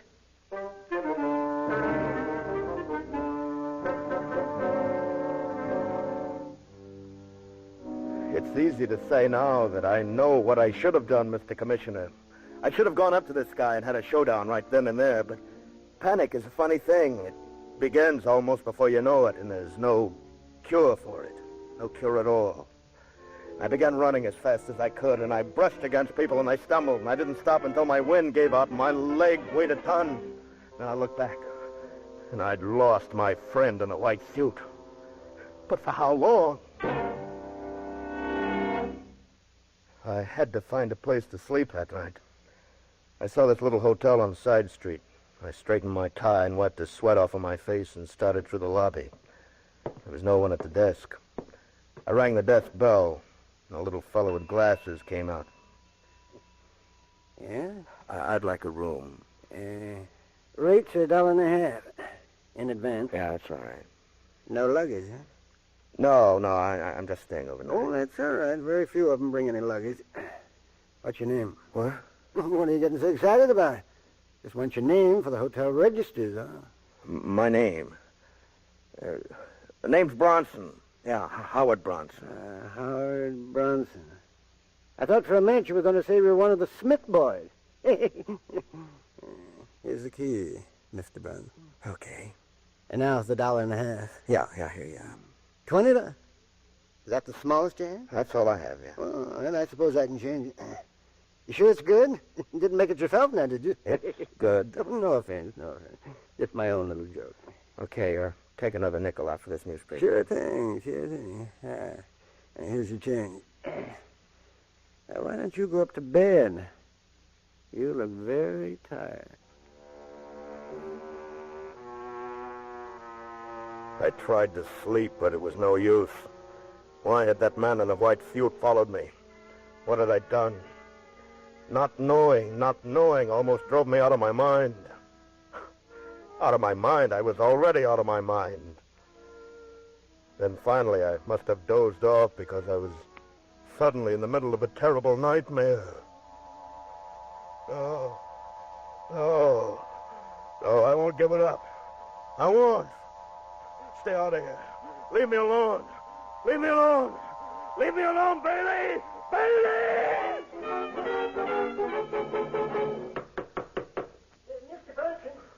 Mr. Bronson. What? Are you all right, Mr. Bronson?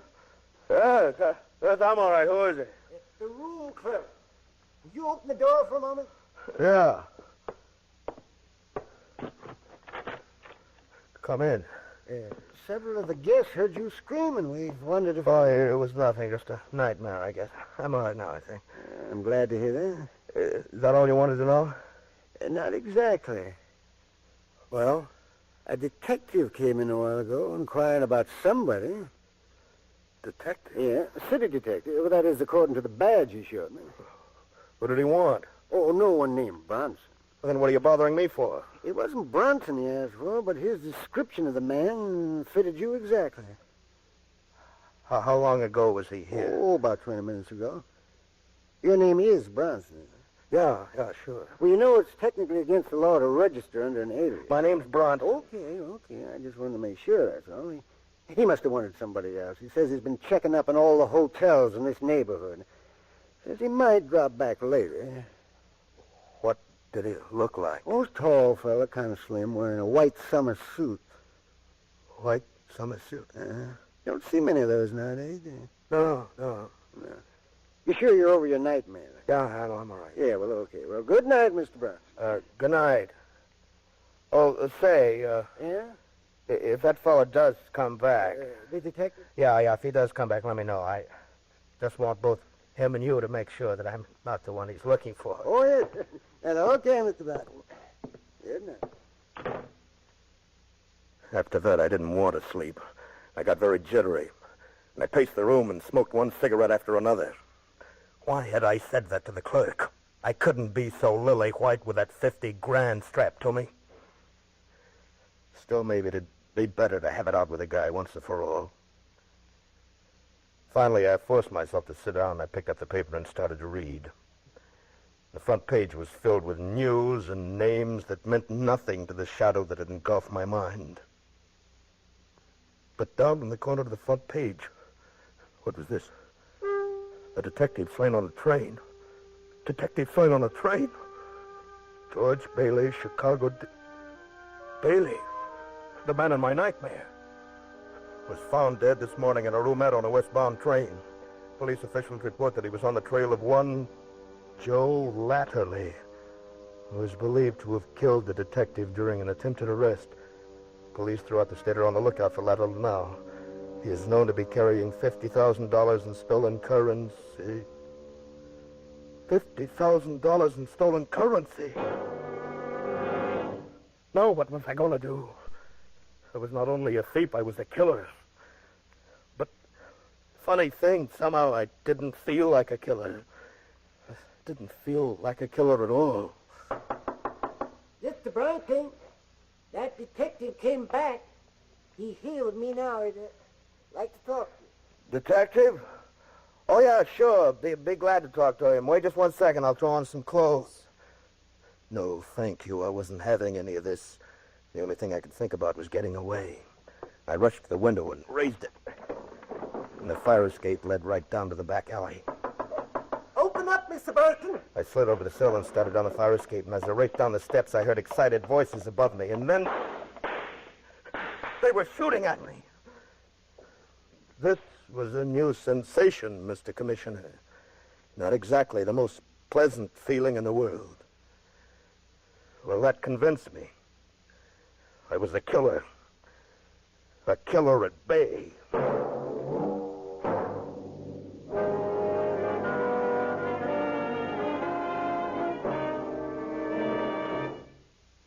Act 2 of Half Hour to Kill will follow in just a moment. But first, turn over the record. And now, back to Blackout. A story especially designed for your Half Hour to Kill.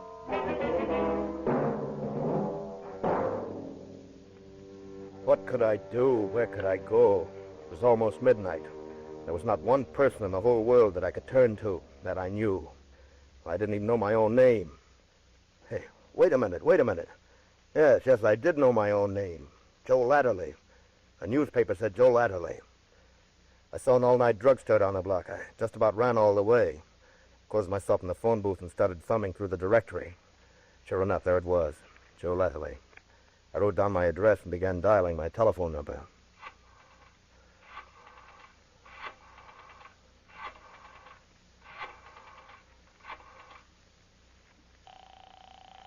While the number rang, I felt a cold sweat come rolling down my face and neck and soak into my collar. Hello? Hello, this is the Latterly residence? Yeah. What do you want? This is Joe. Joe? Yeah, Don't sound like it. I had a little accident. Did you get the money? Yeah, Any trouble? I killed him. Oh, Look, I better see you right away. yeah. Well, don't come here. The cops are thick as flies. Better meet me at the usual place. The usual place? Yeah, at Mom's. Okay, at Mom's. Look, this accident kind of mussed up my memory. What's Mom's address again? 229 229... 9th Street, apartment 204. Oh, yeah, apartment 204. Okay, I'll see you there. You sure sound funny, Joe. What happened? I'll tell you all about it when I see you. So I had a wife, and she was in on everything. You see, Commissioner, the jigsaw puzzle was beginning to make some sense now. A wife, and I couldn't even remember the color of her hair. If only I could break through the shadow. Well, 10 minutes later, I was standing in the entrance of a very classy apartment hotel lobby. Not a soul in sight. As I began looking down the list of numbers for the right doorbell to ring, I felt myself going shaky again. There it was, 204. I pushed the bell, waited, and then the door buzzer sounded, and I pushed the door open and started across the lobby. No one in sight. No one. That was a break. I pulled my hat down over my eyes as I started up the steps. You see, I was beginning to think like a hunted man, like a killer. I took the stairs to the second floor and then started down the hall. 200, 202, the next door, 204. The door was ajar. I wanted to call my wife, but what was her name? Honey? Honey, you there? No answer. Pushed the door open. The room was in darkness. I felt along the wall for a light switch and found it. And there waiting for me was this detective, this tall, skinny guy in the white suit. I let my nerves take over. I jumped from the room, slammed the door shut, started running again. This time he had a better chance at me than before. As I ran through the empty streets, I could hear him coming right behind me. I ducked down alleys and across backyards, but he was right on my tail.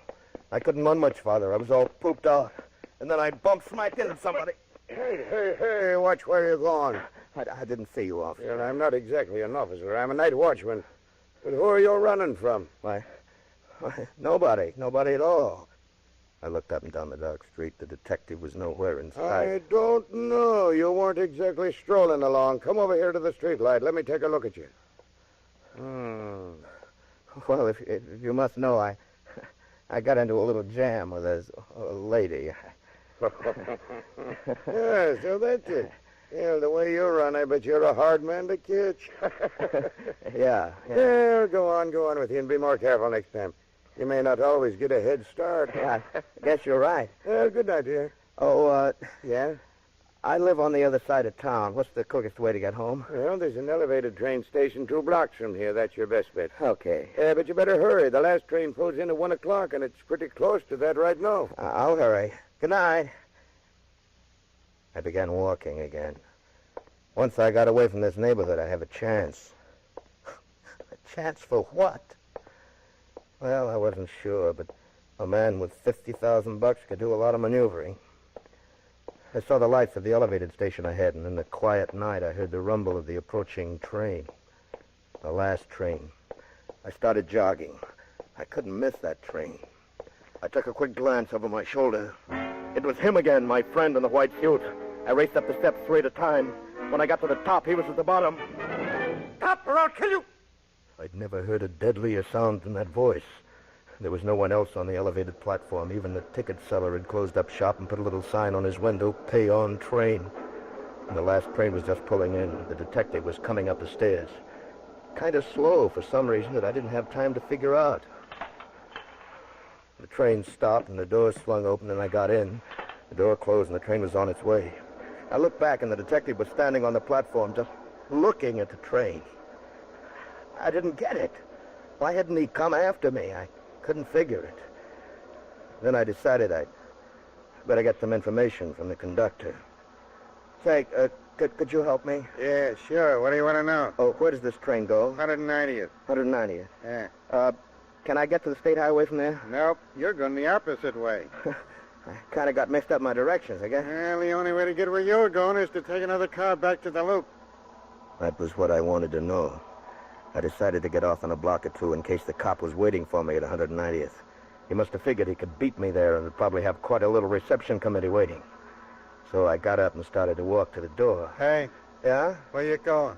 Well, you said I was going the wrong way. I was going to get off the next stop. You can't get off till 190th. This is an express.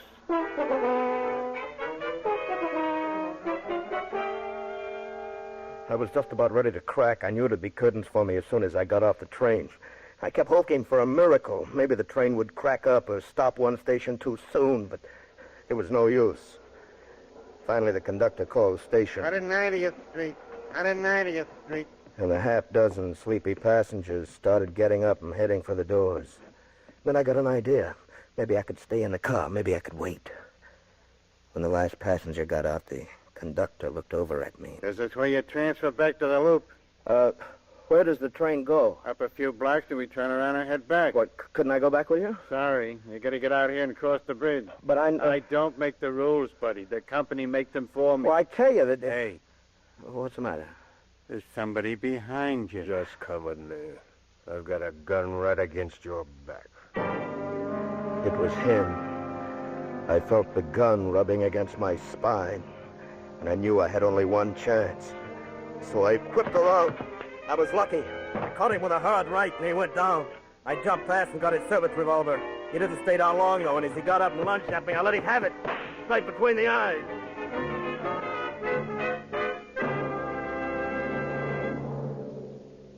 Oh, there's my story, Mr. Police Commissioner. I'm Joe Latterly. I've killed 2 cops. One today and one last week. I stole $50,000. And I'm tired of the whole thing. I'm glad it's over. Well, that's quite a story, mister. I don't suppose you remember how or why Detective Bailey was killed last week on that train out of Chicago. No. Well, we've constructed the crime pretty well, we think. Began a week ago when a fellow named Steve Roycroft came to headquarters with a complaint against one of his employees. He suspected him of embezzling $50,000. And that employee was... Joe Latterly. I see. Latterly disappeared, and Detective Bailey was assigned to the case. Later that day, he found Latterly taking the morning train out of Chicago. Called Roycroft and told him about it. Both Roycroft and Bailey made the train on Latterly's trail. They confronted him and got back with $50,000. Well, who got the money back? Well, the man it rightfully belonged to. Steve Roycroft. Well, then where did Just a minute. Roycroft got his money back, but Latterly made another try. He overpowered Detective Bailey and killed him. Would have killed Roycroft, too, but Roycroft jumped for his life from the speeding train. Oh, wait a minute. You got it wrong. I jumped from the train, remember? Exactly. But... You're not Joe Latterly, my friend. You're Steve Roycroft. When you got your money and jumped from the train, you lost your memory. Then when you read that we were looking for the killer Latterly, you naturally assumed that you were him. Of course, we thought Latterly still had the money. Good heaven. What's the matter now? Don't you realize what I've done? What? Thinking I was Joe Latterly, I killed a detective who was trying to bring me in. Detective? Yes, just now on the elevated platform.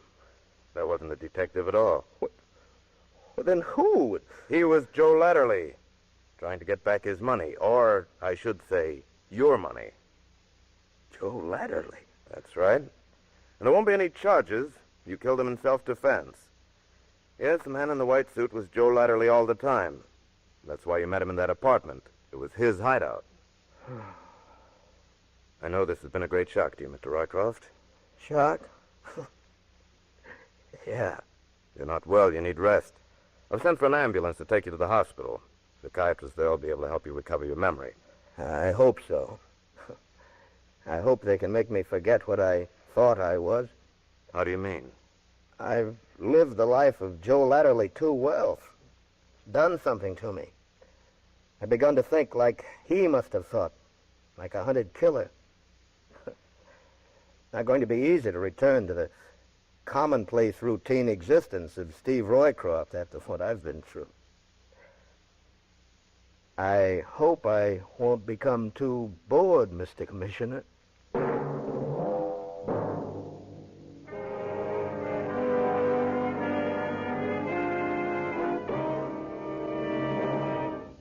Next week at the same time over these same stations, your company, makers of your products, will present Death on Highway 99. Another unusual tale especially designed for your... Have power to kill.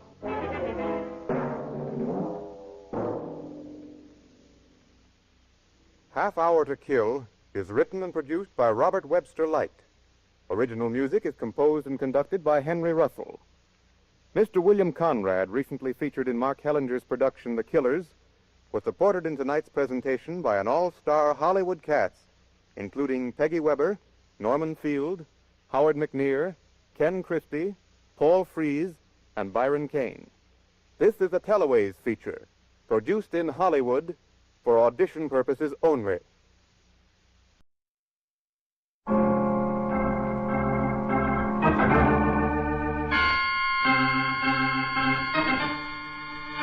My name's Regan. I work for Anthony J. Lyon Detective Bureau. They call me the Lion's Eye.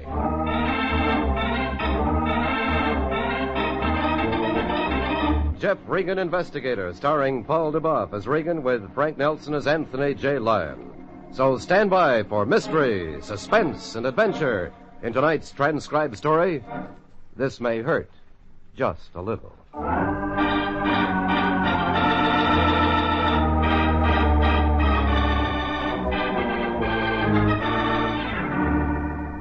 It began with a toothache, the lion's toothache, and a dentist, a laughing dentist.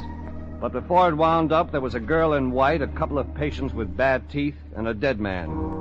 The dead man was the one who never got to open his mouth. It was around 2:30 Tuesday when I wandered into the lion's office. Anthony J. was sitting behind his desk. In his hands, a towel and a couple of half-melted cubes of ice. He was taking the towel from around his jaw. Oh, hello, Jeffrey. I've been waiting for you. Trouble, Lion? The towel and the ice cubes? No trouble at all. Just a toothache. But it's gone now, Jeffrey. We got a client. Why, yes, Jeffrey. Just what I was going to say. Okay, out with it. Well, you see, I was feeling under the weather, the bicuspid acting up again, and so, well, I called a dentist. And that's when the toothache began to get better. No, in fact, it was terrible. I was suffering the tortures of the damned. Well, Jeffrey, I finally got in touch with this man, Dr. Beauregard. Beauregard? And yes, Jeffrey. Jolly Charlie Beauregard, easy credit terms? No money down, Jeffrey. Oh, no. Well, Jeffrey, business hasn't been going well. Remember, our last fee turned out to be stolen money, and then there was the rent. Okay, Lion, get on with it. You called Jolly Charlie Beauregard, the friendly credit dentist, and he said what? Well, that's what's so remarkable, Jeffrey. When I said I was president of the Lion Detective Agency, he said, could I send a man right over? And you said it was your tooth. Yes. No, I said, of course, Dr. Beauregard, right away. And he said it was important, but he'd rather not talk about it over the phone. It had something to do with $100,000. That's when you got rid of your toothache. Oh, well, Jeffrey, think of it. $100,000. To have a toothache when a man's discussing something like that is sacrilege. Okay, Fatso. I'll go see Jolly Charlie Beauregard. Yes. One more thing, Jeffrey. While you're there, open up a charge account, just in case.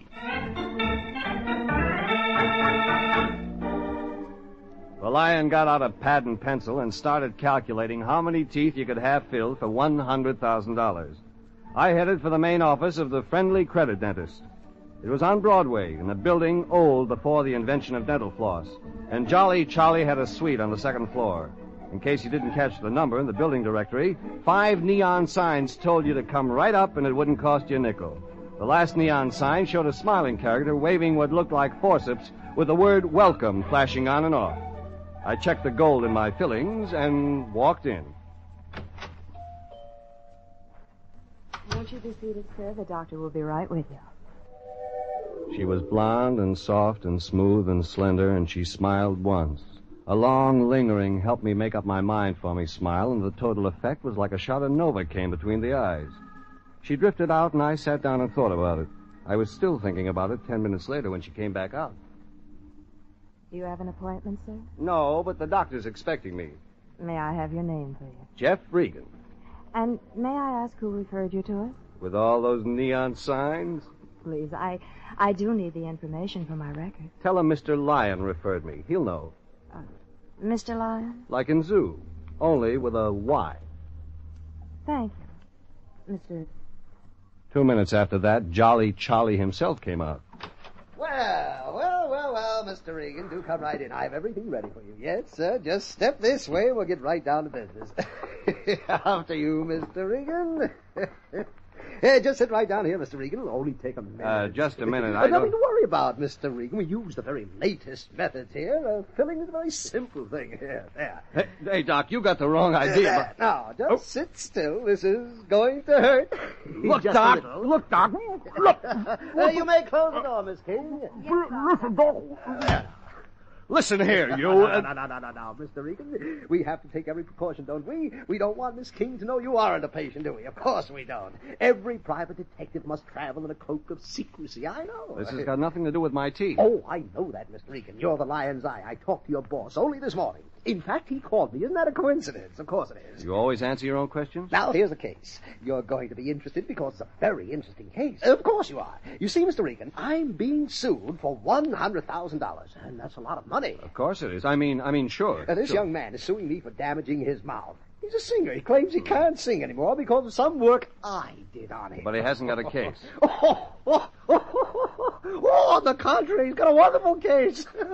But I just can't afford to pay him $100,000. Where do I fit in? Well, it's like this. I did do some work on the young man, but I don't think I did what he says I did. Is that clear? Sure, I remember a couple of fillings, a little bridge work, cleaning job, but no extractions, no surgery. That's the part that puzzles me. Go on, Charlie. That's all. I'm stuck. Unless, of course, you visit this young man and straighten him out on a few things. Wait a minute. You want me to strong arm for you? That it? Well, not exactly. I simply feel the young man is lying about something, and I want you to get him to say so. Wrong guy, laughing boy. Hire yourself a gunsel, not me. Now, Mr. Regan, don't get excited. I'm going to give you an open field. You handle it the any way you like. Just talk to this boy and see what he's up to. If you don't want to go any further after that, just come to me, say so. No obligations. Now, isn't that fair enough? Of course it is. What's his name? Robert Warner. He lives in Hollywood. I have all the data in my records. And, Mr. Regan, for merely talking to this young man, I'll pay a fee of $100. A nice fee. Of course it is. Of course. If, in your opinion, Robert Warner's an honest man, the case closed. I'll simply have to make the best settlement I can. Can't afford the bad publicity, you understand. Yeah, I understand. Well, call me when you get anything. Well, now that wasn't bad at all, was it, Regan?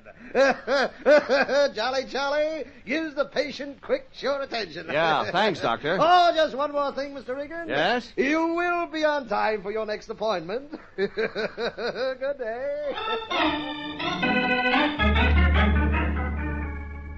Robert Warner, the man who was suing Jolly Charlie, turned out to be just off Gower and Franklin. Big house sliced up into 4 apartments. His was ground floor left, and I rang.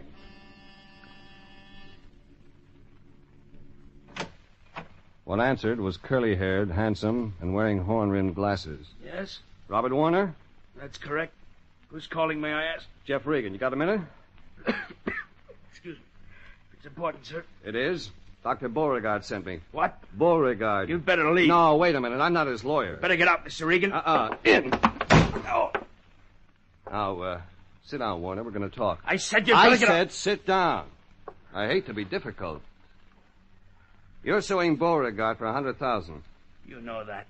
Your voice. You can't sing anymore because of him. If you're here to make trouble, I'm Regan... here for one reason, Warner. If you're telling the truth, you're a rich man.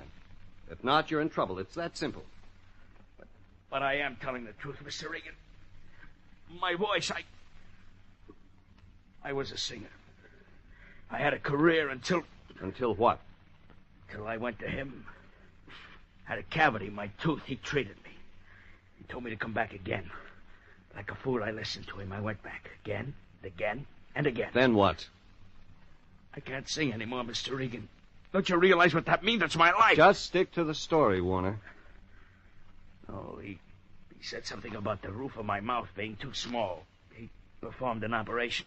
That's all there was to it. Except for one thing. What's that? I paid him $200 in dental bills to destroy my voice. Take it easy, Warner. You got an attorney handling the lawsuit for you? Why, well, yes. What's his name? Oh, it's not important. Doesn't matter. I said, what's his name? McLaney. He's in Hollywood. You're going to see him, Mr. Regan? Got any good reasons why I shouldn't? Mr. Regan, that's not all this fiend Dr. Beauregard has done to me. Go on. Well, something more. Something terrifying. Get to the point. Come, look outside my window. Look, across the street. A truck. The man, Mr. Regan, the man in the truck. He's been there for a week. Ever since I brought the suit against Jolly Charlie Beauregard. Heavy-set, muscular, about 28, black hair, thick face. Tell you he's been watching me for a week. What else do you know about him? Nothing. I don't know anything. You never spoken to him? Man, that big Mr. Regan, you think I dare? Okay, Warner, control yourself. I'll talk to him. Mr. Regan, you'd be a fool. Let me decide that. Don't go out there. You don't know what he might do. I left Robert Warner crouched by the door and walked slowly across the street toward the parked truck. The big, muscle-bound man didn't move from behind the driver's seat. His eyes stayed focused on the apartment building. I stopped by the side of the cab. Got a minute? I said, have you got a minute? Go away. You might get eye strain watching that window. Please, be a nice guy. Go away. You don't want to talk about it? No. Between him and me and her. I don't want to talk about it. You know the kid inside? Sorta. We're gonna get better acquainted. He did something to you? Look, mister, why are you asking me all these questions? Can't you see I'm busy? And the citizen got a right to park his car and look. I ain't hurting nobody. But you're thinking about it. Maybe you're right. Maybe I was. Maybe I'm wrong. See ya.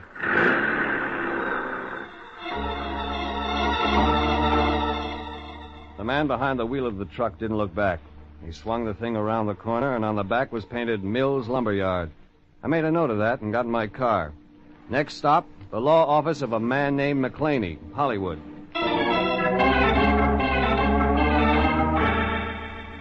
The sign on the door said McClaney, and Phipps. I found a secretary who told me the McClaney I wanted was Howard, and he was busy. I said I was busy, too, and walked in. Secretary was right. Howard McClaney was busy. When I walked in, he was just starting on a new case. Well, come in. You're just in time for the party. What party? Yours and mine, of course. Here.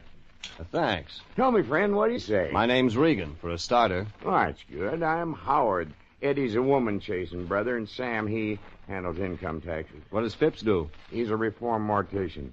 What can I do for you, Regan? Just had a talk with your client, Robert Warner, the one who's suing Jolly Charlie Beauregard for $100,000. What a case. What a case. Maybe I better warn you, I'm working for the doc, not his lawyer, a detective. Regan, nothing you could say would spoil this one. It's a beauty.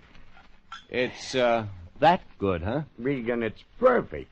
The kid has the old man tied up 90 ways. Now get this. He goes to Jolly Charlie. He pays cash. Warner's an honest guy with a good voice and bad teeth. Warner spends 5 visits with him, and he comes out with a bad voice and good teeth. What could be better? That open and shut. Oh, even the doc's record. I had a man get photostats of everything. X-rays, number of visits. Work done. All fits. That couldn't have been easy. The blonde, Regan, the blonde. The one old doc's got working for him. My man slipped her a 10 spot, and she forked over every record in the place. Sweet kid. Well, that's all? Well, there's just a matter of waiting around for the $100,000. Who knows? My client and I may get generous and settle for $75,000 cash. Well, then I guess that takes care of me. Sorry, Regan. Some bottles just come cracked that way. Thanks, Howard. See you around. Don't mention it, Regan. I'll give you a call next time there's a client looking for a fast divorce. I left Howard McClaney and headed for the hall. The elevator buzzer was a big brass knob that didn't bring any elevators. I watched white lights, red lights flick on and off and didn't get a tumble. That's how I happened to notice the door to the broom closet slightly ajar. That's how I happened to see the tips of 3 fingers sticking out and how I happened to move over to the door to the broom closet and take a look.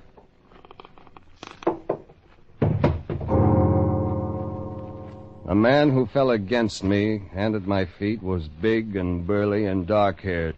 He was the truck driver who'd been tailing Robert Warner. Dead.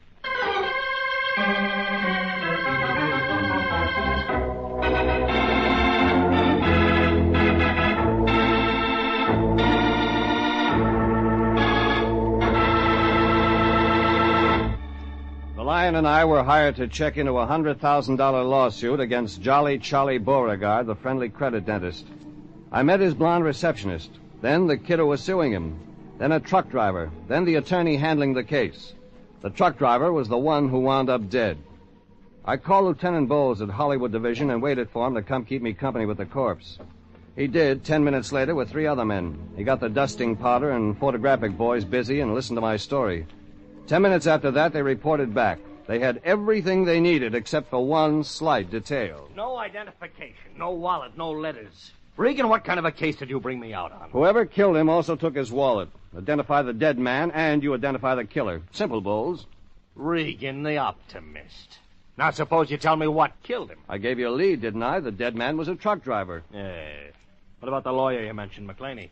Even now, he's probably sitting in his office less than 25 feet from the scene of the crime, sipping soda through a straw. And I'm going to go have a talk with him. Good idea, Bowles. He's probably got an alibi. You said the truck driver was tailing McClaney's client, the one suing the dentist. Unless you're lying, these people fit somewhere, right? That's your theory. Regan, I don't like your attitude today. I don't like it at all. You stick around. I'm not through with you. I'll be in the lobby making a phone call. If you want me, Lieutenant, just dial.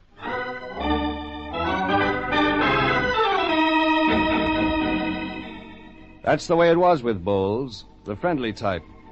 I headed down to the lobby of the office building. An idea was buzzing around somewhere in my head, and I had to get it out. My boss, Anthony J. Lyon, was the man to get it out with. Lyon, Detective Agent. Me, Lyon. Anthony.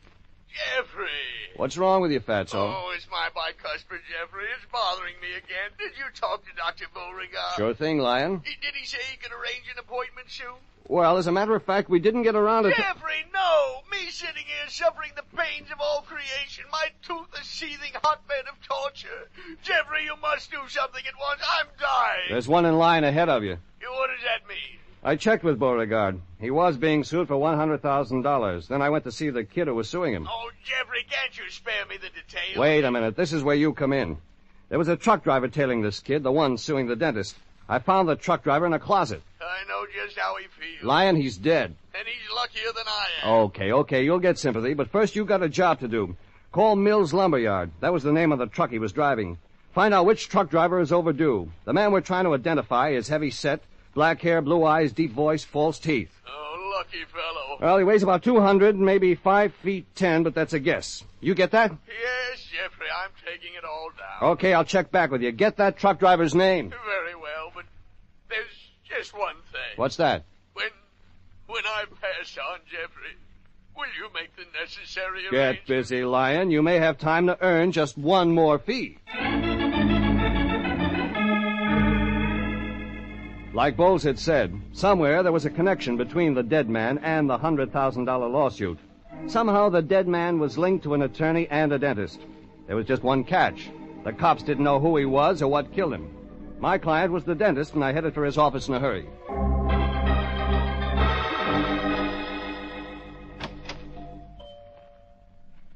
Mr. Regan.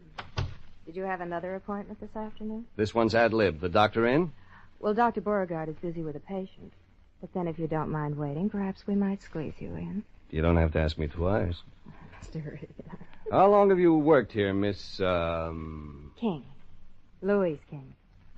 I've been with the doctor almost 6 months. You remember a patient named Robert Warner? Yes. Yes, I do. He's the one who's suing the doctor, isn't he? He's the one. Tell me, Louise, how many times did Warner visit Beauregard? Well, I'd have to check the records for that, Mr. Regan. I'm sure they'd give a complete... You mean the records you loaned to Warner's attorney so he could photostat them? Why, Mr. Don't Regan... play coy with me, Louise. Warner's attorney told me his man got every record he asked for. He had them photoed and returned them to the files. It cost him $10.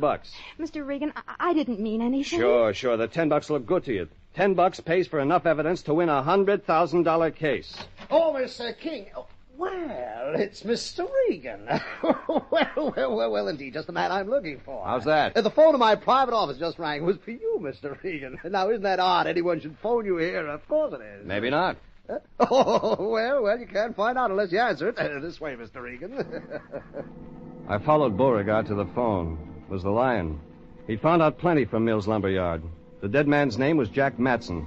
He'd been working for him less than a week.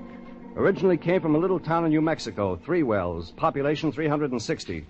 But that wasn't all the Lion had to say. Lieutenant Bowles had phoned him and said he wanted me down at the morgue to identify the body. I hung up and called Bowles. He gave me plenty to think about. The autopsy showed Jack Matson, the truck driver, had died of arsenic poisoning.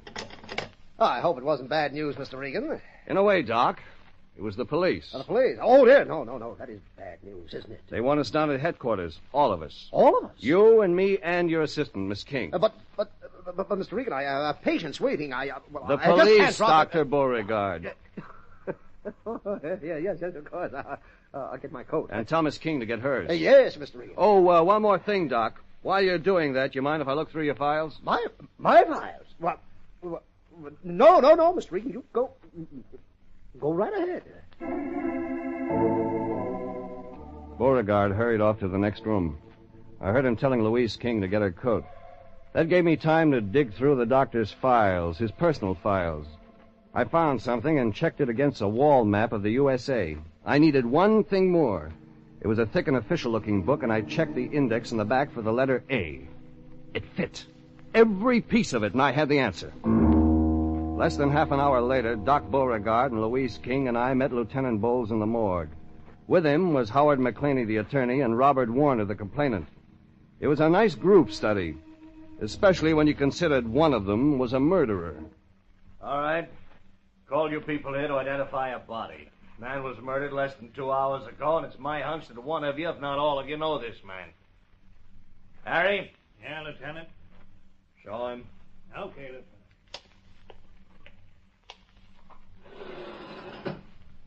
Yeah. Over there under that sheet is a dead man. Who's first? Well, I don't know. Is there one to go? All right. Somebody got to start it. Well, you know this man. Step up and say so. Take a look. Make up your minds. One by one, they moved over to the slab, looked, grimaced, then moved back quickly. First the lawyer, McClaney.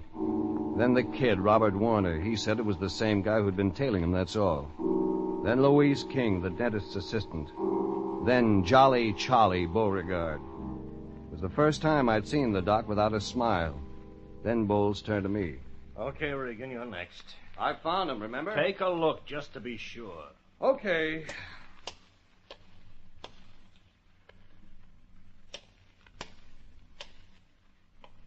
Well?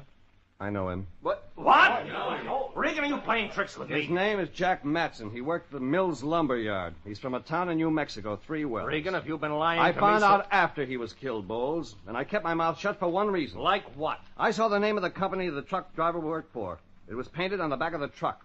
Warner must have seen that, too, but he didn't say anything. No, I didn't. Honest, I didn't see it. You kept your mouth shut, Warner, because you were into something. Because when the truck driver turned up dead, you knew you were in too deep. That's not true. I'm not in any... A $100,000 lawsuit against Jolly Charlie Beauregard. That has nothing to do with murder? Don't count on it, Warner. Jack Matson was killed because of $100,000. He was killed because he found out the lawsuit was a phony. That's fantastic, Regan. It's as good a case as I've ever seen. Lieutenant, what's this all about? Hold it, McClaney. What's with this lawsuit, Regan? I'll show you. Doc, you admit working on the kid, Warner? Yes, I did, Mr. Regan, but I'm sure I didn't do the things he said I did. Except that your records show otherwise. Your records show you did perform oral surgery, and you can't prove you didn't. Your word against his and the records. Oh, yes, that's exactly it. Then suppose I tell you the records are phony, doctored up, fixed, so that every job you did on Warner was made to look twice as complicated, made to look that way with Warner's permission. No, you're lying. I didn't kill that man. I didn't. I didn't say that, Warner. But you have an idea who did. Our little girl named Louise King. You can't prove that, Regan, you making charges? Have a little patience, Bowles. Jack Matson was from 3 Wells, New Mexico. Dr. Beauregard's personal files show his employee, Louise King, is from Trumbull, New Mexico. I checked that on a map in the doc's office. The 2 towns are less than 30 miles apart. That doesn't prove anything. Go on, Regan. Jack Matson was Louise King's hometown boyfriend. When I talked to Matson in front of Warner's house, he said, it's between him and me and her. It didn't mean anything at the time. The her was Louise King. No. I never heard of him before. He came to Los Angeles to see his girl. He thought she was two-timing him with Robert Warner. So he tailed Warner and tumbled to her lawsuit gimmick. When he decided to go to Warner's attorney and tell him the truth, Louise King killed him. He's lying, Lieutenant. You had access to Beauregard's supply of arsenic. It's used to kill the nerves in a tooth. I checked that. You knew how to use a hypodermic. You tricked Matson into talking to you in the broom closet. You gave him the needle and took his wallet. If they couldn't identify him, he'd never connect with you, and you could go ahead with the lawsuit you and Warner planned. I didn't have anything to do with it, Mr. Regan. Oh, so our canary can warble again. Yeah, it was her idea. All her idea. She told me she could fix the records. All I'd have to do is quit singing, say my voice was ruined. Shut up! She said I'd get $50,000 that way. It seemed so easy. Easy? It was perfect. If Jack Matson, a nice guy looking for his girl, hadn't walked into it. Matson was fool enough to be in love with Louise King. Get away from me! You won't touch me! I won't let you touch me! Mr. Regan, stop her. She's got a hypodermic needle. A hypodermic needle? Drop it, Miss King! Drop it! Doc, come back here! You go, please! Yeah, that's enough, lady! Oh, she tried to kill me. Do you see that? She tried to kill me. Oh, Doc, you're okay. She was going to kill me with that needle all along. Oh, no, Doc, not you. She wasn't trying to defend herself against 5 men with a hypodermic needle. She was trying to save the state the cost of gas.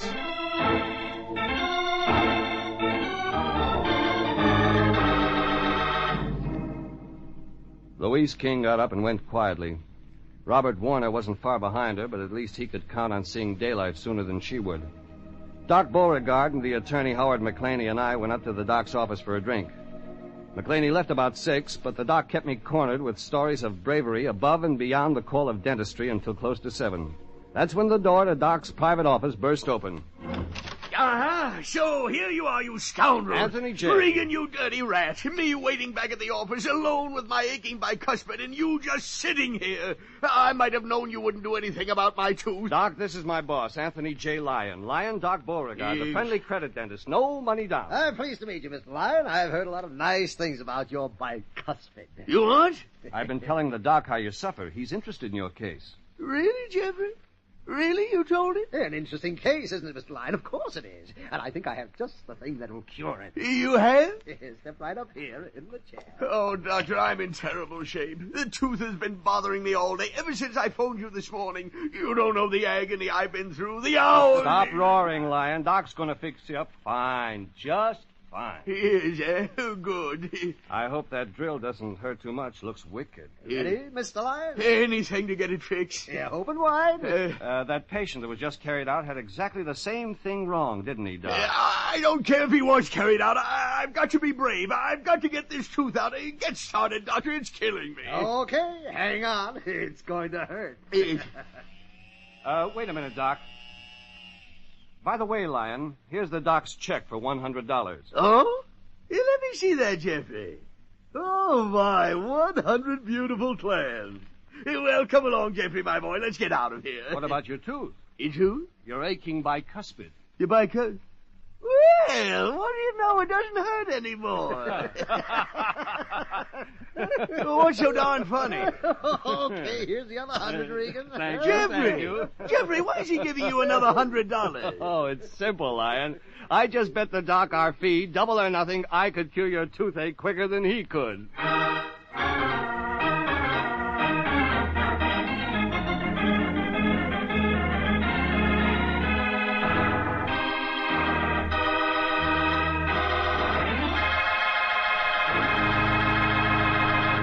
Jeff Regan, Investigator, is written by William Frug, produced and directed by Sterling Tracy, and stars Paul Dubov as Regan, with Frank Nelson as Anthony J. Lyon. Original music is by Dick Arant. Jeff Regan, Investigator, is transcribed each week at the same time over CBS. Dick Cutting speaking, and inviting you to be with us again for more suspense, mystery, and adventure with Jeff Regan, Investigator.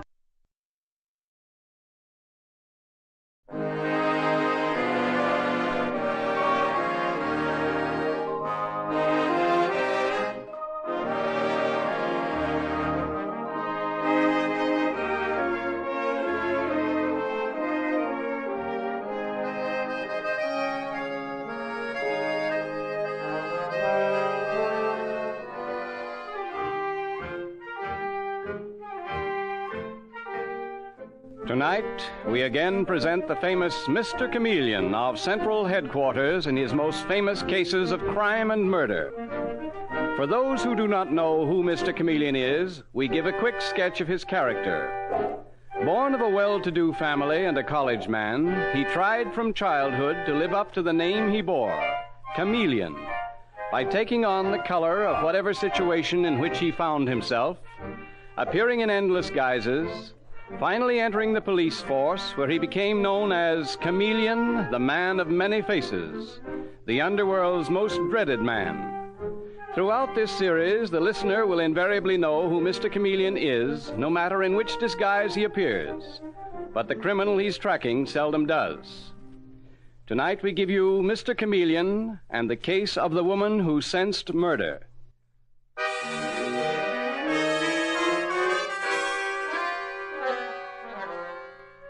It is 9 o'clock at night, and there's a light burning in the office of the Commissioner of Police. He is sitting across the desk from Mr. Chameleon, the man of many disguises, the detective who has been the nemesis of so many criminals. Well, here's the letter, Chameleon. Yeah? My dear Commissioner, I have thought long before writing this, but the time has come when, compelled by fear, I am forced to write. I am an old woman, but a sane one, and many things have occurred in this house which make me believe that some person in it has planned to murder me. Go on, Commissioner. I am writing to you, Mr. Commissioner, because my attorney, Mr. Huntington, is in Europe, and I have no other place to turn. I have been reading about your Mr. Chameleon, and I wondered if he could visit me. I knew his mother and remember him as a lad, and I'd feel rather safer in his hands than in those of an ordinary policeman. Signed, Helen Audrey.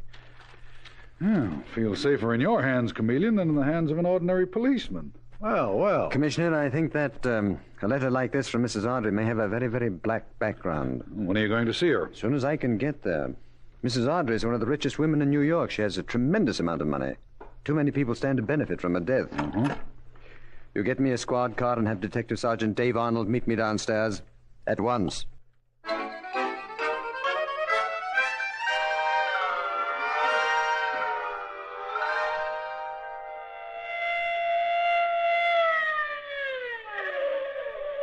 That's the Audrey mansion, Mr. Chameleon, and it's all lit up. Guess they're giving a party. Well, there's only one car. Dave, look at the license. That's a doctor's car. Come on.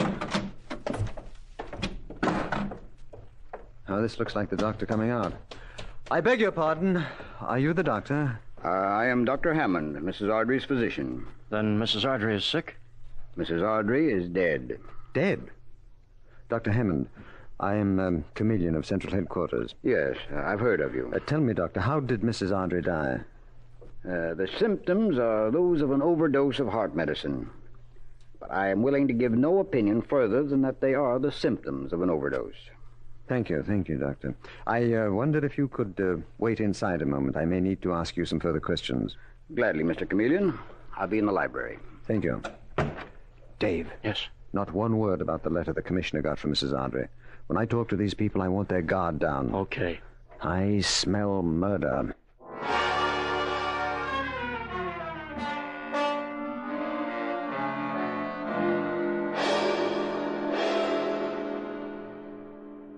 Dr. Hammond, how did Mrs. Audrey happen to take that overdose of medicine? Wasn't she warned that an overdose would be fatal? I warned her repeatedly, Mr. Chameleon. I said only one tablet at a time. Oddly enough, when I just looked in the box, there was only one tablet missing. Yet she must have taken more. Who was with Mrs. Audrey at the time of her death? Not a soul. Servants were out. Her 2 sons were out. Even her daughter-in-law, Stella Audrey, was not at home. She says that Bobby, that's her 12-year-old boy, wanted to see a movie. It was Stella Audrey who discovered the body, wasn't it, Doctor? Yes. When can I question her?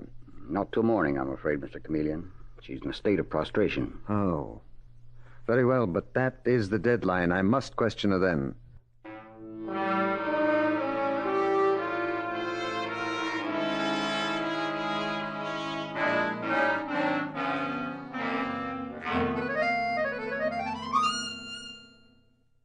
So you see, Mrs. Audrey, it seems very, very strange to me that your mother-in-law should have died here completely alone. Strange? Oh, it was horrible. Simply horrible, Mr. Chameleon. I'll never forgive myself for going out last night. But I was positive that Joseph and Alfred were with her. Those are her sons, I take it, the famous Audrey twins. Yes, that's right. If famous is the word for their cafe society antics. Oh, I know, but Mr. Chameleon, in all fairness to them, their mother treated them like children. What happens now? Do they inherit the Audrey fortune? Why'd you ask me that? Because I want to know everything. Everything that you know. It all goes to me and Bobby. My mother-in-law gave all her love to my husband, Mr. Chameleon, and then to my boy, her grandson. Mrs. Ardrey, could it be that your mother-in-law took this overdose of heart medicine purposely and dropped the curtain on her own life? Oh, no. No, it must have been an accident. And she couldn't have been murdered. Who was murdered? Sure, and what's going on here, Miss Stella? Oh, Nanny. And who might this be, and why is he bothering you? Nanny, this is Mr. Chameleon, the famous detective from Central Headquarters. And this is Nora Lowry, who's been with Mrs. Ardrey for many, many years. Except the one time she needed me, God rest her poor soul. How do you do, sir? How do you do? And I'm sorry I spoke so sharp. But how could she be murdered when no one was here? And she couldn't have taken an overdose of that medicine on purpose. You think not, Miss Lara? Oh, no. But poor soul, there was an odd thing about her, sir. She was scared to death of dying alone like she did. Isn't that so, Miss Stella? Why, yes, that's true, Mr. Chameleon. Mrs. Ardrey used to talk about it. It was a phobia, as if she had a premonition. Just like the stupid phobia I have about being cut with a knife. Cut with a knife? Oh, it's childish, isn't it?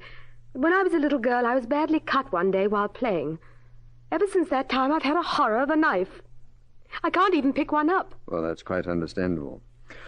All right, Mrs. Ardrey, thank you for your cooperation. And you too, Miss Lara.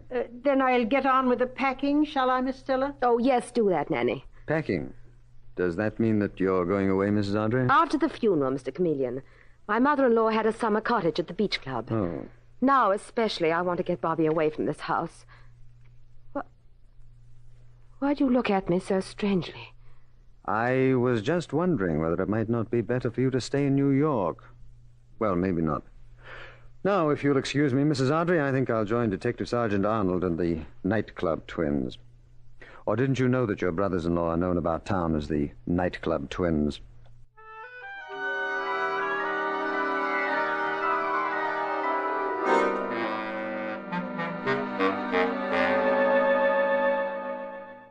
And who are you to ask us such personal questions? Wasn't the shock of Mother's death bad enough without having to put up with a couple of policemen? He means us, Mr. Chameleon. Yes, I gathered as much, Dave. Mr. Chameleon? Mr. Chameleon, is that who you are? Yes, Mr. Joseph. Or are you Mr. Alfred? I'm Joseph Ardrey. But really, this is surprising. The famous chameleon working on a simple case like this. Which resulted in your mother's death. Poor mother, Stop it, Alfred. Mr. Chameleon, you're such a famous detective. I always pictured you as turning up in some impenetrable disguise and handling only big cases. Well, this may be a big one. Suppose I told you that it was murder. Then I'd say you were mad. Mother wasn't murdered. A heart attack is death from natural causes. Mr. Chameleon, whatever it is you're suspecting, I'd like to remind you of one important point. My brother and I are still quite penniless. Stella and Bobby inherited everything. Is that a fact? That is a fact, Detective Sergeant Arnold. However, I'm sure that Stella will be glad to take care of us. We expect to go with her and Bobby to the cottage, the beach club. Why not? Alfred and I are quite used to being parasites. We don't like it particularly, but we'll stand it if we have to. We police have the idea that where murder is the issue, people have to stand a lot.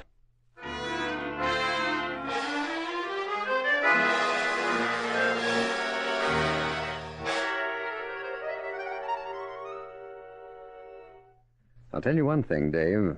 Joseph Ardrey meant it when he said they didn't enjoy being parasites. Those two want money badly. And they're spending the summer under the same roof with Stella Ardrey and her son. I don't trust those guys, Mr. Chameleon. But say, what about that heart medicine? That interests me very much, Dave. There were 10 tablets in that box. Now there are 9.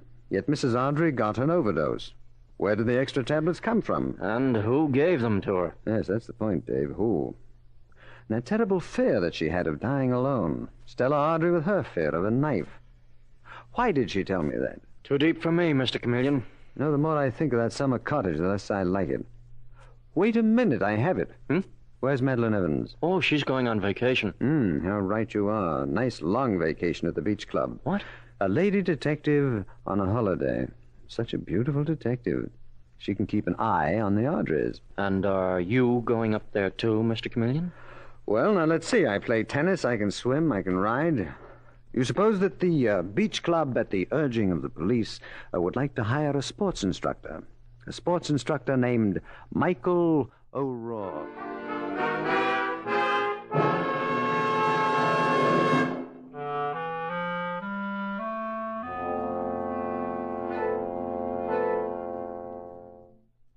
Gee, Miss Evans, that was a wonderful shot. Oh, thank you, Bobby. You like to play tennis, don't you? I like to play with you. You're terrific. Would I be speaking out of turn if I disagreed with the young man? What? What? Well, I've been standing here watching you. And if the young lady will forgive me, her backhand drive is very weak.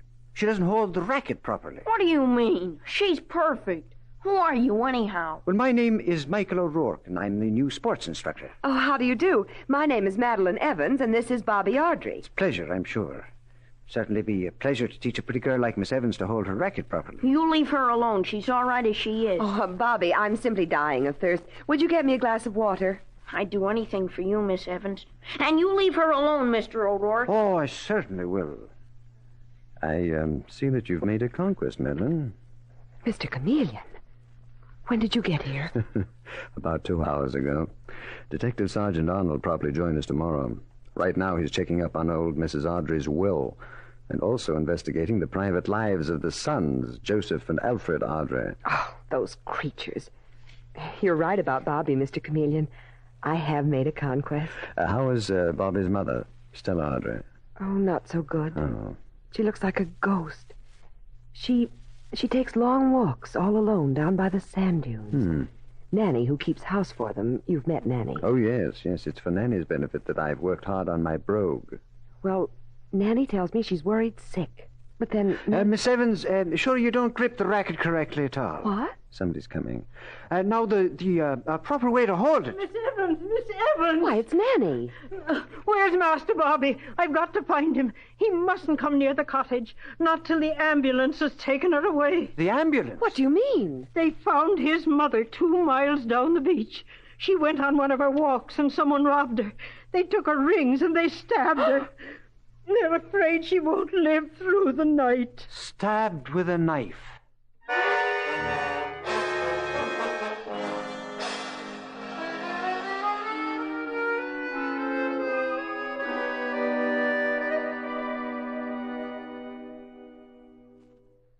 I wonder how Mrs. Ardrey's getting along, Mr. Chameleon. O'Rourke, if you please. Mike to you, Madeline. Watch that. On a beautiful night like this, death seems very remote. No, not to Stella Ardrey, who was stabbed with a knife. And death may be approaching us right now. Here comes one of the twins. Well, that's Joseph. Mr. Ardrey? Mr. Ardrey? Yes, Miss Evans? How is your sister-in-law? Stella is dead. Oh, no. We're taking her body back to New York tomorrow. And what becomes of the little lad? If you're referring to my nephew, my brother and I are his guardians now. We're taking him back to New York with us, of course. Good night. Good night. Mr. Chameleon, did you hear what he said? Those 2 men are Bobby's guardians. Yes, Madeline, I heard, and I heard something else. Mrs. Ardrey is dead, stabbed. Like her mother-in-law, she died in the way that she feared most. Now, doesn't that strike you as very odd indeed? And, Madeline, doesn't it tell you something about the killer?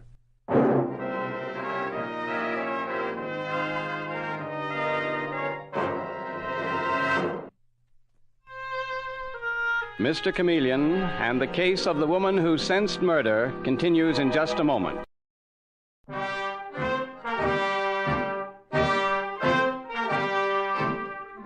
And now back to Mr. Chameleon and the case of the woman who sensed murder. It is the following morning, and along a wooded bridle path come 2 horsemen, Mr. Chameleon and Detective Sergeant Arnold. Both men look extremely grave, and Mr. Chameleon is saying... So after Bobby's death, Joseph and Alfred Ardrey would at last inherit the Ardrey fortune. What do you mean after, Mr. Chameleon? I mean O'Rourke. You'd think the boy was already dead. I'm afraid it's only a matter of time. That was an interesting will, Dave. Very interesting. Makes me all the more interested in those heart tablets that killed old Mrs. Ardrey. But where's the guy that killed the old lady? Not a trace yet. See, that's the trouble. It may take time to break this case, and we haven't got time. Bobby hasn't got time. I wonder what he's afraid of. Oh, the kid? Yes. You see, his grandmother, remember, was afraid of dying alone. That's how she died. Stella, his mother, had a dread of being cut. She was stabbed to death. There's a queer, sadistic pattern there, Dave. I know that boy may be murdered, but I don't know by whom, and I don't know how. Mr. Chameleon, there he is, coming out of the paddock. Oh, probably waiting for Madeline. You better beat it, Dave. Okay, see you later. No. Well, hello there, young fella. You waiting for Madeline? I'm waiting for Miss Evans. We're going riding together. You'd like to ride, don't you? You're not going along, are you, Mr. O'Rourke? Miss Evans told me that just her and me, that we could spend the day together. Oh, I wouldn't come near the two of you. But you know, Bobby, you really have the makings of an all-round sportsman. You ride, you play tennis. Are you scared of guns? Oh, me? No. Ah. Did you ever go up in an airplane? Sure, often. We flew to California last year. Is that a fact now? Well, Bobby, you're a better man than I am. I wouldn't go up in a plane on a bit. I'm just a coward, that's all. You are? Oh, sure. All of us are about something. With me, it's flying. I'm not ashamed to admit it. Mr. O'Rourke, if I tell you something, will you promise not to tell Miss Evans? My Uncle Alfred says I'm a coward, too. And I am. Ah, I don't believe that. Yes, I am. Whenever I go in swimming, I stay close to the shore. I don't even swim to the raft because I'm scared of the water. Only I'm going to get over it. Well, Bobby... Yes, I am, Mr. O'Rourke. I'm going to make myself get over it. Someday soon, I'm going to make myself go out in the water beyond my depth.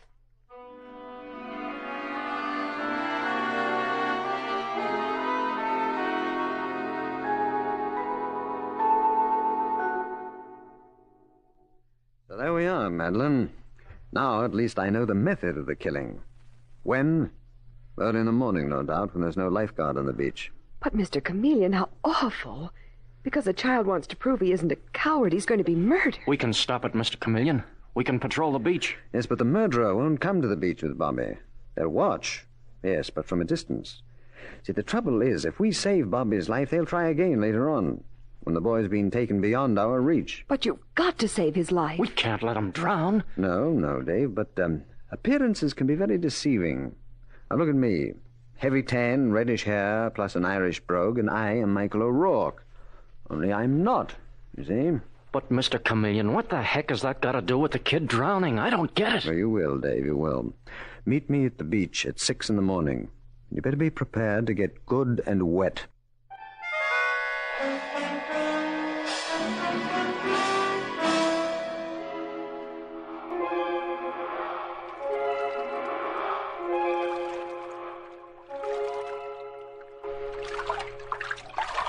For Pete's sake, Mr. Chameleon, how long do we have to stay here in the water? Keep your head down, Dave. I don't want anyone to see us from the shore. We've been hanging onto this raft for hours. 15 minutes at most. Bobby's coming. He'll come soon. We should have patrolled the beach. Oh, they wouldn't do it, Dave. They must think that the child is dead. Oh, look, there he is. Bobby? Mm-hmm. Yes, he's alone. I thought he would be. Do you think they're watching him? Oh, I'm sure of it. Yes, he's coming into the water now. Starting to swim toward the raft. Yeah. Oh, Mr. Chameleon, what sort of a person is it who can stand by and watch while a child drowns? That question will soon be answered. He's slowing down. It's too far for him all the way out to this raft. Keep out of sight, Dave. I'll bring him round to the back of the raft. But that's a long way for you to swim underwater, isn't it? I'll make it. I've got to. Help! Help! There he goes. He's calling for help. Okay, Dave, keep out of sight as if your life depended on it.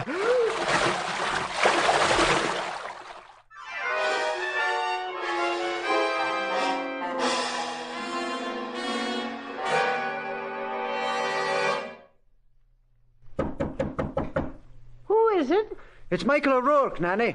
The love of your life. Mr. O'Rourke, this is no time for joking. We're going back to New York to bury Mrs. Archie. Oh, I'm sorry. That was stupid of me. Let me come in for a moment, won't you? I'd like to say goodbye to the little lad. Well, Master Alfred and Master Joseph are having their breakfast. Oh, let them. I don't mind. Well, all right. Come on in. I'll go and fetch Master Bobby. Who's that, Nanny? It's Mr. O'Rourke, the sports instructor, Master Alfred. I'll be right back. Fine, Nanny. Well, good morning, gentlemen. What do you want? Alfred, there's no need for you to be rude just because other people have no manners.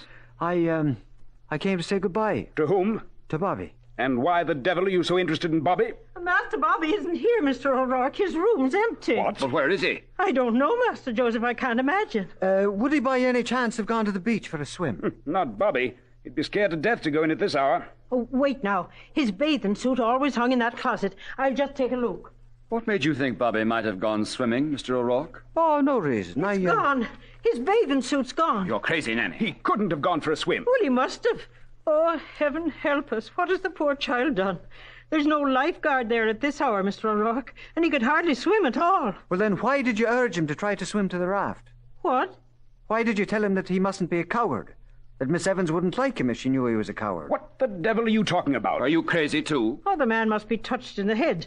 I never told Bobby he should swim to the raft. Yes, you did, Nanny. You told me just this morning. Who said that? Who said that? It was Bobby. He's here. He can't be. I imagined I heard his voice. You told me it would be good for me to swim to the raft, Nanny. Just like you told Mother to walk to that lonesome place down the beach. Stop it, sir. I won't listen. Look, Nanny. There in the doorway. Bobby. All dripping wet.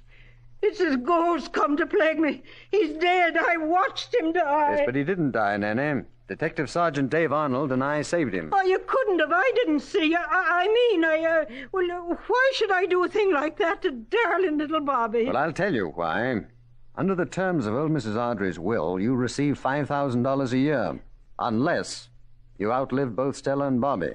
In that event, your yearly income is $25,000 a year. How do you know this? Detective Sergeant Arnold brought me a transcript of the will. But I don't understand. What's happened to your brogue? Who are you? I'm Mr. Chameleon of Central Headquarters, and I arrest you, Nanny, for the murders of Mrs. Ardrey and her daughter-in-law, Stella Ardrey. No, I didn't do it. Well, here is the proof. Dave, come in, please. Here I am, Mr. Chameleon. Dave, that handbag that Nanny never lets out of her sight. Get that for me. No, you can't have it. Give it to me.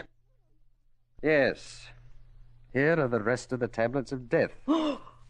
Nanny, for months you stole them one at a time from old Mrs. Ardrey, and then you murdered her with an overdose. Mr. Chameleon, you're a wicked man. I loved Mrs. Ardrey. If she were here, she'd tell you I loved her. Very touching, Nanny. But it won't go. See, first Mrs. Ardrey wrote the Commissioner of Police that she thought her life was in danger. And then we found this note. A little safe even you didn't know she had, Nanny. And it ends this way. And should I be killed, the person I suspect is Nora Lowry. You've made it all up. My motto, you know, is the innocent must be protected, the guilty must be punished. And you come in on the last sentence. Dave, you bring in the state's witness, please. Okay. Come in, Mr. Smithers. Him!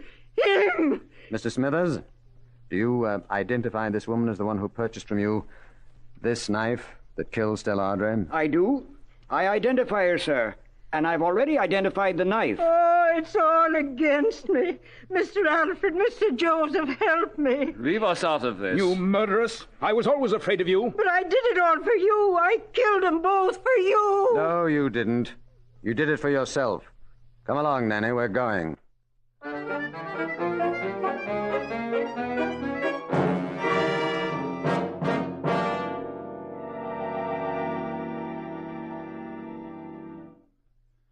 Now that you've settled this case, Chameleon, what's going to happen to the boy, Bobby? Well, he's going out west to live with his mother's sister, Commissioner. I understand she's very fond of him. And, if you please, he's being personally escorted there. Madeline, you come in here, please. Yes, Mr. Chameleon. I just stopped in to say goodbye. Goodbye. Madeline is using the rest of her vacation, Commissioner, to see that Bobby reaches his destination safely. Well, that's very kind of you, Miss Evans. Not at all, Commissioner. I expect to enjoy the trip. Yes, and she will.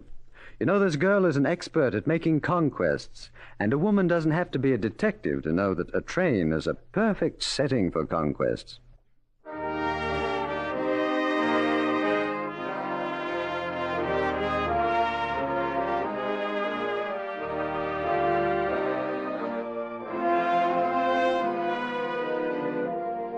And with these words, Mr. Chameleon concludes tonight's murder case.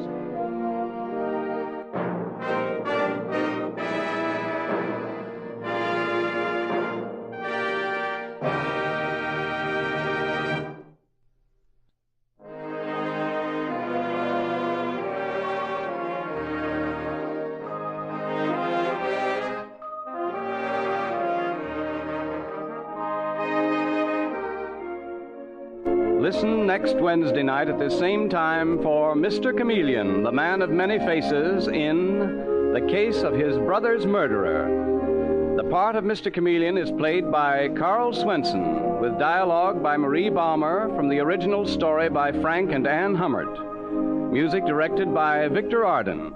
Your announcer is Howard Claney.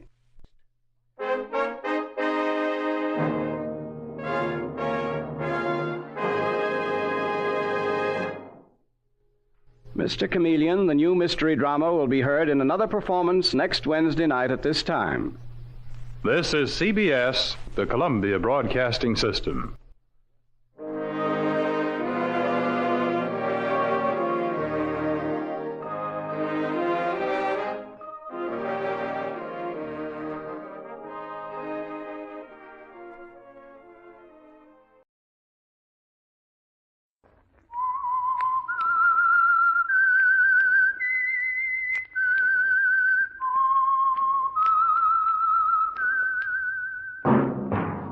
Yes, friends, that whistle is your signal for the signal oil program, The Whistler.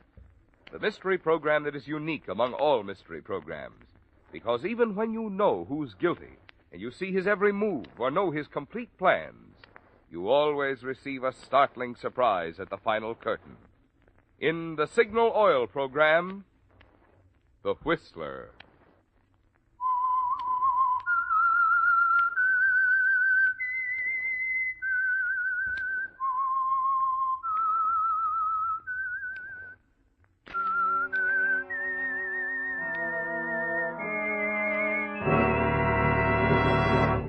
I am the Whistler, and I know many things, for I walk by night.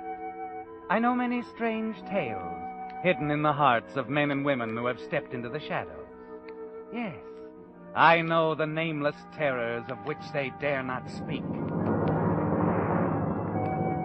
Yes, friends, it's the Whistler for tops in entertainment. And for tops in gasoline quality, it's Signal. It takes extra quality, you know, to give you extra mileage. And Signal is the famous Go Farther gasoline. So look for the Signal circle sign in yellow and black that identifies friendly independent signal stations from Canada to Mexico. And now the Whistler's strange story. Man on the Roof. Eddie Welch was a young man who enjoyed his work. Yes, he loved every moment of it, as he sat before the microphone in the booth high on the roof of Crandall's department store, his voice booming out over the public address system, directing the attendants, the movement of the automobiles in the parking area below. 2 spaces in aisle 4, 1 in aisle 5, aisle 6 is full, 3 spaces in aisle 7, 4 against the wall. Number 1, keep the driveway clear, clear the driveway. Yes, it pleased Eddie to run the lot from his lofty perch on the roof of the department store. Pleased him to see the movement of the traffic below respond instantly to the sound of his voice. But though he liked it here on the roof, Eddie had made up his mind a long time ago he'd leave this job when the right opportunity came along, something worthy of his talents. He wasn't quite certain just what it would be, a break, a lucky chance, but it would come sooner or later. So Eddie Welch waited, and that break finally came late one afternoon. Aisle 1, 2, 4, 6, and 8, full. 2 spaces in aisle 3, 1 in aisle 5, 4 in aisle 7, 1 against the wall. Plenty of room in the overflow. Hello. All right if I come in? Well. Sure, come in. I haven't seen you around the store before. I'm new. The latest addition to the glassware department. Well, I ought to get around more. If you'll stop leering at me for just a moment, I have a message from Garcia. Peggy Garcia, that is. Peggy? Oh, yeah. It's about a date tonight. Something came up, said to tell you she can't make it. Can't, huh? Well, I didn't really think she would anyway. So, I'm a free man tonight. That is, unless you... Oh, hold it. Gee, you get ideas fast. Anything wrong in my asking you for a date? Oh, I might be booked for the evening. Okay. Suppose I stop by Glassware, say closing time, and check with you. Well, what about Peggy? Won't she be... She has no strings on little Eddie. No strings at all. Besides, baby, she's engaged. Didn't you know? Oh, I see. Check with you later. Check with me later.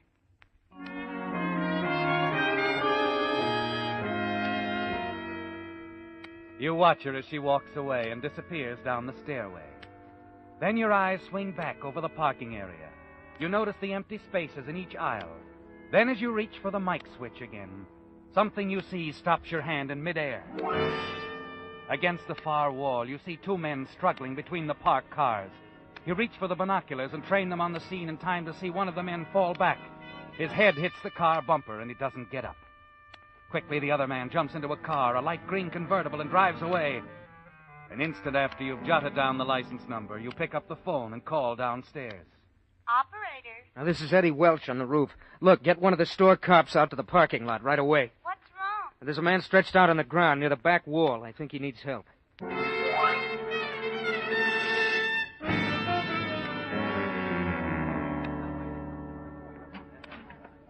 Hi, gorgeous. I understand the big wheel wants to see me. Well, if it isn't the Romeo of the rooftop. Yes, Mr. Crandall wants to see you, Eddie. Hey, how about doing the town Saturday night? Huh, sweetheart? Sorry. I'll be at the wrestling matches. Junior. You think you'll win? Well, why don't you drop dead, huh? See you later. Oh, come in, Eddie. Come in. Eddie, this is Lieutenant Davis, Police Department.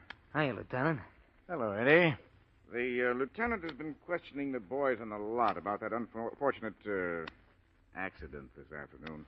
Oh, yes. Say, how did the fella make out? Are you okay? He's dead. Dead? That's too bad. Uh-huh. He was one of our boys. A city cop? That's right. I understand you were the one who first reported the accident. Yeah, I was on the roof.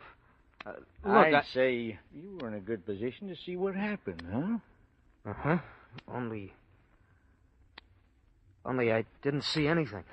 I just happened to notice the guy on the ground. As to what happened before that, I wouldn't know, Lieutenant. I wouldn't know. It hit you suddenly, didn't it, Eddie? And then you decided to lie to the police lieutenant.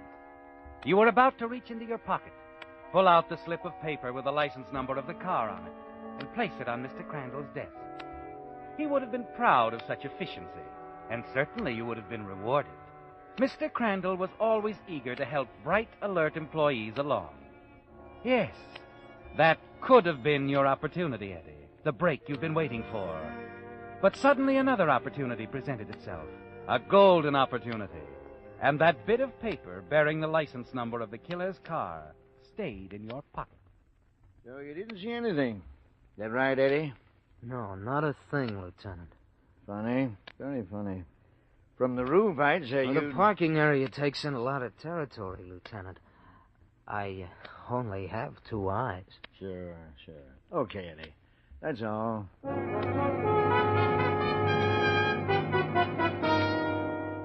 You're excited, aren't you, Eddie, as you leave Mr. Crandall's office, anxious to make plans. You tell yourself you've got to move cautiously. Think it all over very carefully. Your first problem is to contact the driver of that new, expensive-looking green convertible. You think about it for a long time, and it's still on your mind the following day during your lunch hour as you walk across the parking lot with Joan, the girl you met on the roof. Eddie, what are those fellas doing? Huh? Over there. They seem to be taking down the license numbers. Oh, that's right. You're new here. And they work for the store. Check the license numbers with the Motor Vehicle Bureau. Find out who the car owners are. Well, what's the idea? A survey of some kind. Find out where the customers come from. Help select the districts their advertising seems to pull the heaviest... Well, what's the matter? Nothing. Look, Joan, why don't you run on ahead? I want to talk to one of the boys. Okay. See you later. Thanks for the lunch. Hi, guys. Oh, hello, Eddie. How's the boy? Fine. Hey, look, do me a favor, huh? I got a license number I'd like to slip into that list. Check it for me. Oh? That's Well, as a paper comes in here regularly, I get to talking to her a couple of times. Very friendly type and very cute. Oh, I get it. She's kind of coy, too. Won't give you her name or phone number, but she does have a car, and cars have license plates. I got it. Yeah. Sure, I'll be glad to help you out, Eddie. I'll let you know in a day or so. Swell. Hey, with the right sort of break, does this deal show much promise? Who knows, Gus?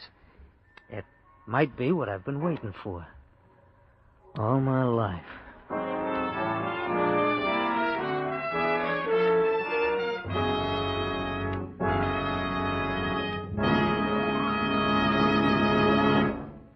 With the prologue of Man on the Roof, the Signal Oil Company brings you another strange story by The Whistler.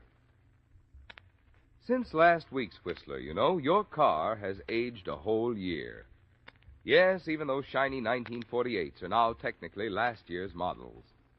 But after all, the important thing is not the year your car was made, but rather the care it receives. That's why, if you want your car's performance to stay young, it's so important for it to receive the more thorough, more conscientious service that cars get at independently operated Signal service stations. For example, when a Signal dealer lubricates your car, he checks against the official factory chart that shows exactly which of Signal's 9 specialized lubricants each part should have for long, trouble-free service. Then, just to make double sure not a single part has been missed, your Signal dealer checks the whole job again, which explains why we call it Signal double-check lubrication. This is typical of the many little extras you enjoy at Signal service stations. Because Signal dealers, being in business for themselves, have more reason to want to keep your business. And now, back to the Whistler.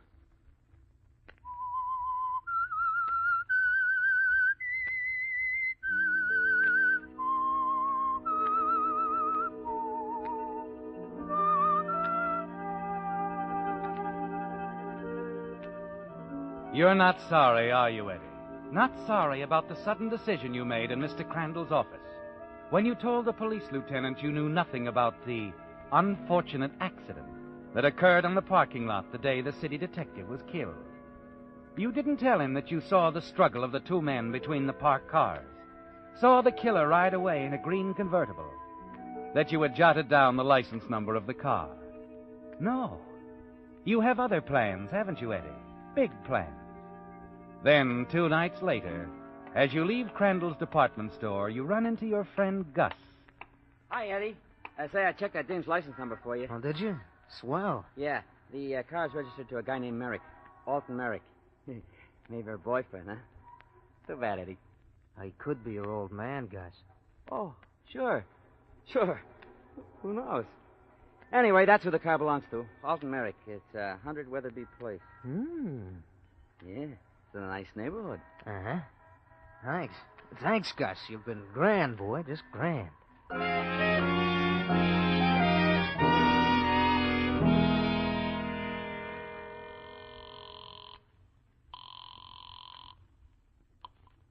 Hello? Mr. Merrick? Alton Merrick? Yes. Who's this? The name isn't important. I'm just the guy who happened to be around Crandall's department store the day that city cop was killed. Still on the line, Mr. Merrick? Yes. I thought maybe I could do you a big favor. Like keeping my trap shut. You follow me? I don't know what you're talking about.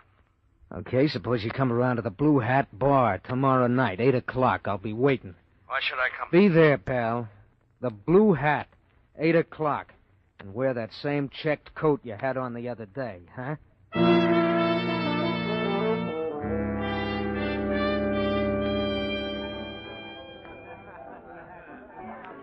Gee, isn't he wonderful, Eddie? Huh? The piano player. Oh, he's terrific. Ah, yeah. I like this place, Eddie. The Blue Hat Bar. You know something, baby? From the day you walked into my life, things started to break right for little Eddie. Yeah, What is it, Eddie? nothing. See someone you know? No, nobody. Is this seat taken? No, it isn't. Here, I'll take my hat. Thanks. Oh, bartender. Come on, let's go, baby. We're leaving already, Eddie? Yeah, I've seen all I wanted with this place. Come on, let's breeze. Okay. Eddie, did you see the coat he was wearing? What? The man who sat down next to you wearing that check coat. Oh, yeah, loud, wasn't it? It shrieked.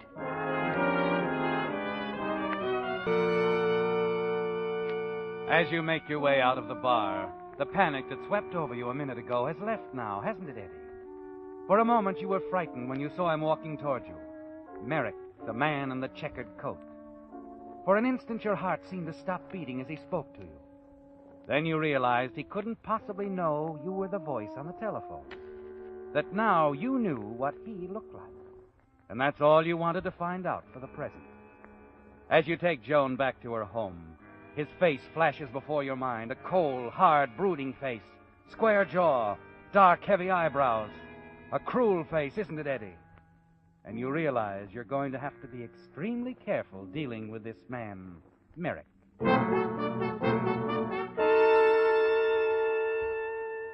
Late the following afternoon, you're on the roof again, directing the flow of traffic in the parking lot below. 3 spaces in aisle 4, 2 in aisle 5, 6 in aisle 6, 3 in aisle 7. No one seemed to 5 notice the break in your voice, Eddie. At that moment when you saw him again, the man in the check coat, the man you're going to blackmail, standing down there in the lot, staring up at you. Now as your voice drones out over the lot, 1,000 frantic thoughts race through your mind, and you wonder if he knows.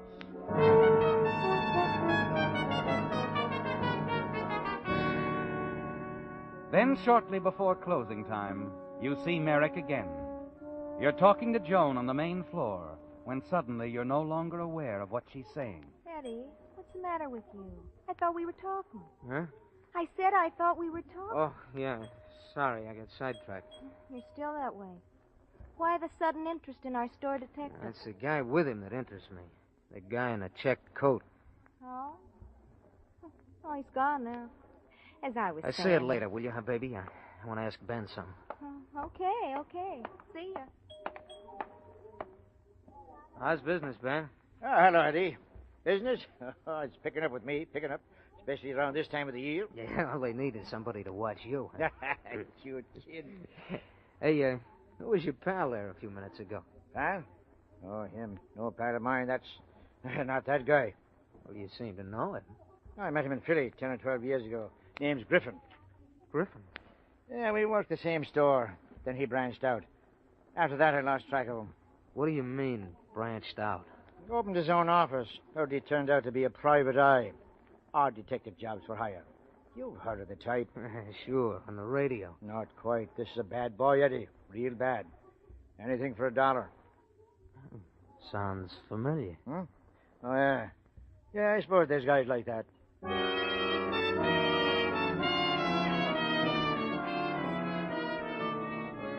Ben smiles as you walk away from him, doesn't he, Eddie? He doesn't have any idea what's going on in your mind. Just talk, he thinks. But it isn't that way at all. No, Eddie. You're thinking how smart Merrick is to use this man Griffin for his blackmail negotiations. He almost threw you off, didn't he? Making you think that Griffin, the man in the check coat, was Merrick. Another thought occurs to you and sends a little quiver of nervousness along your spine. Merrick must know for certain that you are his blackmailer, Eddie. Yes, and the knowledge could be disturbing enough to make him want to push you off the roof someday.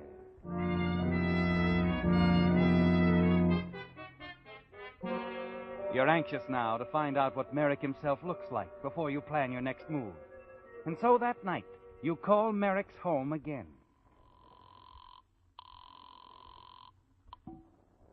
Hello? Mr. Merrick? Oh, yeah. Eddie? Huh? Eddie Welch? You know my name? I know quite a bit about you, Eddie. Even what's on your mind this minute. Yeah, I guess you do. Well, we better get together, talk. Fine, Eddie, fine. The blue hat again? Good enough. Be there tonight. Say, 10 o'clock. 10 it is, Eddie. You're running the show. Huh? Oh, yeah. Don't you forget that. Not me, Eddie. You're trembling as you leave the phone booth, but your nerve gradually returns, doesn't it? Yes, Eddie, the long walk through the night air is good for you. It clears your mind. And soon you feel that you're clicking again, able to handle the situation. You reach Merrick's apartment building a good hour before the appointed time. Wait in the dark entrance of a building across the street. It isn't too long before you see Griffin, the private eye, come out, still wearing the check coat.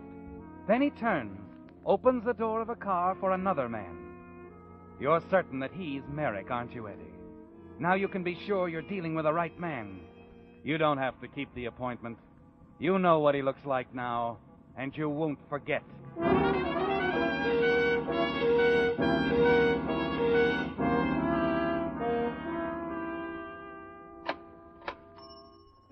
Another day, Eddie. That's right, Al. Well, good night. Night. Oh, Eddie. Yeah? I almost forgot. There was a fella hanging around the store. He wanted to be sure when you got off. Oh? I told him everybody was working overtime tonight. What did he look like? Heavy-set fella. Rough-looking. Bushy eyebrows. Griffin. Who? Nobody important, Al. Thanks. Oh, sure. You expect to be followed, Eddie, and you are. And as you also expected, it is Griffin, Merrick's detective for hire, the man Ben thinks would do anything for money. And you know he's working for a man who'd do anything, too. You quicken your step, hurry down the darkened street. Then as you move past an abandoned building under construction... Hey, Welch, wait. Oh, I gotta lose him. You turn, run into the convenient protective darkness of the building, scramble wildly up a set of improvised stairs, and wait, listening.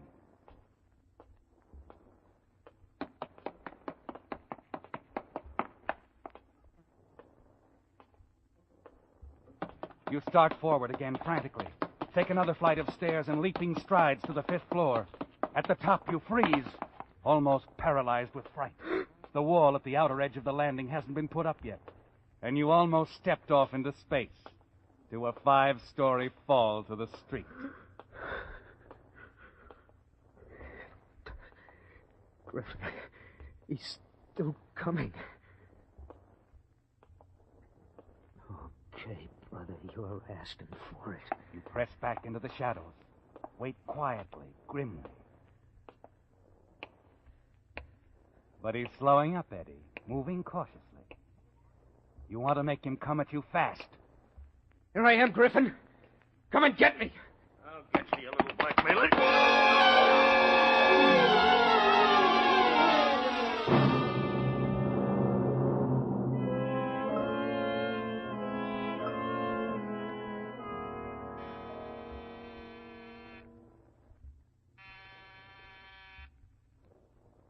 Mr. Merrick. Mr. Merrick, open up.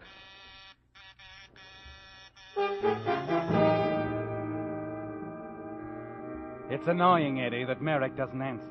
Because you're sure he's inside, waiting for Griffin to come back and tell him that you're out of the way. Then from a sound down the hall, you're aware of an elevator stopping at Merrick's floor. You duck back out of sight. Wait nervously until you see who it is that stepped out of the elevator. Merrick. You recognize him, don't you, Eddie? It's the same man you saw with Griffin last night. Hello, Mr. Merrick. What?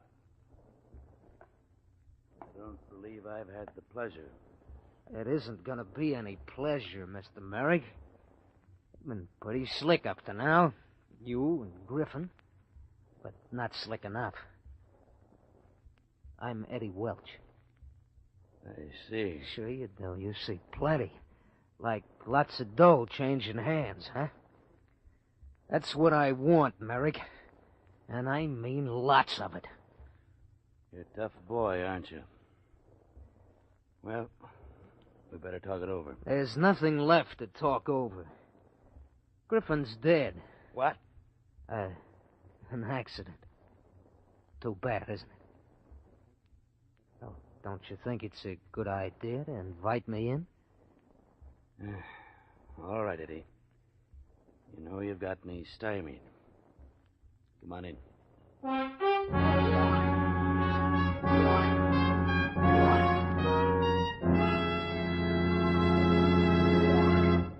The Whistler will return in just a moment with the strange ending to tonight's story.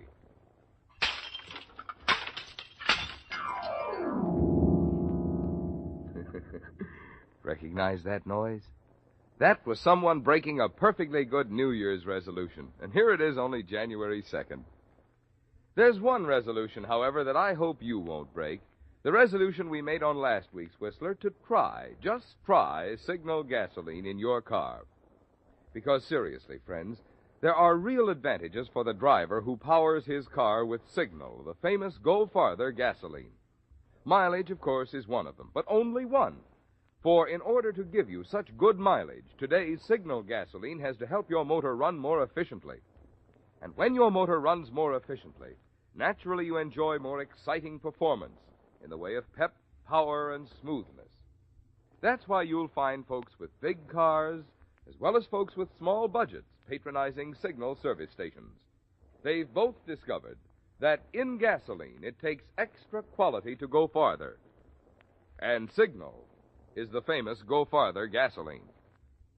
And now back to the Whistler. You knew it all the time, didn't you, Eddie? Knew that someday that golden opportunity would present itself. The break you were waiting for, and you'd be sitting on top of the world. Then it came suddenly. Remember, Eddie, that day at the parking lot of Crandall's department store, when you saw the struggle of the two men between the parked cars, saw the killer race away in the green convertible. It was a smart move, wasn't it? Taking down the license number of the car. And a smarter move on your part not to tell the police about it. And now the killer, a man named Alton Merrick, is at your mercy. And as you sit in his apartment, facing the tall, cold-eyed man, you're waiting to discuss a financial arrangement. You know, Merrick, that was kind of cute of you, sending Griffin around to keep your appointments with me, wearing that checked coat of yours. About the same build, too. At the start, I really thought he was you, Merrick. Didn't know what you looked like until last night when I saw the two of you leave the building. Mm-hmm. You know, sending him around to knock me off wasn't such a good idea, Merrick. Not for your pal Griffin. He, wasn't very smart. You took care of him, huh? Let's say he'd still be here if he hadn't chased me into an empty building. You're a pretty smart boy, aren't you, Eddie? Smart enough to tell the police I saw a gent named Alton Merrick kill that city cop at a fight in the parking lot. Unless Mr. Merrick makes it worth my while to forget it. Got it all figured out, huh? Uh-huh. You're wrong about one thing, Eddie. I didn't send Griffin around to see you. Then who? You see, I've been trying to get Griffin myself for a long time. That's why I came here last night, when you saw me with him. We had a lot of things to talk about. Like what? You see, Eddie, my name isn't Merrick. That was Griffin's real name. Griffin and Merrick were one and the same guy. Same guy? But you... My name's Kincaid. Lieutenant Kincaid, Los Angeles Police. And I'm very glad to meet you, Eddie. Very glad.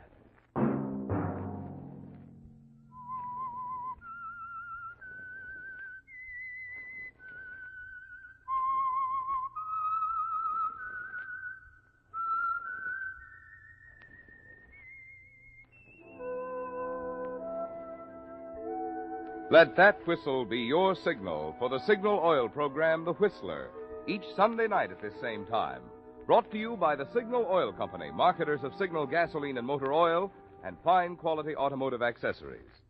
Signal has asked me to remind you, to get the most driving pleasure, drive at sensible speeds, be courteous, and obey traffic regulations. It may save a life, possibly your own. Featured in tonight's story were Tom Holland, Lorette Philbrandt, and William Conrad. The Whistler was produced by George W. Allen and directed by Gordon T. Hughes, with story by Steve Hampton and music by Wilbur Hatch, and was transmitted to our troops overseas by the Armed Forces Radio Service. Remember, at the same time next Sunday, another strange tale by The Whistler. Marvin Miller speaking. This is CBS, the Columbia Broadcasting System.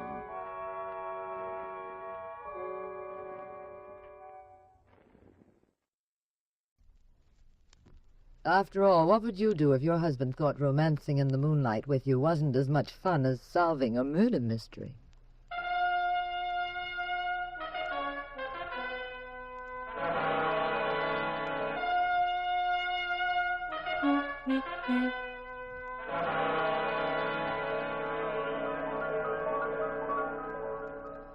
The National Broadcasting Company presents The Adventures of the Abbotts, starring Claudia Morgan and Les Damon as Jean and Pat Abbott, those popular characters of detective fiction created by Francis Crane. NBC invites you to join Pat and Jean each week at this time for another recorded adventure in romance and crime. Now here is Jean Abbott to set the stage for tonight's puzzle in murder.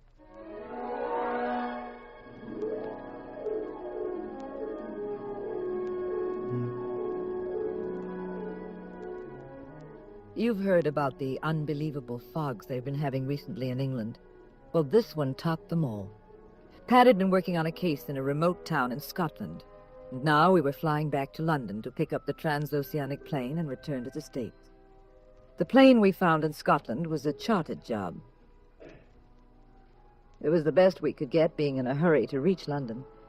Pat, of course, was sitting as calmly as could be. Nothing on earth rattles that boy's nerves. He was nonchalantly thumbing through a magazine.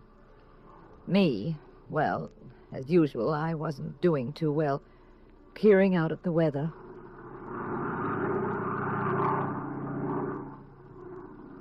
Pat?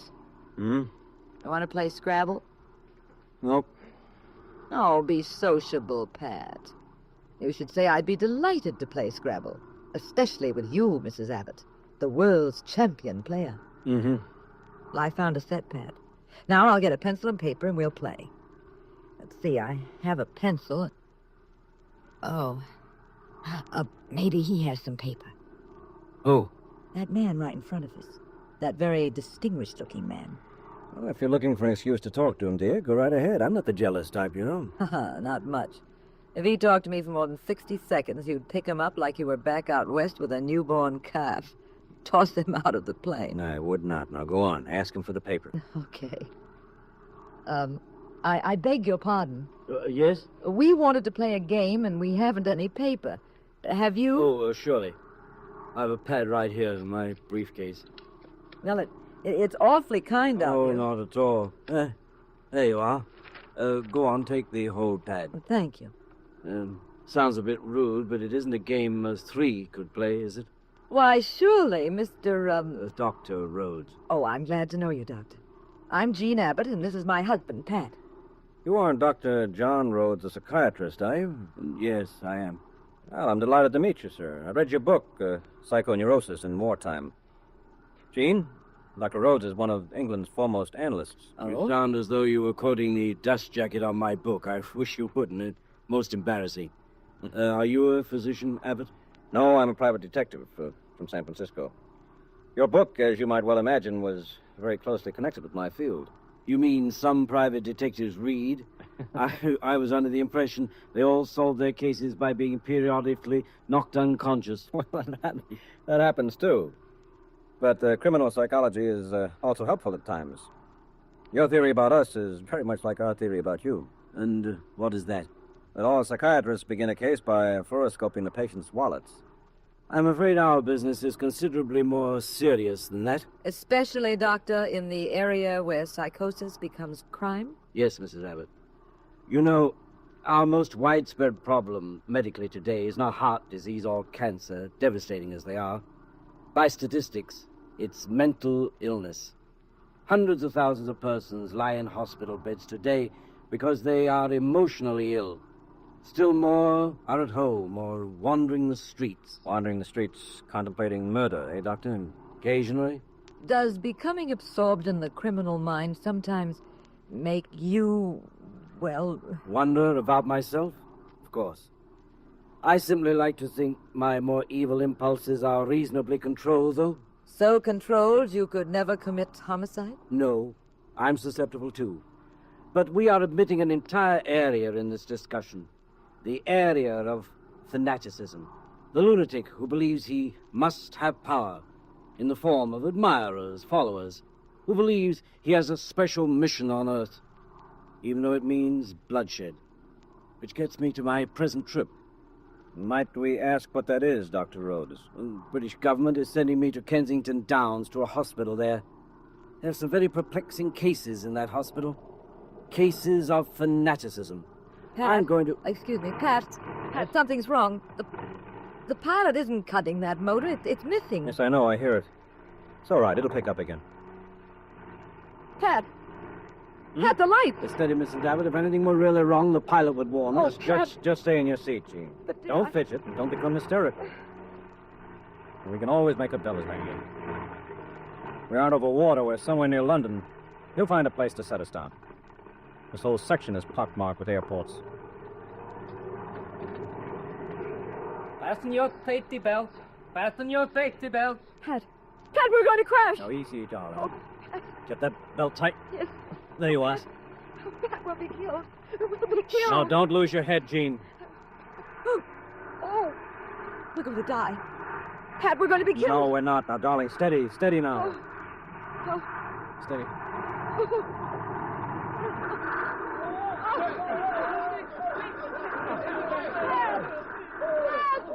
Where are you, Pat? Jean. Where are you? Jean, darling. You hurt? Oh, no. I'm all right. Are you, Dean? Yes. Just a little shaken up. Can you stand up? I think so. Wait till I unfasten the belt. Here, let me help you. I'm okay. I'm pretty dizzy, though. Oh, golly, the plane's all in one piece. Yes, well, let's get out of here fast. It might catch fire. That emergency exit's open. See it up ahead? What is it?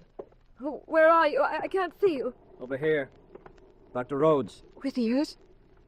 He's out. Cold. Oh, there's the pilot outside. He'll help. In here. There's someone hurt in here. All right. Take it easy. I'll have a flashlight. Oh, please. Shine it this way. That's it. That chap got it bad, didn't he? Oh, his head. Well, I sent someone for an ambulance. They'll fix him up. I don't think so. Why not? He's dead. He is. Oh, no. Too bad that confounded motor had to blow like that. But you two come on out. We'll take care of them. Watch your step, Jean. That's it. Gosh, dark and cold out here. Ooh. What is this, a swamp? No, we're about 80 miles from London.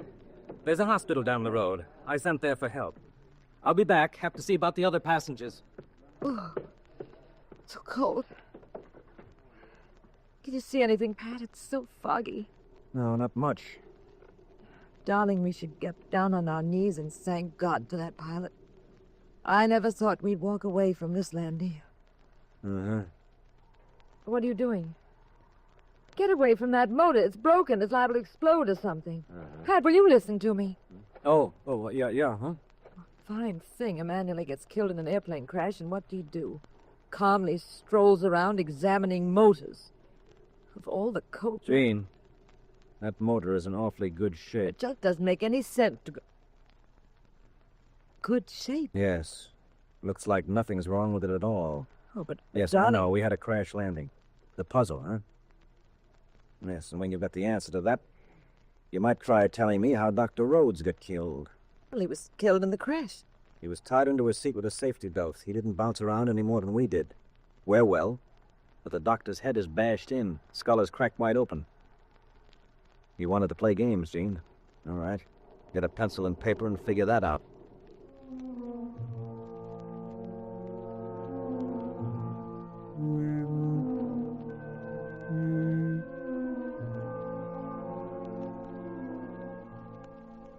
We stood beside the huge silhouette of the plane, in that cold, damp English countryside, with the dead body of Dr. Rhodes inside the plane. Spotlights swept the ground from police cars. Ambulances roared about. White-coated interns like ghosts flitted past us. Pat was very deep in thought and businesslike. Now that he'd stumbled into a murder, he kicked the ground pensively.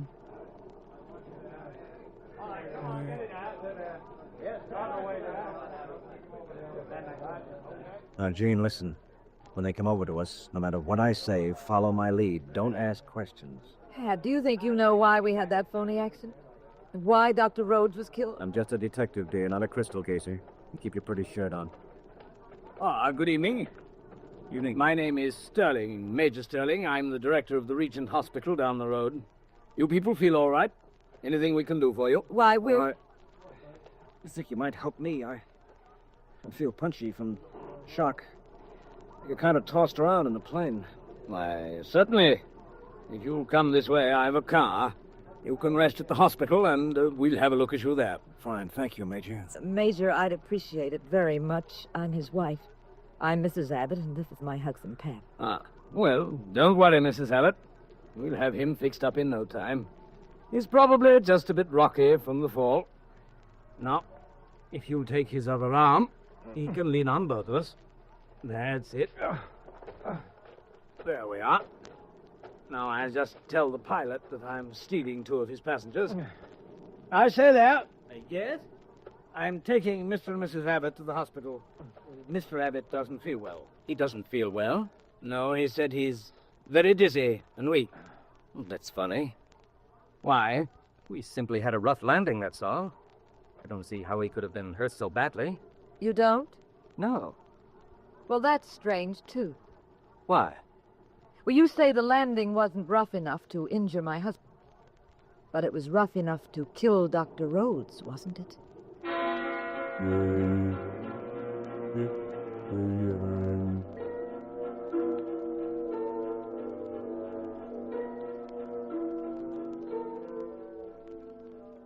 As soon as I saw the hospital, I realized it was some sort of military establishment.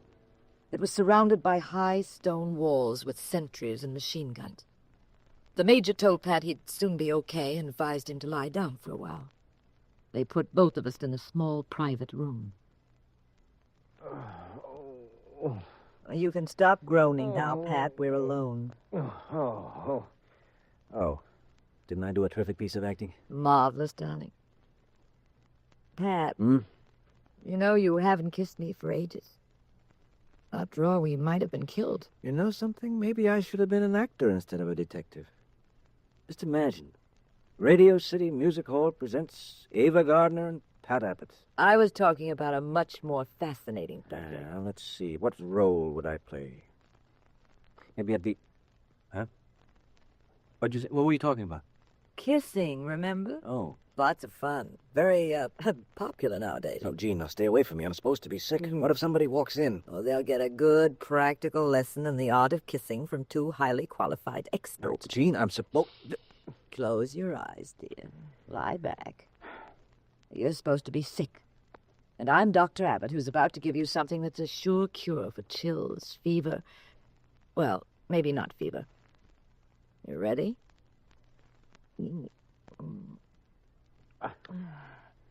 No, Doctor. Yet? Oh, your fever's worse. Better give you another treat. Oh, excuse me. Sorry to break in on you like this. I'm Vic Williams, the major sent me. I'm an intern. What is it, Vic? He said for you to drink the stuff in this glass. It's a sedative. Oh, thanks, Vic. Hi. You don't mind my saying so. That was quite a clinch you 2 were in. Young love's a wonderful thing, what? Sure is, Vic. Now, if you'll just run along... you should see me and my girlfriend. Like 2 lovers we are. I haven't seen her in a fortnight. Been stuck here at the hospital. Can't even talk to her. The phone lines are down, you know, on account of the storm. I shan't be able to call her for a couple of days. She must be pining away no end. Yes, I'm sure she is, Vic. Now, if you've nothing else to tell us... You're from the States, aren't you? That's right. Married? Yes, now, look, if you'll just... where are you from in the States? San Francisco. They just brought in that corpse from the plane, Dr. Rhodes. He looked like a real tough line in the morgue. Sort of friendly-like. Did you know him? We just met him on the plane. Hey, how'd the accident happen? I mean, were you two just sitting there? Look, Vic, suppose we ask you some questions. All right, go ahead. What is this hospital? It's called British Military Hospital, T-17, Kensington Downs. Well, what sort of men are here? Veterans of World War II? Yes, ma'am. And others, the weird one. You mean mental cases? Well, some of them are legitimately that, ma'am. The others, Yes, what about the others? Oh, you know, the British government's mixed up with plenty of fanatics in the Near East. We're always having trouble with them. They got some chaps here from the Mediterranean Society. Oh, what in the world is that? Wild-eyed blokes, I call them. Professional assassins. Stage riots in the Near East, kill people, usually for money, although they claim some other fancy reasons. A lot of them are homicidal maniacs. Some of them are narcotic addicts. British Army rounds them up now and then, pulls them out of the area, ships them here for the cure. The cure work? I often wonder. Lots of the Mediterranean League in this hospital? You know, it's quite a three-ring circus with those boys and the kind they attract. What kind do they attract? Deportees, ex-Nazis, neo-fascists, the lunatic fringe. There's a lot of ex-Nazis who turned up in the League. Let's come in. Everything all right, Mr. Abbott? Oh, fine, Major, thank you. Well, you try to get some rest and take that sedative. It'll calm your nerves. If you want anything at all, just tell Vic. Thank you. We haven't any caviar or champagne, though, much as I'd like to give it to you. I'll see you in the morning. I'm getting it on myself. I know you two want to be alone. How long you been married? A few years. San Francisco, huh? What business are you in, Mr. Abbott? Oh, I make a fortune, Vic. I dunk donuts for nearsighted millionaires. Now, look. I know. I'm going. Oh, by the way, after I go, bolt the door. Why? This is a hospital for lunatics, man, you remember? During the nights, they get hopped up. They start running around. They're pleasant dreams. Oh, lovely place. Lovely. Pat, what are you doing? I'm going for a stroll. Here? Now? What did you think I pretended to be sick for? I want to see what makes this hospital tick. Or wouldn't you rather lock the door and make believe we're back in Scotland on that moor in the moonlight? You made quite a fancy Heathcliff back on that moor, Pat, darling. Right now, I'm more interested in who bounced Dr. Rhodes on the coconut and why. I'll see you around, Mrs. Abbott. Not on your life. If you prowl, I prowl. If you think for one moment you're going without me, I'll scream. No, all right. Shh. Come on. And no lights out here. Follow me. Tiptoe. Pat, look. A light's shining under that door. Yes, I see it. Oh, come on. Easy. Yeah. Easy. I'll peek through this keyhole. What do you see? 2 doctors. Looks like an operation. They're working on a man's arm. Oh, what are they doing? One of them has a tattoo mark on his arm. Looks to me like that doctor is taking off the tattoo. Oh, is that all? It's enough. More than enough. Come on, Jean. We're going to find the major. But, darling, thousands of men have tattoos. Not those men, and not for that purpose. Now, come on, let's go. Hurry.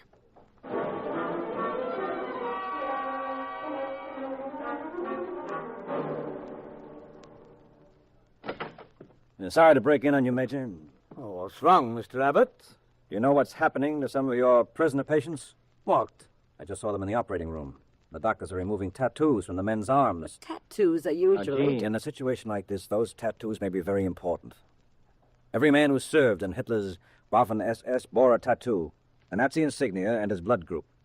Ex-Nazis by the hundreds have them. And as for that Mediterranean League, they probably have a tattoo also. Most fanatic secret societies do. You're right, Pat. I remember the Pachucos, the dangerous secret society in America. Same deal. Yes. Once out of this camp, any of those men has a much better cover story. It would be much easier to deny any affiliation they once had. A rotten trick of theirs. Well, I'm grateful to you, Mr. Abbott. I'll telephone our headquarters in London, and I'll double the guard. You'd best get back to your room. Mrs. Abbott will be safer there. These men may riot if they find out we're onto their game. It's okay, Major. Hello. I want military headquarters in London.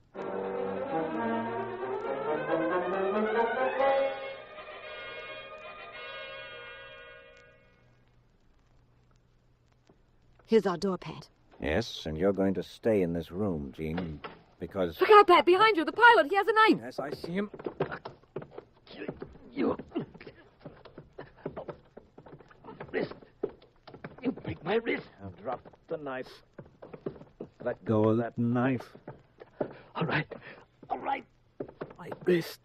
I'll let go of your wrist after we finish playing a little quiz game. All the double-crossing. You faked that crash, didn't you? Didn't you? Yes. You turned out the lights, left the controls, ran back, and in the excitement you hit Rhodes over the head. Simple, wasn't it? Especially when the plane's supposed to be out of control, anyway. And you went up front, did a few wing-overs and a sloppy landing. They'd say the doctor died in the accident. Very neat way to commit murder. Now, why did you do it? Why did you do it? You break my arm. I got paid 2,000 pounds. All right. You're going to stay here a while. Come on, Jean, let's get out. I lock him in. Here's the key, Pat. Get a doctor. My arm. Yeah, that does it. He'll stay there now. Come on, let's find the Major. Well, Mr. Abbott. Oh, it's Vic. I heard cries. I thought you were sick. What are you running about for? Come with me, Vic. I'm going to the Major. We're all in for a little entertainment. Your Nazi guests are acting up. Huh? Well, what are you now? Major? More trouble, Mr. Abbott? Yes. The pilot of our plane was waiting for me in my room. With a knife. I had to knock him out. He's confessed he murdered Dr. Rhodes. It was a fake accident. What? He walked? I'll give you the details later. But I haven't picked up by your men. Oh, yes, I certainly will. No, I just telephoned headquarters. There's an investigating squad on the way here now. Well, it's about time. You know, Major, you're quite a remarkable man. Taking all this in stride, telephoning London. Well, it's all part of my job, Mr. Abbott. No, I think you deserve special mention for an extraordinary job. Telephoning London, and the telephone doesn't work. What was that? Pat. Yes, it's amazing. You say you call London for help. But Vic here told me a few minutes ago that the lines were down on account of the storm. He wouldn't be able to telephone his girlfriend for the next 2 days. How did you manage it, Major? Is magic also one of your accomplishments? You've been asking unpleasant questions all evening, Mr. Abbott. I think I've had about enough. Careful, Pat. He has a gun behind the desk. I can see it from here. Vic? Yes, Major? We'll have to get rid of Abbott. Quickly, too. I wouldn't try any childish tricks, Mr. Abbott, or I shall be forced to kill your wife. Surprised me. This chap was trying to come up the works. You suspect Abbott at all, Major? Yes, I did, Vic. Since he first presented himself at the hospital. It was obvious there wasn't anything wrong with him. I allowed him to come in, though, basing my tactics on the old saying, give a man enough rope. You paid that pilot to kill Dr. Rhodes, didn't you, Major? You had to get Rhodes out of the way. Go on. Very interesting. The British authorities suspected everything wasn't exactly as it seemed in this hospital. They probably figured some of the so-called incurable prisoners were cured a long time ago. That some were feigning insanity, that all sorts of shenanigans were going on here, so they selected the top-flight psychiatrist, Rhodes, to check the patients. Not a full-dress investigation, just a seemingly innocent visit. Yes, they underestimated me on that, too, Mr. Abbott. Yes, you needed a bit more time before staging what was probably going to be a wholesale escape. So you hired the pilot to keep Rhodes from coming here. You fit the pieces together very well. Thank you. You even told the pilot to crash right near Kensington Downs so you could sign the death certificate and get the body out of the way fast. Who paid you, Major? No one. I helped them because I believe in the cause. My father was British, but my mother, Mr. Abbott, was an Asiatic. I was raised in the Near East, and raised in a tradition that loathes the British Empire and the Western world in its entirety. My father left my mother. I grew up as a poverty-stricken gamin in the filth of the worst of Cairo. This Mediterranean League you wish to destroy is my fondest hope. Even though it's really a hopeless cause, Major. Is it, Mrs. Abbott? Or does it burn within us with a high, dead white flame? Mr. Abbott, you will drink the contents of this glass. It's an overdose of a sedative I offered you before. It will be fatal almost instantly. A most regrettable accident. Happens occasionally in a hospital. Oh, Pat. Take the glass, Mr. Abbott. In your hands. That's it. Now drink it. I said drink it. Oh, my... I'll take that gun. You know, for an apparently intelligent man, Major, it's quite a foolish error to hand someone a full glass of medicine and stand close to him so he could easily throw it in your eyes. A childish trick, as you warned me about before. Vic, try reaching London now. You work for MI5, don't you, British intelligence? Yes. You are a smart bloke. I've been investigating this hospital for some time now. Well, Vic, the least you could have done I'm was... sorry, Mrs. Abbott. Obviously, I couldn't tell you anything. I had to let you both sweat a bit. I had no other choice. I'll call London and report this. I'll see you later, Mrs. Abbott. Get moving, Major. Bye, Vic. I hope you'll get to talk to your girlfriend soon, Vic. Oh, I will. Love conquers all, you know. Get going, Major.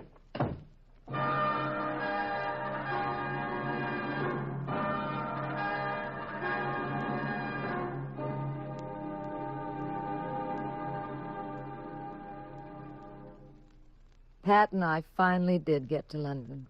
We caught the Clipper, and as we flew over the Atlantic toward home... Pat?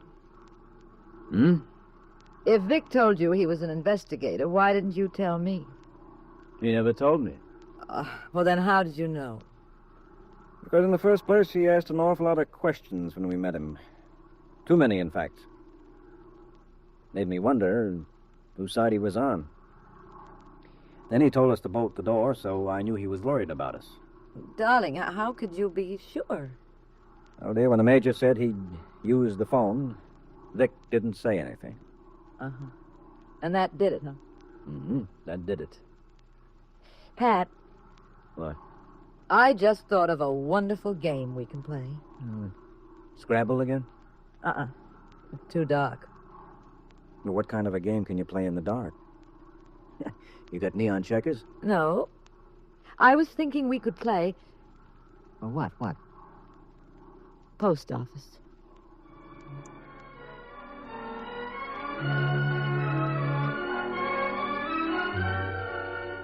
Footnote to the story of the Dead White Flame. Modern airplanes are perfectly designed for safety, speed, luxury travel, and indoor sports.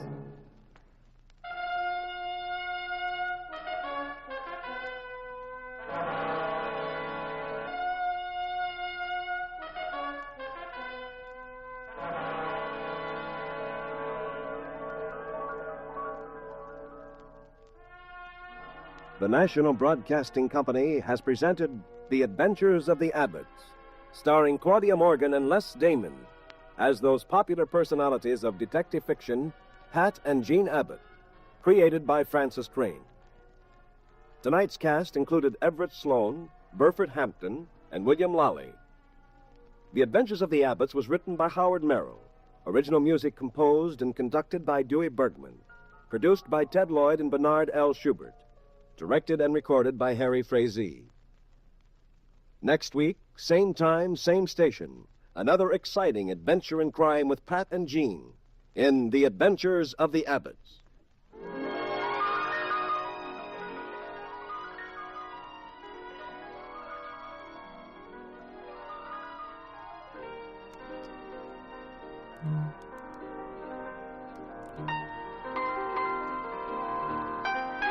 This is the United States Armed Forces Radio and Television Service.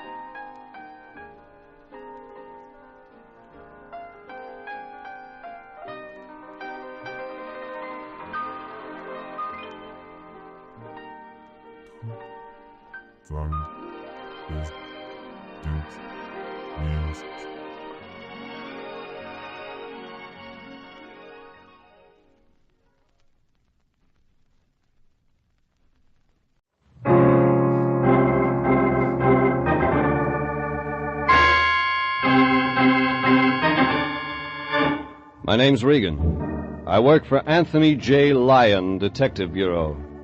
They call me the Lion's Eye.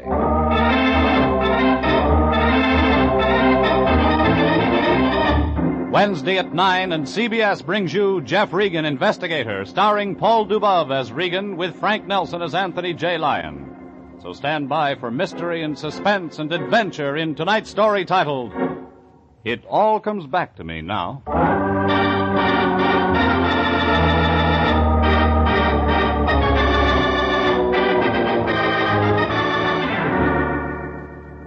She was about medium size, brunette, beautiful, and bewildered.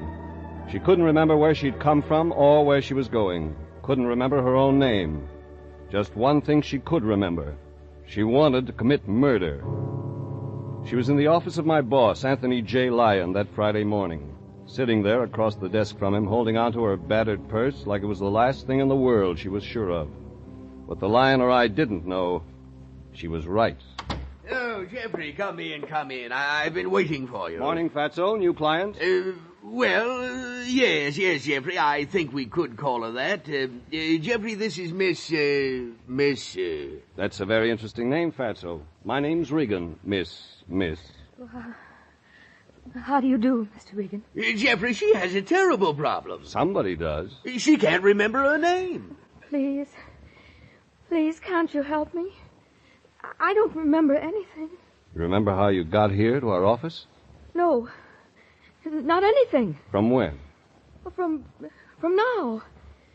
Except, there was a door. It said detective agency. I walked in. Yes. Jeffrey, what are we going to do about Miss Smith? Smith? Well, we've got to call her something, haven't we? All right, Smith. Jeffrey, this is a matter for the police, a Bureau of Missing Persons. Surely... No, Mr. Lyon, please. Not the police. What's that? Oh, please, Mr. Regan, please don't let him call the police. People who can't remember their names usually can't remember they shouldn't go to the police, Miss Smith. But Oh. Look, lady, if you don't want to go to the cops, there's got to be a reason. Well, then... Look at this. Jeffrey. .32 caliber revolver, Smith & Wesson. Loaded except for 2 empty shells. You see, Mr. Regan... The gun's been fired, Jeffrey? 2 bullets missing. Miss Smith? I don't know. Jeffrey, that settles it. We call Lion, the I police. think Miss Smith hasn't quite finished her story. The gun in her purse isn't the only reason she doesn't want to go to the police. That right, Miss Smith? Mr. Regan, I try to remember. There was a house somewhere. A small house. I was in a room. Go on. No, I can't. Keep trying, Miss Smith. I was going somewhere. Alone. I wanted to see someone. I think I was on my way to kill someone. Fatso, get some water. She's fainted. Here, water? Jeffrey, don't just stand there. Call an ambulance.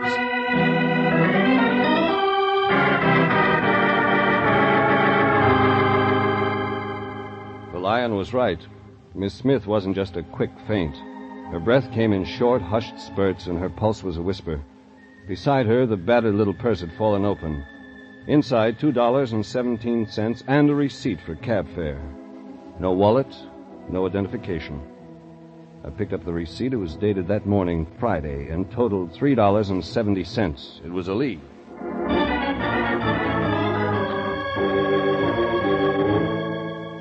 I sent the Lion with Miss Smith in the ambulance and then headed for the main office of the cab company.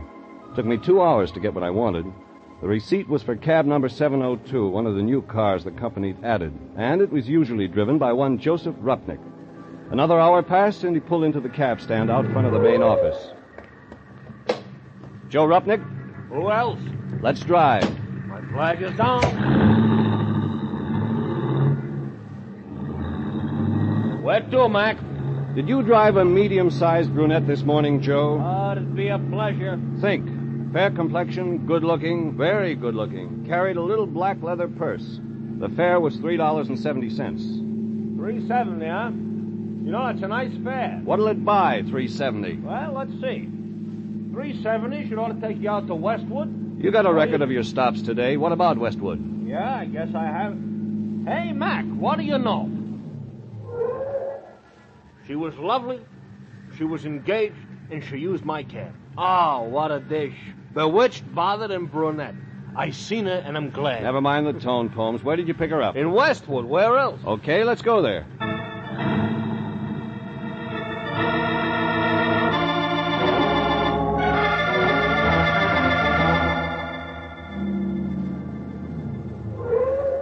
This is it, Mac. Right here on this corner. She was standing here. Naturally, I stopped. Naturally. Thanks. See you around. No, you're welcome, but I'm staying. Staying where? Now, look, right here, Mac. Look. You don't have to be a mind reader to spot you for a private eye, shamus, or gumshoe. This means the jackpot. My cab is at your service. That's your business, Joe. Only keep your flag up. Shouldn't worry about a thing. Besides, when else do I get a chance to check the horses at Tanforan?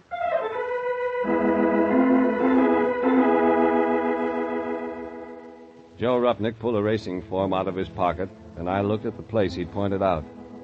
According to Joe, Miss Smith had been standing in front of a white one-story building with a two-story sign that said Parker Service. It was an auto repair shop, a big one, the kind that specializes in foreign cars, custom sedans, and rich customers. Mr. Parker. Telephone call, Mr. Parker.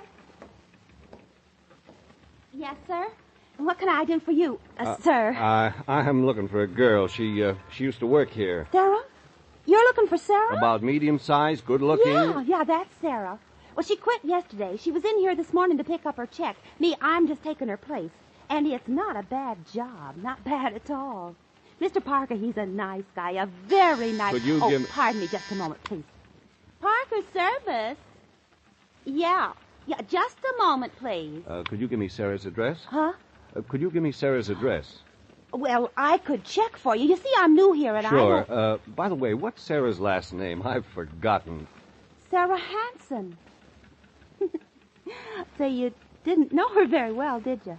Blind date. Oh, yeah. I understand. And she forgot to give you her address. Sure, I'll find out for you, mister. Glad to. The girl behind the counter winked at me and went back into the office, and before I could turn around, there was somebody at my elbow. And I had that feeling you get when you know someone's staring down your neck. I turned, and I was right. Tall man, neatly dressed, business suit, about 35. Suntan that spelled 18 holes of golf on Sunday, private club, Chamber of Commerce. I beg your pardon, sir. Did I overhear you asking for Sarah Hanson? Maybe you did. My name's Parker. Mine's Regan. I wonder if you'd be kind enough to step into my office. Okay. This way, Mr. Regan. You see, I happen to be particularly interested in a girl, Miss Hanson. She's unusually intelligent, a superior worker. I hated to see her leave. Here we are, Mr. Regan. Have a chair. A cigarette? No, thanks. Let's stick to Miss Hanson. Oh, yes, Mr. Regan. I was quite curious at your interest in Sarah Hanson. She's not the sort of girl to have many, shall we say, gentlemen friends. Really? What sort of girl is she? Well, more on the quiet side. Intelligent, as I've said, and not at all emotional. Sarah was a very superior worker. Come on, Parker. I haven't got all day. A girl quit her job and you want to know why. Is that it? Well, I'm curious. There's more to it than that. I saw 4 secretaries in your front office alone. One named Sarah wasn't that good. Very well, Mr. Regan. I'm going to tell you the truth. certain malcontents, certain vicious elements in my organization, irresponsible rumor mongers have been saying that Miss Benson and I... Well, there isn't a word of truth in it. I'm still listening. I'm a happily married man, Mr. Regan. You understand what rumors of this sort do to a man. Go on. I'm going to put a stop to it. You understand? Once and for all, Okay. Take it easy, Parker. I'm sorry I lost my temper, Mr. Regan. This thing has been gnawing at me for months. That's why I finally discharged Miss Hanson. That's what you've been trying to say. You fired Sarah Hanson. You think that's why I'm here? Well, yes, It's just a job, Mr. Parker. We all got to make a living.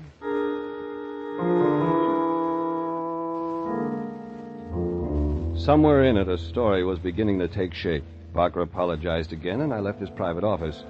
Out front, the receptionist had Sarah Hanson's address, and I took it. When I got to the street, Joe Rupnick's cab was still sitting there. Hop in, Mac. I'm available.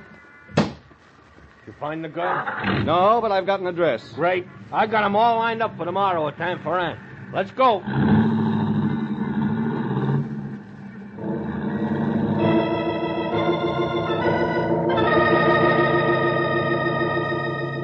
It was past Pico on Bentley. Took us 5 minutes to pull up in front of a bungalow converted into a duplex. I left Joe with his racing form and newspaper and went up to the door that belonged to Sarah Hanson.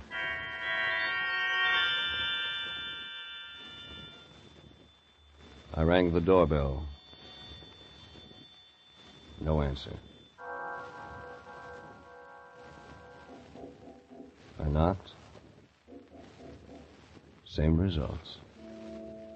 The sun was sinking somewhere in the distance, and the early mist, the prelude to fog, was settling in fast. I tried the doorknob. No results. And then something told me to get inside that apartment, to get in with or without a permit, with or without a key.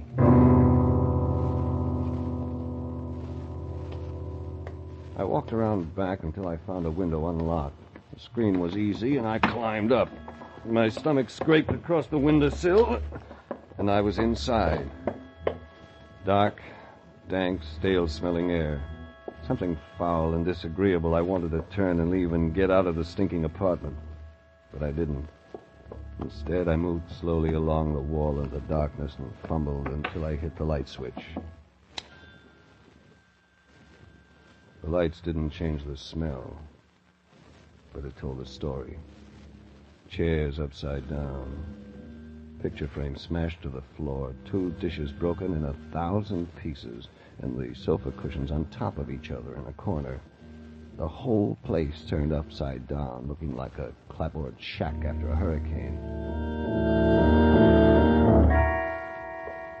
I moved into the living room, picking up pieces, searching for anything. And I found something. In front of the imitation fireplace on the carpet, a pool of blood. Hey, Mac, you okay? Yeah, Joe. Look, Mac, I think I got something important. Be there in a minute. Never mind. I'll climb through the window. Hey, look, Mac, I want you to take a look at this. I was reading while I was waiting for you. Early edition of the afternoon paper. Yeah. Look on page 2. You find it, Mac? Yeah, I found it.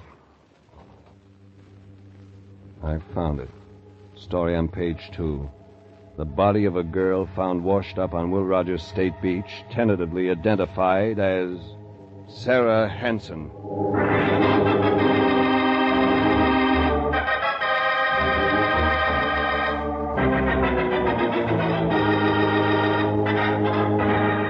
This is CBS, and you are listening to tonight's adventure with Jeff Regan, investigator, entitled It All Comes Back to Me Now.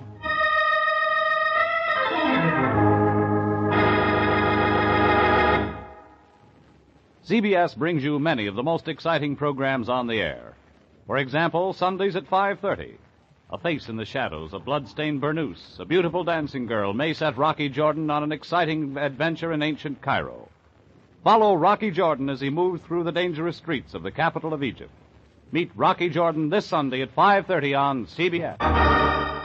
And now, back to tonight's story titled, It All Comes Back to Me Now, and Jeff Regan, investigator.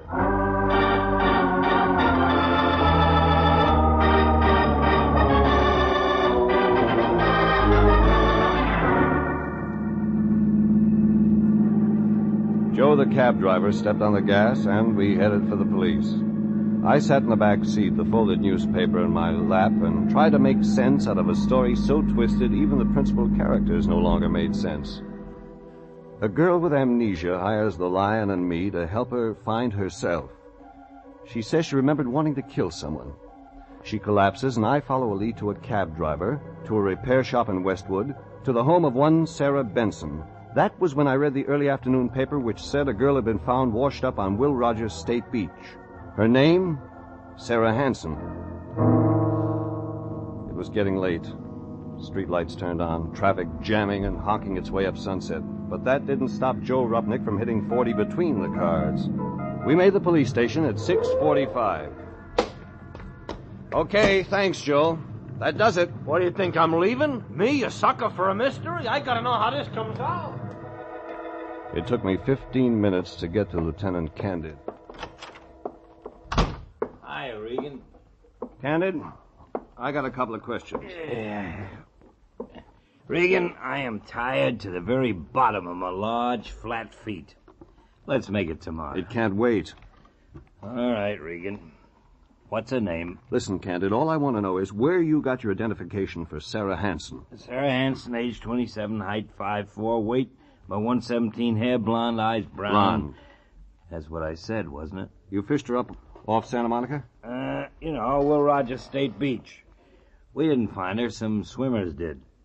They called. You weren't looking for her? Looking. We didn't know Sarah Hanson from my friend Irma. What's eating you, Regan? Candid, just tell me something else. Who identified the girl for you? Only her mother and father and brother and sister, that's all. Okay, Candid. Sorry I bothered you. It's all right. We can't find the murder weapon. We haven't got a lead on the killer, and I got to talk to you yet. She was shot? 2 slugs in her chest. 32s. Maybe Smith & Wesson. Gun's missing. That part of it wasn't in the papers. Don't we look bad enough already without making it worse? All we got on this case is a body. Even if it is a nice one. When was she killed, Candid?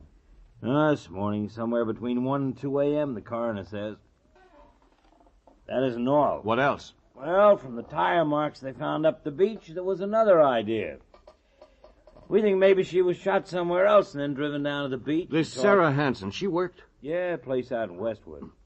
Called, Parker's Service. We'll check everyone out there. Takes time. What about an address, Candid? Where did she live? Well, the parents say she moved out of their place a couple of months ago.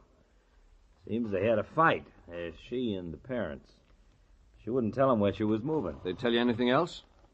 Sarah Hanson was afraid of something, they said. Had them worried. That's when the fight started. She used to get phone calls from a woman. A woman? Yeah, every time this woman called, Sarah would leave the phone crying. Only happened a couple of times. Did they ever see this woman? Nope. They were wondering if it might be another girl who worked with Sarah. Feud. Only you haven't checked the employees yet. Like I said, Regan, it takes time. The shop opens up first thing in the morning. My men will be there. Thanks, Candid. Thanks a lot. Hey, Regan, where do you fit in this? Client, Candid. You know how it is. Maybe I don't, Regan. If you know something... I don't know anything, Candid. You wouldn't lie to me, would you? Sarah Hanson was a good-looking dame. A real good-looking dame. I never met her. You sure, Regan? I'm sure. Okay, I'll take your word. She's a real nice-looking dame, like I said. Kind you hate to see turn up dead. You want to see her, Regan? All right, Candid. We'll see her.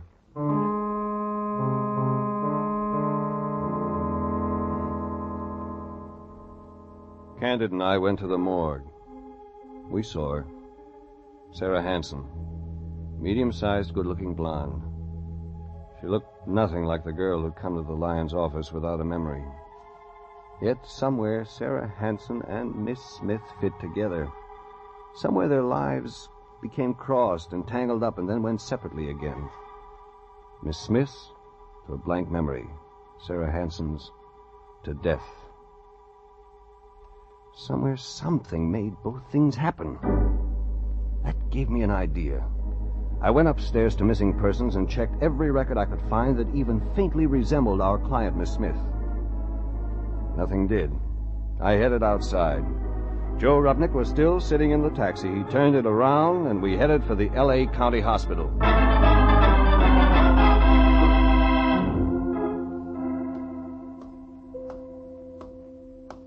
Jeffrey, there you are. Trouble, Fatso? Trouble? I've been sitting here all day, wasting time and money. How's she doing, Fatso? Is she? Oh, Miss Smith, fine. She's doing fine. Doctor says she was merely weak from too much tension brought on by the amnesia. Good, Lion. I think we may have something. We may have something. You're darn right we have something. Hospital bills, doctors, nurses' bills. Every time the door opens to that girl's room, I add another $5. Jeffrey, this is ridiculous. We're not Fort Knox. How do you think the Lion Detective Agency can pay for these bills? Take it easy, Fatso. Remember, it was your idea to bring Miss Smith here. So what if it was my idea? That's right, Lion. You call the ambulance. Well, that's no reason why we have to pay. Mr. Lion, I'll have to ask you not to raise your voice. Yes, Miss Wilson. Yes. Thank you, Mr. Lion. Yes. Sitting here all day, wasting your time. Oh, now, Jeffrey, after all, a man has to do something. Sure, Fatso. You keep an eye on it.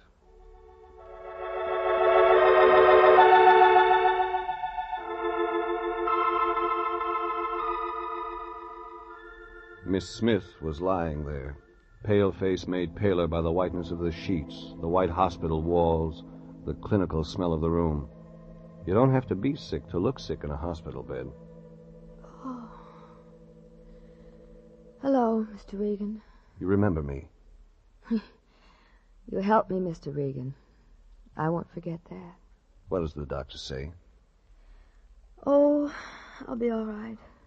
Really, I will. It's just my mind. I can't think straight. But you remember about the gun, the 2 bullets missing? Yes. Yes, I remember about them. Do you remember anything more? I don't think so. About wanting to kill someone? Oh, Mr. Regan. You don't remember that part of it? The doctor says it's shock. Something happened to me. Something I wanted to forget. Made me forget everything. Murder might do that. Yes, I suppose it might. Does the name Parker mean anything to you? No. Parker Service, Westwood?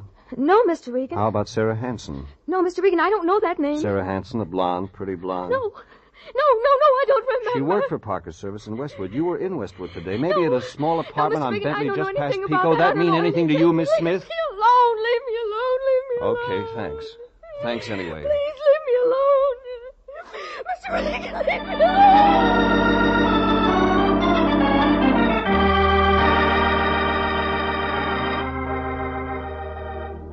Somewhere the paths of Sarah Hanson and Miss Smith crossed. Somewhere their lives were woven in and out of each other until it was so mixed up, and then it made sense. Simple, quick, easy sense. I left the hospital in a hurry, the cab was there, and I got in, and we drove and drove fast. First for a drugstore and a phone booth, then for Westwood.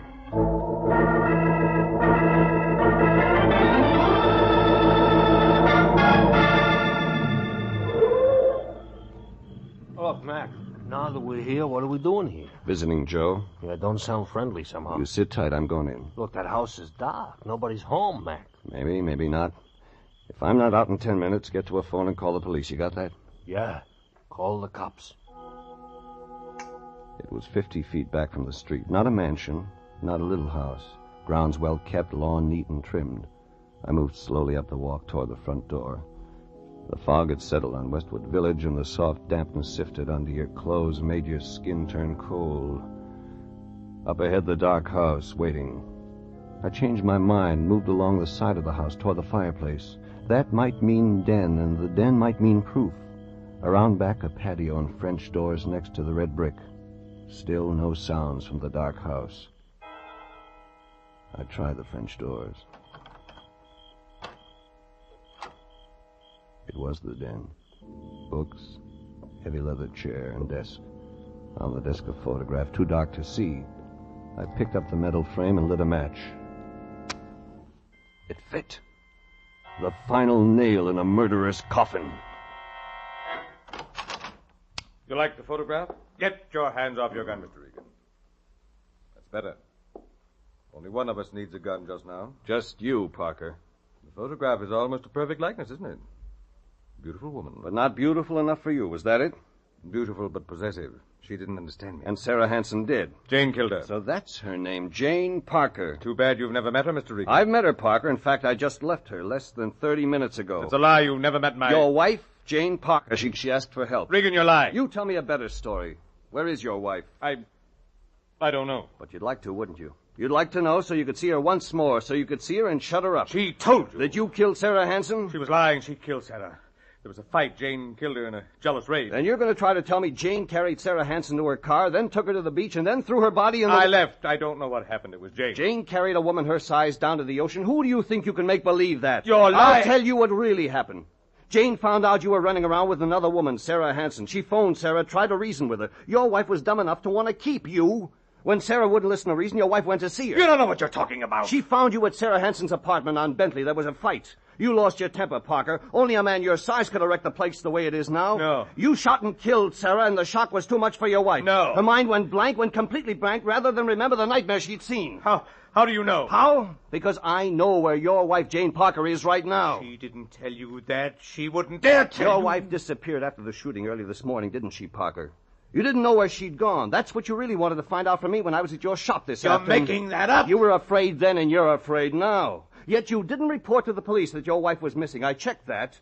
You didn't want them to find her either. She could tell the real story. Where is Jane, Mr. Regan? You're wasting time. Unless you tell me where my wife is, Mr. Regan, I'll put every bullet in this gun through your body. And that still wouldn't stop your wife from talking, would it, Parker? That still wouldn't give you the answer to where she is now. Tell me, Regan. Go ahead. Shoot, Parker. Shoot and read the morning papers tomorrow. The headlines will tell how every cop on the West Coast is waiting to shoot you on sight. Regan! So you won't need that gun! Let go! You pulled the trigger on yourself, Parker. Too bad your aim wasn't better.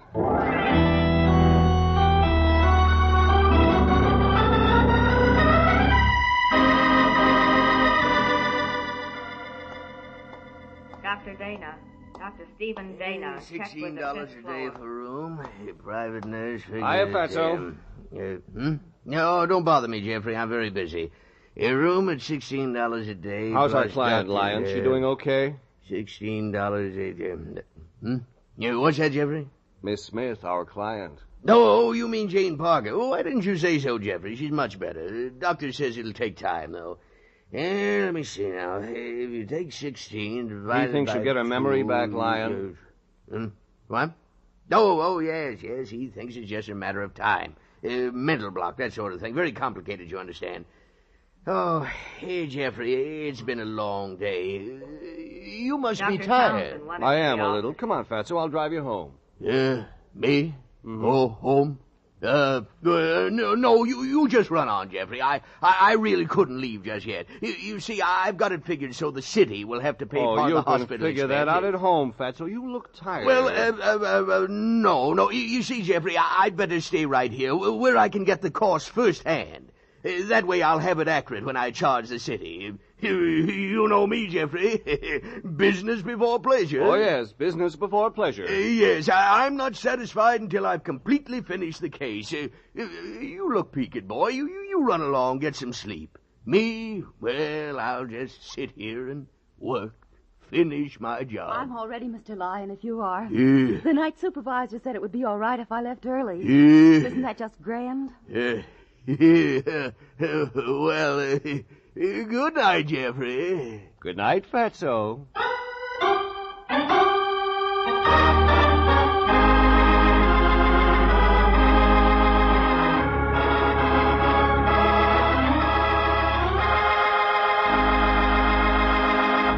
Jeff Regan, Investigator, was written tonight by William Frug, produced and directed by Sterling Tracy, and stars Paul Dubov as Regan with Frank Nelson as Anthony J. Lyon. Original music is by Dick Arant. Jeff Regan, Investigator, is heard each week at the same time over CBS, the Columbia Broadcasting System.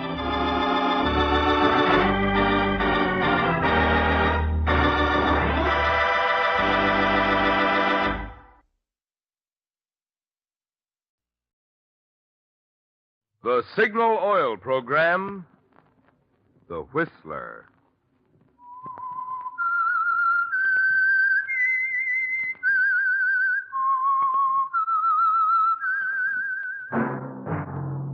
That whistle is your signal for the Signal Oil Program, The Whistler.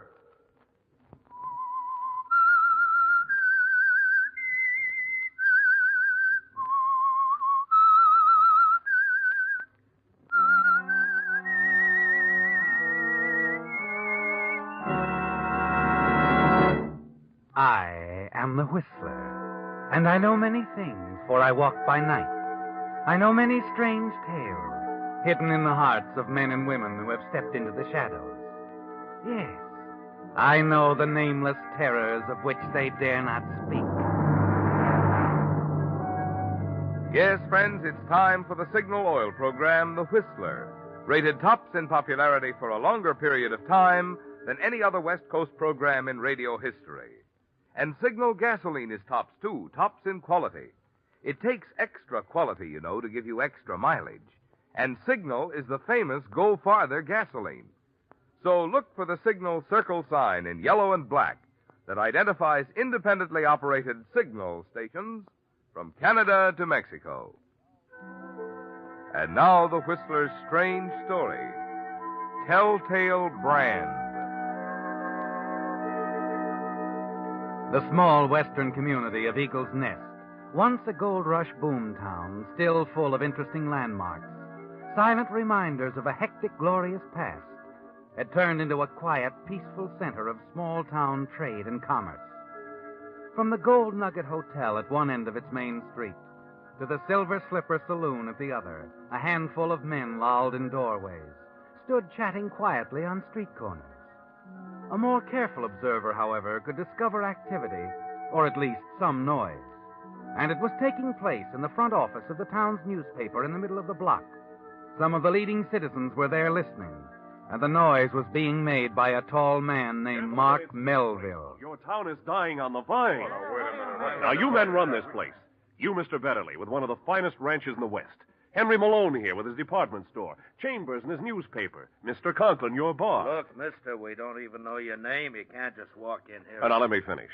And the name's Mark Melville. Let me tell you what happened to me. I have a good public relations business in San Francisco. 2 weeks ago, I suddenly got fed up, wanted a rest, a change. I closed up the office, stepped onto a bus, ended up here. No particular reason, just stepped off the bus.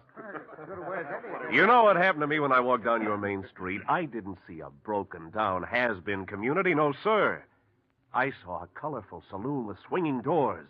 I caught the excitement and gaiety that belongs with a place like this. I'd like to see it that way again, and one thing can do it.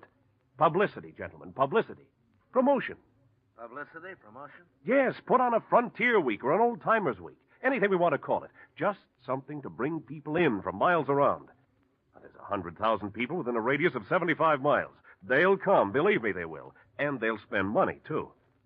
Why, if necessary, I'd like to fly back to San Francisco and get my own capital to start things rolling. Oh, no. If we ever do go into a thing like this, we'll pay our own freight. What sort of things would we do, Mark?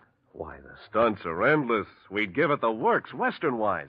Put on a rodeo, a carnival. Have a stagecoach race ending up in the middle of town. We'll make a rule, maybe. Everybody wears a 10-gallon hat. We could even organize a vigilante committee. Anybody caught with his hat off gets his head dunked in a horse trough. Wouldn't that be a terrific idea? I don't wear one. Hey, Melville, how much would you want for your services? Oh, if you insist on a business basis, well, you can give me a percentage of the overall take, say 10, 15%. Have it your way. 15% it is. Boys? Yeah, that's right. When can you get started? Why, wait another minute. I'll go back to my hotel, start setting things up right now.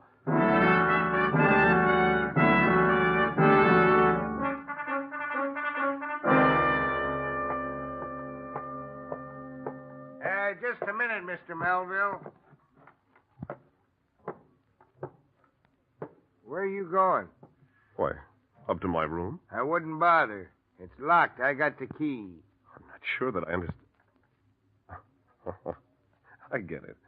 I know just what you're thinking. I wouldn't be surprised. You're thinking when I stepped off that bus 4 days ago, I was broke. Exactly. I want you to do something, Mr. Davis. I want you to go to that telephone there. Pick it up. Call Chambers' paper.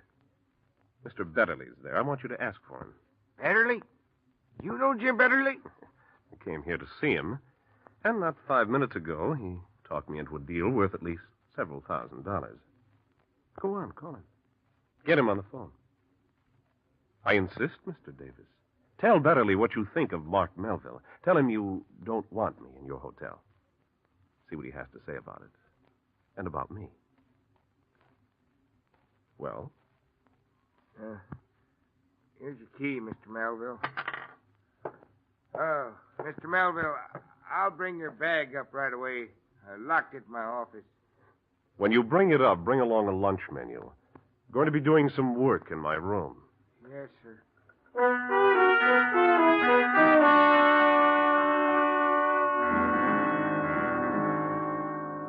It's amusing, isn't it, Mark, how people can be impressed? You've often thought that, given the means, you could change a universe. Only right now, and for several thousand badly needed dollars, you must concentrate on changing Eagle's Nest, putting it on the map as you promised. The next day, you move your headquarters over to the newspaper office. It's while you're at the typewriter pounding out the first publicity release on the Eagle's Nest Frontier Week that you met someone else. Hello. Hello?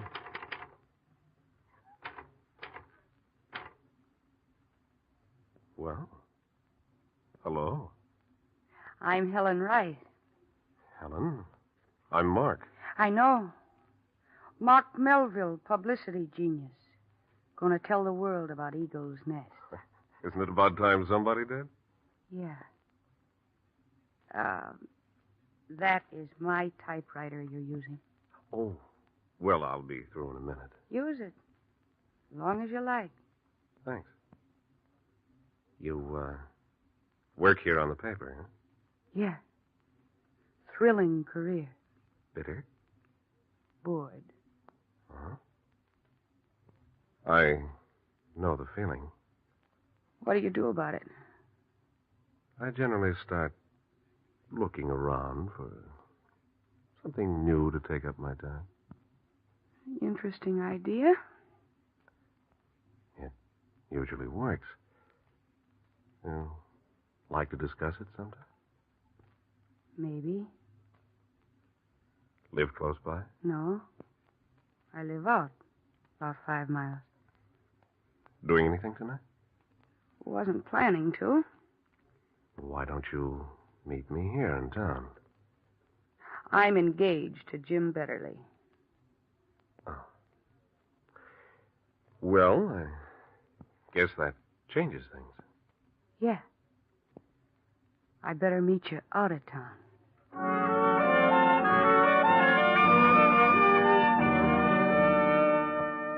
So now you have two things to amuse you, Mark. The Frontier Week plans and Helen. Soon you're seeing Helen every night late, always meeting her out of town so nobody will see the two of you together. But a week or so later, you begin to notice two things which disturb you. First, Helen is getting more serious. And second, her fiancé, Jim Betterly, is staring at you very curiously these days. And then, just before the Frontier Week opens, it all comes to a head. After the final committee meeting, Jim Betterly waits while the other members leave, and then he comes up to you. Melville. Oh, Betterly. I want to talk to you. Yeah? I suppose you want to be sure you've got the plan straight. I got them straight, but that isn't what I want to talk about, Melville. No? No. I want to talk about Helen. Helen? Yeah, she's engaged to me. That means I'm in love with her, and I want to marry her pretty soon. Why, sure. I hope you do, but... Melville, all this stuff you've done for the town so far shows you got a lot of brains. You're a pretty clever fella. Just don't get too clever. Look, I don't know what this is all about, Betterly, but believe me, you've got nothing to worry about as far as Helen's concerned. I'm glad you said that, Melville. Just don't forget it.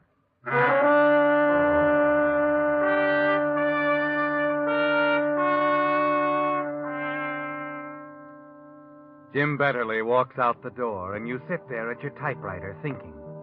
It doesn't take you long to make up your mind, does it, Mark? One look at Betterly's face a few minutes ago has told you what would happen if he ever found out about you and Helen.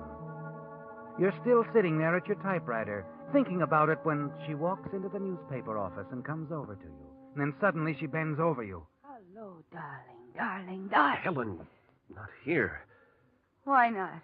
Betterly just left. He might have seen you. Let him.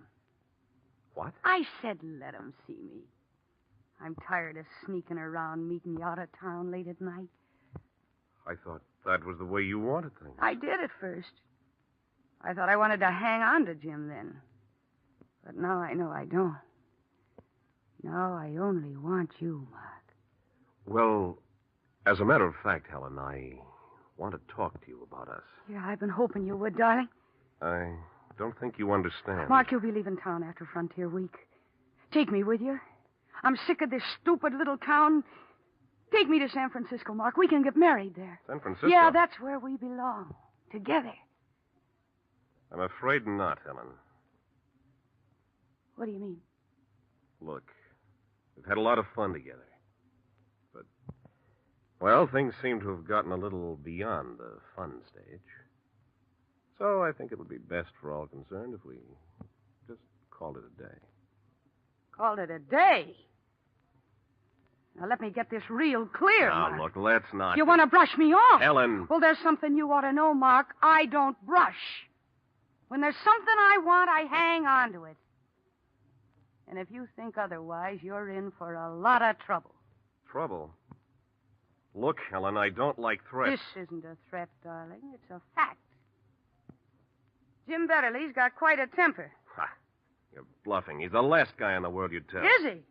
Well, I think I could explain things to him in a way that might Look, be very... if you go to Betterly with a bunch of lies about us, Helen, I'll tell him the truth. Will you? And who do you think you'll believe? Me or you? I see. Yeah, so do I. And I know just what you're thinking, that you could leave town right now and be in the clear. Well, it wouldn't work. Because once I told Betterly about us, he'd follow you and he'd find you no matter where you went. So think it over, Mark. Better play it my way. You'll be much safer. Much.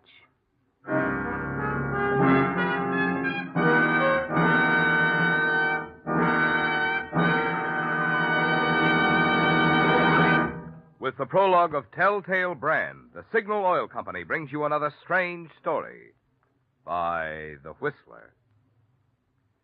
Now that the holiday season is over, most of us are settling down to some serious thinking about economy. And economy, that's one place where Signal, the famous Go Farther gasoline, shines. Of course, if you've lived out west any length of time, you already know that throughout the Pacific Coast states, from Canada to Mexico, Signal has an enviable reputation for mileage. But mileage, mind you, is only half of Signal's story. Just ask any driver who powers his car with Signal gasoline, and you'll find he's equally enthusiastic about Signal's performance, which is only natural, because good mileage and superior performance go hand in hand. Both are the result of the extra efficiency today's Signal gasoline coaxes from your motor. That's why if you want to measure gasoline quality, you'll find your best yardstick is your speedometer. It takes extra quality to go farther. And remember, Signal is the famous Go Farther gasoline. And now back to the Whistler.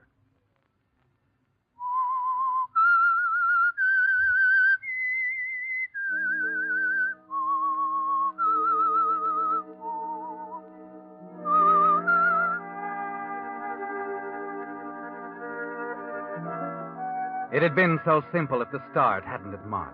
So easy selling the citizens of Eagle Nest on the idea of a Frontier Week celebration. And you looked forward to the day when it would all be over, and you could ride out of Eagle Nest with $3,000 or $4,000 in your pocket for masterminding the affair. Yes, it was a perfect setup. Until you became involved with Helen, Jim Betterly's fiancée. Now there's no telling how much trouble she'll make if she goes to Betterly with her version of what's happened. And yet you can't leave town. Not before you've collected the money that will be waiting for you at the end of the celebration. You think about it in the days that follow and struggle to reach a decision. Then Frontier Week opens, and you plunge into the 1,001 details of running the affair. You manage to avoid Helen as much as possible. And then on the night of the carnival, as you wander around the grounds, you notice Helen at a distance. She's with a stranger, a man you've never seen before. And then as you watch them... Melville. What? Oh, Betterly. How's it going? How's what going? Why, the carnival? Pretty good. I want to talk to you a minute, Melville. Well, This won't take long. I want to get it off my chest. Why, how come you're not making the rounds of the sideshows tonight, Betterly? Because I've been looking for you. Say, I see you've got a friend to show Helen around. A friend? Yeah, I saw her with someone a few minutes ago. He's no friend. I've never seen him before. Oh? Look, Melville. Hey, grab the tourist, boys. He hasn't got a hat on. Go on, get him over here. Your vigilantes are doing quite a job, Betterly. That horse trough's gotten a lot of business. Yeah. Melville, quit changing the subject. What I got to say isn't easy, and I want to get it over with. All right. What is it? Last week, you and I had a little talk. Remember? Yes, but I told you then, Betterly. I thought you and Helen had been seeing each other. Look, Betterly. The last couple of days, I've hardly seen her, and now, tonight, she's with a stranger. You say you haven't seen her much lately? No. And, well, maybe I was wrong about you, Melville. I just wanted to tell you I'm sorry for shooting my mouth off the other day. Why, that's okay, Betterly. Sure, forget it.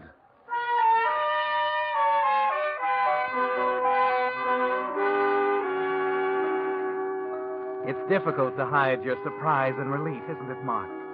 And now it looks like Helen has found a new interest, the stranger. Yes.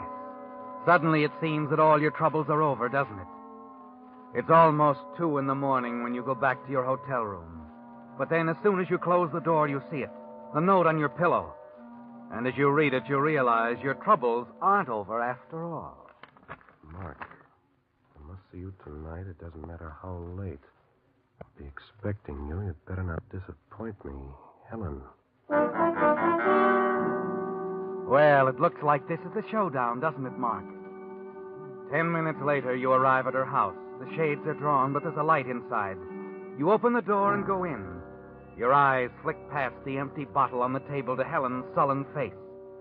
She pokes silently at the coals in the fireplace with a poker and then straightens up and turns to you. Decided to quit trying to hide from me, huh? Look, I haven't been trying to hide. I just wanted to get things straightened out in my mind. Anyway, I'm sure your new boyfriend has kept you from getting too lonely. Boyfriend? What are you talking about? The guy you were with at the carnival. Ah, don't make me laugh. He was just in town for the celebration. I never saw him before tonight. You always have made friends easily, haven't you? Die. You'll pay for that crack. I gave you a few things to think about the other day, didn't I? Yeah. I've been thinking about them. I've reached a decision. What is it?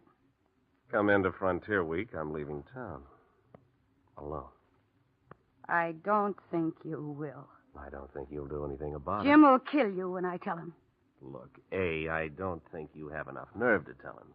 B, even if you do, I don't think he'll believe you now, so just forget it. Forget it? You're going to take me with you, understand? You're going to take me with you. Take you with me to San Francisco? You must be out of your You mind. think you're too good for me, don't you? You think I'm just a small-town hick? Well, this is what I think of you. You shouldn't have done that, Helen. You've had something coming for a long time, and I'm going to You give stay it... away from me, Mark. Put that poker down. It's red hot, Mark. See? Oh, you burn me. You burn my chest, will you little...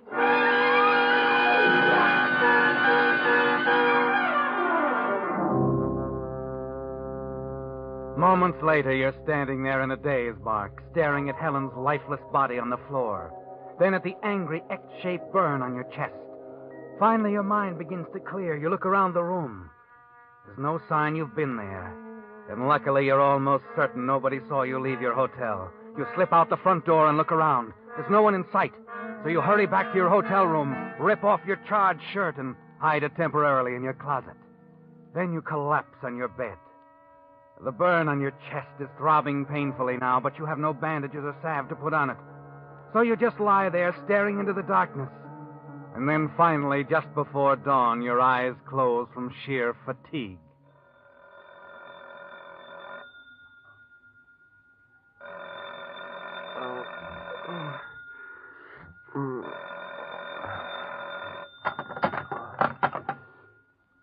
Oh.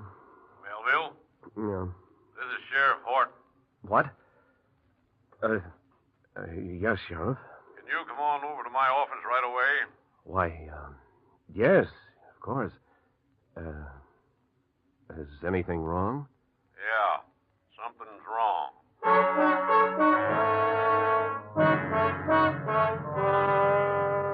And you know what he means, don't you, Mark? Helen's murder. Probably this is just routine, but you've got to be on guard. You put on a clean shirt and wince as the cloth brushes against the burn.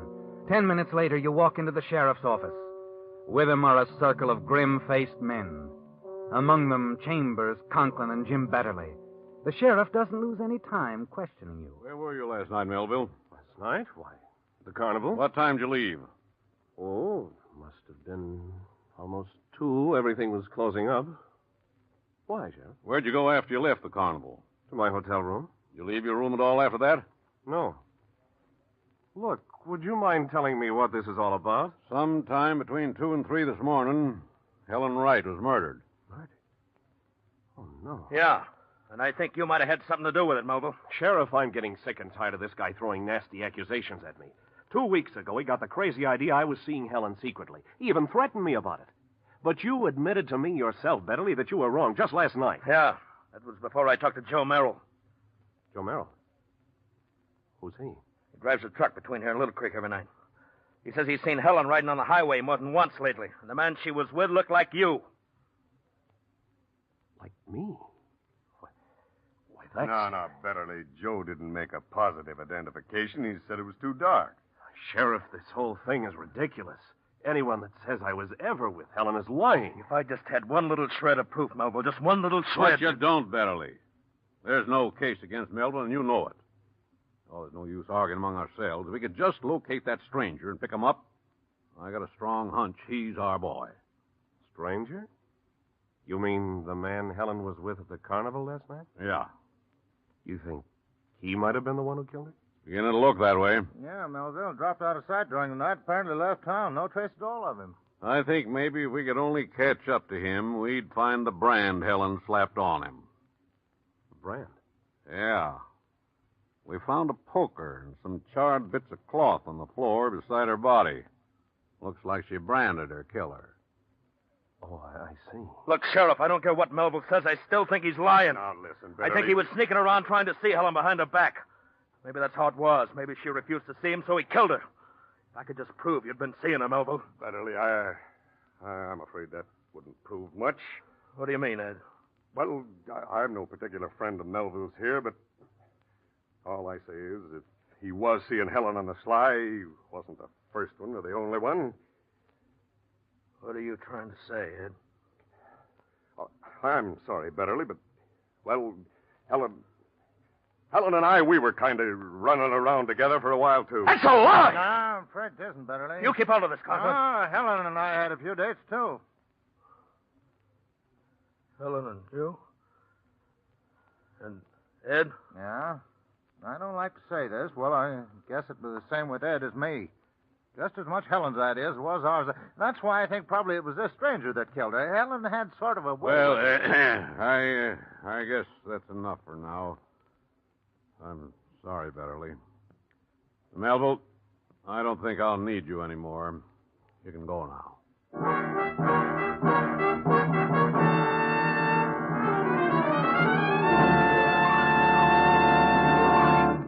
The Whistler will return in just a moment with a strange ending to tonight's story. Meantime, a brief weather forecast. Winter rains ahead. And every rain means more auto accidents. Consider, 1 out of every 5 deaths caused by autos occurs when roads are wet or slippery. Another 1 in 5 deaths occurs when driver's vision is obscured. Fortunately, there are 2 precautions you can take to avoid these hazards. 1, if a worn windshield wiper is leaving streaks across your vision, your signal dealer can install a fine new Rainmaster blade while you wait. And 2, if your tires are worn smooth, signal dealers can now equip your car with new 8-rib Lee Super Deluxe tires. The broader, flatter tread on these new Lee tires guarantees quicker stopping and greater non-skid protection. Well, there you have it. 2 items that can play a big part in helping you prevent an auto accident. So have your signal dealer check your windshield wiper and your tire treads this week. You'll feel a lot better knowing your car is equipped to take you safely through the rainy months ahead. And now back to the Whistler. It was a stroke of luck you hadn't counted on, wasn't it, Mark? Just when things looked darkest for you, the unexpected character witness, Ed Chambers and Bud Conklin, took the pressure off you, didn't they? The surprising light they threw on Helen's activities makes the missing stranger a very promising suspect in her murder. So now you're as good as in the clear, and it's a very pleasant feeling, isn't it? Even the burn under your shirt, the killer's brand, doesn't seem to hurt as much anymore. You follow the men out of the sheriff's office. Betterly stands at the horse trough, staring emptily down at the water, and you go over to him. Betterly, I'm sorry about what happened, Betterly. Leave me alone, Melvin. Okay, Betterly. Hey, what's that bunch of men heading this way for? Oh, that's the Frontier Week Vigilante Committee. Vigilante committee? Well, haven't they heard about what's happened? I don't know, guess not. We better call the rest of this Frontier Week off, Melville. Yeah, guess you're right. Well, hey, look if it ain't the big boss himself. Looks like the joke's on you, Melville. Come on, take your medicine. Hey, what is this? Let go of me. This is Frontier Week, remember? And you don't have your hat on, so you get your head ducked. Yeah. What? Just a minute. I'll get my head. It's right inside the sheriff's Oh, office. listen to him. Yeah, come on, get your shirt off. We're going to duck you. Right. Shirt? Sure. Oh, no. No, get your hands off me. Yeah, what's the matter? Can't you take it when the joke's on you? Wait, I said, get your hands off me. Okay, boys, get his shirt off. Let go of me. Let go. Okay, we'll take your shirt off the hard way. Here goes. The brand. That burn on his chest. Ed, you better call the sheriff.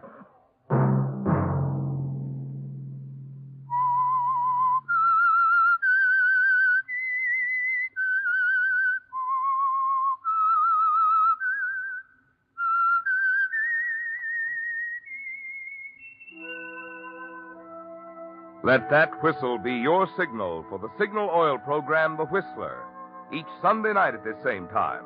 Brought to you by the Signal Oil Company, marketers of Signal gasoline and motor oil and fine quality automotive accessories. Signal has asked me to remind you, to get the most driving pleasure, drive at sensible speeds, be courteous, and obey traffic regulations. It may save a life, possibly your own. Featured in tonight's story were Rye Billsbury, Mercedes McCambridge, and William Conrad. The Whistler was produced by George W. Allen and directed by Gordon T. Hughes, with story by Bob Reif and music by Wilbur Hatch, and was transmitted to our troops overseas by the Armed Forces Radio Service. All characters portrayed on the Whistler program are fictional. Any similarity to persons living or dead is purely coincidental. Remember, at the same time next Sunday, another strange tale by the Whistler. Marvin Miller speaking. This is CBS, the Columbia Broadcasting System.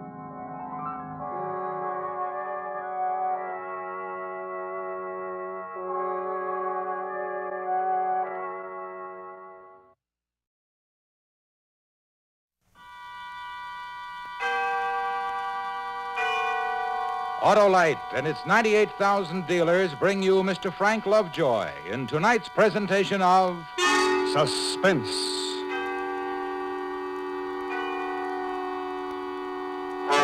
Tonight, Autolite presents the story about a man who committed a murder and got away with it for quite a while. Public Defender, our star, Mr. Frank Lovejoy. Hey, Hap, why is April like an Autolite Stay-Full battery? Oh, that's easy, Harlow. They're both famous. Right, Hap. The Autolite Stay-Full has 3 times the liquid reserve of ordinary batteries. And that's why it needs water only 3 times a year in normal car use. But that isn't all the Autolite Stay-Full is famous for. No, sir. It's famous for longer life, too. Fiberglass retaining mats surround every positive plate to reduce shedding and flaking and give the Autolite Stay-Full battery longer life, as proved by tests conducted according to accepted life cycle standards. So April's the month, eh, Harlow? Right, the month to visit your Autolite battery dealer, the expert on all makes of batteries. To quickly locate him, phone Western Union by number and ask for Operator 25. I'll gladly tell you the name of your nearest Autolite battery dealer, where you can get an Autolite Stay-Full, the battery that needs water only 3 times a year in normal car use. And remember, from bumper to tail light, you're always right with Autolite. And now, Autolite presents Public Defender, starring Mr. Frank Lovejoy, hoping once again to keep you in suspense.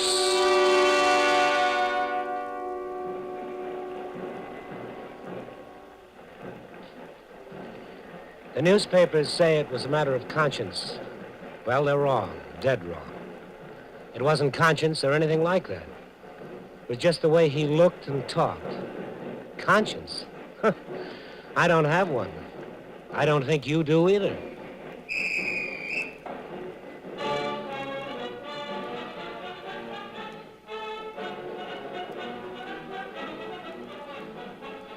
It was a swell morning, and they were having a swell parade. The whole town was out watching it. I was there, too. I didn't want to miss anything. I was standing on the north side of 6th Street off of Curtis, right by the alley. I'd already spotted this lady in the fur coat. She was about 5 feet from me, sort of standing on her toes, trying to look over everybody's head. I looked around to make sure she was alone before I came up in back of her. What?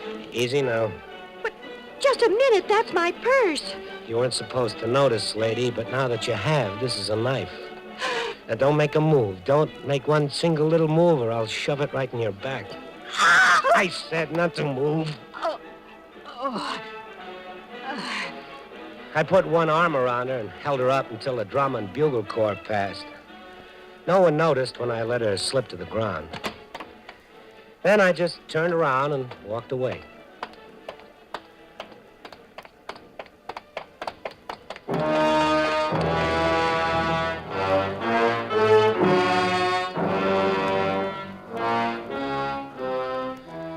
The papers called it the Armistice Day killing. It said her name was Tyler and that her husband did something for the county. Their pictures were all over the front page. That night, I caught myself a bus for St. Louis and stayed there about a month. It's a pretty good town. I got back here in time for Christmas, and no one bothered me up until a few days ago.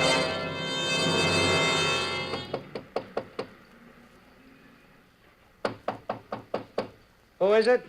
It's Mrs. Weaver. Oh. What time is it? 8 o'clock. There are 2 men downstairs who want to talk to you. They're from the police department. Policeman? Yes, policemen. I told them you were sleeping, and could they come back later, or could you call them? They said they wanted to talk to you right now. You in any trouble? I don't know. I hope not. Tell them I'll be right down, Mrs. Weaver. Well, all right, Mr. Penn. They must have made a mistake or something. Oh, yeah, sure.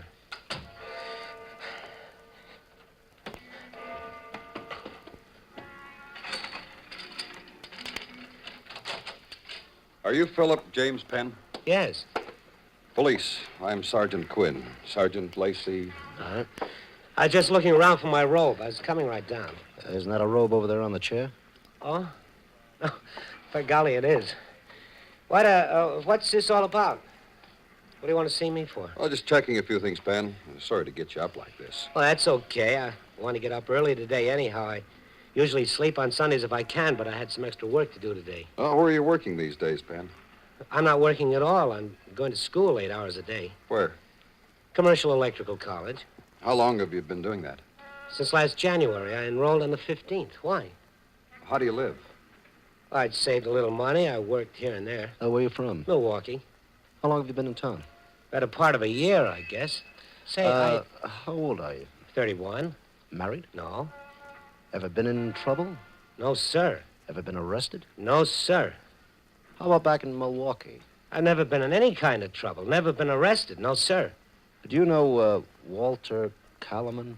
Walter Kalaman? Now, that name sounds familiar in a way. I can't place it at the moment, though. Oh, he places you pretty well. Says you worked for him once at his place over on 17th and Glenarm. Kalaman, huh? I worked for him? 17th? When was this? Can't you remember who you worked for? Well, I told you I haven't worked regular for a long time. I've had lots of jobs here and there around town. You had this one around last Christmas, Penn, from the 18th of December through the 5th of January. Oh, yes, the Ace Haberdashery. Oh, sure. I clerked there. You can't expect me to remember a man's name just like that when it's so far back. Sure, I remember Mr. Kalaman now. What about him? Mr. Kalaman's store was burglarized last night, Penn. Somebody got away with $400 or so. Well, I'll be darned. Mr. Kalaman closed his store at 6 o'clock last night. About 10 o'clock, he was out riding with his wife, and he says he saw you standing in front of the place. Mrs. Kalaman saw you, too. Yeah? How about it, Penn? You're a big, tall fella, fairly easy to pick out. The Kalamans recognized you. Oh, I think they made a mistake, Sergeant. Were you around that store at any time last night? No, sir, I sure wasn't. Not anywhere near it. I was right here in this room in bed last night. Can you prove that? Well, I don't know. I haven't tried. Mr. Kalaman said that you had a key to the store when you worked for him. You still have that key? I gave it back to Mr. Kalaman when he let me go. He says you didn't give it back. Well, then he's mistaken. I gave him back his key. Whoever got in there last night had a key, Penn. How about putting some clothes on him, coming downtown with us? Do I have to go? Yeah. Well, I had a lot of things I wanted to do today. I've got some studying I want to finish. Don't you believe me? Let's go, Phil.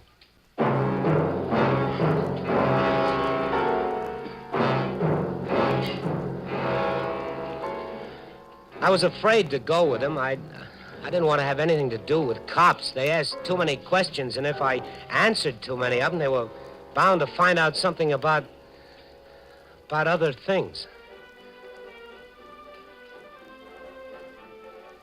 It was a little rougher than I expected when we got downtown. Besides Caliban and his wife, the guy in the filling station across the street identified me. Old Lady Weaver wouldn't back up my story about my being home sleeping. And then they went out and looked over my room and found the key to Calaman's store in my coat pocket. I don't know how it got there. And everybody remembered I'd been wearing that coat the night before. A little while later, a man named Hale, who said he was from the district attorney's office, got me alone in a room and had me go over the whole thing. I thought he was pretty well convinced for a while. You know, you're in a pretty tough spot here. Oh, I know that. Illegal entry and burglary, you could get up to 7 years.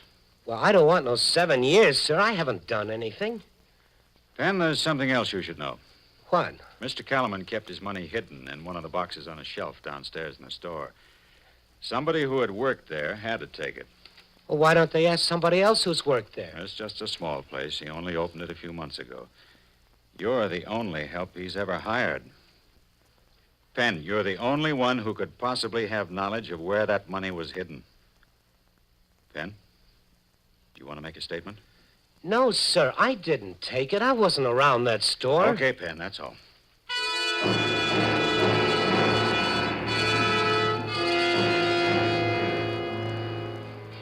They booked me in and I was arraigned. A couple of days later, they had a hearing. Everybody came in and told their little story.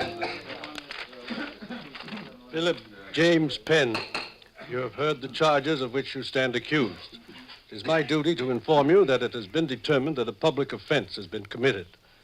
This is not a trial court. You will have ample opportunity to produce witnesses and defend yourself at the proper time and place. Are you represented? No, Your Honor, I don't have a lawyer. Do you have any means whereby you can procure counsel? I'm broke, Your Honor. Nobody to help me out. I don't have any money. The clerk, see that Office of the Public Defender is notified. I hereby commit the accused to the custody of the sheriff of this county pending the action of the grand jury. Adjourned.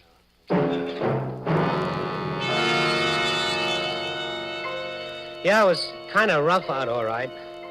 They had it about all fixed up against me, and I saw myself doing a nice little 7 years for a burglary I hadn't committed. Then this fellow from the public defender's office showed up. When I saw him coming toward my cell with the turnkey, there was something familiar about his face. And yet I didn't know him. Hot today, huh?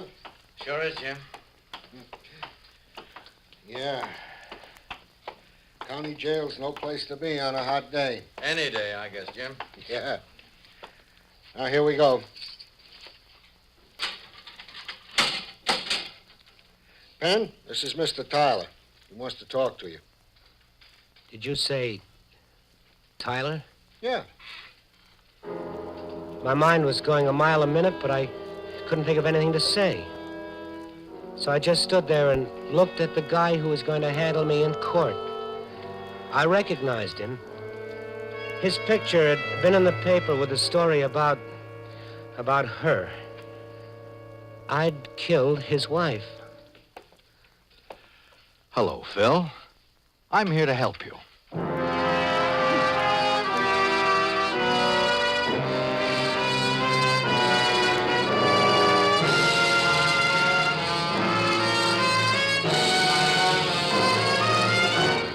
Autolite is bringing you Mr. Frank Lovejoy in Public Defender, tonight's presentation in radio's outstanding theater of thrills, Suspense.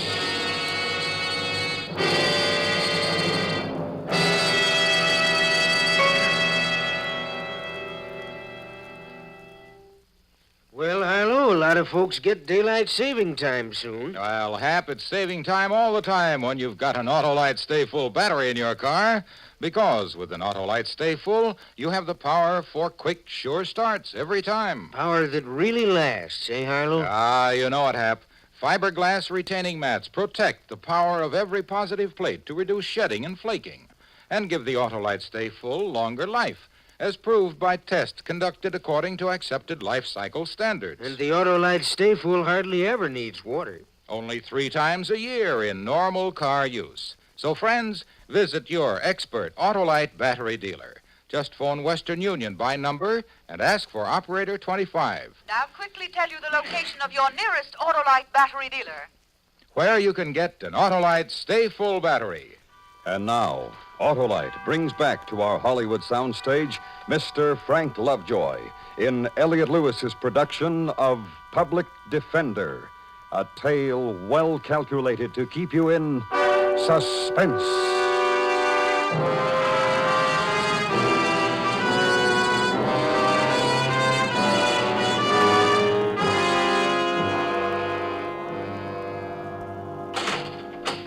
I'll be right down the hall, Mr. Tyler. All right, Jim. Just call when you need me. Right, Jim. Well, now, as the fellow says, it was a pretty good trip, but now we have to pay for it. Like a smoke? Thanks. Oh, no need to look like that. Here you are. Thanks. At your hearing, you told the court that you weren't represented by counsel, Phil. That's why I came here. I'd like to handle your case for you. I don't have any money. If you're in trouble, you have a right to legal counsel whether you have any money or not. We have a law that says that, Phil. You don't have to have any money with me. My fee's on the county. You understand that? I guess I do. Well, good. Sit down, Phil. Sure hot, huh? Yeah. Well, now, how about telling me the whole thing? Didn't you read the charges? Oh, yes, but I want to hear what you have to say about them. Well, how do I know you're not from the district attorney's office here trying to tie me up some way? No, I'm not, Phil. I'm on your side. I'm representing you. Well, you work for the county, same as a district attorney. Well, we work pretty hard keeping people out of jail, too. I'd like you to be very frank with me and tell me everything that happened.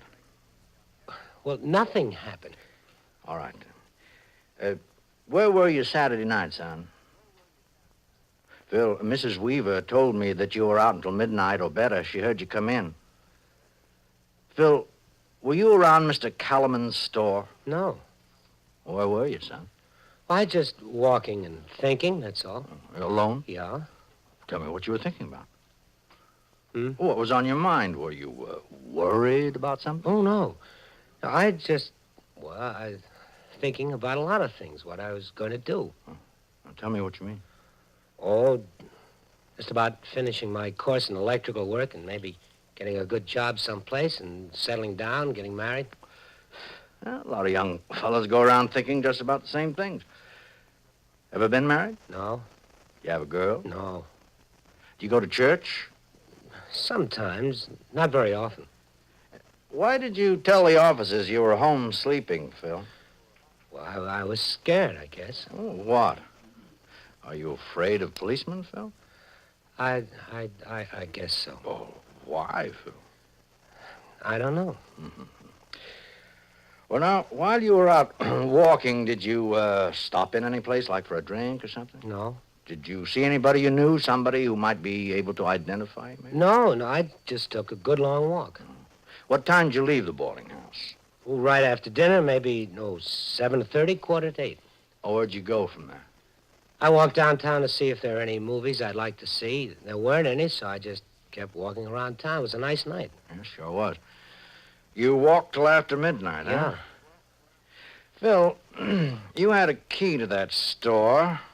You knew where Calaman hid his money. You were seen in the vicinity of the store the night he was robbed. Now, if you robbed Mr. Calaman's store, I'll have to know all about it if I'm going to help you. No, sir, I did not rob that store. Honest, I didn't. All right, sir. I'll do my best to help you prove it. I'll do everything I can for you. We'll enter a not guilty plea. You have plenty of cigarettes, eh? Yeah. Mr. Tyler, do I have a chance of getting off? Oh, that depends on how good a defense we put up. Mostly on whether or not we have all the facts. Well, you have no arrest antedating this one. That's in your favor.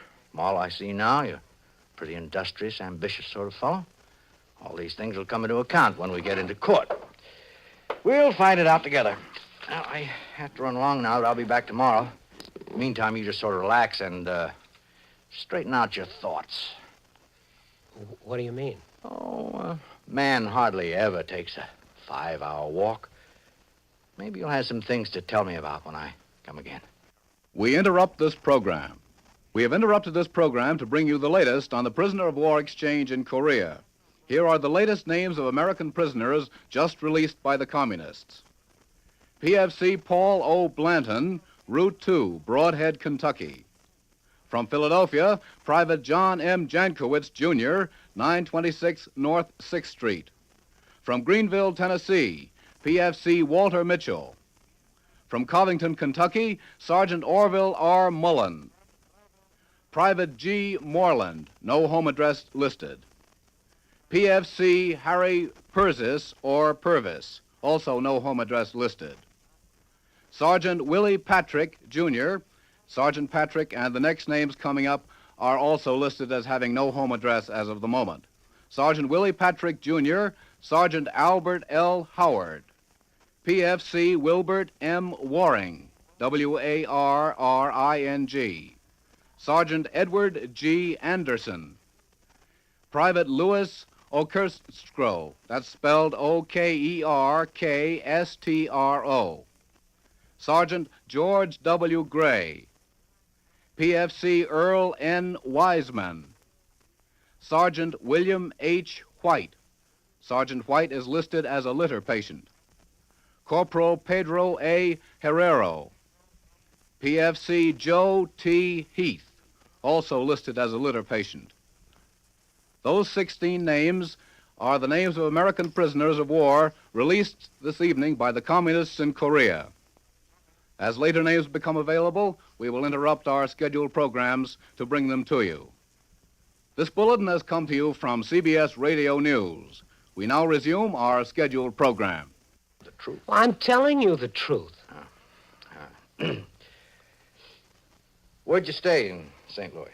At the Hall Hotel. How much rent you pay? I didn't pay any rent. I stayed there with a friend of mine. Didn't cost me a dime. What's your friend's name? Jack O'Brien. Is he still there now? Why? Well, I want to wire him and verify this. He's in the Army now. What do you figure the trip cost you? Just my bus fare, nothing more, a little spending money. He paid for my meals, too.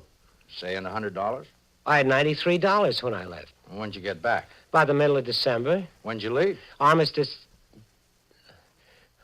Day.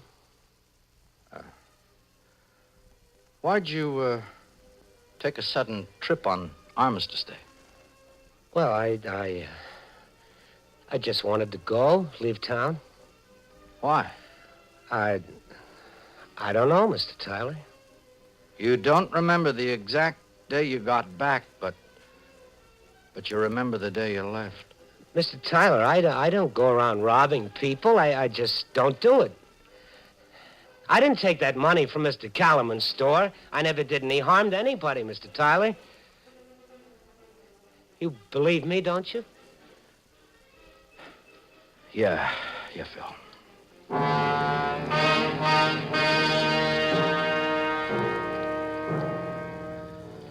We went to court the next day. Hale, the district attorney's man, got up and told the jury what he was going to prove, and Mr. Tyler got up and told him how none of it was true. And after that, he asked the judge to keep all of the witnesses out of the room except the one that had something to say. The judge said that was all right. And then the two cops who'd arrested me showed up and told about it, and then Mrs. Weaver came in and told how I hadn't been home. And finally, Hale called Calaman in and spent 15 minutes or so having him say I was around the store the night it was robbed, that I had a key, and that I knew where the money was hidden.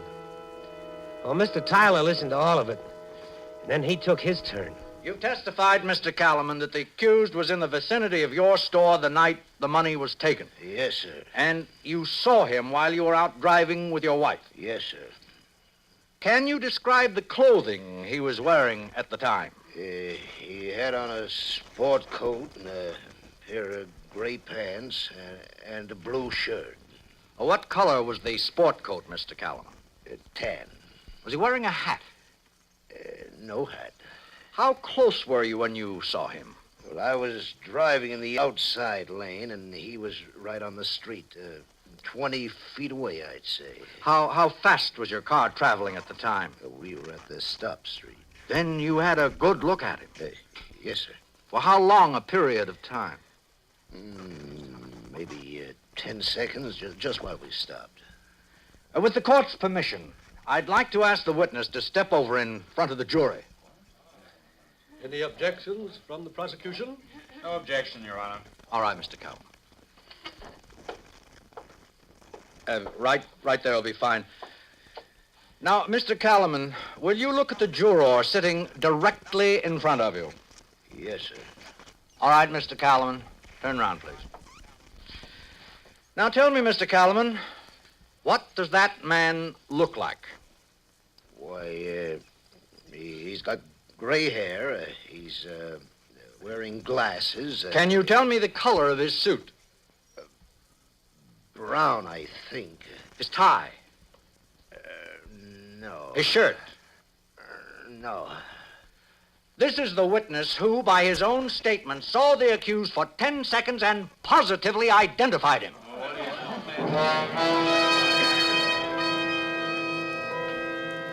The same thing happened to Calaman's wife and the filling station man. It was all over in less than an hour. The jury went out and came back and said that I wasn't guilty. And finally, everybody had left, and I was standing there with him. Well, son, how do you feel? Pretty good, Mr. Tyler. I don't know how to thank you. Don't thank me, son. Thank the law that protects you. Well, what are you going to do now? Go back to school, I guess. Let me hear from you now and then. Glad to know how you're getting along. I'll do that, Mr. Tyler. Well, you can go, Phil. Yeah. Well, so long. So long. Phil. Yes, Mr. Tyler? Do you, have anything you want to tell me? No, sir. I sort of had the feeling that you, wanted to say something, Phil. Mr. Tyler, I'll say it once more. I didn't rob Calaman's store. I know that. You're innocent of that charge. Oh, what are you getting at? I just wondered if there was anything else you'd like to tell me. Phil? No. You know, a man might do something in his life sometime that no one else will ever know about but him. And he can go through life keeping it inside, not telling anybody about it. And another man might have an idea or suspect him, but it wouldn't be right to come out and say anything unless he had some facts. Now, I have an idea of what the man was like who killed my wife. Might be wrong, but I think I know exactly what he was like, Phil. Did you know my wife? Yes, sir. Read about it in the papers that night on the bus? No, sir. Oh. Where'd you get the money to go to St. Louis, Phil? Did you get it from my wife's handbag? I didn't mean to. If I'd known she was your wife, sir, I wish I hadn't killed her, sir. Mr. Tyler, don't look at me like that, Mr. Tyler. Please, please, sir, don't look at me like that.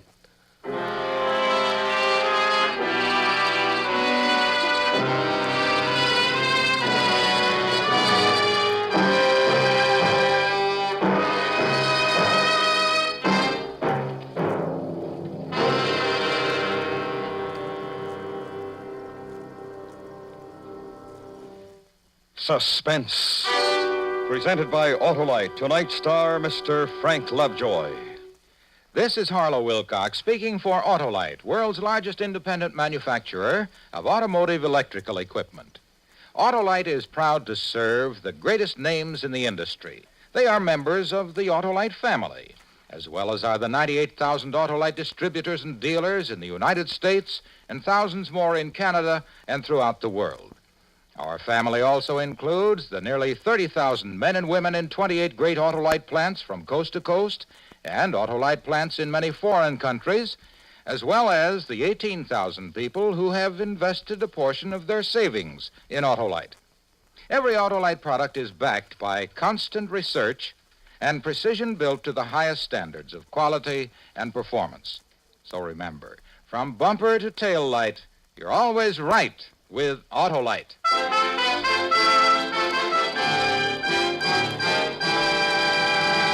Next week, a study in fear as we present Graham Greene's novel of cowardice, The Man Within. Our star, Mr. Herbert Marshall. That's next week on Suspense. Suspense is produced and directed by Elliot Lewis, with music composed by Lucian Morowick and conducted by Lud Gluskin.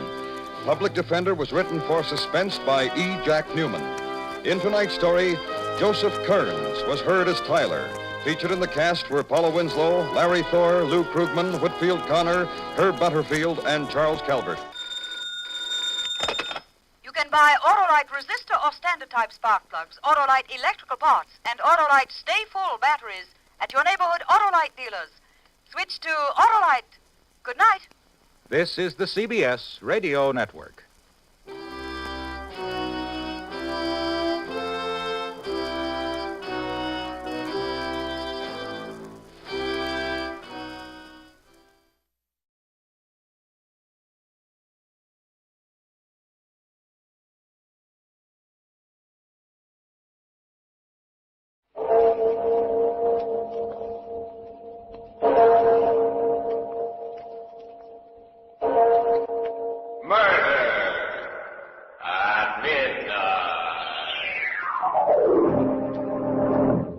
Too sure about that, Wentworth. What do you mean?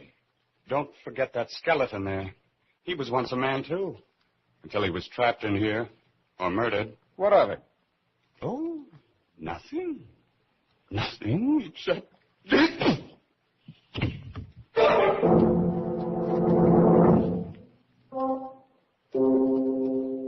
Midnight. The witching hour when the night is darkest. Our fears the strongest. And our strength at its lowest ebb. Midnight, when the graves gape open and death strikes. How? You'll learn the answer in just a minute in The Line is Dead.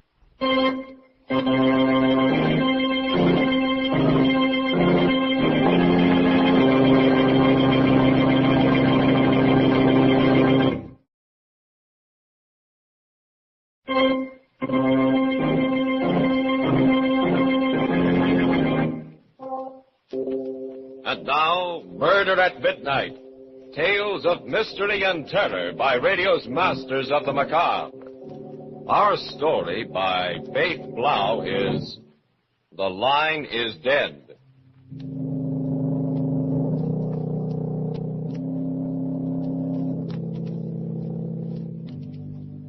The gash in the green lawn of Brookside Memorial Park awaits the body of Albert Lockridge, scientist and explorer.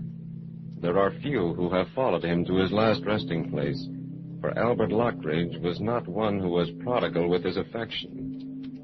And so beside the yawning grave stands his wife, Lenore. Albert. Finishing the short service, the minister says, And so, unto dust, you are now committed. You may lower the casket.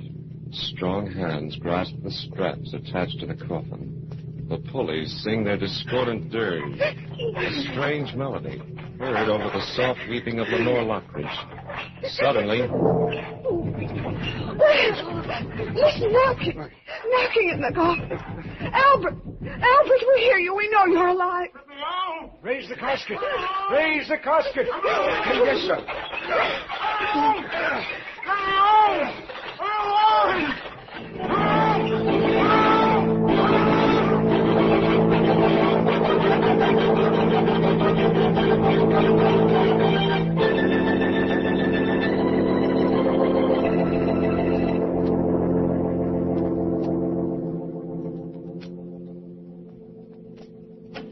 He is all right, isn't he, Dr. George? He seems to be, but... But what? Well, you can't blame me if I'm a little hesitant in giving my opinion. You mean you're not sure that he will? Yes. Oh. After all, Mrs. Lockridge, my position is a little awkward. I signed the death certificate feeling certain that your husband was dead. And now I'm naturally reluctant to predict just what course his convalescence will take. I think I understand. The only thing that really matters is that my husband's lying in his bed at home and not in the cold, black earth of Brookside.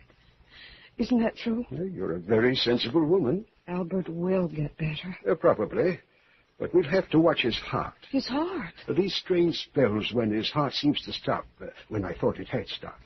Each attack is an added strain. But the strain of regaining consciousness in the coffin, he withstood that when even a healthy person might not have. Oh, he's a hard person to kill. Oh, thank goodness for that. Well, this time it was a pretty close call. If he'd come to even 10 minutes later, Mrs. Lockridge, no one would have ever known.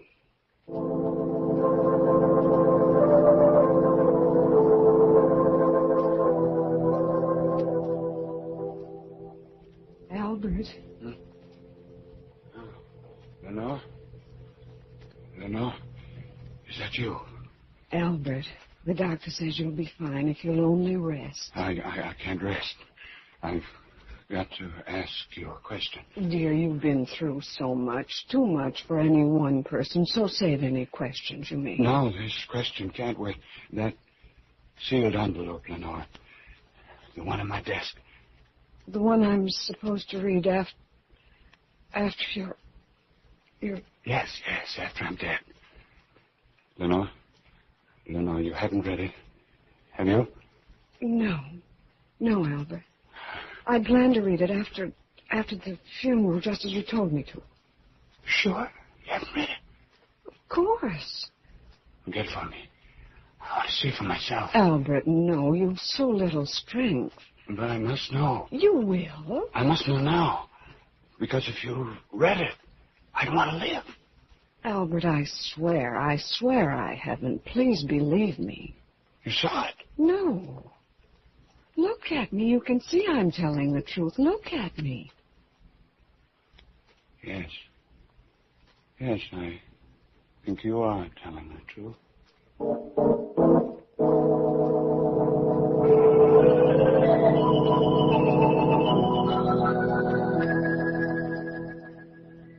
Well, Mr. Lockridge, another few days, and we'll have you out of that wheelchair. Sometimes I wonder why you go to all this trouble with me, Doctor. It's my job. Yes, but there's so many people who really enjoy life and yet die. Twice now I've been pronounced dead, only to return to life, almost reluctantly. Reluctantly? Yes. You tried awfully hard to get out of the coffin. The sheer horror of being buried alive. I've always been terrified of it. Since childhood? Yes. My nurse locked me in a closet whenever I misbehaved. I always thought I'd be left to die there. Oh, it's not the fact of being dead that bothers me. It's the fear of being buried alive. It's the choking, the futility of crying out. Yes, it would be a horrible way to die, but... Excuse me, Doctor. There's a Mr. Burton here to see you, Mr. Lockridge. Good. Show him in, nurse. Nurse, take our patient out on the sun porch. I'll send his visitor there.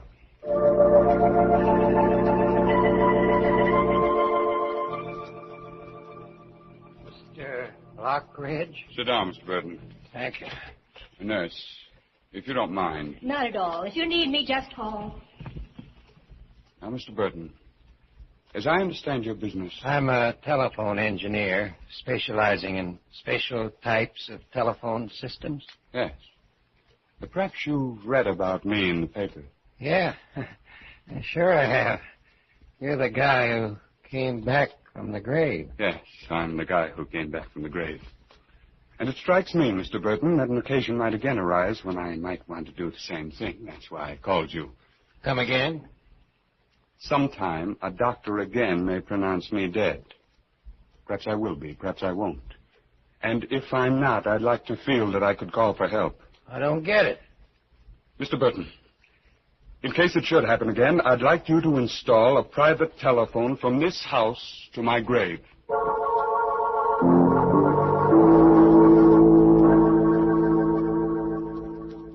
And Lenore, you must promise to keep the phone installed and in working condition for a year after I'm buried. A year? Darling, that doesn't make any sense. With a stop-and-go heart of mine doesn't make any sense either. But, Albert, a year? The first time my heart stopped for 6 hours. The next time, nearly 2 days. Who can tell? Well, a week, a month, perhaps. I think I'm asking very little. Well, then think of me, darling. Think of waiting day in and day out for the ring of that telephone. Think of the jumping at every stray bell, at every noise. Darling, you're condemning me to a slow death, like being in a grave above ground. I still think my request is a modest one, and the least that a wife who loved her husband would do for him. Albert, don't start that again. After all, I shall be in my grave. Perhaps I shall be waiting, too, waiting for help that will never come. Will you please stop this morbid talk? Nothing else seems to be on your mind lately. Besides, it's terribly late, almost midnight. When death comes to a man slowly, he gets time to think about it. Too much time. Stop it, please. It seems to me that you are only too anxious to get rid of me. Albert, how can you even think such a thing after...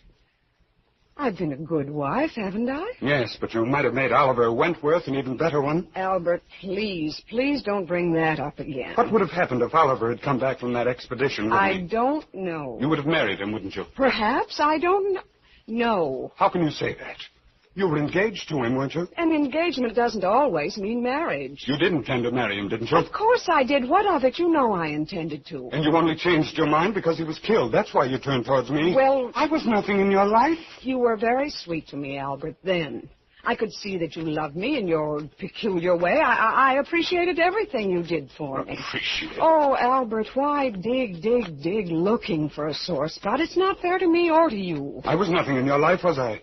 As long as Oliver was alive. What are you trying to prove? All the time we've spent together, I've played second fiddle to Oliver Wentworth. Look, Albert Lockridge, when we married, I said I'd put all thoughts of Oliver out of my mind. Well, I've done it. At least... At least? At least what? You mean you've tried, but you couldn't. Oh. I knew it. You've never loved me. He's always been in your heart. What are you talking about? You just said it.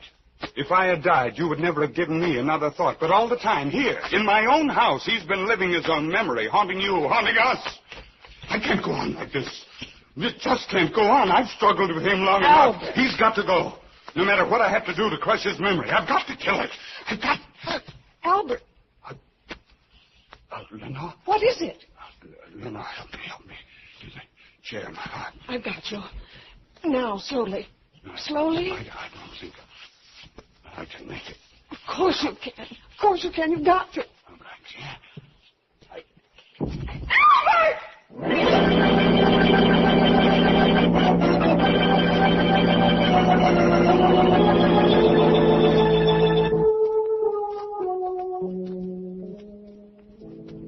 Doctor, are you sure? Absolutely, Mrs. Lockridge.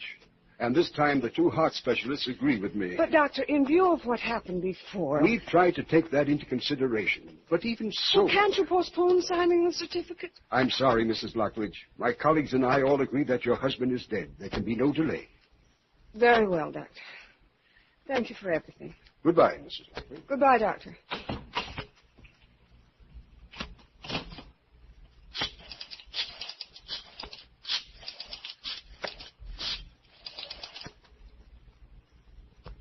Hello? Mr. Burton? This is Mrs. Lockridge speaking. My husband died yesterday. He's to be buried tomorrow at Brookside. Will you please be there as he desired to install a telephone in his grave? A man who was afraid, not of death, but of being buried alive. A telephone to a sealed grave, and the great beyond. Will we hear from Albert Lockridge again before the clock strikes 12 for... Murder at midnight.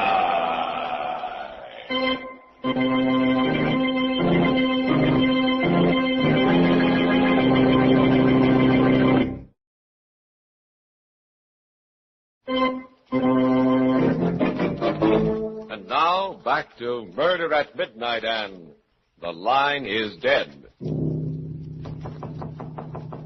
One minute. Oh, Dr. George. Good evening, Mrs. Lockridge. It's awfully nice of you to call. I was worried about you. Oh, I'm all right. I'm fine. I couldn't come to the funeral. I tried to phone you, but... The phone's disconnected. So they said. And so I came over. I rang the bell several times. No answer either. Finally, I knocked. I've had the doorbell disconnected, too. You mustn't cut yourself off from the world like this, Mrs. Lockridge. Believe me, Doctor, that's not my intention. As long as I stand guard at this telephone, I want to be sure that the only bell that ever rings in this house is the one that tells me that Albert's not dead, that he's still alive there in his coffin, that he needs help. You're really going through with this? He asked me to. It doesn't seem too much. Oh, you're only deluding yourself, Mrs. Lockridge, believe me. Waiting this way is only a perverse and completely futile sort of mourning. I know you can't understand. I can't. But I do know that this morbid watch will only deepen your grief. Prevent you from making any kind of adjustment to his death. What difference does it Now, make? you're a young woman, Mrs. Lockridge. You have a whole life ahead of you. All the more reason for spending some of it as he wanted me to. Doctor, my husband was not the sort of person who inspired affection. I know. But in his odd, sometimes unaccountable way, he did love me. Now that he's gone, no one on earth holds any fond memories of him but me. A heavy responsibility, Mrs. Lockridge. Still, you must take care of yourself. I will, Doctor. Assume that he is dead.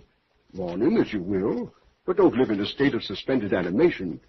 For instance, if he's left a will, don't put off reading it. There are some papers which I was supposed to read after his death. They're in a sealed envelope in his desk. Read them. Read them immediately. No, not yet. You should.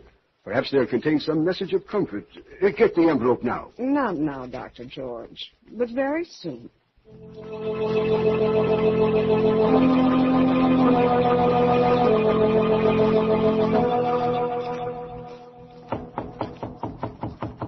Just a moment. Yes? Oh. Lenore, Oh, no. No, I can't. it is. I know I shouldn't have come. just like this, without warning? But I've always thought... That I was dead? Yes, I know. That's what Albert told me, and you never came back. No. Why? It's a long story, Lenore. A story you ought to hear. You know that Albert died yesterday? I know. That's why I came. Why didn't you come sooner when he was alive? Were you afraid to meet him? I was afraid to meet you. Me? Why, Albert? By the time I returned, you and Albert were already married. But even so, we both would have I welcomed... wonder. You see, I knew you thought I was dead. No good would have come of such a meeting. But now everything is different. Different? Yes, of course. I loved you then. I love you now. Oliver. I've come back for you. Oliver, you don't understand. How can I even think of such things today? Lenore, I had to come. I've waited so long. I couldn't wait a day longer. Can't you see? It's useless even to think about that now. He may still be alive. I know. No, it's not right just because you do. Not today. I was afraid you'd think so. Lenore, I wanted to avoid this, but now I see I must tell you.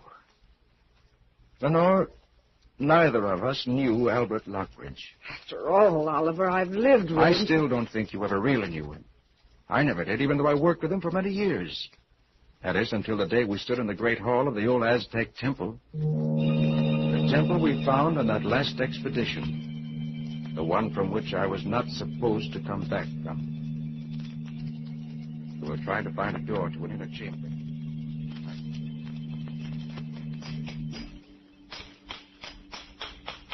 There must be an opening here somewhere, Wentworth.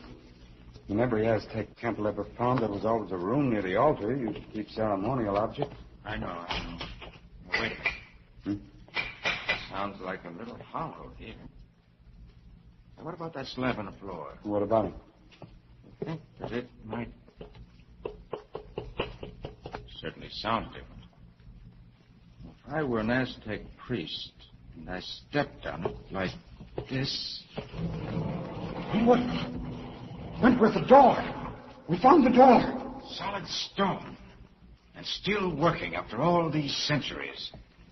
Let's take a look inside. You got the flashlight? Yes, take the hammer. Right. Uh-oh. It's not very pretty. It is a human skeleton, isn't it? Yeah. Probably trapped in here and left to die. Ugly death. Look, Lockridge. Those dishes. Swing the flashlight over. Gold. Solid gold. There are more over here. Look, stacks of them. Watson. We found the treasure. Now, wait a minute, Lockridge. Let's get this straight. In the first place, I don't think we'd be let out of the country with these gold plates. Oh, but we can melt them down and smuggle them out. Melt them down? Why, these things are priceless. Besides, the university sent us here. If the gold belongs to anyone, it's theirs. No one ever has to know. Oh, yes, they do, because I'll tell them. Huh? It's all very well for you to play the heroic fool. You've everything you want. What the devil do you mean? You know perfectly well. You got all the money you need. Besides, you have Lenore. What's she got to do with it? You do have Lenore, haven't you? You act as if I took her from you. You were afraid of me. Oh, Lockridge, don't be an idiot. Lenore would no more look at you than... Oh, wouldn't she? She'd marry me if you went in the way. I know it. Are you fool? She's just being friendly to you because I asked her. We'll see. If you weren't around... But I am around. And as far as the gold plates are concerned... I said we'll see. After all, that skeleton there, he was once a man, too. Until he was trapped in here. What of it? Oh, nothing. Nothing. Nothing except...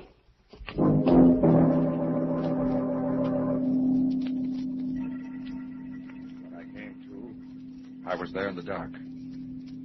Flashlight, the gold plate's gone. Left there to die.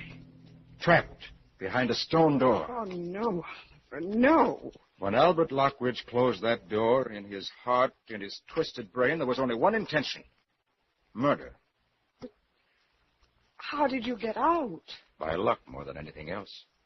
I had the hammer and I knew where the stone latch was. I started chipping away at it. To this day, I don't know how long it took me, but when I finally got out, I was a sick man, exhausted. And by the time I was well enough to travel, come home here, you were already married. And he told me that you'd been killed by natives. Of course, that was a lie, but... Oliver, I still can't believe that your story is completely true either. But why? A man who's been the victim of an attempted murder would see that the murderer was punished. You didn't even try to. Well, Lenore, how could I? He was your husband. Well, why should then? Could I brand you as the wife of a murderer? Loving you as I did, as I do? I had to wait. But now let's forget this horrible past. I can't, no matter how I feel I can't. After all, there's no proof. Lenore, don't you believe me? It's not just that. Don't you see? At any moment, the telephone may ring telling me that he's alive. If I knew your story were true, perhaps I'd feel differently, but... Now, my place is here. I must stay here. Lenore, please. If you feel any love for me at all... Will you go, Oliver? Please. If that's what you wish... Yes, Lenore. I'll go. But remember, I love you.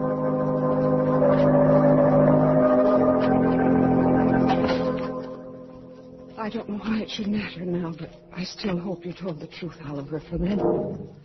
The papers in the sealed envelope. I promised Dr. George I'd read them.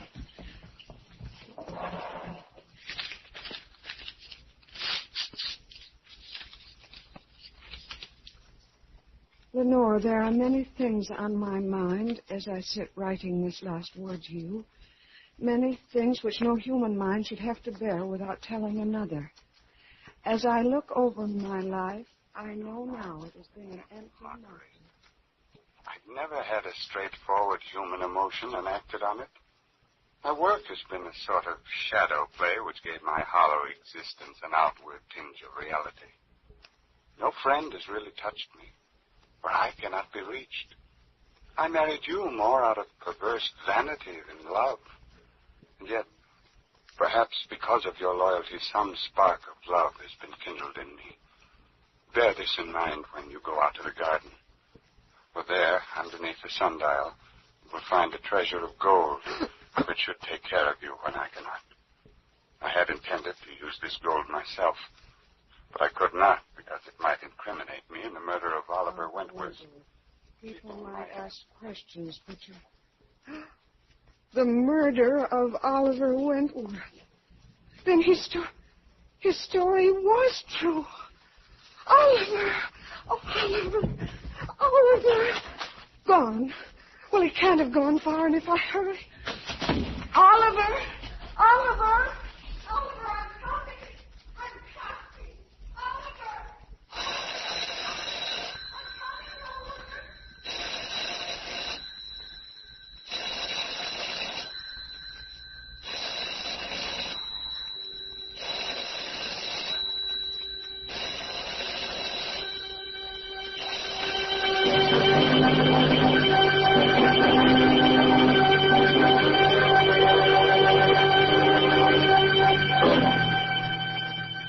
Telephone ringing in an empty house.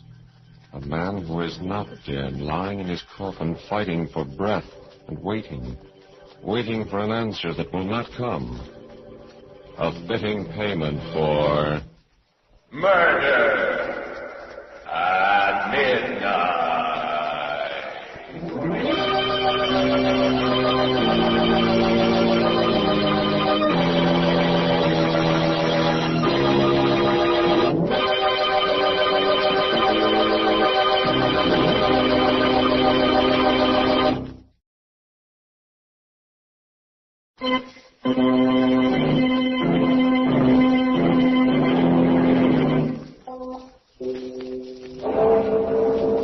Remember to be with us again when death stands waiting at a newly dug grave, when the clocks strike 12 for... Murder at midnight.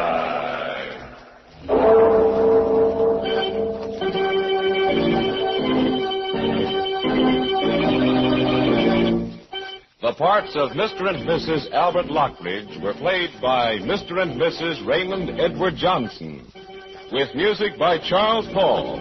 Murder at Midnight was directed by Anton M. Leader. Ed.